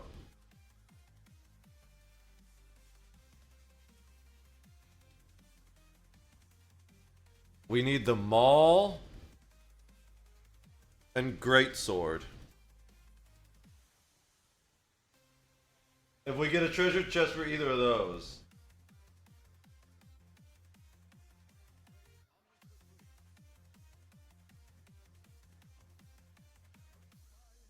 I think that it's just swords and hammers, so it's going to be the same thing. Oh no. I guess the sword is separate. So maybe mace as well as separate.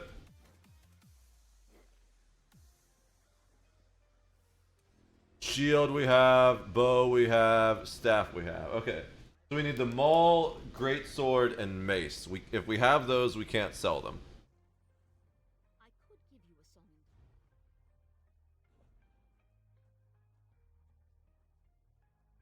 It doesn't tell you what it is. That's unfortunate. I guess you just go and run them then. and you sell the item once you get it, maybe? I don't know. I forget how those treasure maps work. They work different than the other ones. Khajiit Stool Crescent. None in the store.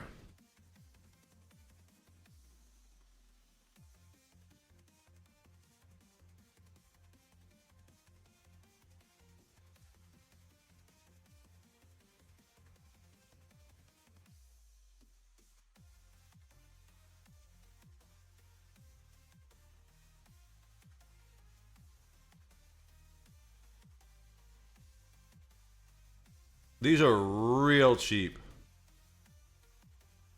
That's not even worth selling to her. We're just gonna sell that to the probably the same thing with stuffed capron. Stuffed capon, I don't know how to say it. There's definitely not an R in there like I originally put there.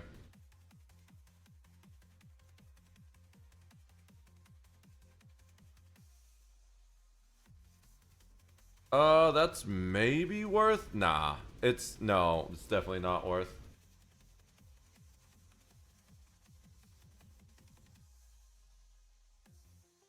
The Velknar bindings. Those are probably worth a bit.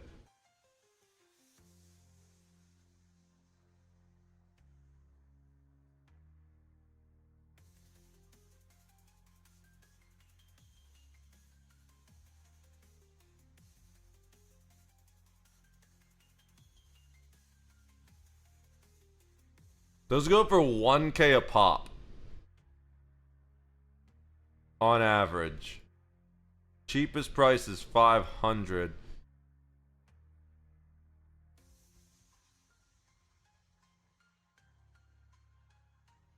Although some of them go for less. There's a lot listed on the market, and they're all listed for 1.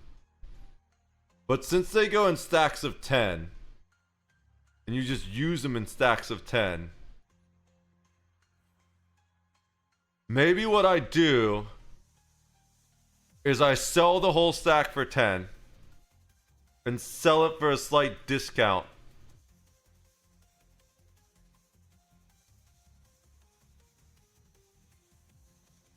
Hopefully I list it for the right price, because I've messed this up before. So it should be 10K, but I don't remember which way it modifies it.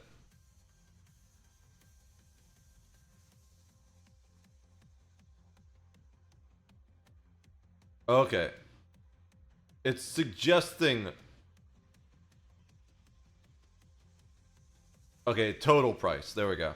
It's suggesting 15, but we're going to go for less than that. We're going to go for 9. And then that makes 900 per piece.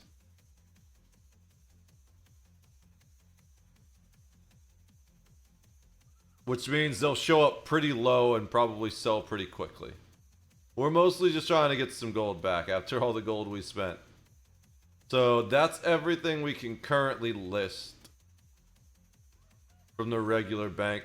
We're going to sell that blue recipe and that green pattern to the merchant,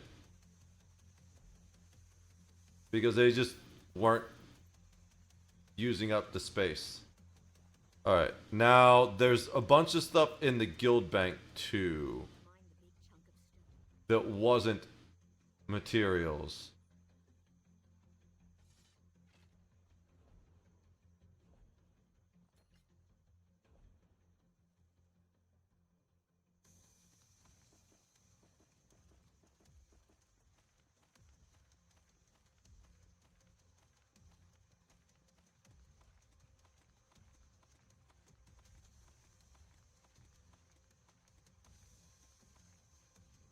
We probably don't want those in the guild bank. We've been putting that stuff in the normal bank.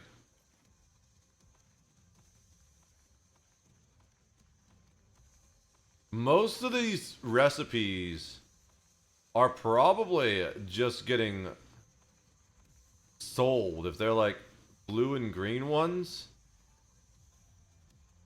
Although I kind of want I should put the recipes back for Rita as I take more. Those we can sell.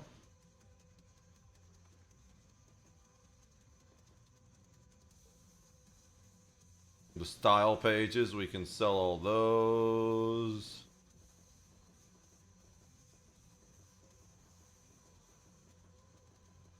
These are all from event farms.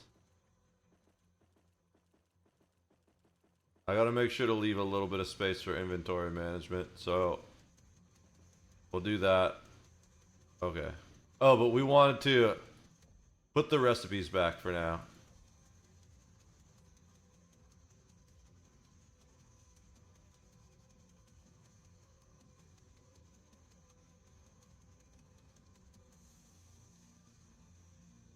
What? I didn't mean to type.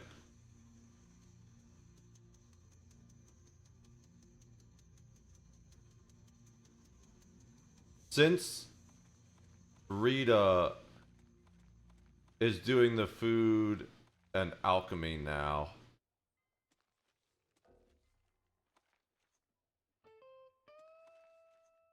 Alright. And then withdraw. Style pages, as many as we can. Are we gonna get all the style pages? Yeah, we will. Just barely. One spot left. That gives us the inventory management spot we wanted. Alright. I doubt we're going to be able to put all this stuff on the market, but he can kind of hold on to it for now.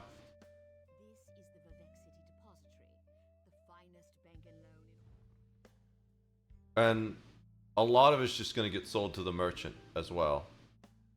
Like maybe this green thing. Oh, but he actually can use that. Let's check and see if there's anything he can use.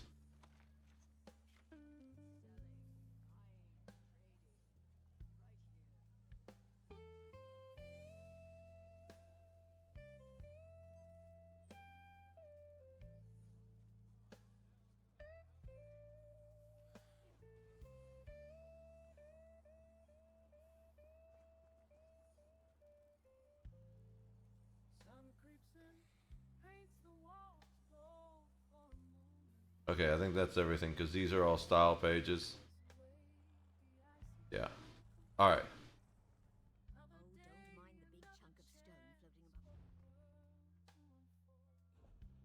So, Hollowjack boots. Are there any here for sale?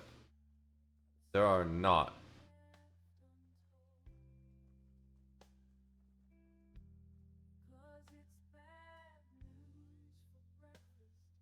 Hollowjack boots go for... not a lot. We'll put them up for 500.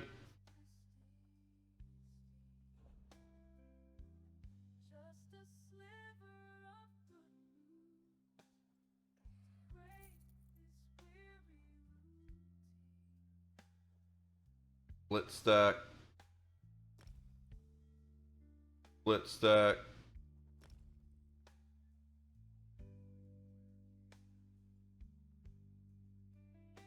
Hollowjack daggers go for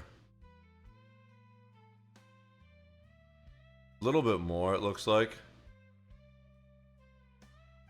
I'm still gonna put them up for 500. Maybe I just put all the Hollowjack for 500. Let's search to make sure there isn't one that we're competing against. Nope.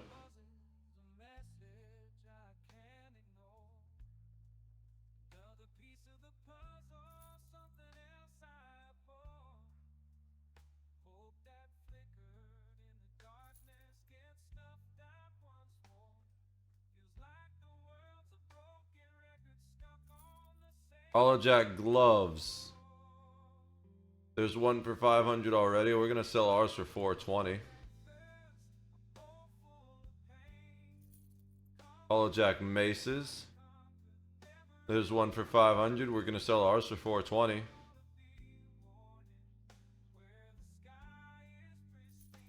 Hollowjack swords. There's none here. Probably we're just gonna sell it for 500. All the others, Hollow Jack was 500. Dremora stuff. Dremora axes. There's one for 100. We're gonna sell ours for 80. Dremora helmets. None. I feel like everything Dremora is probably just gonna sell.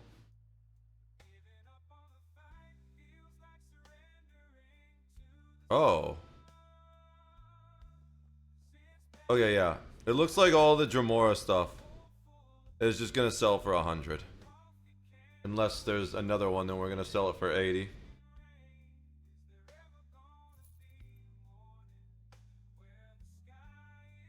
Like this.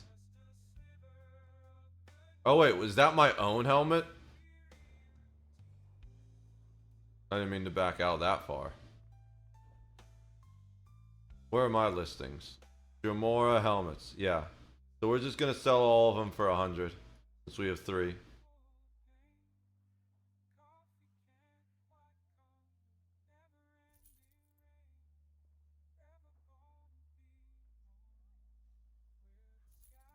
Dremora shields. We're gonna sell ours for 80, since that's someone we're competing with. Dremora staves. We're gonna sell ours for 80, since those are 2 people we're competing with. Aniquina axes.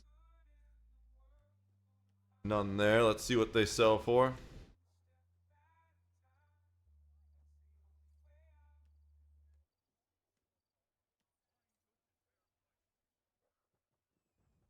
Looks like go for about 3K.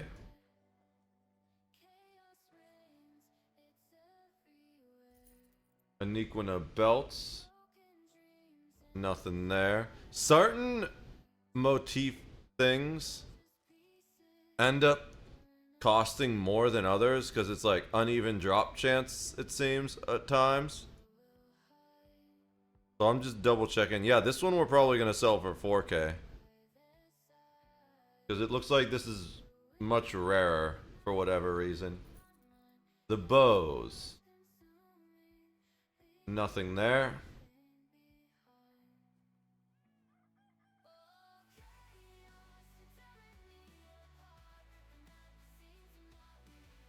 These ones are cheaper, actually. We're gonna go 2K for these.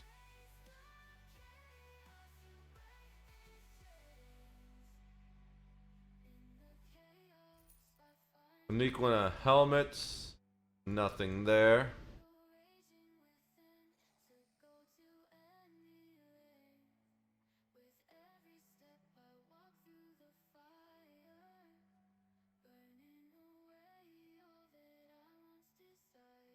Helmets also look like they're fine at 3K, we'll say. Aniquina shields. Aniquina shields. Maybe I do.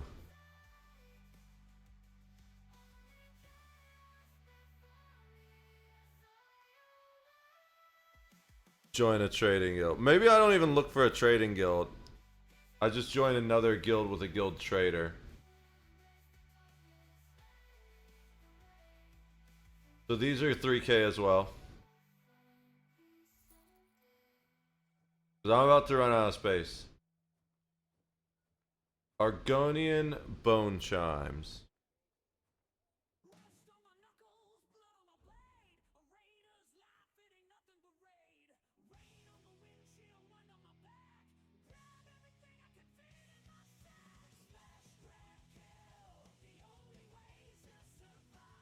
This goes for like 1K maybe? No, this goes for like... Looks like 200 is about what they go for. Argonian Totem of Skulls.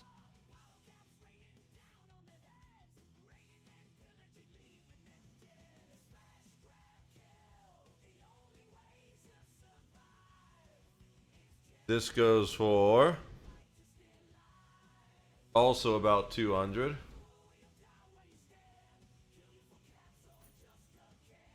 Pumpkin display.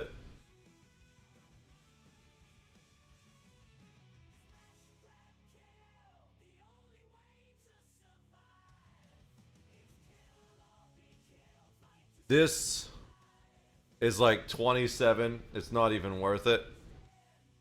We're just gonna sell that to the vendor. Sugar pumpkin. Wax. Also 27. So we're selling the green ones. Wood elf bone chimes.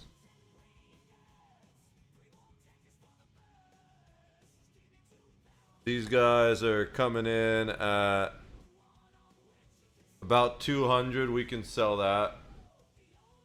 That's the last one, I think. Does that mean this is listing? Yeah, okay, I'm at full. So we'll sell those sugar pumpkins. The pumpkin designs.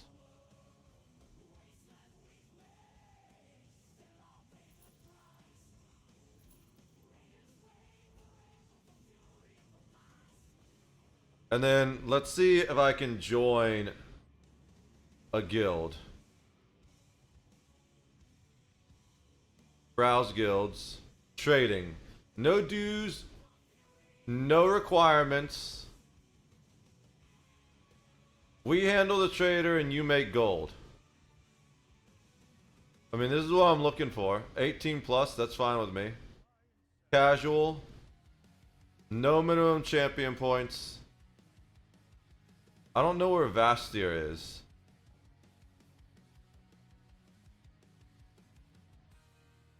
Well, that's what UESP is for.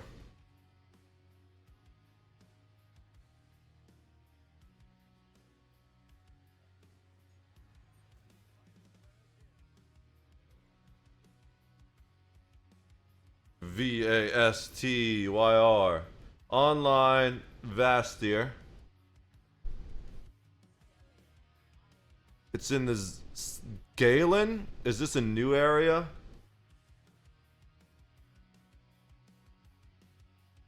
Oh yeah, I think this is a new area that I can't port to.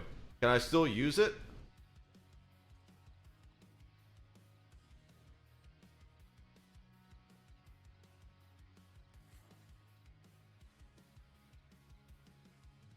I think I'm just gonna apply.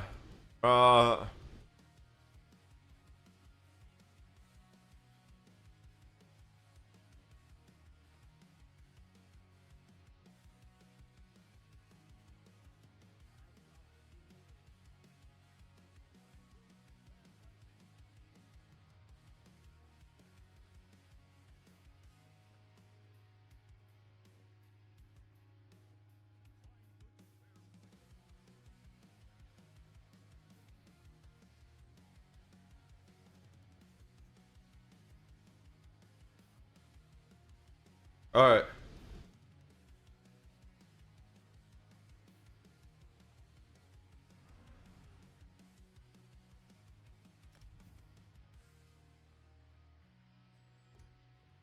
Is there another...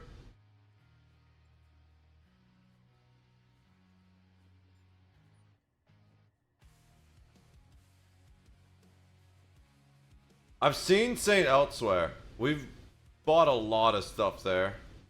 But they probably have some... You must sell something on the trader each week. That's it?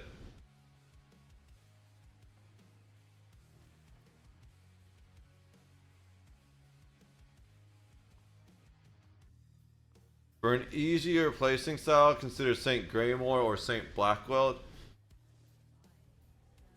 Let me see what else this says. We are a serious trading guild with not so serious members. Our goal is to reach the top of the trading game. We are a friendly guild, a top trader. Goal is to reach top areas. We all have crafting stations. We have auctions, farming, Olympics. Not required, but is the herd of our guild. When applying, let us know if you want to have fun and let us know. Let's see the other ones. Where is this? Heart and Ralaka. It doesn't even give me enough info.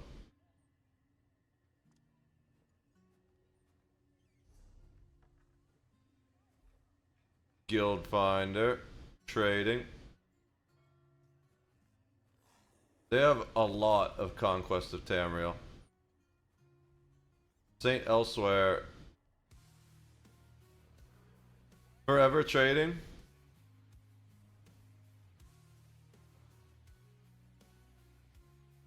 IKEA. I see a lot of stuff from, but they probably have insane requirements. Oh.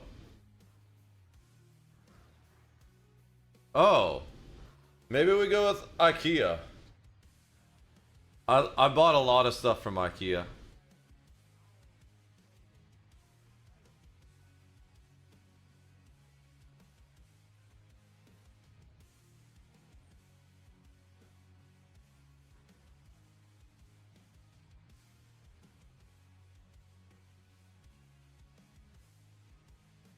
To the Gabe looking for a place to sell my stuff. Alright. I generally only do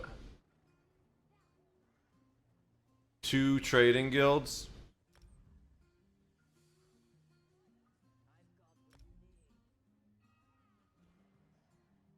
Because 1, I don't sell enough to max out more than 2 trading guilds usually. Especially when you consider that I'm always in UESP and I can post stuff there. But also I want to leave a guild open for endgame PvE and a guild open for PvP. So when you take into account, I mean, I guess I don't have space for both now.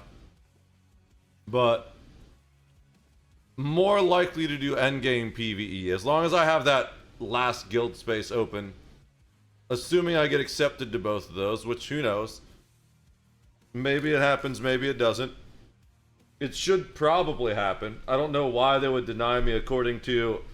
Both of them said they had no dues, no requirements, just sell stuff. Don't be inactive. Which is the plan. But in the meantime...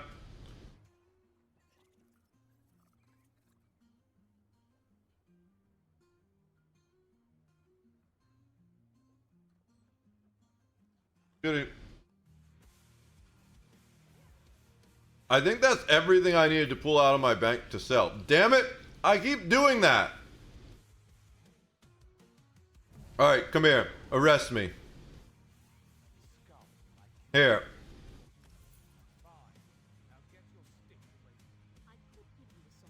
So, anything I can take out.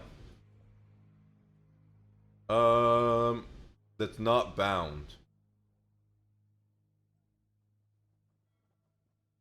If it's bound, you can't sell it. If it's character bound, you can't put it in the bank. These aren't bound, but I kind of want those. I made those for my characters.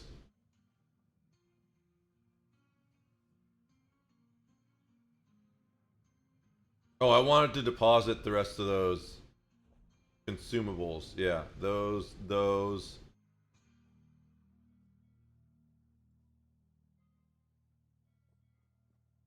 Those, because I don't use those on this character. Alright.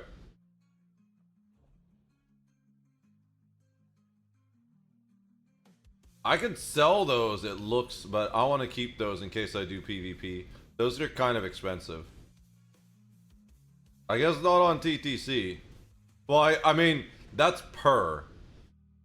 So if you buy 100 of those, that's 500. It'll add up quickly, especially if you use those a lot. It's not too expensive, actually, now that I think about it. Considering that I used to have 3 million gold. These are pretty good. I love the purifying and corrupting. We have some corrupting in the bank, right? I should have some corrupting in the bank. Yeah, we got some corrupting. Keep those there. No furnishings left, no companion items. Just a bunch of random bullshit that... Oh. Yeah, we want all that in there.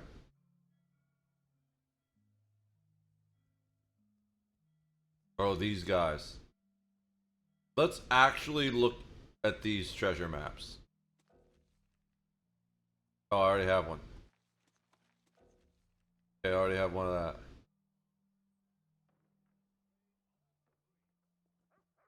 That stuff is... So that I definitely need to keep. That, it's just like a... Oh, the soul gems. Yeah, we don't need all these in there.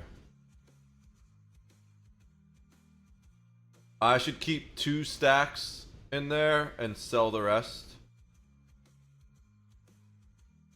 We'll do 1 full stack and 1 not full stack.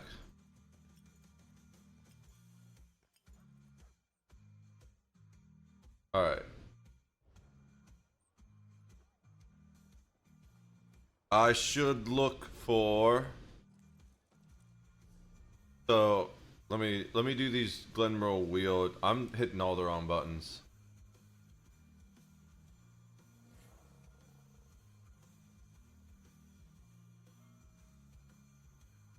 I'm looking in the wrong section. So, Aradon, Glenmore Real Treasure Map. Let's go there. While we're waiting for these guild applications. Is that the one? Yeah, so we'll go there. That's the closest spot. I can spend 100 gold to teleport now that we're making money again and not just throwing it into the wind to get our achievements.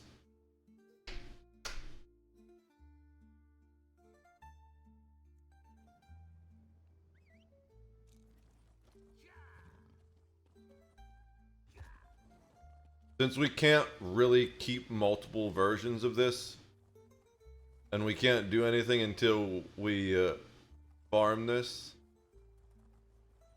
we're coming to do this.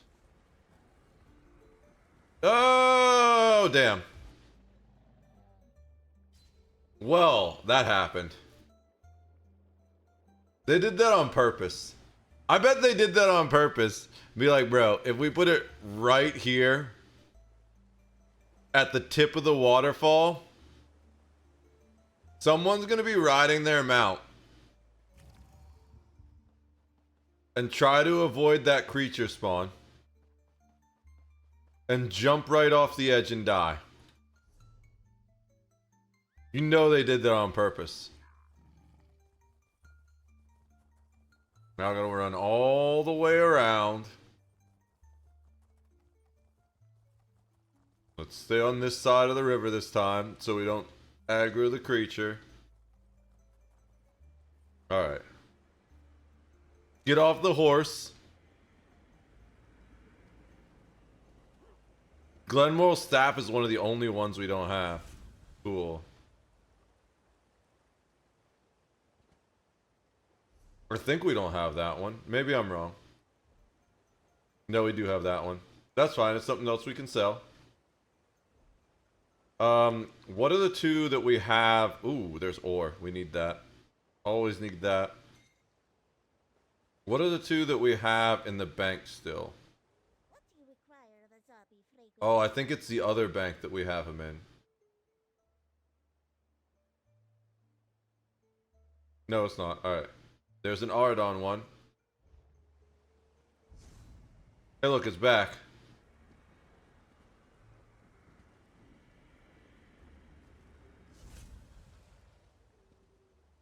And the other one is in Bankarai. Which I think we have 2 in Bankarai as well. That's... Ooh. Okay. Nope, nope, don't do that. That's a little more gold than I want to spend. We can just go back to the Way Shrine. Way Shrine's closer. But we're not saving that much time by going there. Don't die. We died once to fall damage already.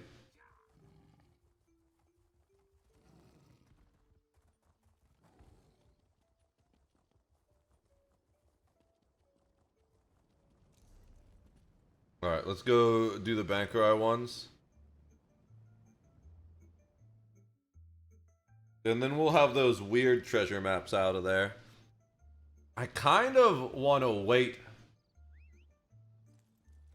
until someone accepts or denies our applications. There was Ruby Wood, but there was also wolves there that were gonna aggro us. I didn't really want to fight wolves over a piece of wood. Especially not on this. I think I remember why I changed his build a little bit. I was annoyed that he wasn't dealing enough damage when killing stuff.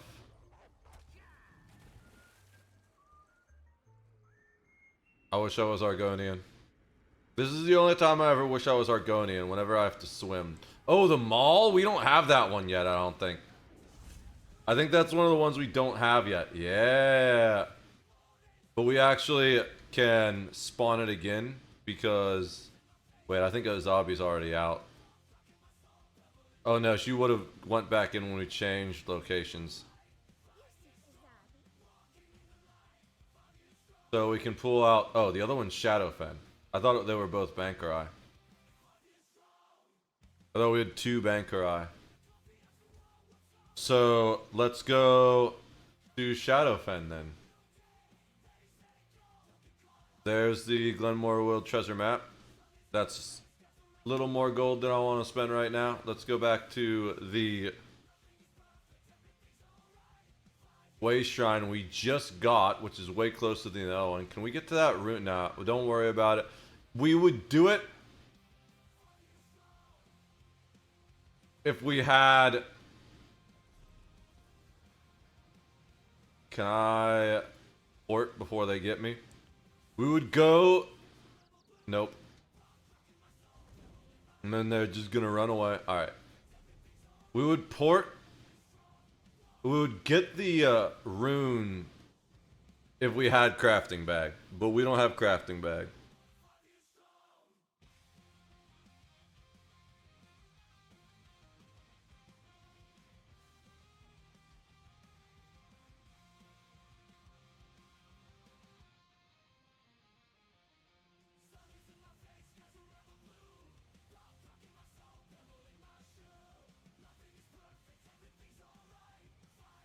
Alright. The map is bugged. This is what happens when all your add-ons are out of date because your add-on manager isn't working. Let's get there a little quicker. Ooh, it's so gross here. Who would live in a swamp? Argonians, that's who. It's so hard not... Ooh, that's a world boss. Okay, it's on the other side though. Glenmoral Shield, we already have one of those, but that's fine. Let's get a zombie. I'm just gonna respawn in a sec.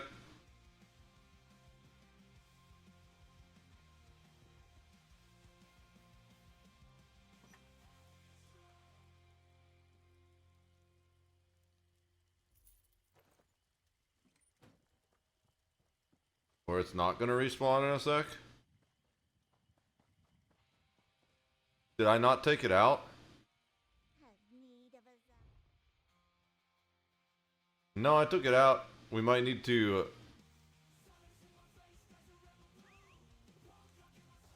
Sometimes you gotta go away and come back.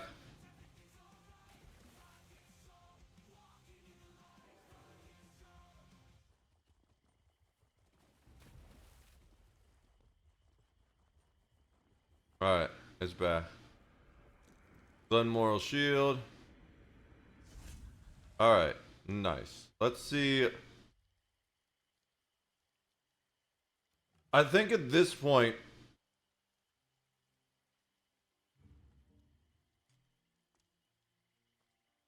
we start doing... these guys. We'll do the blacksmith surveys. Actually, no, we should look... We should do them by region. So let's start Alakir. All the surveys in Alakir we currently have. And all the treasure maps in Alakir.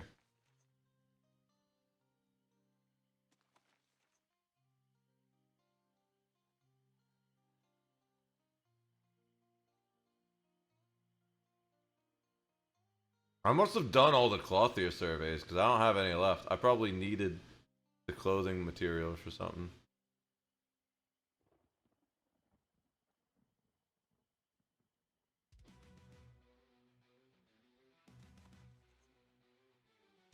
We're just gonna keep doing surveys until we wait for a response from our guild applications.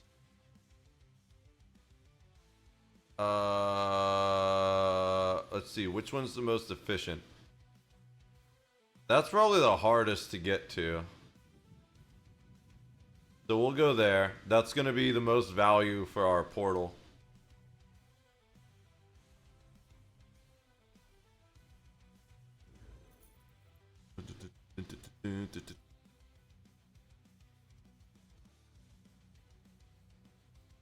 Alright. I can go back to... We have done our next hyperspace jump, so I can set the next jump.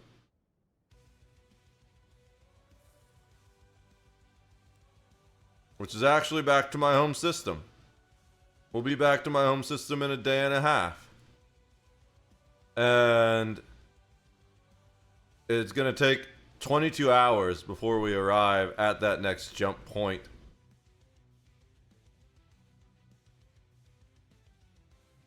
Did I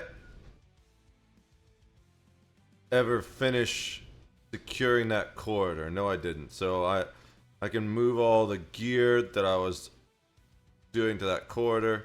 This is just going to take 1 second.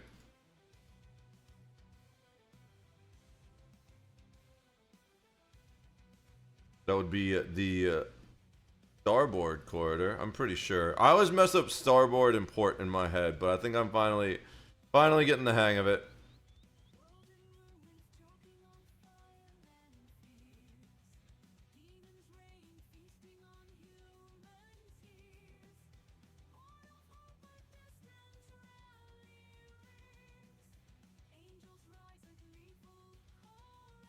Alright, so we start building a new lock here. Doesn't really matter which one, I don't think. They're kind of both the same. The two remaining locks at least. Then we gonna fight our droid.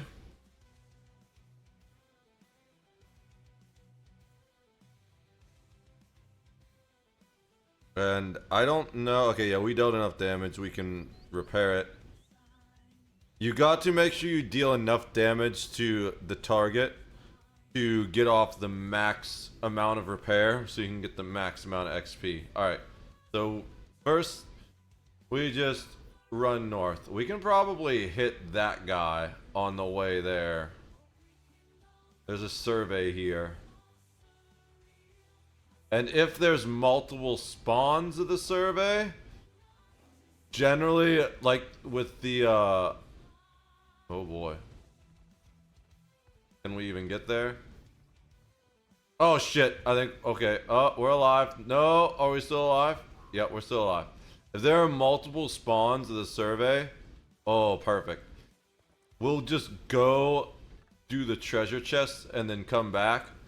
Because you need to run away. More than those Glenmorrow weird ones, regular surveys, you need to run away and come back. Beware.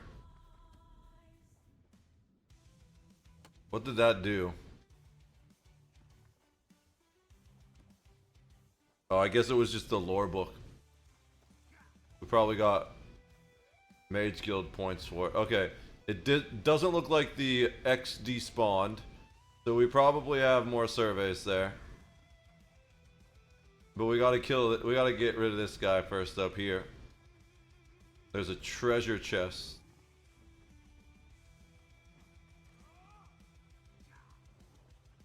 Nice job those guys did guarding the area. They just let me go right through. Those guys too. Are they gonna follow me all the way over here? I guess we'll find out. Someone definitely hit me because they spawned my clan fear. Make him run away. Ooh.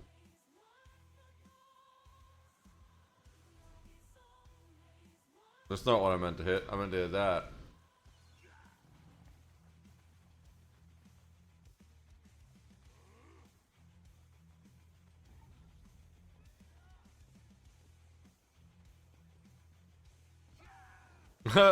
Those guys just got back to the spot. They chased me like halfway across the map. They just got back to their guard spot. And I went right back through. They have to be so mad.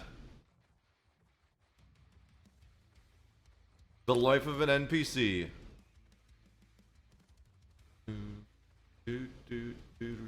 Where is it? It's up here? Oh, there it is. Yep.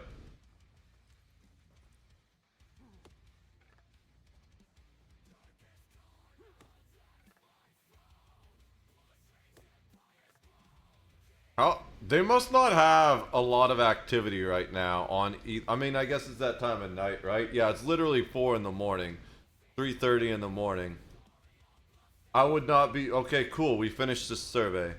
I would not be surprised if it takes several hours for someone to log on and approve or deny my application. I kind of want to list as many things as possible. What's my inventory look like? We're getting a little high there. I kind of want to list as many things as possible on the market before we... Oh, shit. I did not expect to get that many from one runestone. We might need to throw some stuff back in the bank for a moment that we were planning on selling. We can always pull it back out.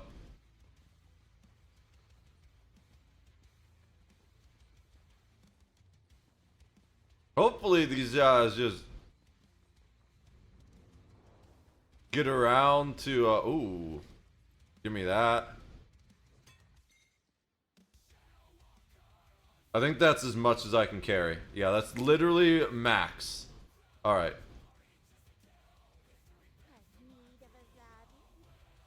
Yes, I do. I need you to take this random bullshit drops.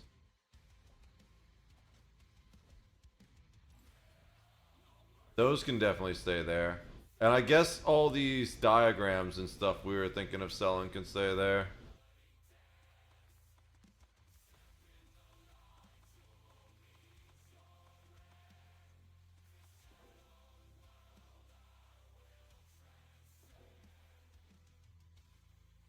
So we can deposit those in guild banks, but not in our normal bank. That's kind of crazy. Because normally you can deposit stuff in your bank, but not your guild bank. We're just getting rid of all this stuff for now, because we're basically using our personal guild bank as our crafting bag until we get ESO plus back. And we gotta store those until we can sell them. We're just gonna have all those materials pile up in the meantime. And we want all that stuff. Pretty much. Wait. I still have 2. Alright. 2 Glenmore Weird treasure maps. I guess we'll do those after we do out here. Oh yeah, all the soul gems we're carrying. We don't need those. Can deposit the glyph of stamina. We can deconstruct that from anywhere.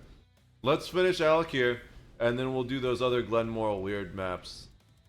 Now we'll go through. Yeah, we'll do the Glenmore wood maps because we're thinking of selling those. Can I go up higher? I can get shocked by a harpy. That's sure. Doesn't look like I can go up any higher. Not from this way. There's ore in... I saw something red in the corner, and I thought it was ore, but it was actually a scorpion. But then there was ore behind it anyways.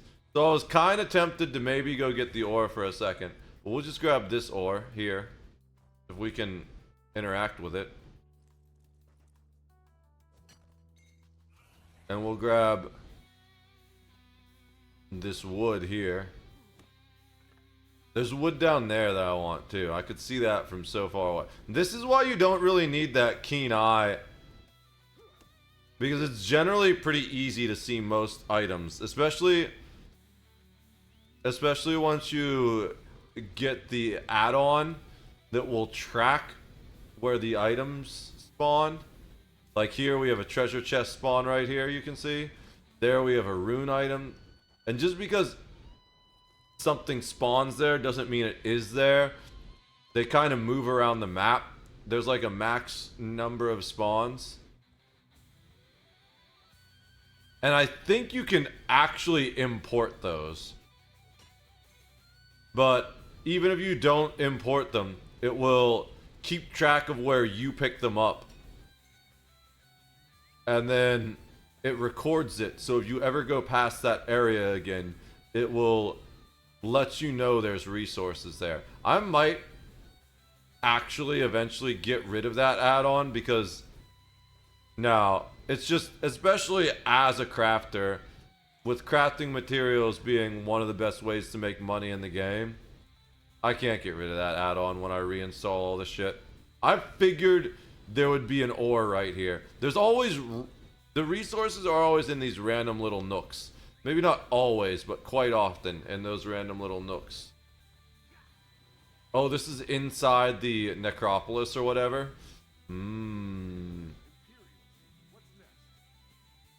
These ones are always a pain to get to. This is a good level farming area.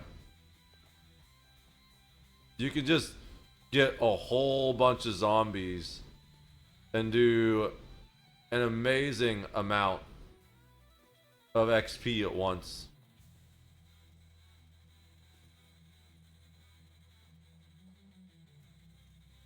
This is why we deposited all that junk. Look at how many different runestones we're getting. Please tell me that was the only one here. Okay. Well, one of the nice things about this area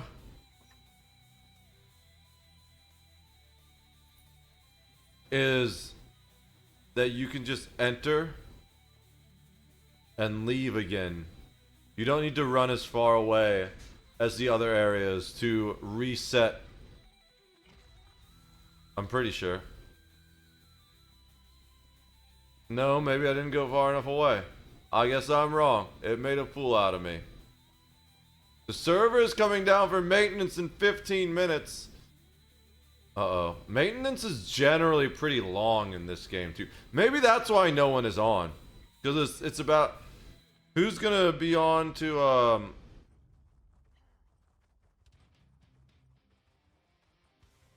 accept my application when they're about to get kicked off during the due to server maintenance anyways. Damn it, I can't talk. Kitty cat. Alright, it's back.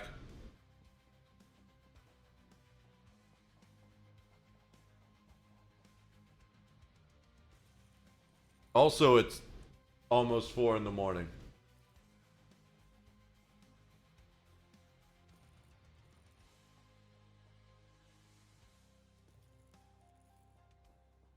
So, the mundane runes, we haven't seen any of those in a minute. But those are actually one of the best pools. Even though they do nothing and they're blank, they're one of the housing material items. And housing materials are worth quite a lot of money generally. I haven't done a lot of housing in the past, and I often do more like PvP and PvE stuff. So I generally require the actual materials more than the housing materials. So in the past, I've sold fat stacks of heartwood and mundane runes and stuff like that to people because they love those housing materials, and you never have enough housing materials. Housing recipes require a lot of materials often, especially if you're making a really big advanced house.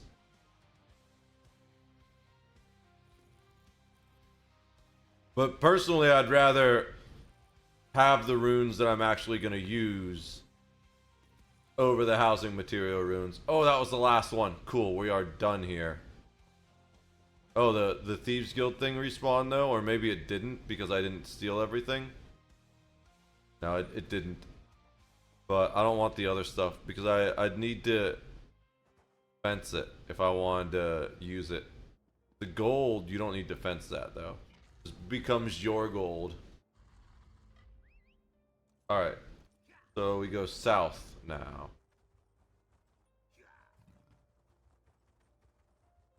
Can I jump over this? Let's see. Nope. There was a water skin up there we could have collected some water from. Water skins are good for potion making. There are primarily... We actually need to do one of those. There's a quest to do one of these.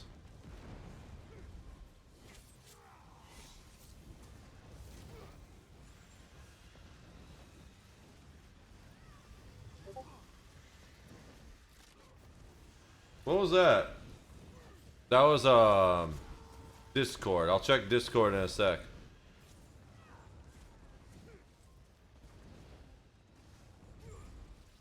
The final boss of this dies really fast. These dolmens are so easy.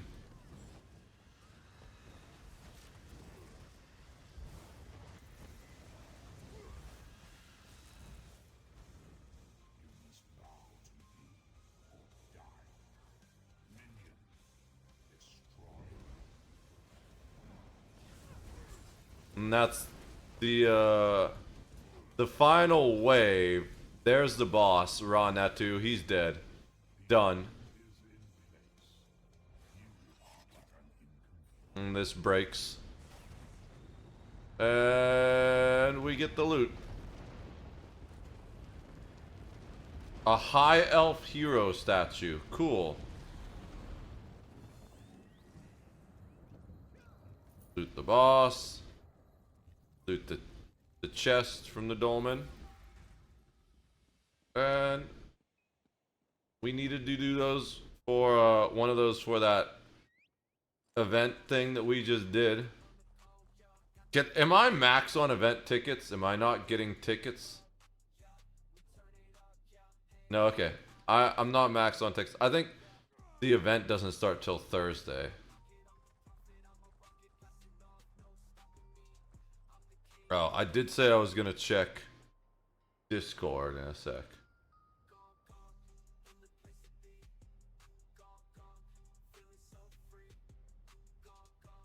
Okay, it's from my mom. We'll read that later when I'm not streaming and I can actually give her a good response. We gotta be real close. Is it up top? I think it's up top.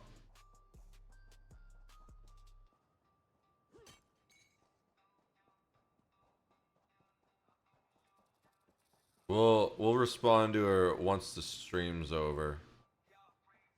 How do I get up there? I'm gonna kill you, but only because I really want this wood.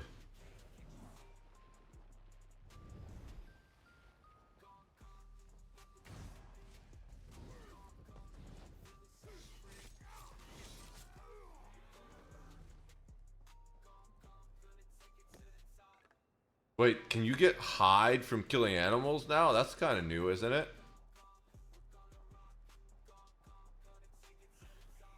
Where the hell is this thing? Oh, there it is. Found it.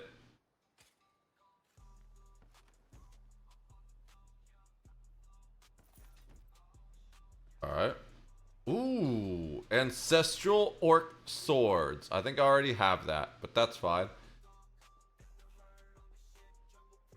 Don't quit, get the fire from these lips. Run through all these spirits.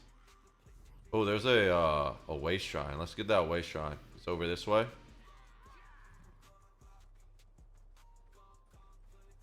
I can see it, but how do I get up there? Ooh. More resources.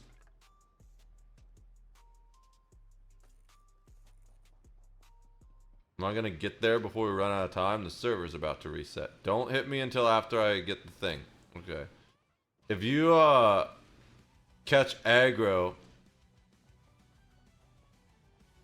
while you're interacting with a resource, it will cancel the resource harvest. But I have a perk on this guy that allows me to harvest resources quicker. Alright. They de-aggroed. Let's see. Is there one I can get to before we run out of time? There's a clothing survey there. What's that glowing over here? Well, there's a rune glowing here. That was a fire. But there's also rubidite ore. So, good stop. You have a nice little camp here. Plenty of resources for me to steal from you. Oh, there's wood too. Not that the NPC is going to take these resources anyways.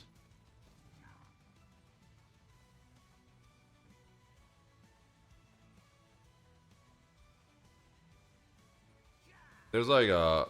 What is that? Something on my screen. I definitely shouldn't use my finger for that. My saliva for that. Only gonna add a smudge. There we go.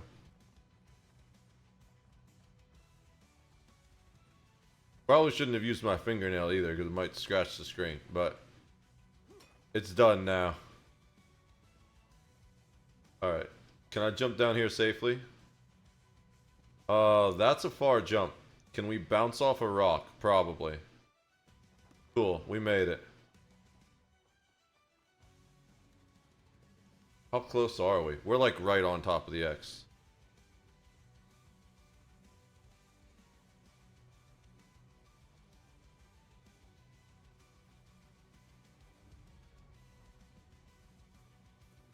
There it is.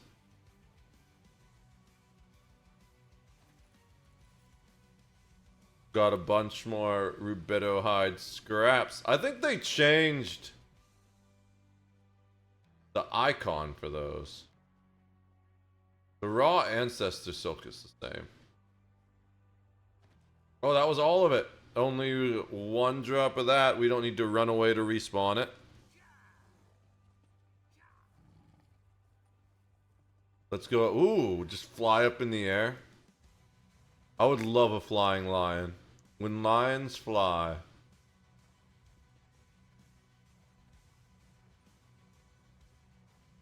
Would that be a chimera, technically? Do chimeras fly? No, it's a manticore. Manticores that fly with the head of a lion. I think.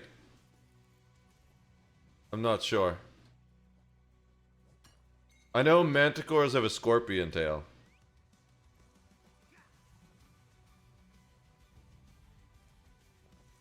There's a thieves thing over there. There's a jackal on my ass.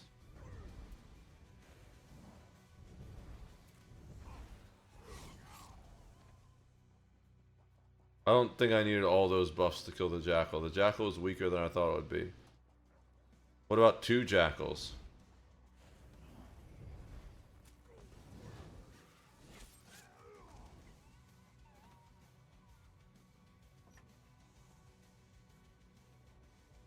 Take the treasure map and the gold.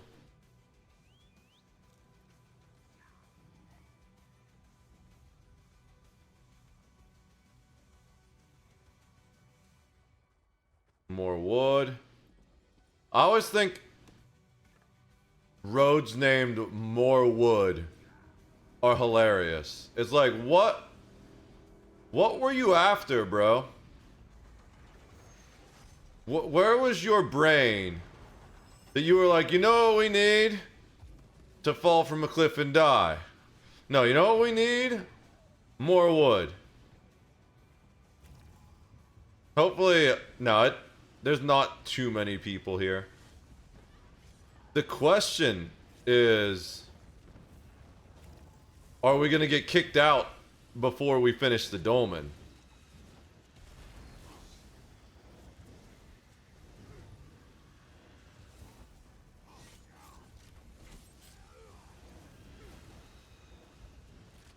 These things are dying so fast that I'm not even dealing damage to them. That one I'm dealing damage to, but then it got deleted by the Celine's proc.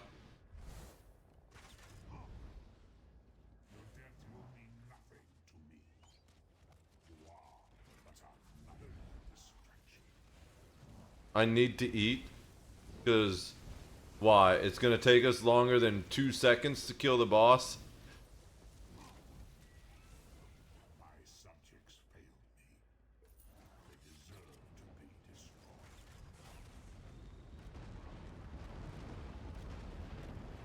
Alright, use the chest. By the way, I was talking about that oh, that sucks. By the way, I was talking about Molag Bal trying to take over and drag this reality into his domain. This is how he's doing it. Or the first attempt. This is called they're basically Oblivion anchors that are intended to drag the real world into Oblivion, or this reality into Oblivion. This realm. So that's why it's kind of important to destroy them. Ooh. Dragon Thorn. Give me that. Petal Picker. Runestone. 1 minute. Pure water. Can I find the spot? I don't want to start doing the survey and then waste it when we get logged out. Is there not a survey here? Okay. Oh no. I need to go farther to get the survey, so it looks like.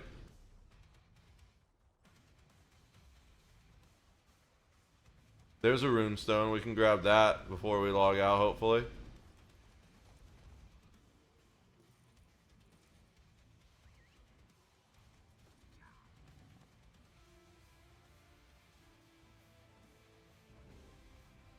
Alright, how much farther can we get? Can we get all... Ooh, there's a treasure chest.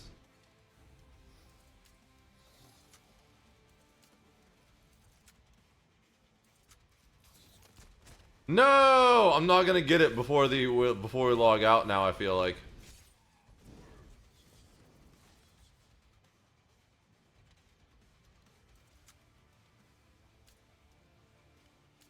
Come on.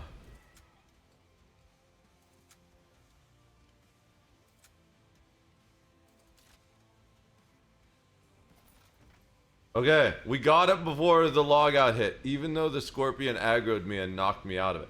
I'm kind of glad that happened though, because I mentioned how whenever you're trying to loot something, if you catch aggro, it will oh my god, I don't know what happened there. It will cancel your looting animation. Ooh, gonna grab the wood. If the assassin beetle sees us, they will absolutely cancel because they're gonna teleport on us. What they do.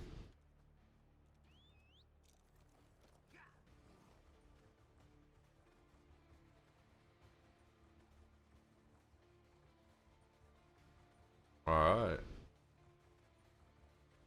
We're almost here. We almost cleared all of Alakir. And we're just gonna have this one survey.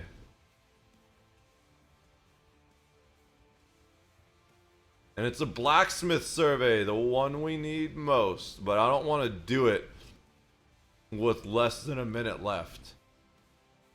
So let's get that runestone instead. Where did those guys come from? We'll kill these guys while we wait for the game to log us out.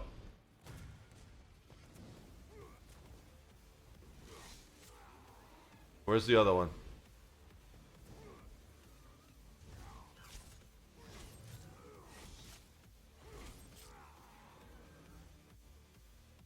Oh, we got decorative wax from those guys? No way. That's one of the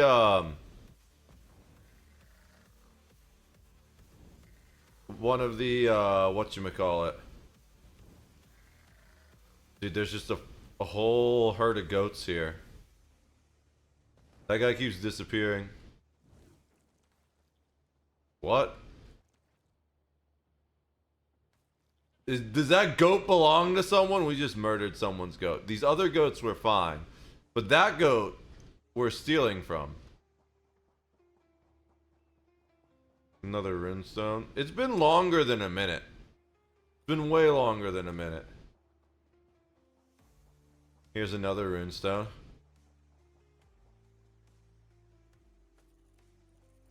That chest is just a random chest. Is that a hyacinth or whatever it's called? It is. Hey, kitty.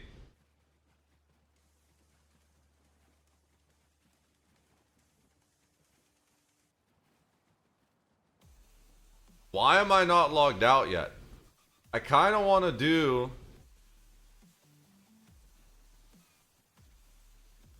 You know what we can do?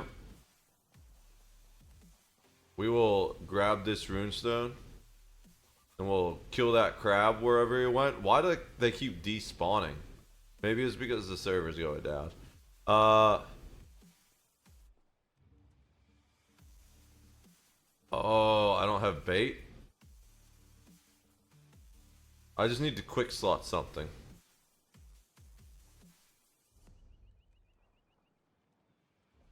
I think I can probably just quick slot bait, right? Oh,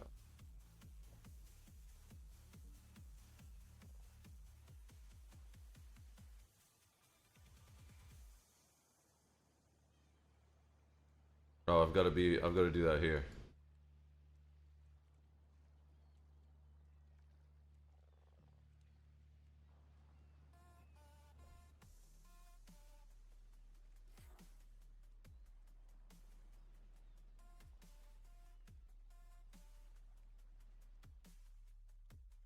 Weird that I can't just...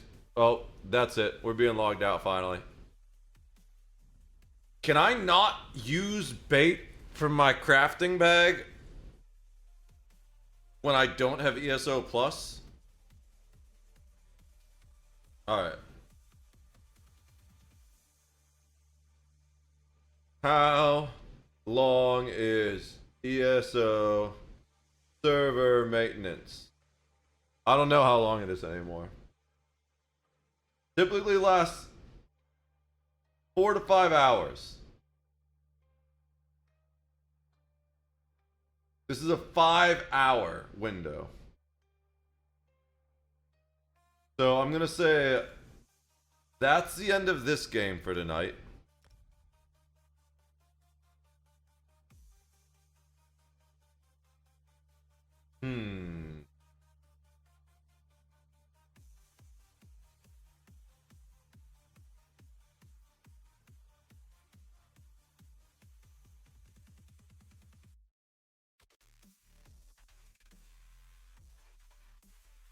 I guess we'll see tomorrow if we got accepted to the trading guilds we applied to. In the meantime,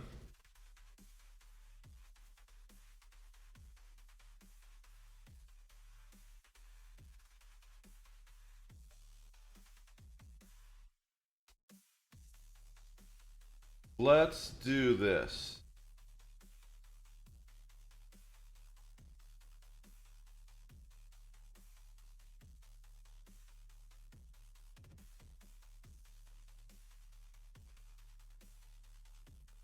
Alright, I am going to do some offline backend work. Guys, if you're new here, don't forget to drop a follow. There are the socials. I've been doing a lot of uploads to YouTube. If you want updates as to what's going on with the stream or just the chat in general, Discord will automatically pin you when I go live. That's the best way to get a hold of me. Also, I would hope you will stick around for the raid and copy paste these. There's the raid if you are a sub. There's the raid if you are not. Thank you so much for hanging out with me. I really appreciate all the time you guys spend here. I hope you find it entertaining. If there's anything I can do to make it more entertaining for you, please let me know. Or if you happen to watch this on YouTube, please leave a comment below.